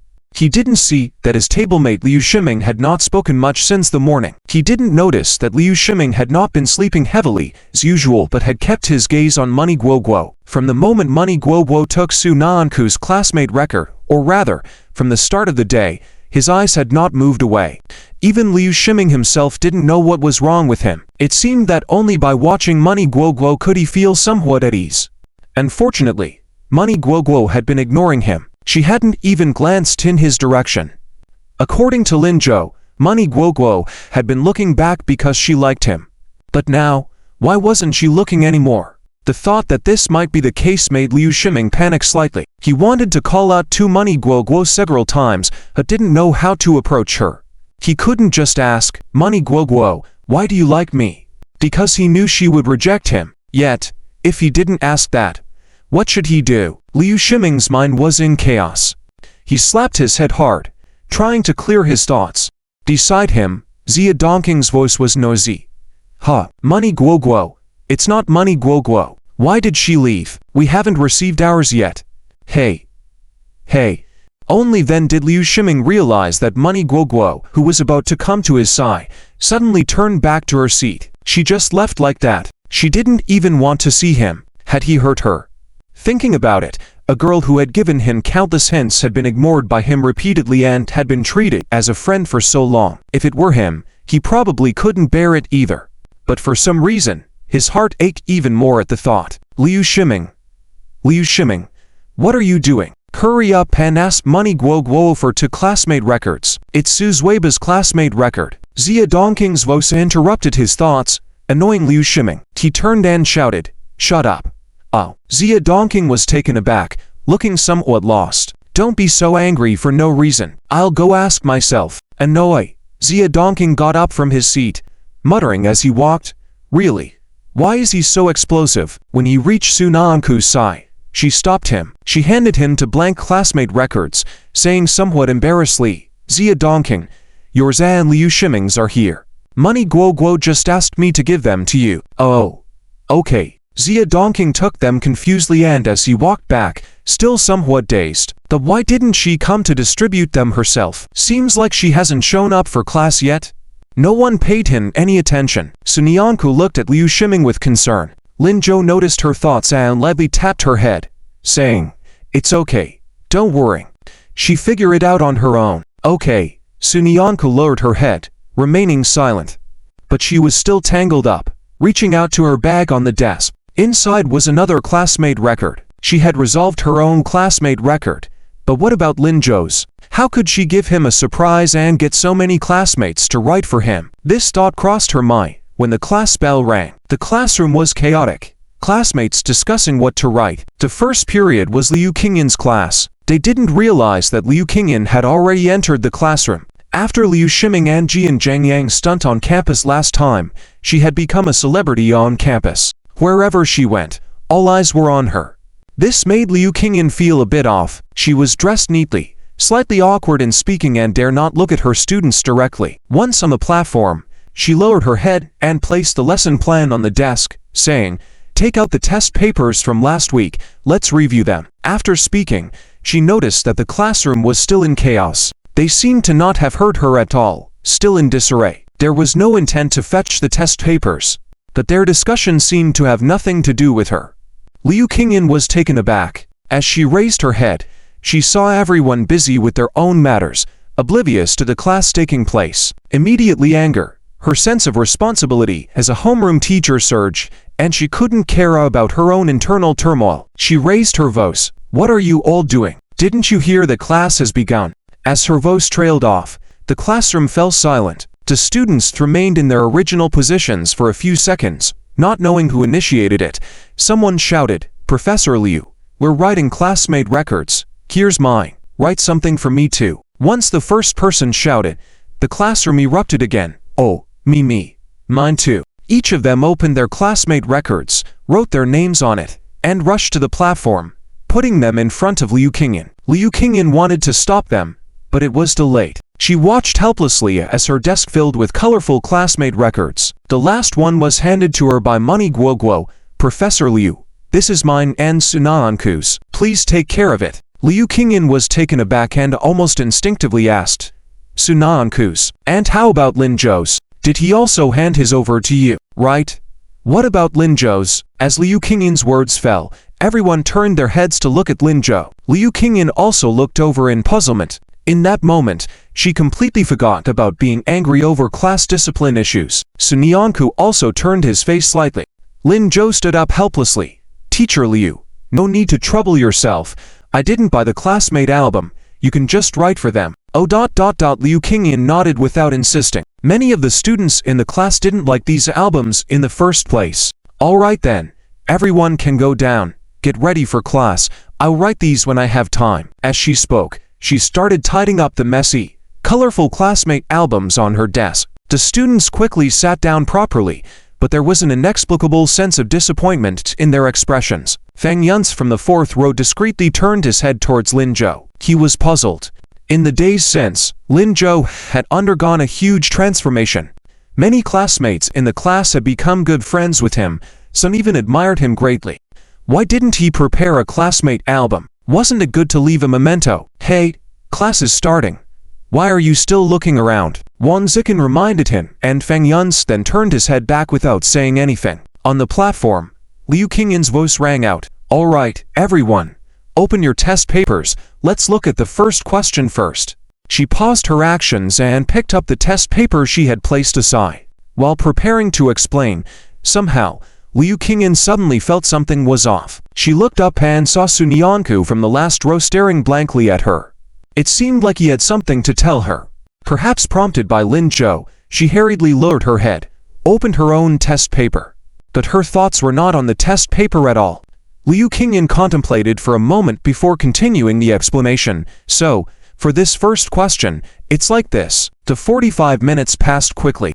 Due to the approaching college entrance exam, Liu Qingyin had focused on explaining the questions with higher error rates on the test papers. When the class ended, she had just finished explaining the whole paper. All right, that's all for today. I'll return the classmate albums to you after writing them. Class dismissed. Stand up. Goodbye. Teacher Liu. Goodbye. Classmates. Liu Qingyin packed up her teaching materials and was ready to leave when she seemed to remember something. She turned back and looked towards the background. Sun Yanku, come out with me for a moment. Oh. Sun Yanku nodded in confusion, stood up, and walked towards the door. For most students, this was just a small incident. No one paid much attention as they quickly got up and rushed to the restroom. Lin Zhou, however, raised his head in puzzlement. Strange. Why did teacher Liu call Nianku out at this time? Li Shiming. Do you know? Seeing Li Shiming not responding, Lin Zhou turned to Su Nianku. Nians, do you? Before he could finish his sentence, he saw Li Shiming staring blankly in the direction outside the classroom. There. Qin Woguo was chatting and laughing with Li Xian. Lin Zhou shook his head helplessly and decided not to bother with him. Meanwhile, Su Nianku had already followed Liu Qingyin through a corridor to a remote area far from class 2. Liu Qingyin stopped. All right. Let's talk here. Sun Yanku was taken aback, halting his steps. Teacher Liu, what's wrong? Nothing. I just wanted to ask if you need any help from me. No. I don't. Sun Yanku instinctively shook his head. Liu Qingyin smiled and said, Are you sure? Think about it again. Sun Yanku hesitated. Why would teacher Liu suddenly ask this? Had she seen through his thoughts? But, if she found out, would she make fun of him? After a moment of silence, Sun Yanku still shook his head. No. Nothing. All right then, if you really don't need help, you can go back. I need to go back to the office too. I have so many classmate albums to write, those students in the class, always finding something for me to do. Liu Qingyin turned around and walked away. Seeing this, Sun Yanku clenched his hands in confusion. After a while, he couldn't help but call out to Liu Qingyin. Liu, teacher Liu, please wait. I actually have something I want to ask for your help with. ... Lin Zhou waited for a while before Sun Yanku walked back in. Curious, he looked at her. Deskmate. What's up? No. Nothing. Teacher Liu just asked me to study well and if I have any difficulties, to ask her. Don't overthink it. Sun Yanku fabricated an excuse casually. Huh, what are you overthinking? Lin Zhou looked at her curiously. Sun Yanku suddenly realized she misspoke and quickly corrected herself. No, it's nothing. She's just worried I might be stressed about family issues and tuition fees affecting my studies. When Lin Zhou looked over again, Sun Yanku explained hastily. How could I not study well? I've already decided to go to university. Lin Zhou, I won't be distracted. All right then. Lin Zhou breathed a sigh of relief. He had thought something else had happened to his deskmate when he wasn't looking. But Lin Zhou, teacher Liu asked you to come find her after this class too. Sun Yanku, what are you doing? Qin Woguo looked puzzled. This exclamation attracted the attention of their classmates. Seeing Sun Yanku's actions, they looked over with confusion. The classroom suddenly quieted down. As they waited for Sun Yanku to walk up to the platform, they still hadn't realized what was happening. Even Sun Yanku herself felt a bit dazed at this moment. Acting on impulse, she had rushed up here. Now she began to feel like she had become the center of attention. Although she had intended to become the center of attention, she still felt extremely uncomfortable. She tightly hugged her book bag, not daring to lift her head to look down. Sun Yanku, what's wrong? Yeah. Why aren't you talking?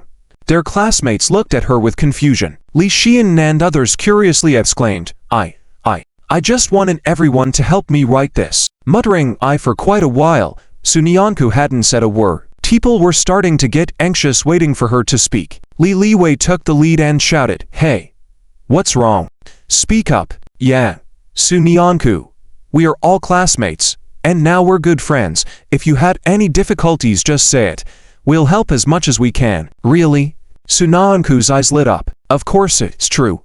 You are the pride of our whole class. Unless you don't consider us as friends." "Oh no. No. It's not like that." Sunyanku muttered I again.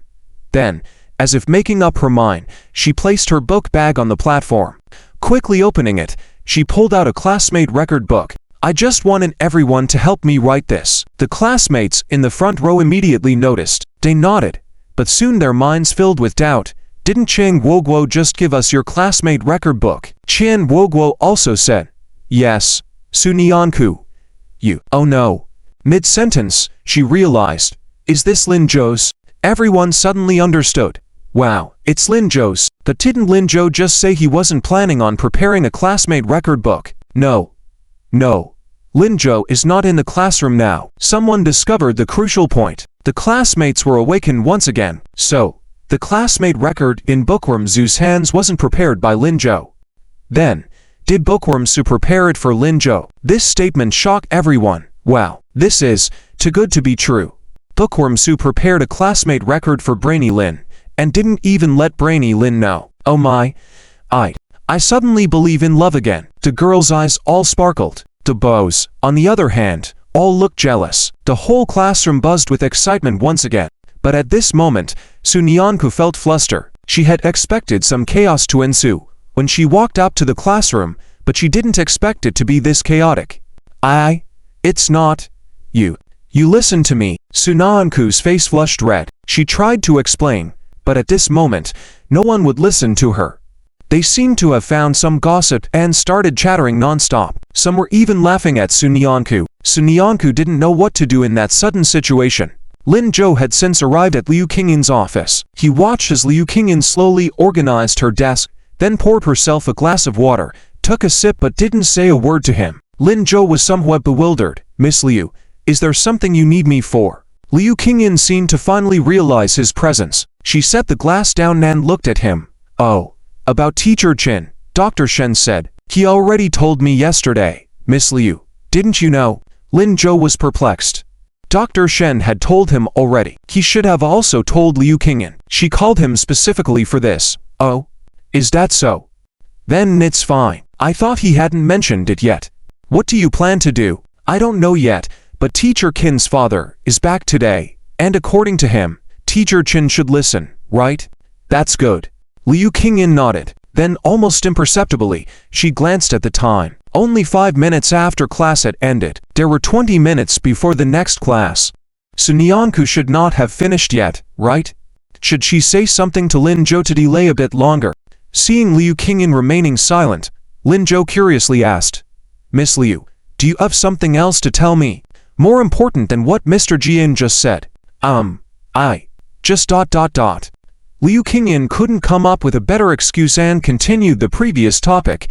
"I haven't visited a male student's house before. Do you ... Do you have any good suggestions?" Lin Zhou. Classroom of Class 2. Sunyanku held on to the classmate's record book tightly, lowering her head to listen to the whispers of her classmates below the podium. Her cheeks grew even redder. She was nervous and at a loss. Her mind was in chaos. What should she do? How can she make them quiet down? How can they finish this classmate record without letting Lin Zhou know? She was on the verge of giving up. Beads of sweat appeared on her forehead. Sunyanku felt her breath becoming rapid. Qian Guoguo sensed that something was wrong and subconsciously wanted to intervene. At that moment, a sudden roar erupted from the crowd. "Quiet!" Qian Guoguo turned her head and saw Fan Yun's already standing up. His face was cold, scanning the room with a grim expression. Qian Guoguo was stunned. How did he stand up? Zhou Shanshan, Fan Yun's deskmate, was also puzzled. In these past few days, she had felt that something was off with Fan Yun's. He no longer inquired about Yun Roxy, and he didn't try to find her during breaks either. It seemed like he had completely removed Yun Roxy from his life. Instead, he was fully devoted to his studies. A few days ago, Zhou Shanshan thought it was because the college entrance exams were approaching, and Fan Yun's wanted to push himself. But since Lin Zhou and Su Nianku returned from Kyoto, he had been absent-minded while studying. Sometimes he would even turn his head to look towards the back row. Zhou Shanshan didn't know what he was thinking. She didn't understand what his current behavior was about. Was he so jealous of those two people that he wanted to pick on Su Nianku while Lin Zhou wasn't around? Though wouldn't that be petty? Although she didn't particularly like Su Nianku, she didn't seem to have done anything wrong. Her academic performance was outstanding. Thinking this, Zhou Shanshan decided to stop Fan Yun's. Before she could speak, Fan Yun swiftly approached the podium, reached out from Su Nianku's hand to take the classmate record book. He opened it, dismantled it completely, and started distributing it one by one, starting from the first row. Realizing everyone's astonishment, Fan Yun explained as he distributed, "Lin Zhou is busy studying and doesn't have time for this. So help by the record book. We shouldn't cause a commotion here. Lin Zhou has helped our class so much. Don't you think we should do something for him too? We are about to take the college entrance exams, and after that, we will go our separate ways. You've all seen Lin Zhou. His future prospects are definitely better than ours. You can leave your contact information on this record book. Don't you want this opportunity?" With that, everyone looked at each other in astonishment. Li Liwei was the first to stand up. "Of course we want it. Fan Yun's, I have to say, you seem quite decent now." Fan Yun silently gave him a side eye. Li Liwei wasn't offended and continued, "Let's all cooperate with Su Nianku. She is Lin Zhou's deskmate, and she's the most suitable person to handle this. When Lin Zhou leaves after school today, we will each take a copy, and then hand it over to Su Nianku for organization." Everyone immediately agreed. "Good. Okay. No problem." Li Liwei then looked at Su Nianku. "Su Weibo, what do you think? Will this take up too much of your time?" Su Nianku finally snapped out of her daze and shook her head hurriedly. "No, not at all." "Great. With this, she wouldn't have to explain to each person individually." "All right then. Let's do this. Fan Yun's, distribute faster." Fan Yun's didn't respond but speeded up the distribution. Zhou Shanshan, who had been sitting there bewildered for quite some time, shook herself out of her thoughts. She couldn't believe what she was witnessing and glanced at Fan Yun's, then at Su Nianku and the classmates. Unable to hold back, she turned her head and looked towards the back row. "Wang Zikan, did Fan Yun's take the wrong medicine or something? Ha ha. No. This is the real him." But everything seemed increasingly strange to her. Qian Woguo also relaxed at this point. She turned and walked back to her seat. As she was about to sit down, she caught sight of Liu Shiming in the back row. This guy, for some reason, had been sitting there in a daze since this morning, with no expression on his face. Even Su Nianku was facing such a troublesome situation, and he didn't bother to help. Is he crazy? Isn't he Lin Zhou's good friend?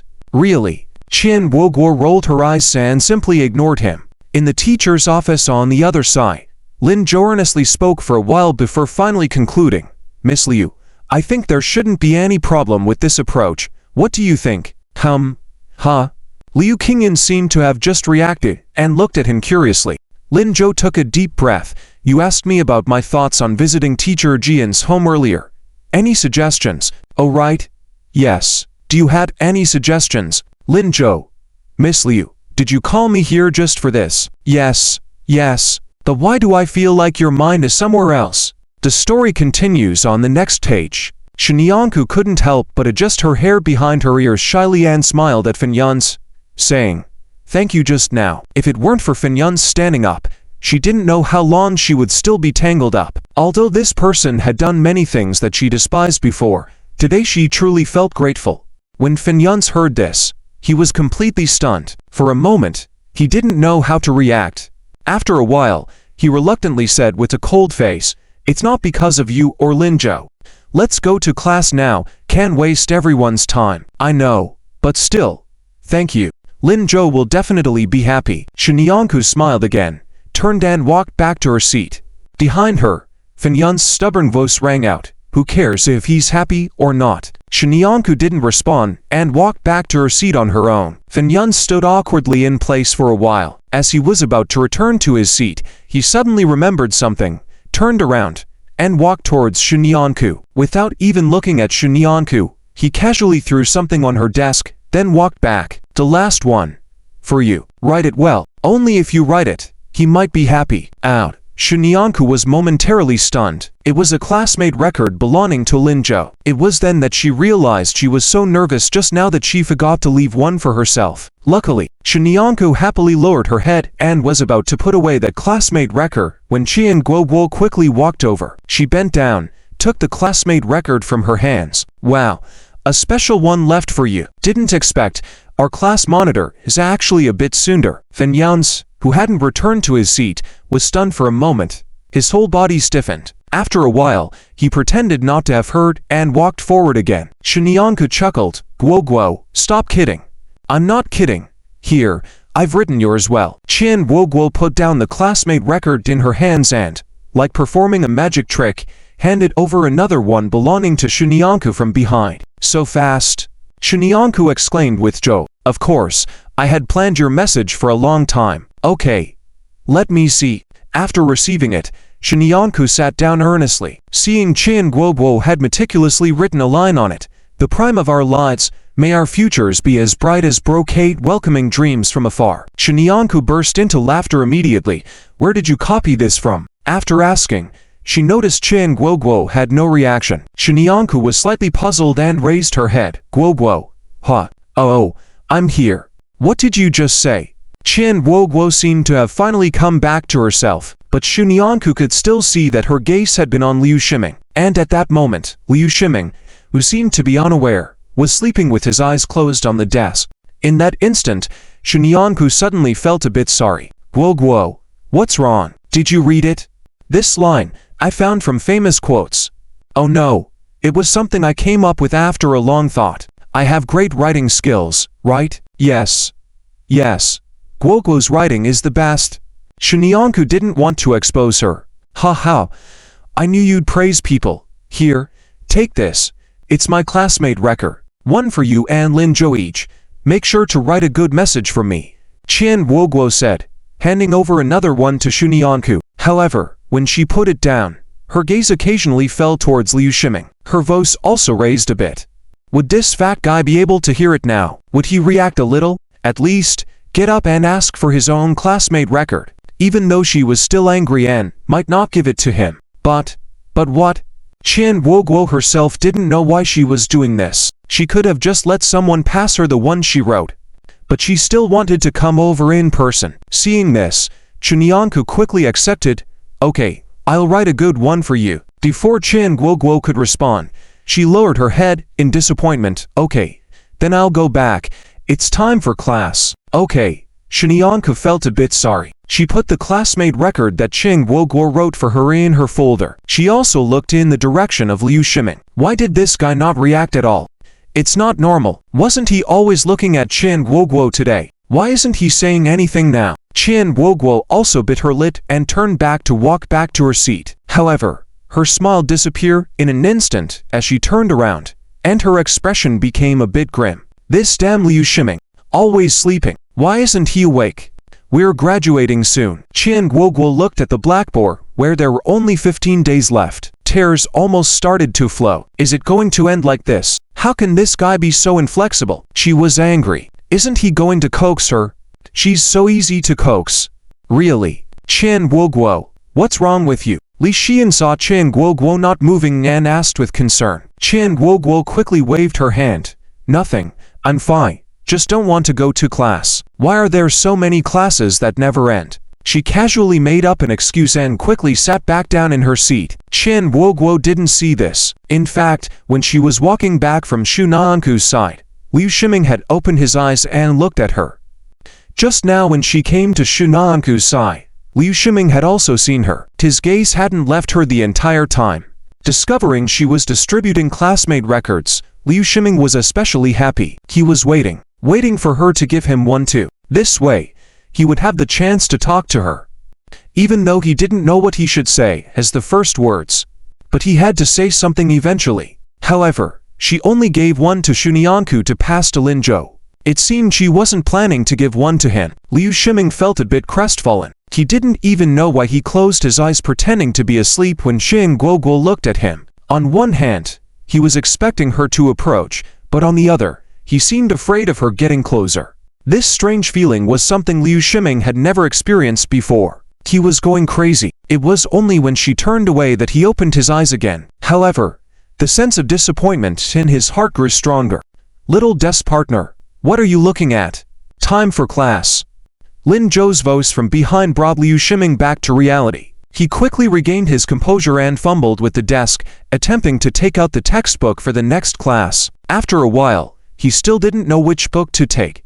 It was the desk partner Xia Dongqing who reminded him, "Chemistry class next." Liu Shiming then blankly pulled out the chemistry textbook. Xia Dongqing looked puzzled. "Fatty, you haven't been yourself recently, what's wrong?" Meanwhile, Shunyanku, too, felt a bit unsettled. Afraid of being seen by Lin Zhou, Sunyanku hastily stuffed the blank dark classmate record given by Qian Guoguo under the textbook, leaving only the one Qian Guoguo handed to herself. "Qian Guoguo wrote the classmate record for me, just gave it to me, I'm looking at it now." "Oh, right.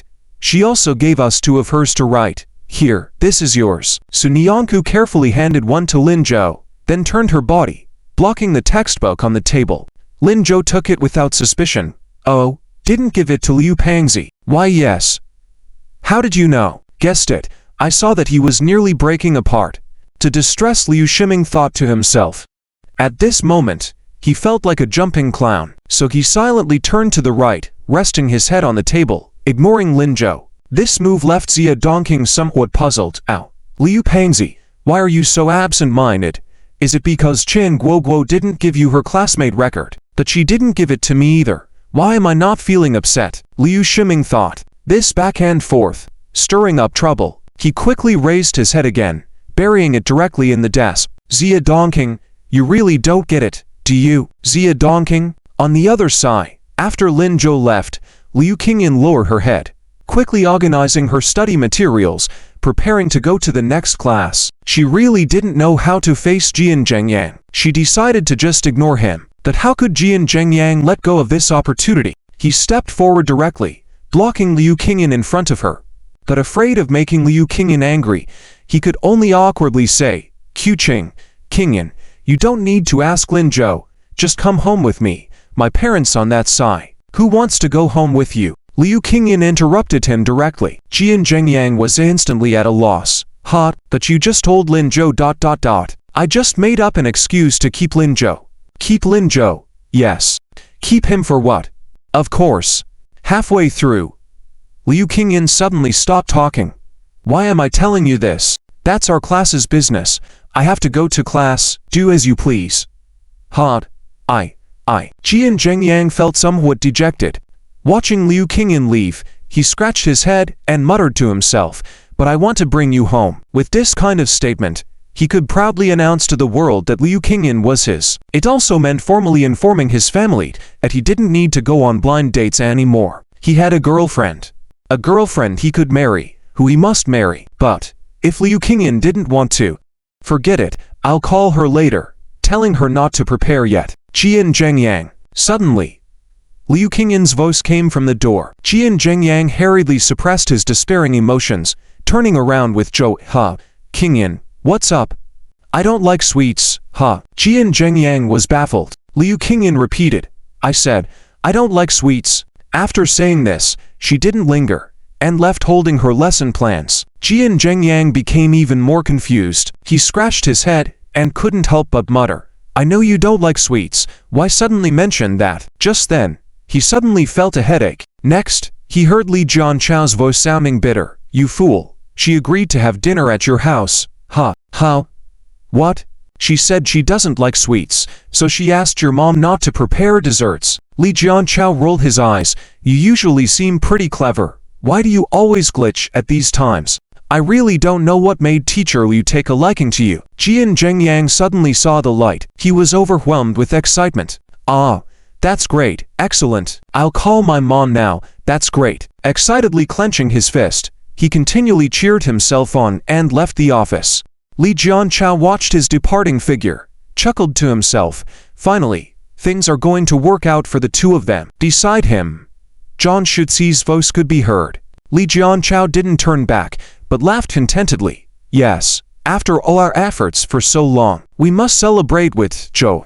That's natural. But Li teacher, aren't you going to class? Do you have time to gossip here? Don't you want your bonus? Huh? Yes. Yes. Li Jianchao instantly realized. He had a class next. I'll leave now. Director John, please spare me.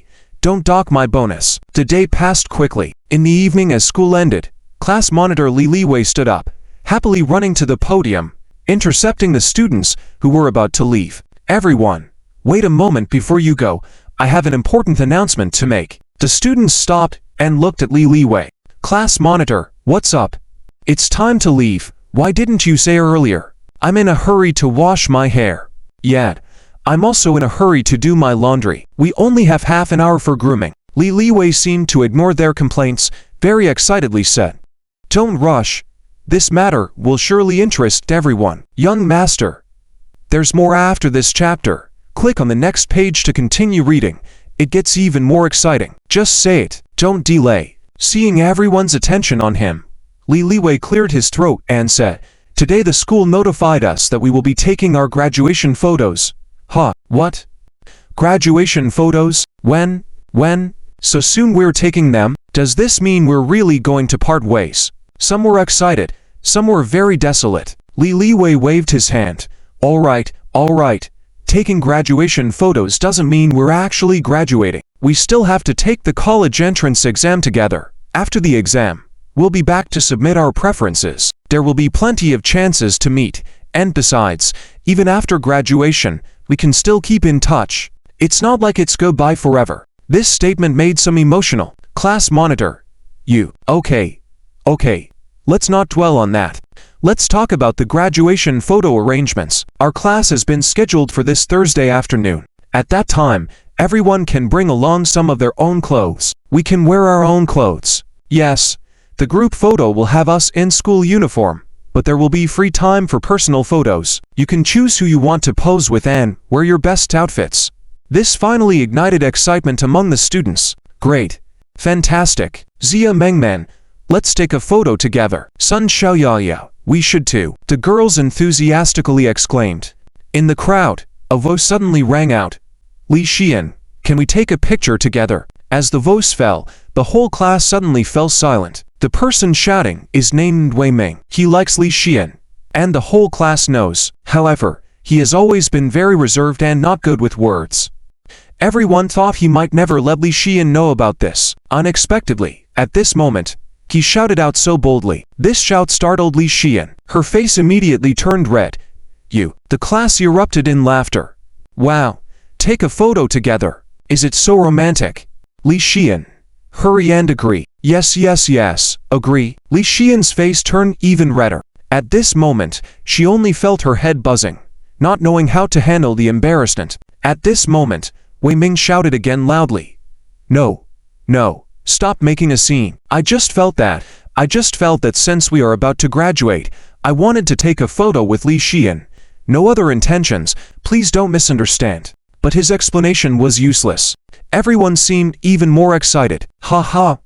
Wei Ming, do you know there is a saying, an explanation is just a cover-up. A cover-up is the truth. So, stop talking nonsense. Photo. The shouting in the classroom rose wave after wave. Li Xian felt like she couldn't stay there any longer. She didn't care about the others, grabbed her bag and rushed out of the classroom. Oh. Li Shiyn ... Wei Ming wanted to call out to her, but it was too late. He could only watch her leave. But the classmates didn't care at all. Perhaps because Wei Ming had taken the lead, the others also became more daring. Zhang Shanshan, let's take a photo together too. Hey. Yi Qingqing, you won't refuse me, right? Li Liwei acted as if he hadn't seen anything, and walked off the platform. His task was already completed. As for who the students wanted to take photos with, that was not something he could control. Youth is fleeting. The final few days, they should be allowed to be carefree, shouldn't they? He didn't see that not far away, Qian Guoguo had not joined in the excitement with everyone else. Her eyes fell on Liu Shiming once again. Seeing Liu Shiming not looking at her, Qian Guoguo, angry, hoisted her bag onto her back and left the classroom as well. Seeing this scene, Liu Shiming paused. Almost instinctively, he picked up his own bag, but as he prepared to leave the classroom, he stopped in his tracks, hesitating to follow her out. Ah! Sighs rang out behind him. Then, Liu Shiming felt a pat on his shoulder. Liu fatty, you're really awkward. The person speaking was Lin Zhou. As soon as he finished speaking, he walked out of the classroom with Suna and Chun by his side. Liu Shiming wanted to call him back, but after some thought, he didn't say anything. Lin Zhou ignored him as well. Beside him, Suna and Chun looked puzzled. Lin Zhou, is everything really okay between Liu Shiming and Qian Woguo? It's okay. We've interfered enough. If he continues like this, Qian Woguo won't be happy following him. Let them handle their own matters. Oh. Okay. Suna and Chun nodded obediently. After a while, she asked, about the graduation photo. Bring your little dress. Lin Zhou almost echoed her words. Suna and Chun looked surprised. Bring a dress? Yes. Let's take a photo. But, it's fine. We'll secretly take a photo without the photographer knowing. Oh. Okay. Only then did Suna and Chun relax. Lin Zhou ruffled her hair, then turned and left. Suna and Chun watched his back, took a deep breath, and smiled. Photo, dress, hehe. Just thinking about it makes me happy. Lin Zhou walked towards Wang's house. Checking the time, it seemed he had lingered too long. Afraid that Lin Changjeng was waiting anxiously, he quickened his pace, almost jogging. As he passed by the Jiangcheng County Police Station, he suddenly stopped. It was so late.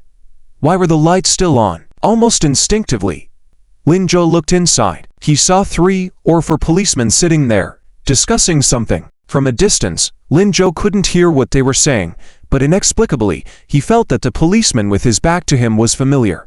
But it wasn't the familiar Officer Zhou. Lin Zhou couldn't help but furrow his brows. Who was it? Besides Officer Zhou, he didn't seem to recognize any of the other police officers. Just as he was thinking, his phone rang. Seeing it was Lin Changjeng, Lin Zhou quickly answered. Hello, Dad. I'm almost home. What's wrong? Surprisingly, there was no angry scolding from Lin Changjeng on the other end of the line. He seemed a bit tired. Oh, that's good. Hurry back. Lin Zhou felt something was off. Dad, what's wrong? Weren't you supposed to pick up Grandpa Tia today? Yes, but Lin Changjeng fell silent for a moment, then continued. Forget it. Let's talk when you get home. The feeling that something was wrong grew stronger. Lin Zhou quickly nodded. Okay. Wait a moment. I'll be there soon. My lord, there is more to this chapter. Please click the next page to continue reading. It gets even more exciting. After hanging up the phone, Lin Zhou glanced at the police station, then turned and ran directly. When he arrived home, Lin Zhou noticed that Lin Changjeng still hadn't prepared any food today. He sat exhausted on the sofa, looking very downcast. His expression was also very grim. Lin Zhou quickly walked over. Dad, what's really going on? What happened?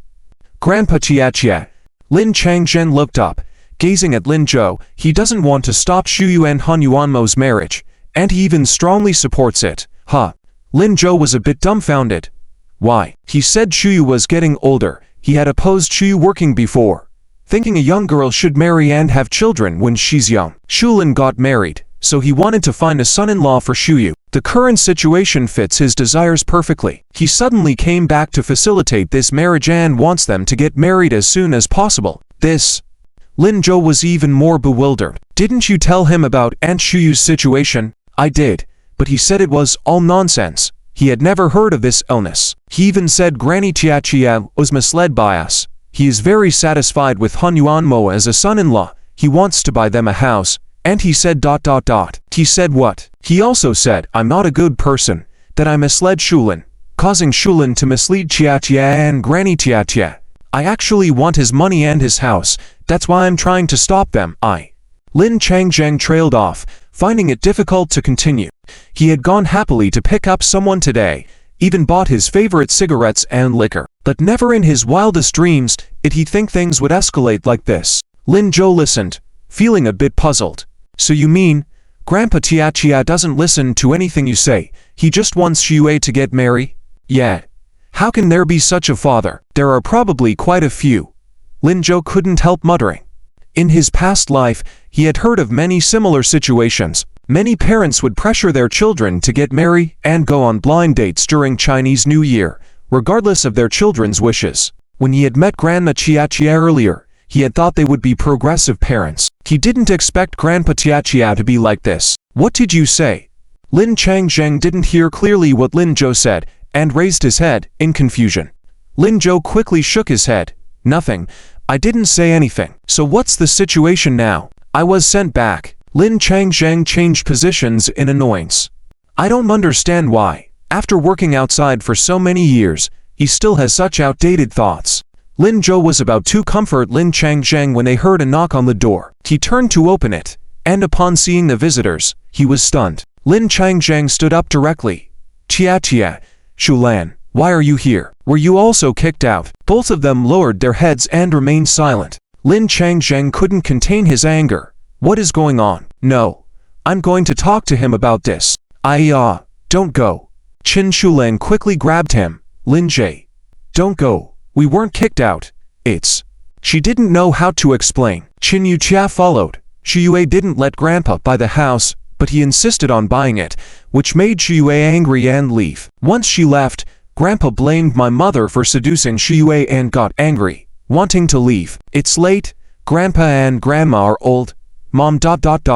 Mom couldn't bear to see them leave, so she left on her own. I was worried about Mom, so I followed. Qin Yuchan's voice became smaller and smaller until she choked up. She couldn't understand how things had turned out like this. Lin Changzheng became even angrier. This is too much, especially at this late hour.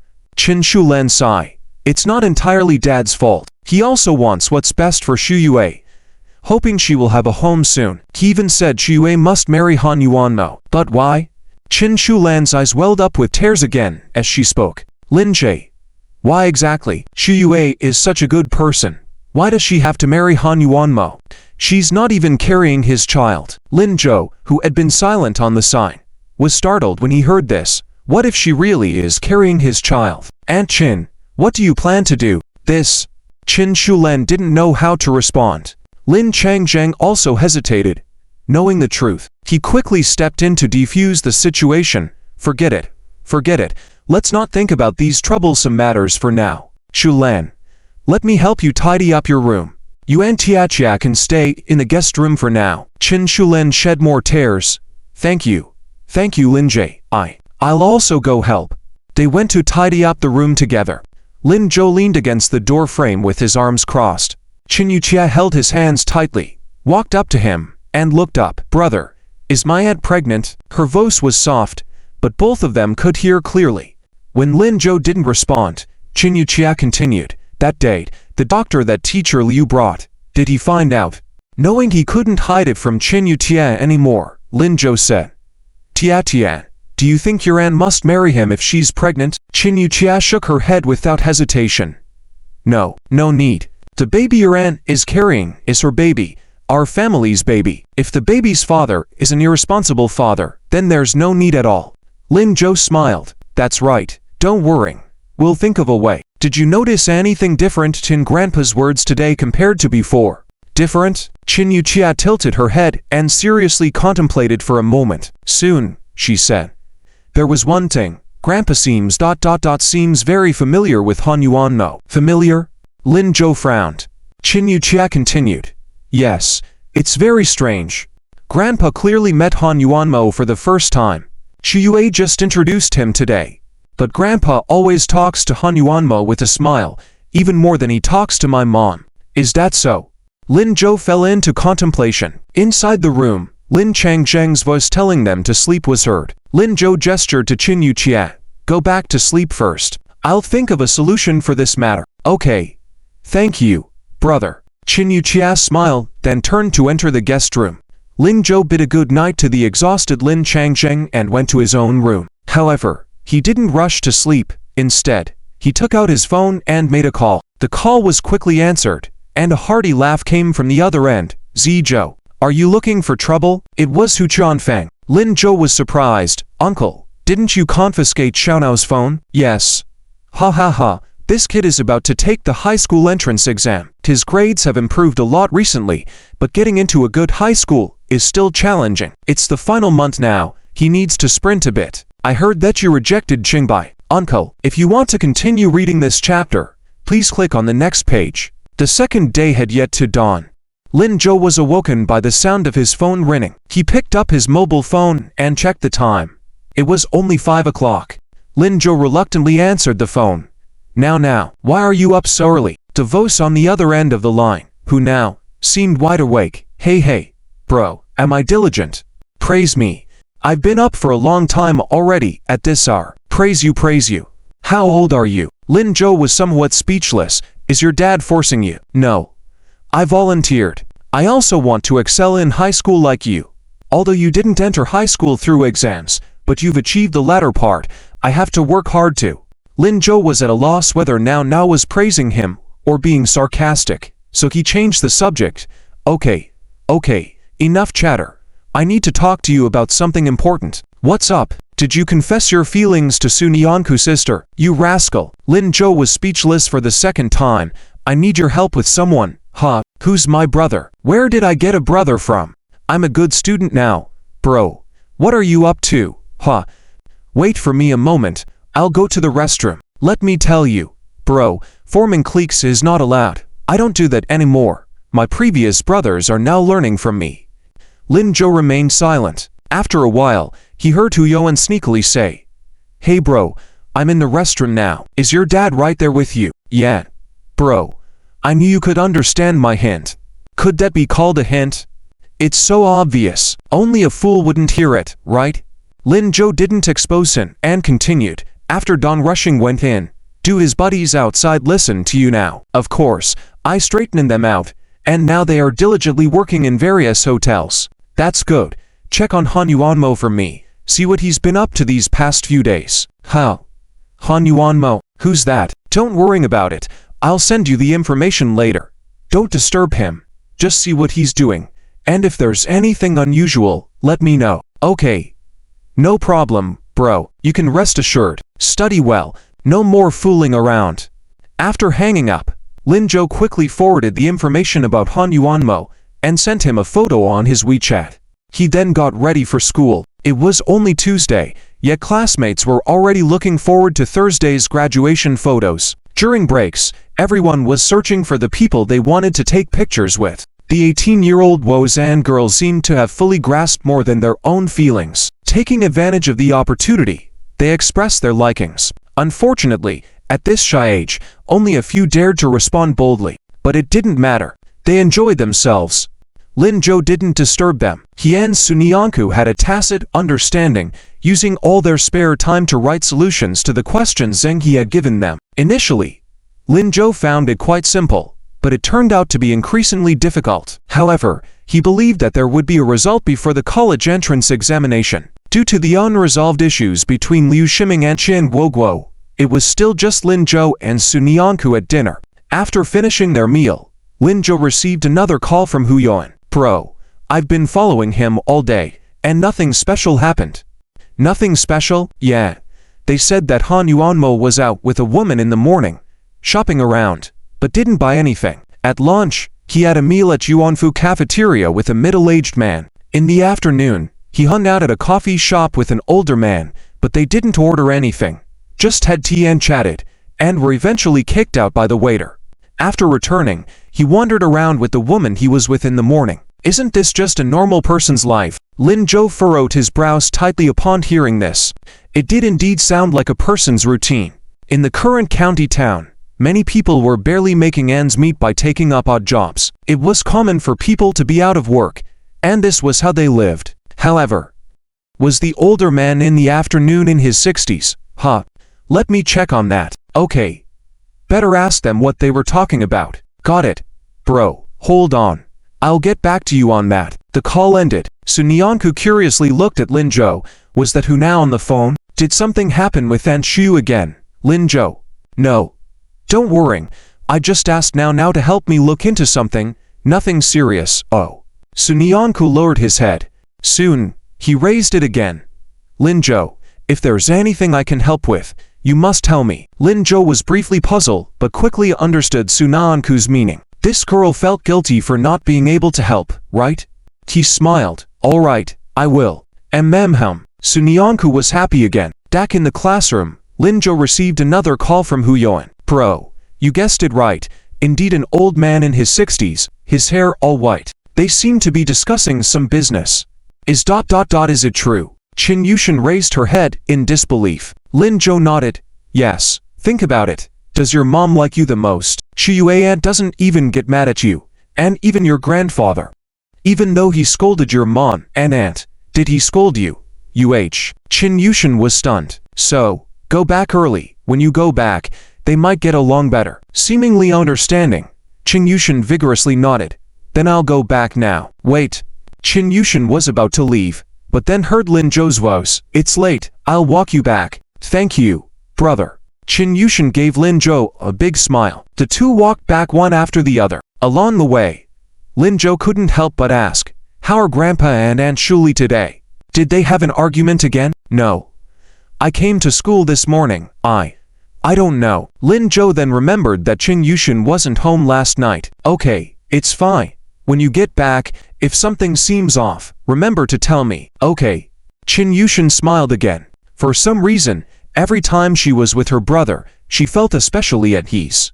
The two chatted casually as they walked, and Qin Yushan's mood improved a lot. Passing by the police station entrance, Lin Zhou suddenly heard a man's voice. Lin Zhou turned in confusion. He saw a man in a police uniform smiling as he approached, with Officer Zhou beside him. It's really you.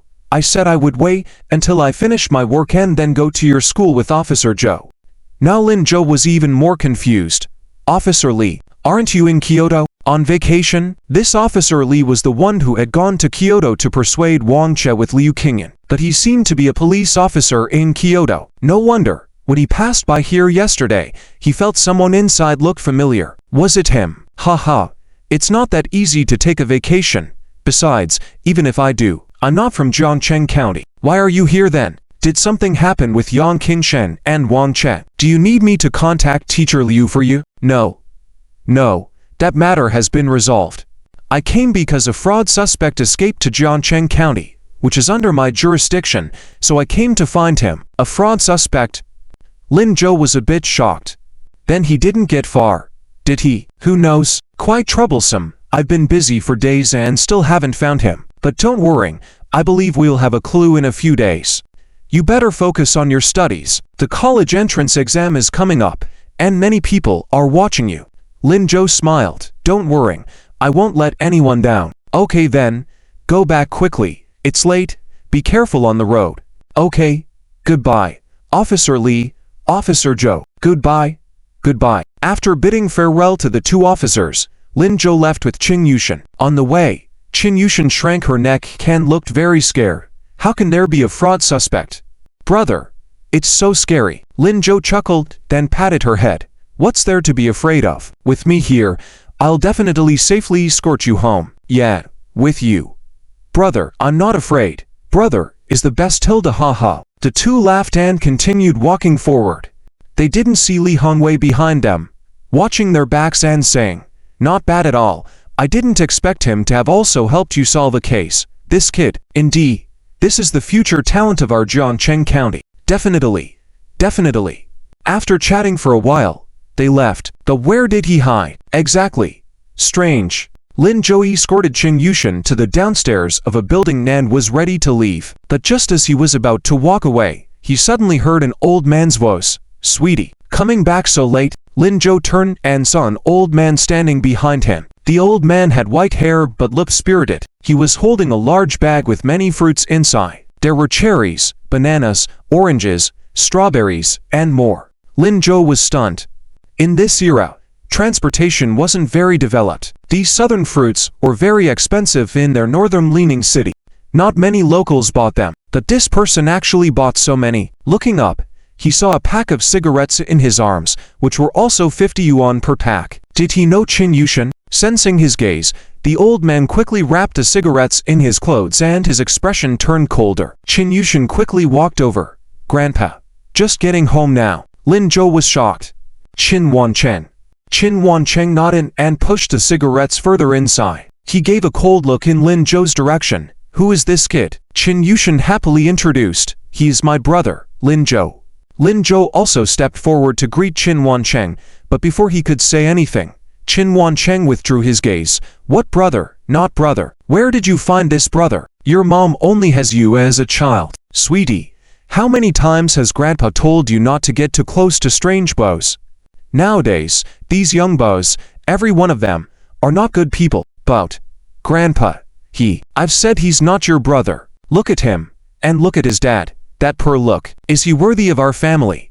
Sweetie, we are people aiming to make big money. In the future, you should follow grandpa to enjoy all the good things in life. Don't just socialize with any relative. Qin Yushin lowered her head, tears almost falling. Grandpa, Qin Wancheng seemed to realize he went too far. He quickly handed the bag of fruits to Qin Yushin. All right, these are for you. Take them. In the future, grandpa will buy you even tastier fruits, and we can eat all the delicacies. Come on. Upstairs. Seeing Qin Yushin not taking them, Qin Wancheng directly stuffed the fruits into Qin Yushin's hands. Then he turned and walked upstairs. Qin Yushin carried the bag, feeling very aggrieved. Brother ... Sweetie, hurry up and come up. What are you standing there for? Lin Zhou smiled helplessly. It's okay, sweetie. Go up. As Qin Yushin walked away, Lin Zhou shook his head in frustration. Was Qin Wancheng really such a snobby person? Why didn't he seem this way based on what old Lin and Aunt Shulin said before? After working outside for a year, could a person change this much? What had he experienced? Not figuring it out, Lin Zhou stopped thinking about it. He turned and walked towards home, but just as he took a few steps, he suddenly froze. A sudden thought flashed through his mind, almost subconsciously, as Lin Zhou took out his mobile phone. He scrolled through the contacts and found Officer Zhou's number, then dialed. The call was quickly answered. Hello, Lin Zhou. What's up? Haven't you gone home yet? I'm back, Officer Zhou. I have a question to ask you. Go ahead. What's the name of the fraudster you were planning to catch today? And what type of fraud is it? His name is... Wait, Lin Zhou. Why are you asking about this when you're about to take a college entrance exam? Just asking casually. Let me tell you, exams are more important than anything else. Everything else can wait until after your exam. Got it? Thinking Lin Zhou was interested in the case due to previous incidents, Officer Zhou quickly reminded him. Lin Zhou, feeling helpless, made up a random excuse. I understand. I know what's important. I just wanted to be cautious. I heard that the current fraudsters specifically target the elderly, and I'm afraid my father might fall victim. Ah, I see. It's good that you're cautious. That fraudster's name is Lu Shishan, but he doesn't just target the elderly. According to Officer Li, he has also deceived many women, taking advantage of his young and handsome appearance. Lin Zhou furrowed his brows. Is he a repeat offender? What does he do with all the money he scams? Not entirely sure, but it's probably related to illegal activities, like gambling or drugs. According to Officer Li, they seem to be part of a group. I see. Lin Zhou pondered for a moment, saying, I'll make sure my father and the elderly around him are careful. Good. It's best to have your father and the elderly inform us if they feel something is amiss. Thank you, Officer Zhou. After hanging up the call, Lin Zhou fell into deep thought once again. Group fraudsters, deceiving for money and emotions. Yan, handsome, from Kyoto. No matter how you look at it, it seems to closely resemble Han Yuanmo. But then why is his name Lu Shishan? Could he have guessed wrong? Just as he was in doubt, Lin Zhou heard a familiar voice once again. Lin Zhou, what are you doing here? Lin Zhou turned around to see Qin Shuyu coming down from upstairs. She was dressed very plainly, and her face looked somewhat pale. I'm here to drop off Tiantian. What about you? Heading back to the rented apartment. I found a place to live since Jianshan's house is too crowded. Oh, do you need me to give you a ride? No, Han Yuanmo is waiting for me on the roadside. All right, take care on the way. You too. After Qin Shuyu finished speaking, she walked towards another exit of the community, leading to the main road. Lin Zhou, on the other hand, was headed towards a small gate closer to his home. As he was about to leave, he heard Qin Shuyu shout, Oh, Lin Zhou, tell your father that I won't ask for a penny from my parents, and I won't let them buy me a house. Everything belongs to my sister. Tell him to take good care of my sister and Tiantian. Lin Zhou was about to respond, thinking his father didn't care about such matters, but then Qin Shuyu added, Make sure he treats my sister and Tiantian well. At this point, Lin Jo didn't know how to reply. He remained silent for a moment and asked, "And you?" Chin Shuyu started to speak but stopped herself. She smiled somewhat sadly, saying, "A person like me, it doesn't matter, right? Perhaps this is my fate. But do you really think a man can change? Can't he? Why else would there be sayings about prodigals turning over a new leaf?" Lin Jo was momentarily speechless. Indeed, in reality, some people do change for the better. Even he, having reincarnated, had undergone significant changes. However, he always felt uneasy. Wanting to remind her but not sure how to, Lin Jo asked, "I want to give him a chance to prove himself." After saying this, Chin Shuyu didn't give Lin Jo a chance to speak, and she left in a hurry. Lin Jo watched her receding figure, feeling somewhat heavy-hearted. It seemed that Aunt Shuyu's condition had worse, and this time, she appeared to be trapped in the obsession she created for herself, refusing any help or closeness from others. What could be done? Well, it might be better to first clarify Han Yuanmo's situation. Lin Jo quickened his pace and returned home. Lin Changzheng had cooked dinner today, but his mood was still low. Lin Jo sat at the dining table, picked up his chopsticks. Seeing Lin Changzheng showing no intention to eat, he couldn't help but ask, "Dad, what's wrong?"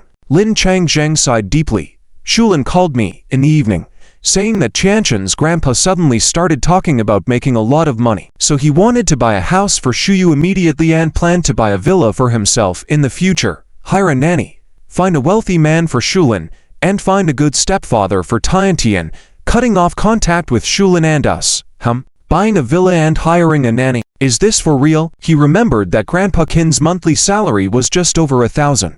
This behavior either indicated that he was now a millionaire or had fallen victim to fraud. "Yes, I was puzzled by what I heard, but let's not talk about that. Shulin specifically asked me not to tell you about this, considering your upcoming college entrance exam." Lin Changzheng picked up a small bowl and filled it with soup for Lin Jo. Eat first, eat first. Wait, Dad, have you heard from Aunt Shulin about any strange people Grandpa Qin has met these days? Strange people? No.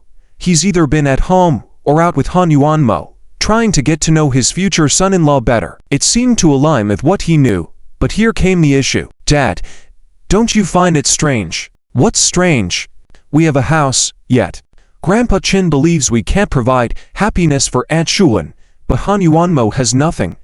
Yet he's willing to spend money to buy her a house and marry her to him. This doesn't make sense." Lin Changzhen was also taken aback. "Yes. Why is that? Could it be because he thinks I brought along a son?" "Oh, not you, Xiaozhou. I mean I understand, but I don't think that's the reason." Lin Jo understood what Lin Changzhen meant. Such thoughts were prevalent in this era, but Lin Changzhen would never entertain them, so he wasn't bothered by it. After contemplating for a moment with his bowl and chopsticks, Lin Jo asked, "Dad, do you know if Han Yuanmo has any other names?" "Other names? What do you mean? Is it possible that he has two names?" Lin Changzheng was baffled once again. After a moment, he waved his hand. How could that be possible? Where would he get two names from? Wouldn't that be too far-fetched? Lin Jo also felt it was a bit far-fetched, but other than this, he couldn't think of a better reason. If Han Yuanmo is really LV Shishan, then everything makes sense. But how could one person have two names? Lao Lin, tomorrow have Aunt Qin inquire about whether there is a person surnamed LV by Master Qin's side. Why inquire about this? He is a swindler. Maybe a swindler. Are you saying Master Qin may have encountered a swindler? Not necessarily, but we should still be cautious. All right, I will tell Shulin tomorrow. After dinner, Lin Jo returned to his room early and lay down to sleep. The next day was Wednesday. Unlike the previous 2 days, this day was particularly calm. Lin Jo did not receive any calls from Huyan, nor did he hear anything from Lin Changzhen about Qin Wancheng causing any trouble. He stayed home all day and watched TV. Although it was strange, Lin Jo didn't ask much about it.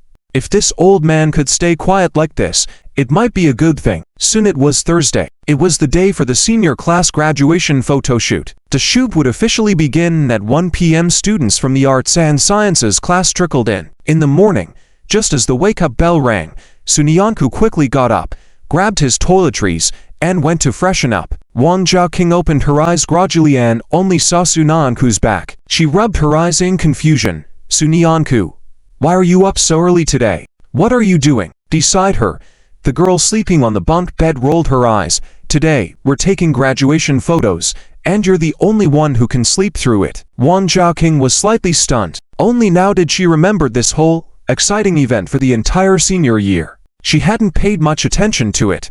After all, she didn't have anyone she particularly wanted to have a photo with. But Su Nianku seemed different.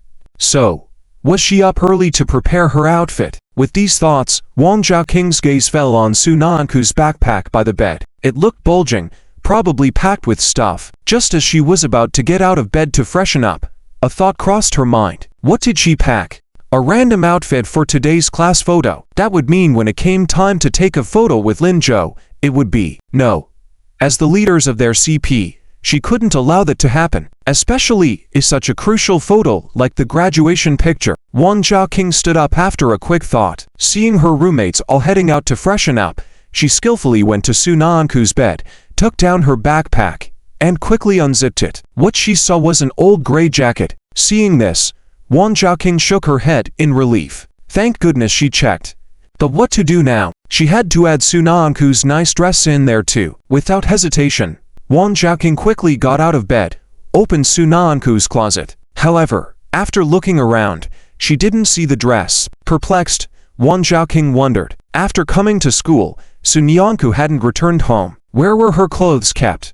Did she? Wang Zhaoqing swiftly went back to Su Nianku's backpack, pulled out the old gray jacket, and found the dress hidden underneath. Wang Zhaoqing smiled. This girl wasn't that clueless. She had learned to sneakily hide clothes. Feeling content, Wang Zhaoqing repacked Su Nianku's backpack. As she zipped it up, she heard Su Nianku's voice at the door. Wang Zhaoqing, what are you doing? Oh, your backpack fell. I picked it up for you. Wang Zhaoqing pretended nonchalantly, patting the dust off the bag, then placed it back on Su Nianku's bed. Su Nianku smiled without any suspicion. Oh, thank you. No problem.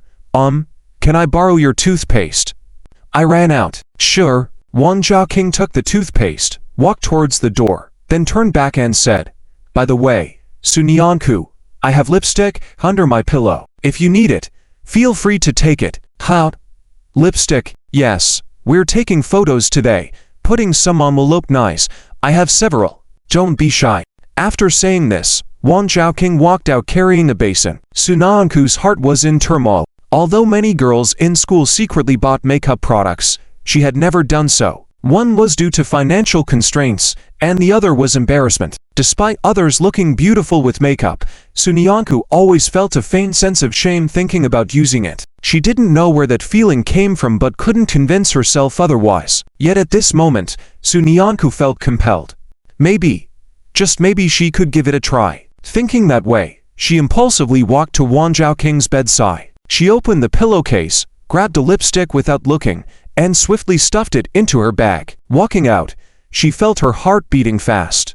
Until she got to the classroom, Su Nianku still hadn't calmed down. As if she had taken something secretive, she hurriedly stuffed her backpack into the desk pocket. Deskmate, what's the matter? Lin Zhou, who had been in the classroom for a while, saw this scene and was puzzled. Huh, did you grab a dress? Yes, that's right. Knowing that Lin Zhou misunderstood, Su Nianku didn't explain, just nodded quickly. All right, just grabbed it. Don't worry, they won't notice. After all, they don't have the right to see our beautiful deskmate. Okay. Su Nianku nervously sat back at her seat. She was restless all morning. At 2 o'clock in the afternoon, it was Class 2's photo shoot. At 10 minutes to 1, Li Liwei came to the classroom and called out, "Gather in front of the teaching building." Everyone rushed out. The first photo was the group shot, and everyone had to wear their school uniforms. When they arrived in front of the teaching building, Lin Zhou noticed Zhang Shuqi, Liu Qingyan, Wang Min, Zhou Ping, and their various subject teachers were there. In the center stood someone laughing and chatting with a few teachers, Hu Chuanfan. Lin Zhou walked over with surprise. "Uncle, you're here too." This shout made a few teachers laugh. "Ha ha. We always say Lin Zhou has connections, and it turns out to be true." Lin Zhou, You're so direct. Where do you want Principal Hu to hide his face? Hu Tianfeng laughed. Ha, don't talk nonsense. I'm no longer the principal now. And what's wrong with connections? My talented nephew, give me some more compliments. It'll brighten my day. Ha ha ha. The teachers burst into laughter, enjoying the banter. Zhang Shuqi helplessly called Li Liwei to organize the team. Then he walked to Hu Tianfeng's side and muttered softly, Principal Hu, why don't you come back? The Education Bureau has mentioned you several times and asked me to call you, but you're not answering your phone. It's really difficult for me. Ha, Deputy Principal Zhang, like I just said, I'm no longer the principal. Just call me Lao Hu. But you clearly agreed to come back as the principal to take the graduation photo. Ha ha. Well, that's because this may be the most outstanding batch I've had in my career. Naturally, I have to come back for the group photo. This will be my bragging capital in my old age. Ah, Principal Hu, the photo shoot is starting. My nephew is calling me, Zhang. Future principal. Goodbye. Zhang Shuqi. He had to look for help from Lin Zhou, who had only greeted them and hadn't said a word since. Lin Zhou, please help. Deputy Principal Zhang, I can't handle this. I have to go line up, otherwise, the class leader will scold me. Goodbye, future principal. Zhang Shuqi was completely defeated. When the time for the graduation photo was set, he tentatively called Hu Tianfeng again. His previous calls had been rejected, but this time, not only did Hu Tianfeng answer, he immediately agreed to come over. Zhang Shuqi thought Hu Tianfeng had finally softened his heart and decided to come back as the principal. But he unexpectedly just came back for the photo. The team was quickly organized. The teachers sat in the front row, the girls on both sides of the teachers and in the second row, and the boys stood in the third and fourth rows. Lin Zhou had arrived late and could only stand on the side. Just as they were about to take the photo, he suddenly heard someone calling out, Lin Zhou, over here. Lin Zhou was stunned and turned his head to see Wang Zikan waving at him in the crowd. Beside her was Sun Yanku, standing there with a shy smile, looking very happy. She heard Wang Zikan's call, glanced at him, then quickly looked down. It was clear her face had turned red again. Lin Zhou was about to decline, but the bow suddenly started cheering. Yes, Lin Zhou, over here. Hey, come here. Let's make room for you. The student god should stand with the top student. With their encouragement, they all stepped back together. In the front row, Liu Qingyan couldn't help but say, Lin Zhou, hurry up. After this, there's another class, and you guys can take free photos then. All right. Lin Zhou had no choice but to walk over. The girls in the class were watching him, but he noticed that his deskmate didn't turn her head once. Probably too nervous, he thought. Lin Zhou stood in place and signaled to the photographer. Okay, thank you. All right, everyone stand still. Look over here. Come on. Let's all shout together. Cheese. Click after taking about 4 or 5 shots, the photographer was finally satisfied. All right, everyone, go change into casual clothes. We'll meet at the Scholar Pavilion behind your school for more photos. Whoever wants to take photos, come find me earlier. Don't worry, I'll keep it secret. The classmates burst into laughter. Liu Qingyan added, you have 1 hour. Be back for the 3rd period. Okay. Wow, this is great. Let's go change clothes quickly. Wait. How do we change? It's easy for boys, but for girls. This dilemma made them all pause. Someone suggested, let the girls change in the classroom, draw the curtains, and the boys can go to the restroom. This suggestion was met with approval, and as they were leaving, a girl shouted, Boys, take your time coming back, we girls want to do some makeup. The boys laughed in response, sure, no problem, you have to dress nicely. As they chattered, they rushed off. Accompanied by Quan Guoguo and Li Xian, Sun Yanku returned to the classroom. Along the way, she kept looking back at Lin Zhou's position. Only when Lin Zhou nodded at her did she run forward reassured. The boys all left, and when Liu Qingyan was ready to go, she noticed Lin Zhou still standing in place. Curious, she asked, aren't you going? I'll go in a moment, but, Miss Liu, isn't the 3rd period your class? Yes. What's up? Nothing. I just wanted to ask for some time off. Oh. In the classroom, after the boys left with their clothes, the girls quickly drew the curtains and started changing. Sun Yanku hesitated when she opened her bag. Inside were a jacket and a skirt. Lin Zhou had said she should wear a skirt, but how could she change without being seen? Sunyanku, what are you waiting for? Hurry up and change. Kwon Guoguo's urgent voice rang in her ears. Sunyanku quickly nodded. I'll change now. Hurry, everyone, get changed quickly. Show me what pretty clothes you brought. Oh, don't look at mine. I'll change on my own. Sunyanku quickly covered her bag. Kwon Guoguo seemed to realize something but didn't insist further. All right, hurry up. Li Xian and I are going to do some makeup over there. We'll wait for you. Okay. Seeing Kwon Guoguo walk away, she took out her jacket and put it on, then packed her bag back and stowed it in her desk. Looking up, she saw that Li Xian wore a shirt and skirt, looking rather youthful, while Kwon Guoguo was in casual wear, looking especially professional. The other girls around were all in long skirts or shorts, each looking prettier than the next. Now, some were gathered together with mirrors and combs, discussing makeup ideas. They all had a pile of unidentified cosmetics on their desks. Sunyanku hesitated, reached out, and took out a lipstick from her bag, walking towards Kwon Guoguo. Seeing Sunyanku approaching, Li Xian happily called out, Sunyanku, come here, let me do your makeup too. No need. Sunyanku instinctively took a step back, clutching the lipstick tighter. I'll skip the makeup. It's okay, come on. We all want to look beautiful in the photos. Really, I don't need it. Sunyanku instinctively refused. Seeing this, Kwon Guoguo quickly stopped Li Xian. Okay.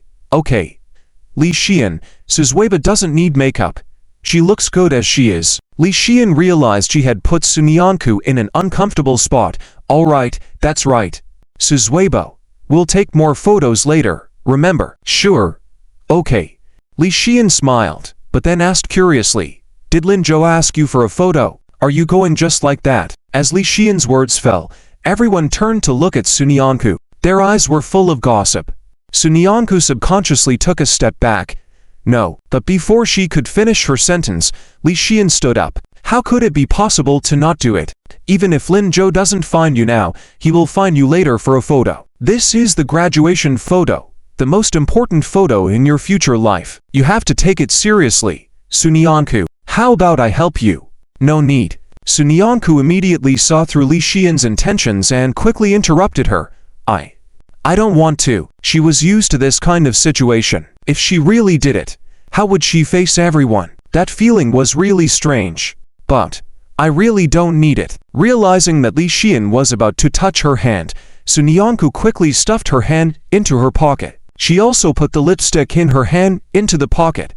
Just do your own makeup. Many people will definitely want to take photos with you later.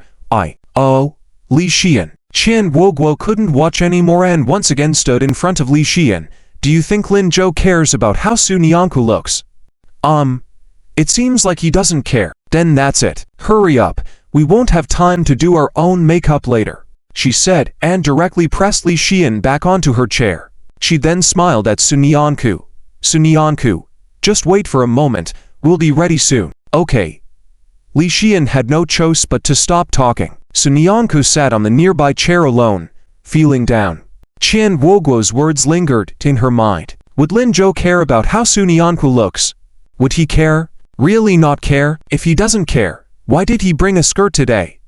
Maybe he wants to see how nice she looks. But, Sunyanku, why are you lost in thought? Let's go. Time for photos. Qian Guoguo's words interrupted Sunyanku's thoughts. She raised her head and saw that everyone had already put on their makeup and were smiling, waiting for her. Sunyanku quickly forced a smile, stood up, and said, okay, let's go. Everyone immediately cheered. Let's go, classmates. Today, we must be the most beautiful girls on the entire campus. Definitely. The girls chattered and walked out. Qian Guoguo followed them excitedly. Sunyanku walked at the back, feeling like there was still a barrier between her and them. She lowered her head in discouragement. Sunyanku. Li Xian suddenly grabbed her arm. Sunyanku raised her head and saw Li Xian sneakily placing a small bag into her pocket. These are the makeup products I just used. Very basic and useful. If you want to put on makeup before taking a photo with Lin Zhou later, you can sneak into the bathroom to do it. Don't worry. I won't tell anyone. She sealed her lips as a gesture and then walked away playfully. Sunyanku wanted to call her back, but it was too late. She could only pack the small bag and pretend nothing had happened as she walked forward. When she reached the area near the study pavilion at the back of the campus, she noticed that the bows had already arrived. They were standing in groups taking photos. Lin Zhou was among them. However, Lin Zhou seemed to be particularly popular among them. He stood still while the bows around him changed constantly. She didn't even notice her arrival. He was like the brightest light on campus. Looking at herself, she felt like a dim and unattractive ugly duckling. Sun Yanku suddenly thought that it might be better if he didn't see her. Lin Zhou probably had his own circle of friends and didn't need to spend every day with her. After all, he was only 18. He was so outstanding. He should be in the spotlight. At times like this, she should quietly observe. When the girls started, Sun Yanku unconsciously took a step back, trying not to interfere with others. But before she could find a hiding spot, Qian Guoguo pulled her over. Sun Yanku, why are you hiding? Let's take photos. Yes. Su's Weibo, we all want to take photos with you. Don't run away. Yes, and me too. Me. Su's Weibo, look here. Sun Yanku raised her head and saw that half of the class's girls had gathered around her. They warmly greeted her. Within moments, she found herself surrounded by people. Sun Yanku suddenly felt a strange emotion creeping up.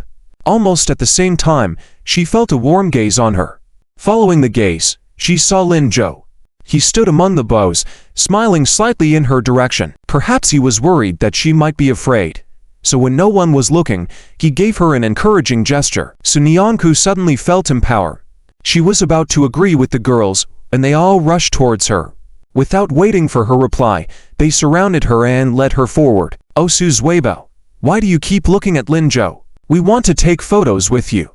Let's go. After we finish with the photos, then we can find Lin Zhou. The story is not over yet. Please click next page to continue reading the rest of the exciting content. Those smelly bows still need a bit more time. It wasn't until they reached the lakeside that they finally dispersed. A photographer had been called over. He arranged them in position, and the girls pulled Sun Yanku into place. Then they took a group photo. After the group photo, the girls still didn't show any signs of leaving. One after another, they dragged Sun Yanku to take photos with her. For the next 20 minutes, Sun Yanku lost count of how many photos she took. She had taken a photo with almost all the girls in the class before they finally let her go. By that time, the bows had finished as well. Someone shouted, "Hey, girls, come and take a photo." A few girls chattered and dragged Sun Yanku towards the bows. Lin Zhou was also there. Soon, the two of them were squeezed into the center of the crowd. The boys and girls cheered. "This way, sir. Over here." The photographer came and took a quick group photo. After it was over, the boys finally found a chance to grab the girls before they left. "Zhou Yu, what about our photo? Don't leave." Li Xian, can I take a photo with you? The girls blushed and looked down. "Monitor, a group photo?" Chen Xiaoru asked. Li Wei, who was having fun, stood up straight and, ignoring the surrounding laughter, awkwardly said, that. Let's take a picture." Chen Xiaoru immediately smiled and raised her head. The laughter around them grew louder. Sun Yanku watched the scene and couldn't help but smile. "Is it good looking?" someone asked. Sun Yanku instinctively replying, "It looks great. Do you think they could be a couple?" "Ha, I think they could be." "Ha ha. I think so too. But Su class leader, stop staring at them. We should get ready to." Sun Yanku suddenly looked up. Yes, we. Lin Zhou nodded. "Do you have your backpack?" "Oh. Yes. I brought it." Sun Yanku pointed to the nearby stone bench. The girls' bags were all placed there, and her backpack was a bit large so it was easy to spot. "That's good. Later we." Before Lin Zhou could finish his sentence, he heard the boys next to them shouting, "Study God, come on, take a few more photos." "Exactly. Why are you in such a hurry to find Su the top student? We haven't taken a group photo with you yet." Lin Zhou sighed. "Here they come." He turned back and whispered to Sun Yanku, "Looks like we'll have to wait a bit longer. Little desk partner, after 20 minutes, change your clothes and then wait for me at that pavilion." Sun Yanku followed Lin Zhou's direction and noticed a small pavilion in the corner. Perhaps because it was too secluded, there weren't many people around, but ... Sun Yanku was about to say something when she noticed Lin Zhou being taken away by the boss. She could only stand helplessly in place, feeling a bit anxious. But class starts in 20 minutes. Did Lin Zhou get the time wrong? But if they went early, even if there was no one there, they would still be seen, right? Is it really 20 minutes?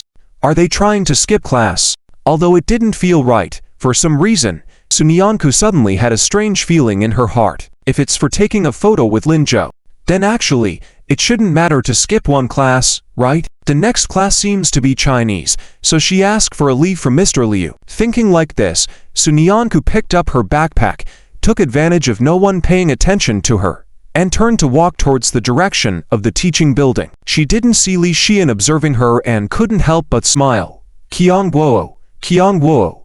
Look, Sun Yanku left. Do you think she's changing clothes or applying makeup? Li Xian, why are you suddenly so gossipy? What gossip? I'm just being helpful. But didn't you like Lin Zhou before? Qiang Guo couldn't help teasing her. Li Xian quickly raised her little pink fist and bumped her. Oh parrot. Qiang Guo, how could you bring that up? Liking someone, and isn't it a happy thing to see the person you like happy? Ow. You're so broad-minded. Ha ha. Forget about me. What's up with you? Qiang Guo, why aren't you having meals with Liu Shiming lately? I just noticed he's distracted, glancing our way 1,000 times. Is he looking at you? How is that possible? Qiang Guo instinctively denied. How could he be looking at me? He must be looking at some pretty girl. This guy still hasn't come to take a photo with her. Oh. Why do I feel so sorry listening to this? Guo, do you like Liu Shiming? How could I? This time, Qiang Guo's voice raised 2 octaves. How could I like that Fatso? Oh, Li Xian, Wei Ming is looking for you again. Huh? Where? Quick, I need to hide. Li Xian was startled and quickly hid behind Qiang Guo. Wei Ming had already come looking for her twice, but she really didn't like him. After hiding for a while, Li Xian realized she had been fooled. Qiang Guo was joyfully laughing at her. Li Xian was exasperated. Qiang Guo, you asked for it. But I think you and Liu Shiming. Oh no. Let's take photos, stop talking. Qiang Guo pushed Li Xian back into the crowd. The topic had to be stopped immediately, or she might really cry. That jerk Liu Shiming. On the other side, at this time, standing behind Zia Dongqing and observing Guoguo's movements, Liu Shiming saw Guoguo's figure being engulfed by the crowd, and he hurried forward to catch up. Unfortunately, he was stopped by Zia Dongqing inexplicably. Liu Shiming, what are you doing? We've taken the photo. Why are you running off? The photographer in front was also a bit frustrated. What's going on? Are you taking more photos or not? Zia Dongqing didn't let Liu Shiming answer, instead forcefully keeping him in place. Snap. Take more photos. Sorry bro, give us another one. Okay. Everyone stand still. Don't move randomly. After everything was done, Liu Shiming turned around to find that Guoguo's figure was no longer there. He subconsciously took a step forward, urgently searching for her. Zia Dongqing was speechless. Liu Shiming, what are you doing? Who are you looking for? Didn't you already take photos with Lin Zhou? Wang Zikan, who was observing everything, couldn't help but sigh. He's looking for Guoguo. Huh? Why is he looking for Guoguo? Zia Dongqing was confused. Wang Zikan didn't answer him, but took a step forward, walked to Liu Shiming's side, and patted his shoulder. If you want to take a picture with her, go find her. Liu Shiming, why are you hesitating? Zia Dongqing was even more confused. What? Liu Shiming wants to take a picture with Guoguo. No one cared about him. Liu Shiming lifted his head. Little master, there's more to this story after this chapter. Please click next to continue reading. It gets more exciting. But will she take a photo with me? Zia Dongqing asked. Huh, why wouldn't she? You two get along well, don't you? Wang Zikan said. I think she will. Liu Shiming lowered his head, his voice heavy. You guys don't understand. Zia Dongqing asked. What don't we understand? Did you guys have a fight? You will never have a resolution like this. Why don't you learn from Lin Zhou? What resolution? Learn from Lin Zhou. Can Liu Shiming, with his poor grades, learn from Lin Zhou? What riddles are you talking about? Liu Shiming ignored him again. He took a deep breath, took 2 steps forward, then retreated. Forget it. I'm going back to the classroom. You guys continue taking photos. Zia Dongking. He looked at Liu Shiming walking further and further away in confusion, completely lost. No. Wang Zikan. Why did Liu Shiming leave? Why does he seem unhappy? Have you just noticed? Oh, has he been unhappy for a while now? Why? Because of Guoguo. Guoguo. Why would he be unhappy because of Guoguo? Wang Zikan. What are you talking about? Wang Zikan looked at him, shook his head, and walked away. Without getting an answer, Zia Dongking went crazy. Hey, tell me before you leave. Wang Zikan. What's the reason again? What's the connection between Liu Shiming being unhappy and Guoguo? Wang Zikan finally couldn't help it. He looked at Zia Dongking, sighed, and said, Zia Dongking, do you have someone you like? Ow. When Zia Dongking heard this question, he quickly blushed and lowered his head shyly. You shouldn't tell anyone about this, Zikan. When he looked up again, he realized that Wang Zikan had already walked far away. Zia Dongking, he was even more confused now. Why did he suddenly ask this? When Su Nianku walked into Liu Qingyin's office, she found her drinking tea. She stood at the door, pondering for a moment on how to ask for leave from Liu Qingyin. After all, asking for leave for a group photo would probably make teacher Liu angry, right? Just as she was hesitating, Su Nianku heard Liu Qingyin's voice calling out, Why are you here? Weren't you over there taking photos with your classmates? Su Nianku quickly raised her head and stood up straight. Teacher Liu, I have something to tell you. Go ahead. Liu Qingyin set down her teacup and looked at her. Well, that. Su Nianku lowered her eyes, hesitated for a while, but still couldn't find a suitable reason. Su Nianku clenched her hands tightly, completely unsure of what to do. At that moment, she heard Liu Qingyin's laughter. Are you here to ask for leave? Su Nianku hadn't expected Liu Qingyin to guess it directly. She raised her head blankly and saw Liu Qingyin smiling knowingly. No need for leave. Lin Zhou already asked me. You don't need to go back to the classroom after class. Go take the photo with him and then come back. Oh. Su Nianku was even more bewildered. So Lin Zhou had already prepared everything. Didn't he tell you? It seems he wanted to surprise you. But unfortunately, you were too obedient. To think she even came to ask for leave on her own. Only such a naive girl like her could be easily fooled by Lin Zhou, right? However, it must be said, Lin Zhou indeed understands romance well and knows the appropriate measure. He even found time to take a photo with Su Nianku alone and made all the preparations beforehand. Truly a wizard in matters of the heart. Fortunately, he truly treats Su Nianku well. Otherwise, he would be a top-tier preparatory scumbag. Obedient? Listen to Lin Zhou's words. But Lin Zhou was always right. Su Nianku lowered her head, too afraid to meet Liu Qingyin's eyes again. Liu Qingyin smiled. All right, stop dazing off. Hurry and go change clothes. The restroom on the second floor of the office building is empty. Change there and quietly go back to wait for Lin Zhou. Oh. Okay. Without lifting her head, Su Nianku hurried to run out of the office. When she reached the door, she heard Liu Qingyin's voice again. Look prettier. Okay. Su Nianku froze for a moment, then quickened her pace. Liu Qingyin, seeing this scene, unconsciously shook her head with a smile. She picked up her cup, opened her lesson plan, and started reading. With the college entrance exam getting closer, she needed to prepare well. After Su Nianku left, she thought for a moment and went straight to the second floor of the office building. Even though it was still class time, there might not be anyone in the public restroom. It was perfect that teacher Liu mentioned no one was there. Su Nianku entered cautiously, locked the door after confirming no one would come in. Then she opened her backpack and carefully took out her skirt. After changing into the skirt, she stood by the mirror, earnestly tidying her hair. She also pinned a little hair clip Lin Zhou had bought for her before. After finishing all this, she smiled at herself in the mirror. It looked nice, but she felt like something was missing. The appearance of the girls in her class gradually emerged in her mind. Unconsciously, she took out the makeup Li Xian had given her. It was a butterfly-shaped makeup box. When she opened it, Su Nianku saw the colorful makeup inside. There were also many small items. It was surprisingly complete. She pursed her lips, then rubbed some foundation with her hand and hesitantly applied it to her face. After applying, she noticed her skin was fairer. However, for some reason, even her eyebrows looked paler. Sunyanku was startled by her reflection in the mirror. She hurriedly added some blush to her cheeks haphazardly. After completing this, she took out the tiny eyebrow pencil and clumsily tried to mimic the way Li Xian and the others did their eyebrows. Finally finishing, Sunyanku looked at herself in the mirror again. This time, she almost went crazy. Who was that girl in the mirror with reddish face and dark eyebrows? How come she looked so ugly? The others were all so pretty, but she didn't Li Xian say was easy to use.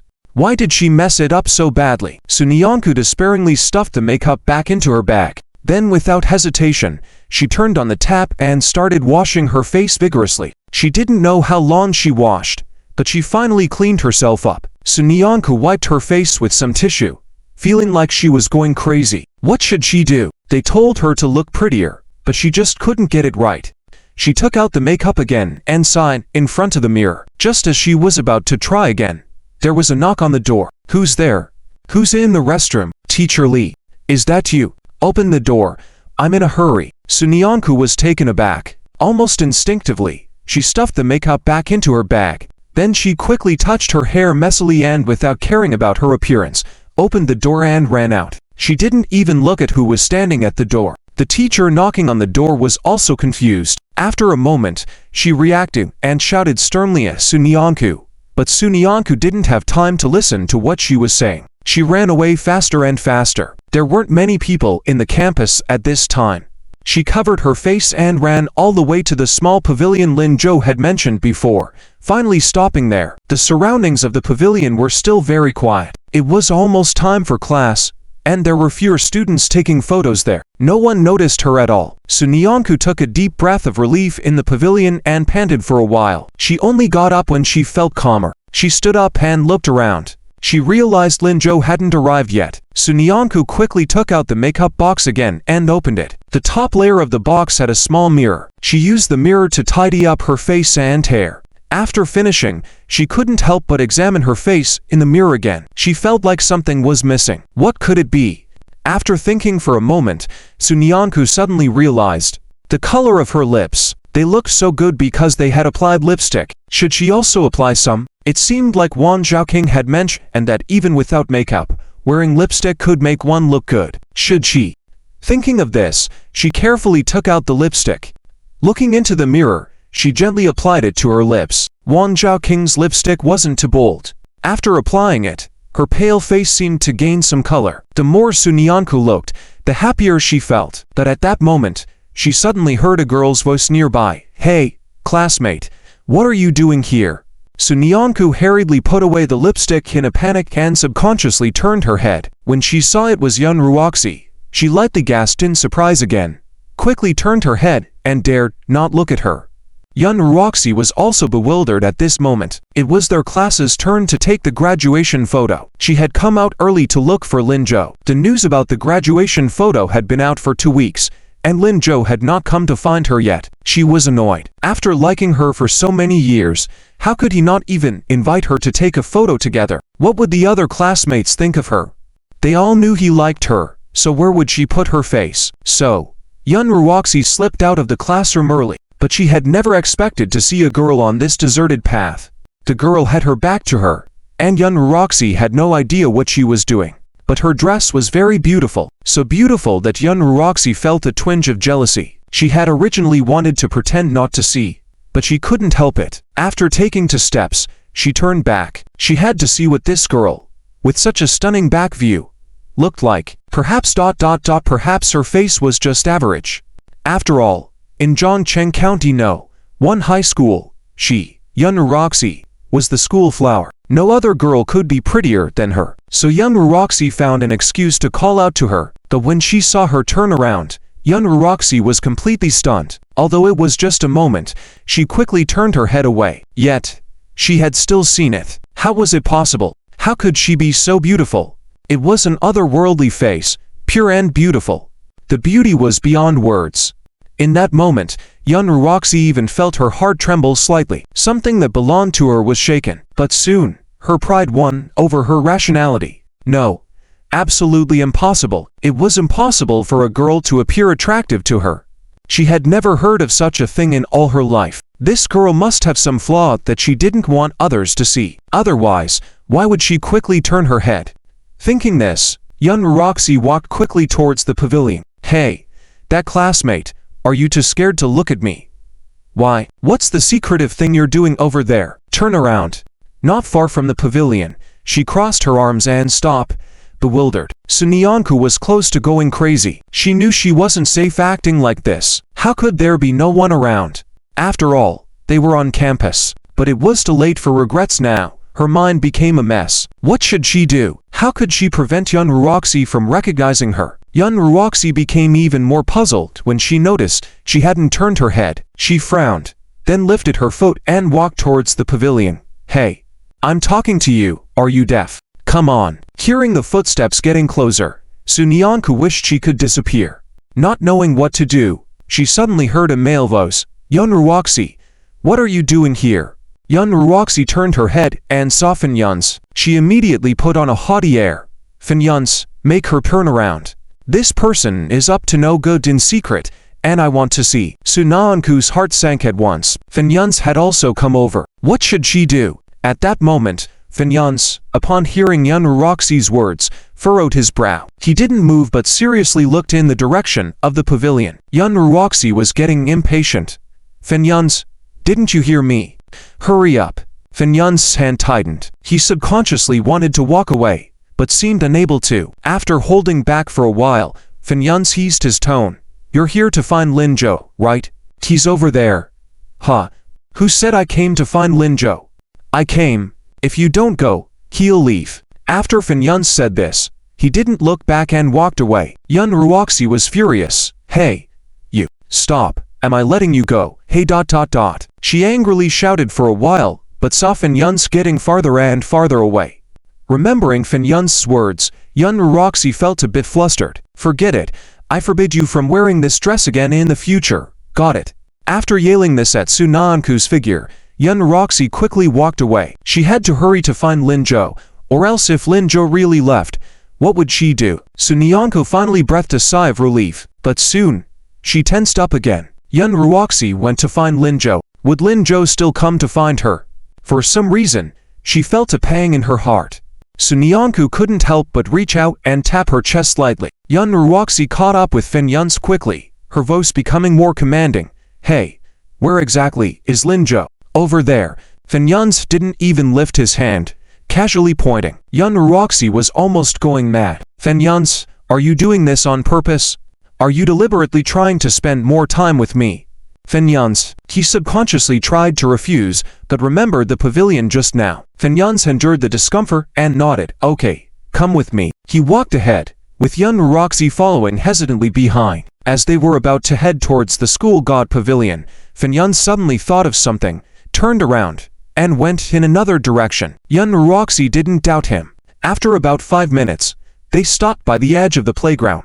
Yun Ruoxi looked around, in confusion, seeing unfamiliar faces and getting angry. Where's Linzhou? I thought you brought me here to find Linzhou. Where is he? Finyans furrowed his brows, his expression unchanged. He was just here. Where did he go now? Muttering to himself, he looked towards the direction of the pavilion. He wasn't sure if the person inside was hiding. After going so far, Yun Ruoxi probably wouldn't turn back, right? You. Yun Ruoxi was almost enraged. Finyans, what do you mean? Are you saying Linzhou isn't here? Didn't I say he was here just now? I don't know where he went now. You. Humph. I'm never talking to you again. Yun Ruoxi huffed angrily, turned around, and walked in the opposite direction. She had to go find Linzhou herself. Finyans was just so unreliable. She never wanted to see him again. She swore.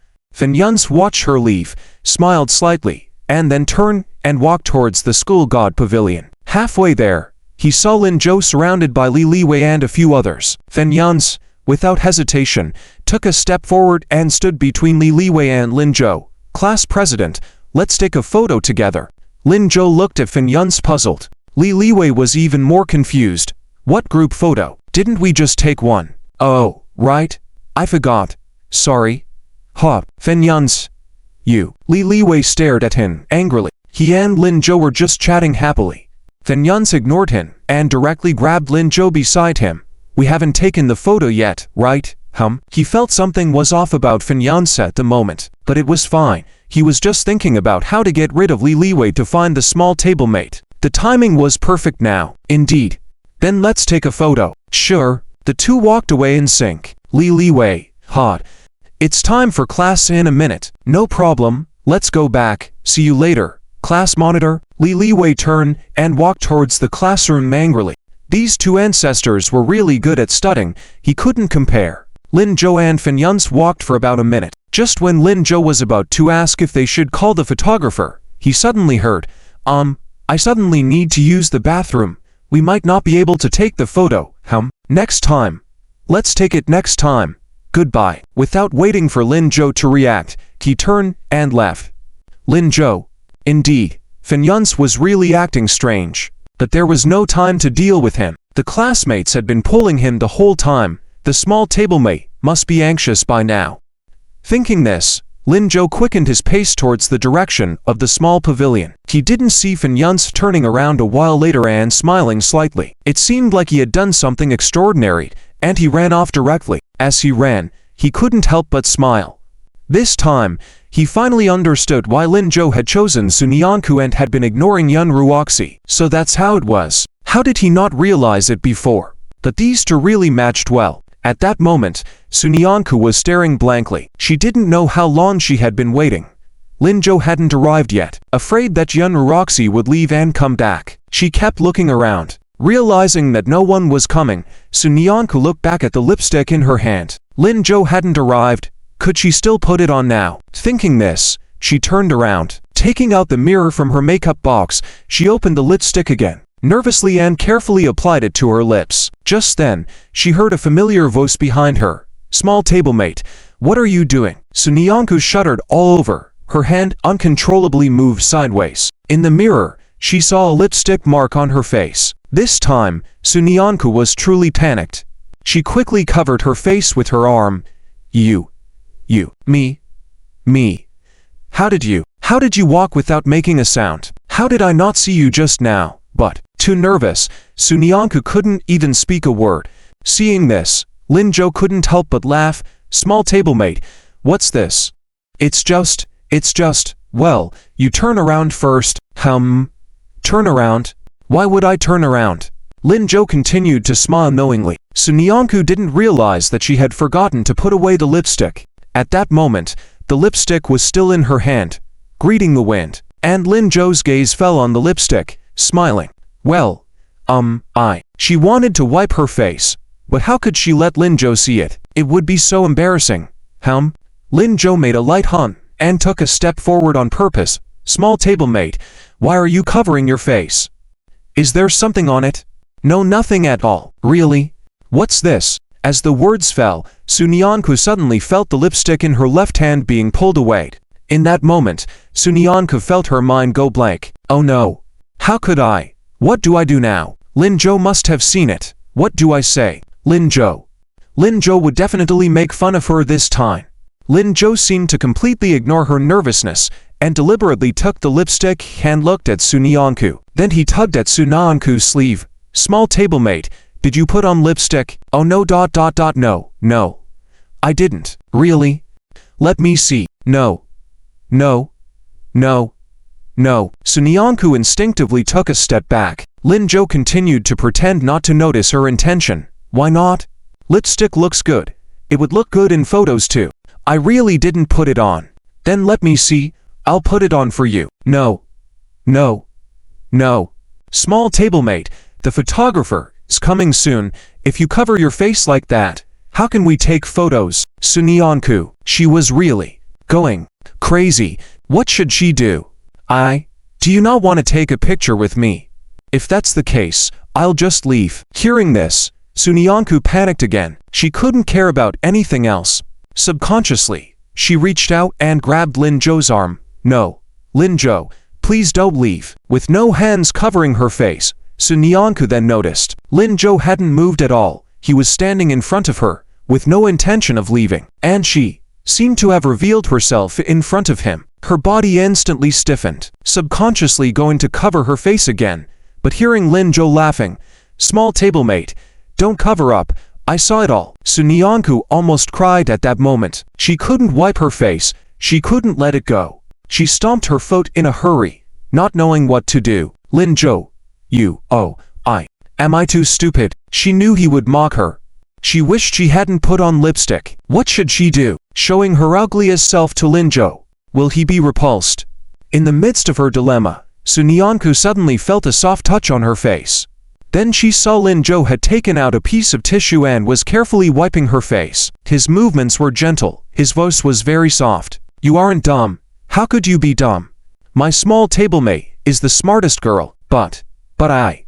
Don't move. Suddenly, Lin Zhou said sternly. Startled, Sunyanku didn't dare to move. She just widened her eyes, watching him earnestly wiping her face. His skin was flawless, his long eyelashes slightly pointing downwards. The sharp jawline, the focused yet gentle eyes, were unbelievably good-looking. In that moment, Sunyanku almost felt like she forgot to breathe. I have lost count of how many times I have been this close to Lin Zhou, but Sunyanku still feels dizzy in her head. She dares not move, just staring at him with her eyes wide open, looking at his gentleness. She doesn't know how long she's been looking. Vaguely, she feels him picking up the lipstick, opening it, and then slowly applying it to her lips. The lipstick that she couldn't apply well in her own hands, in Lin Zhou's hands, seemed to be electrifying and soft. She once again forgets to breathe. After a while, she hears his soft laugh. Okay, little desk partner. His voice was particularly indulgent, as if he were coaxing a little girl. Sunyanku knew she was no longer a little girl, but she couldn't help blushing. She quickly lowered her head, trying to avoid Lin Zhou's gaze. But for some reason, his gaze always followed her like a shadow. No matter how she tried to hide, she couldn't escape. Sunyanku became anxious. Lin Zhou, is it nice? After asking this, Sunyanku instinctively wanted to scold herself. Why did she suddenly ask such an ambiguous question? How could Lin Zhou answer that? She quickly changed her question. Beautiful. Before she could finish, she was interrupted. Sunyanku raised her head in a daze and saw Lin Zhou smiling as he put his hand into her school bag. Then he took out a makeup kit, opened it, and moved it in front of her, saying, Look. Sunyanku didn't have time to think about how Lin Zhou knew there was a mirror in her bag. She saw herself in the mirror. When she had applied lipstick before, she always felt it looked strange. Maybe because she couldn't do it well, but for some reason, the way Lin Zhou had applied it this time made Sunyanku think it looked exceptionally good. Her lips were slightly red, but not too bright. There were no extra embellishments, yet her lip shape was perfectly shown. The delicate look made even herself somewhat disbelieving. Is this me? Yes. Isn't it pretty? Sunyanku didn't reply. Lin Zhou hadn't expected her response, so he continued. So, little desk partner, don't be afraid. Be brave to try new things. You will always be the best version of yourself. Sunyanku was momentarily dazed. Could she really try these things now? The things she never thought she would have a chance to touch. Did she really have that qualification? Suddenly, the bell rang in the classroom. The sound of classmates screaming and running to the classroom brought Sunyanku back to reality. She suddenly remembered an important question. Lin Zhou, the photographer. Did we forget to tell the photographer? How should we pose? Lin Zhou chuckled and tapped Sunyanku's head. Silly girl, I already told the photographer. He is coming right over. He agreed. Doesn't he have to take photos for other classes? It's okay, he can shoot us for 10 minutes. As Lin Zhou spoke, there was a light cough from the side. It was the photographer. He was smiling at them. Sunyanku realized that their recent actions with Lin Zhou had probably been seen by someone. She quickly took a step back, trying to keep her distance from Lin Zhou. Okay, all set. Lin Zhou also smiled and said, Thank you, big brother. No problem, haha. It's my pleasure to take photos of two excellent students. I just didn't expect.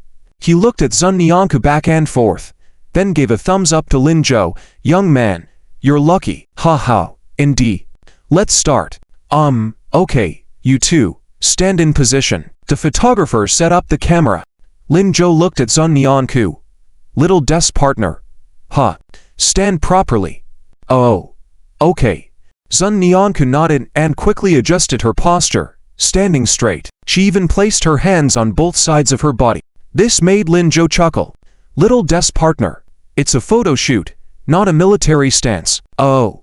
Then, what should I? She hesitated and eventually put her hands together in front of her body. Is this okay? Lin Zhou couldn't help but laugh again. He intended to adjust her posture himself, but as he leaned towards Sun Nianku, she instinctively moved aside. Lin Zhou was taken aback and took another step forward. As a result, Sun Nianku took a step back. Lin Zhou stood still in his place. Was the little desk partner afraid of getting close to him? What to do? If he forced it, she might get angry. After a moment of contemplation, Lin Zhou quickly came up with an idea. He glanced at the photographer and subtly gestured towards Sun Nianku while she wasn't paying attention. Understanding his cue, the photographer said, "Zun, you need to stand closer to Lin Zhou. I can't take the photo like this." Cannot take the photo? But if they got too close? Yes. The distance is too far at this moment. It won't look good in the picture. Okay then. Continues on the next page. Outside the walkway surrounding the study god pavilion, there were rows of lush green trees. Walking on the path in between the trees was a girl. She was chubby, with a large round face that was particularly cute. However, at this moment, she seemed somewhat bored. Suddenly, a girl from the neighboring class passing by couldn't help but shout, "Wang Zhaoqing, what are you doing here?" Wang Zhaoqing awkwardly smiled and flirtatiously raised her eyebrows. "Oh, I'm just taking a walk, nothing special." "But isn't your class taking photos over there?" the girl asked suspiciously. Wang Zhaoqing smiled again. Yes, I'm done taking photos already." "Didn't anyone take a group photo with you?" "No, we took the group photo already." "All right then, I'll go ahead. Our class is starting too." "Okay." After the girl left, Wang Zhaoqing breathed a sigh of relief. She didn't know how to explain further. In fact, the class photo had indeed been taken, but she had extreme social anxiety and preferred to stay in the dorm reading novels, comics, listening to music, and watching romantic dramas. She really didn't want to take group photos with them, so she took the opportunity to stay behind. Thinking that there weren't many people here, she didn't expect to meet an acquaintance. After the girl left, her mood improved, and she happily continued walking forward. It must have been about half an hour, and the class photo should have been taken by now, right? She planned to go back just in time. Wang Zhaoqing made a plan for herself, so she continued to walk forward aimlessly. As she walked, she suddenly felt something was off. Why would there be someone in that corner pavilion? Wait. Why did that person look so familiar? Curious, Wang Zhaoqing took 2 more steps forward. When she saw that it was Lin Zhou, she was shocked. Didn't their class already finish taking the photo? Why are they still here taking more? Wait, who is that girl next to him? She looks quite beautiful. But wasn't he supposed to take the photo with Sun Nianku? Wang Zhaoqing was short-sighted. She couldn't see the girl's face clearly. It all seemed blurry. She just felt that something was strange. But no matter who it was, they couldn't take Sun Nianku's place next to Lin Zhou. After all, Sun Nianku was the target of her efforts, and finally, some progress was being made. Wang Zhaoqing couldn't resist and quickly took 2 more steps forward. She wanted to see for herself who it was. As she stood about 10 meters away from the small green plant next to the pavilion, Wang Zhaoqing paused. She pushed aside the branches of the plant and looked again at the person next to Lin Zhou. She was shocked. This outfit looks so familiar. This face also looks familiar. Isn't that Sun Nianku? Sun Nianku? This thought surfaced in Wang Zhaoqing's mind, and she widened her eyes in disbelief. Sun Nianku looked like this. She looked like this, with that usual bangs, clothes, and style. Why wasn't Lin Zhou curious about this change? He seemed so calm. Wait, did Lin Zhou already know about this? Did he give Sun Nianku the dress, hair clip, and other things? Then he let Sun Nianku dress like this only in front of him. A scene played out in Wang Zhaoqing's mind. She nodded in satisfaction. Yes, that must be it. What a dramatic CEO-style move. She loved it. No, she was infatuated with the intrigue. The current Sun Nianku standing next to Lin Zhou matched so well. Wasn't this the legendary match made in heaven? Sun Nianku could really hide things well. Wang Zhaoqing instinctively wanted to rush out, but as she lifted her foot, she withdrew it again. No, she thought. They probably didn't want others to know temporarily. Otherwise, they wouldn't have chosen such a secluded spot for photos. Maybe she shouldn't disturb them for now, but even if she didn't disturb them, wouldn't it be fine to enjoy the show from here? With this in mind, Wang Zhaoqing happily hid behind the green plant, keeping only her eyes peeking out. Looking towards Sunyanku's direction, she noticed Sunyanku was staring blankly. Oh, even her blank expression looked so beautiful. No, this wasn't the time to marvel at this. Why did she seem clueless? What was she trying to do? Why wasn't Lin Zhou moving and just smiling at her?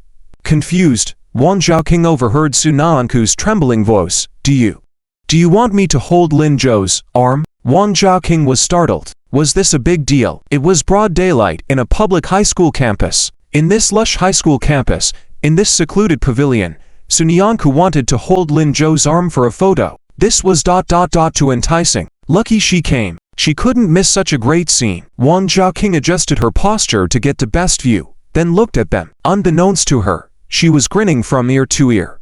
Sunyanku was unaware of all this. She hadn't realized and was getting flustered. Her arm felt hot touching Lin Zhou's. The photographer nodded approvingly. All right, hold his arm. I'll take a picture for you to remember. This chapter is not finished. Click on the next page to read the rest of the exciting content. But, Sunyanku dared not look at Lin Zhou and didn't know where to place her hand. Oh, little girl, there's no but. Many students take photos like this to express friendship, no other meaning, the photographer said, giving a wink to Lin Zhou. Lin Zhou remained silent, standing nonchalantly next to Sunyanku, smiling. Sunyanku was even more puzzled. Friendship? Did friendship need to be expressed like this? Yes, it's just friendship. Think about it. You've been classmates for 3 years, about to part ways soon. Who knows if you'll ever see each other again? This graduation photo is precious. If you don't take a more intimate photo, who will remember each other in the future? This is a symbol of your friendship. See each other again? Lin Zhou. And I. Just take a shot. Little Deskmate. Lin Zhou couldn't stand it anymore. Sunyanku's whole body stiffened. He's right. Even if we go to the same university later, we'll all be 18. The friendship before we turn 18 should be commemorated. It's okay. It'll be over soon. No one will see it. Then, Sunyanku was still hesitant, but the photographer had already set up the shot. Come on, no time to waste. Little girl, I'm busy. Hurry up. He deliberately sounded impatient. It seemed as if he might get angry. Sunyanku didn't dare say more. She just nodded. Okay, right away. Without thinking twice, she held onto Lin Zhou's arm, as if ready to face death. Let's do it. The photographer nearly lost it at the sight, but he managed to keep it together and said, all right, stay still. Don't move. Lin Zhou couldn't hold back and revealed a smile. At that moment, behind the green plant, Wang Zhaoqing, who overheard the conversation, was once again astonished. Sunyanku, who was not far away, really grabbed Lin Zhou's arm, and Wang Zhaoqing almost screamed. She quickly covered her mouth with force. But because she was too excited, her hands still touched the green plants in front of her. Realizing that Lin Zhou had looked over, Wang Zhaoqing quickly put her hand near her lips, gesturing for Lin Zhou not to speak rashly and to focus on taking pictures. This harmonious and beautiful atmosphere must not be disturbed. Sunyanku was not the type to easily hold onto Lin Zhou's arm. She absolutely didn't want anyone to know.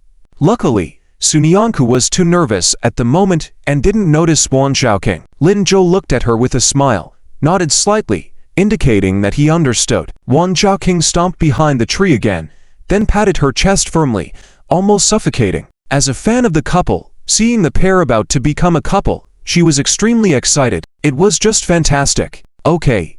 Done with the photos, let's change positions. The photographer's voice rang out. Wang Zhaoqing finally snapped out of her nervousness and looked over again. As she watched, she prayed silently. Big brother photographer, please don't mess up.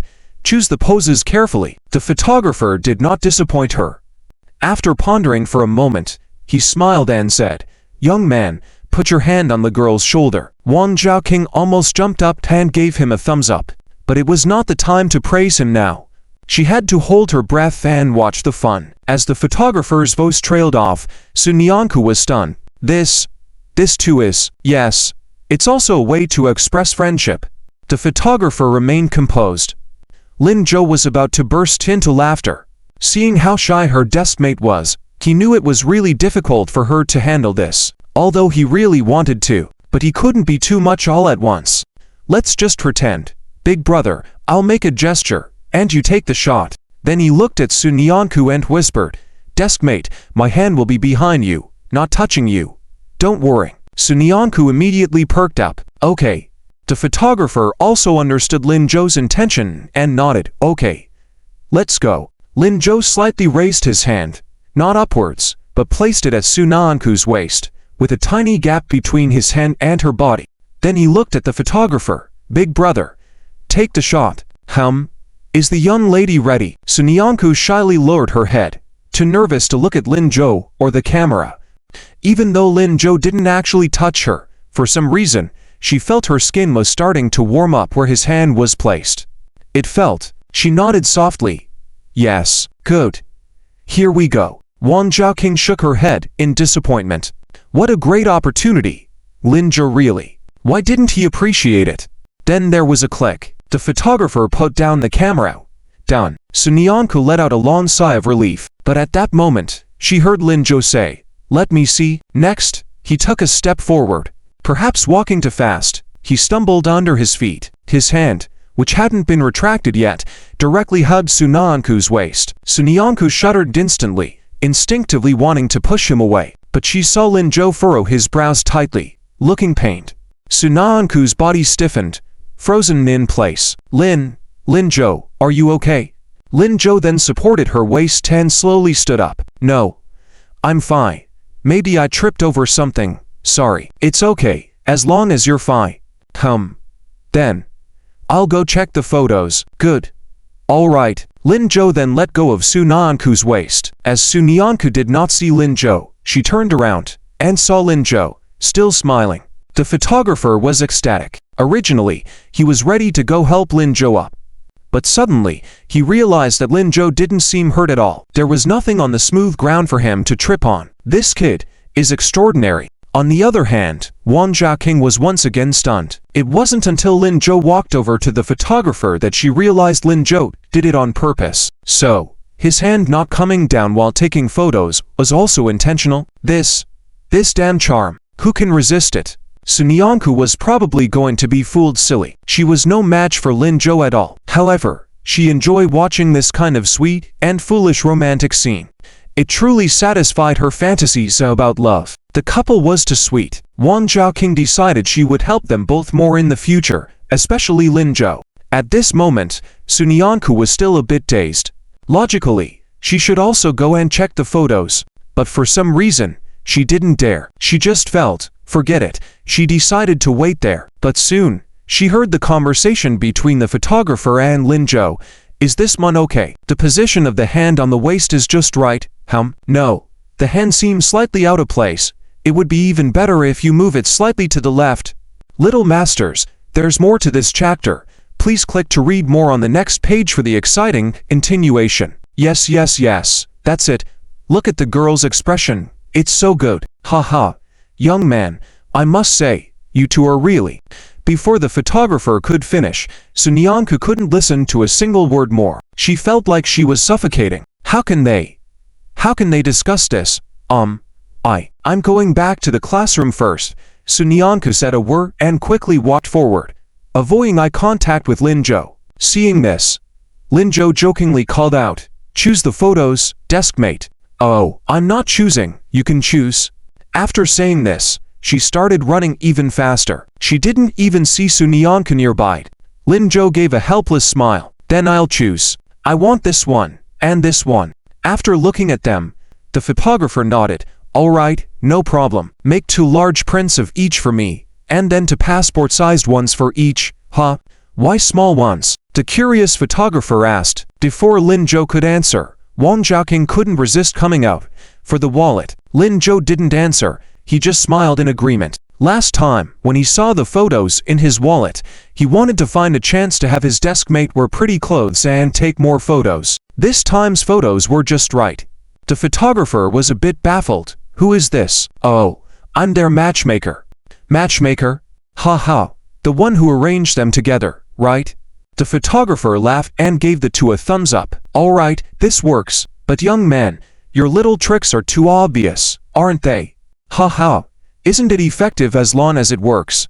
The photographer was taken aback and smiled helplessly. Indeed. Didn't expect the top student to fall for this. Haha.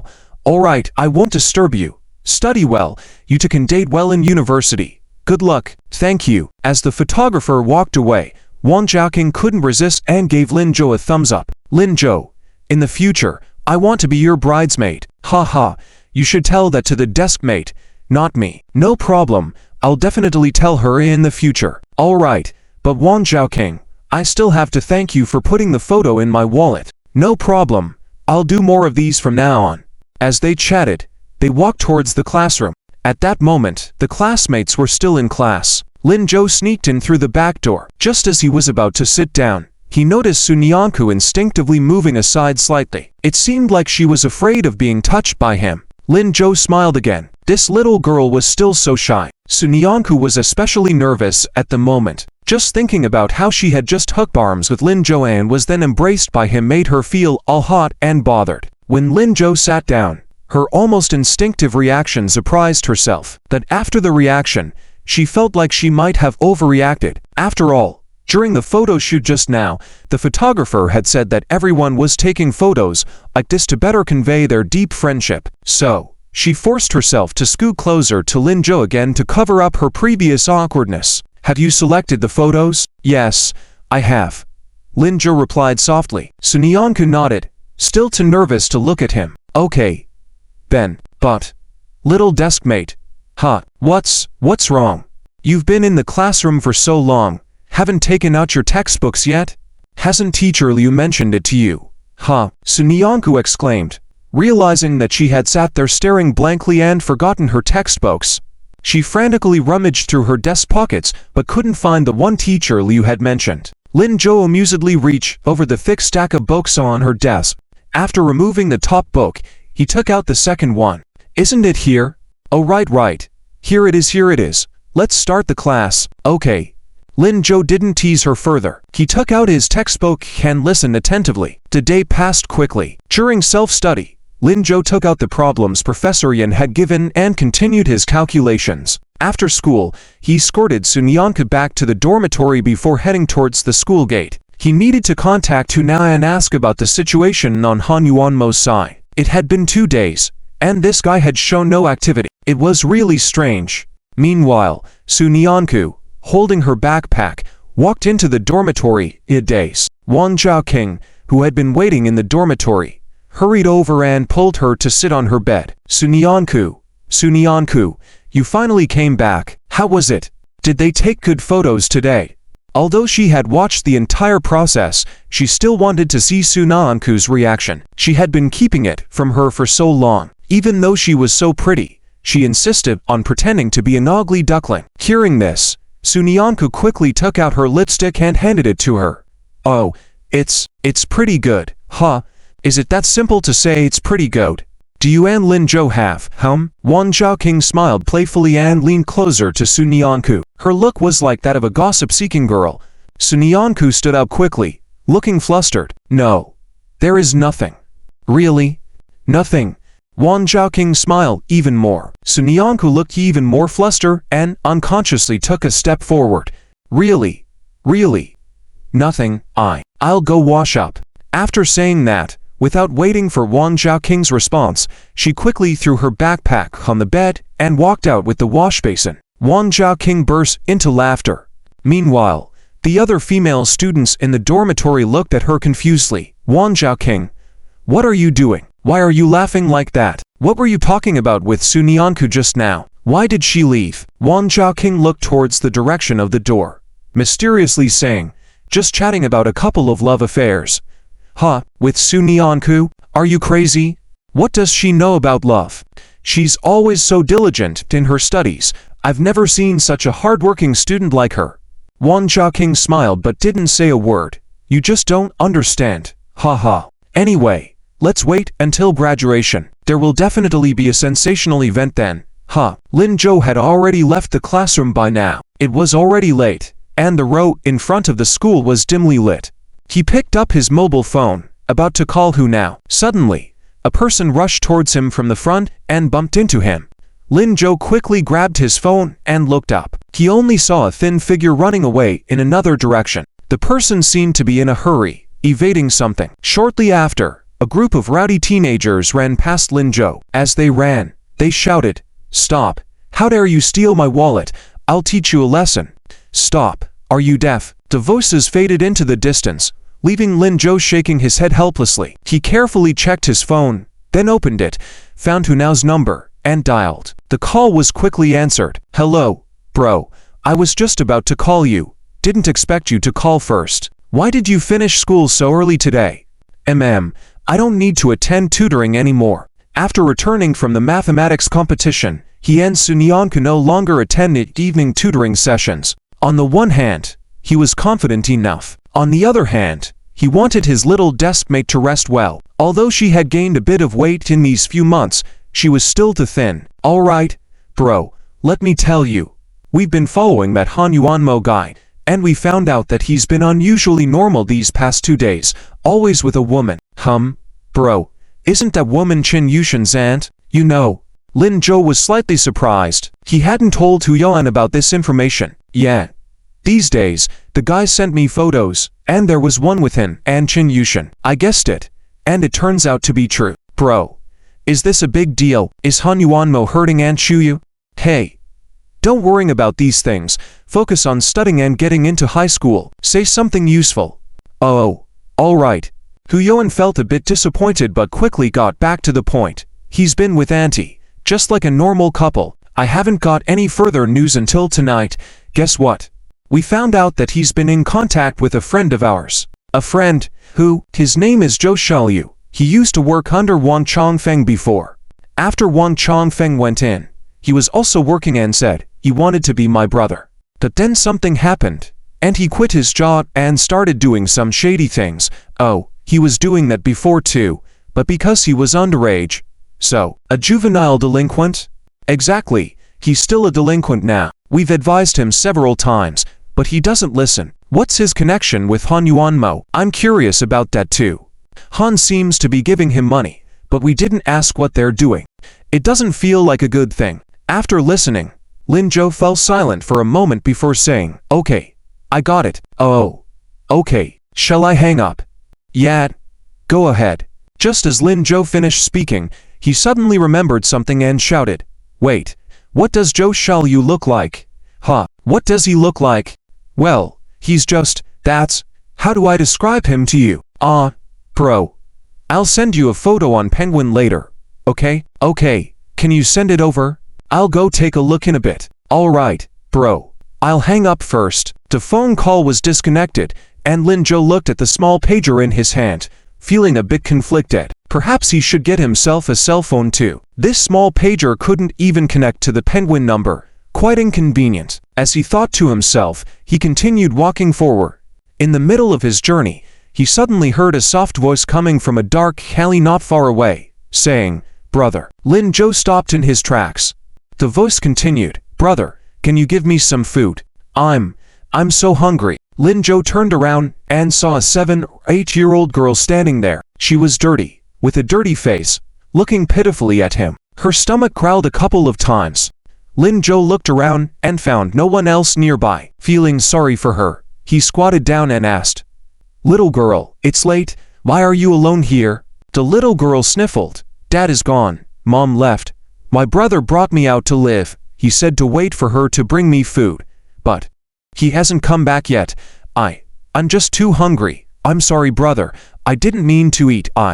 As she spoke, she lowered her head, seeming on the verge of tears. Lin Zhou quickly comforted her. "Don't cry. Don't cry. Brother will take you to buy food. The convenience store over there is still open. Let's go." "Okay. Thank you, brother." The little girl finally showed a sweet smile. She wanted to reach out to hold Lin Zhou's hand, but seemed to feel her hand was too dirty. She hesitantly let go. Lin Zhou smiled and held her hand. "Let's go." The little girl looked up in astonishment, her eyes bright. This brother, surprisingly, didn't mind her. How nice. They arrived at the convenience store, and Lin Zhou pointed to the snacks on the shelves, asking her, "What would you like to eat? Feel free to choose." The little girl quickly shook her head. No need, I'll have that one." Following her hand, Lin Zhou saw it was a pack of instant noodles, priced at 50 cents. Seeing her hesitation, The little girl quickly shrunk back. I only need 1 pack, brother. When I have money, I'll return it to you. It's okay. Lin Zhou shook his head, picked up a bag, and filled it with 10 packs of instant noodles. This action startled the little girl, but before she could react, Lin Zhou walked over to the bread section. He began stuffing bread into the bag. The little girl hurriedly grabbed him. Brother, it's enough to eat. Don't worry, brother will buy it for you. Let's buy more. But, the little girl was at a loss for words. She just looked at Lin Zhou, her eyes shining even more. After filling the bag with bread, he also grabbed a few bottles of water, paid the bill. Lin Zhou handed the full bag to the little girl as they left the store. Take it.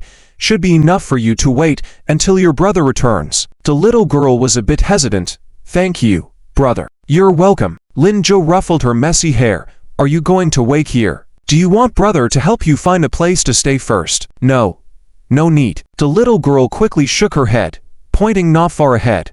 I live there. Lin Zhou saw it was a rundown small shed. There were no solid walls, just makeshift materials. In this era, the county town was not properly planned, and there were mostly residential houses. People would build such shelters to raise chickens and ducks, but it was the first time he had seen someone living in one. Sensing Lin Zhou's confusion, the little girl smiled sweetly. Brother said, when he has money, he will take me to live in a big house. Okay.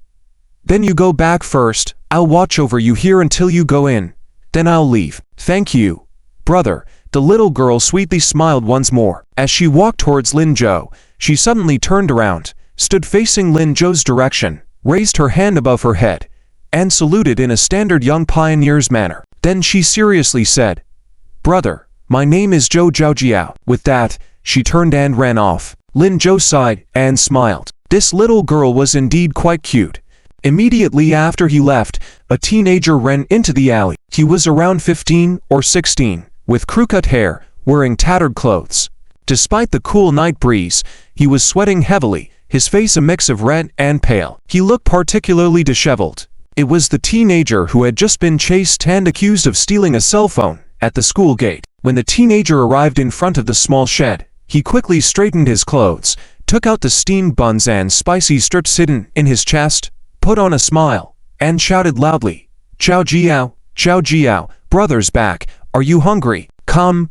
Brother brought you lots of tasty food. Zhao Jiao quickly peeked out from the small shed. Brother, that's great. You're finally back. Coming. She didn't rush to take the spicy strips from the teenager's hands, but instead grabbed him and moved towards the small shed. The teenager frowned. Little miss, there are more chapters after this one. Please click on the next page to continue reading.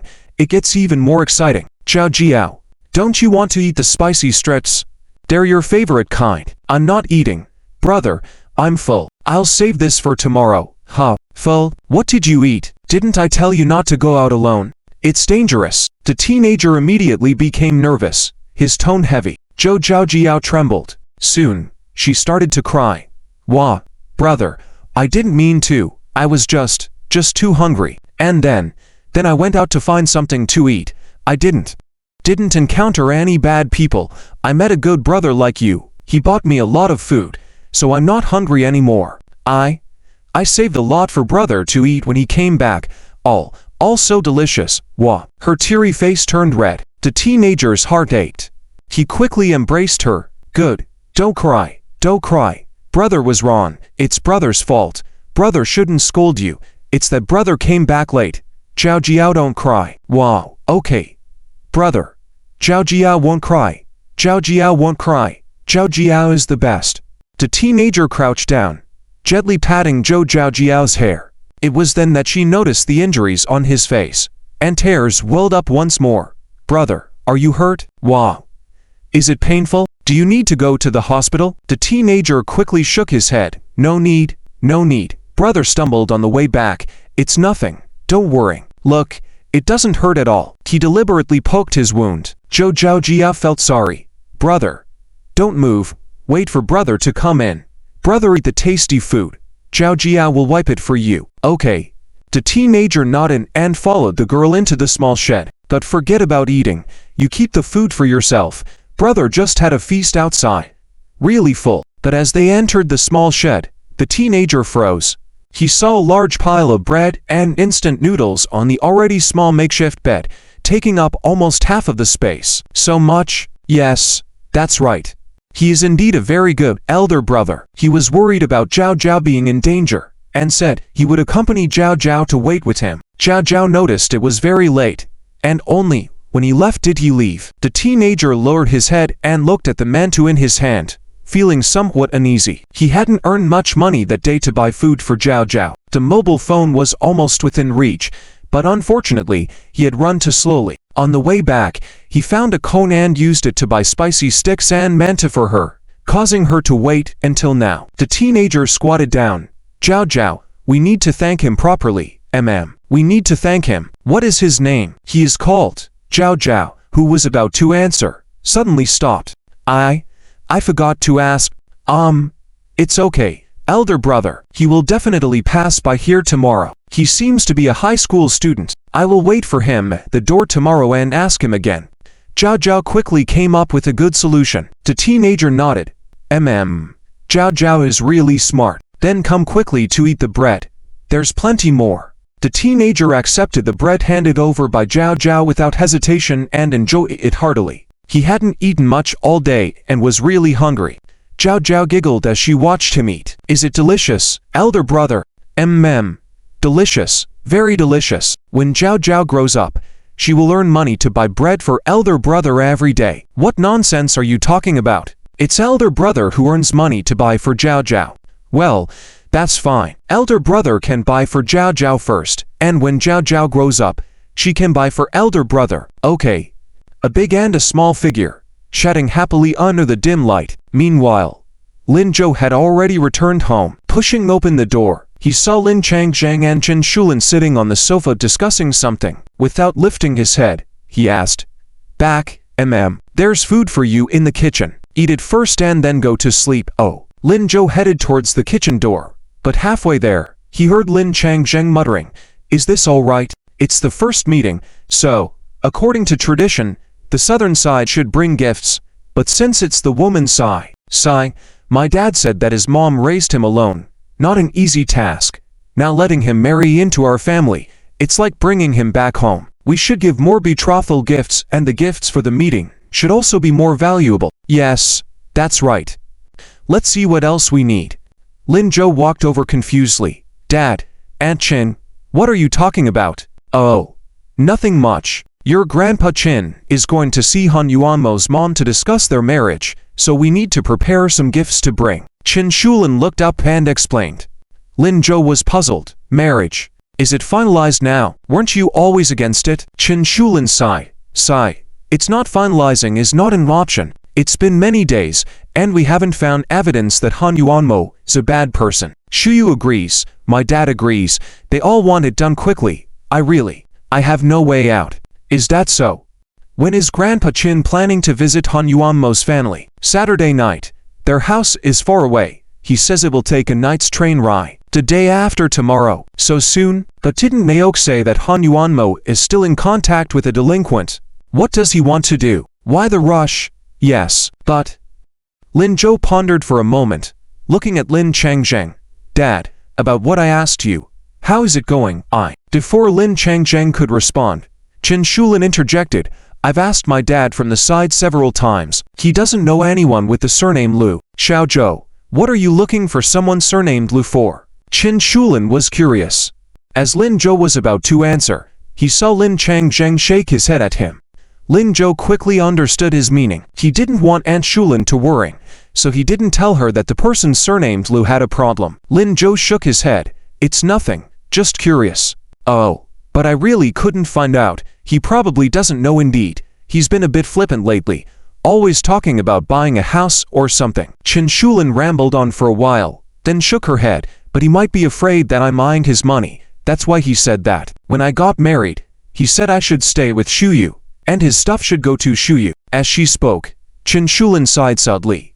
Lin Zhou was about to comfort her that Shuyu didn't want that money, then heard her say, But Xiao Zhou, you don't need to worry about this matter. You've been busy with this for the past few days, neglecting your studies. The adults' affairs should be handled by us. You focus on preparing for everything. The college entrance exam is just a week away. right?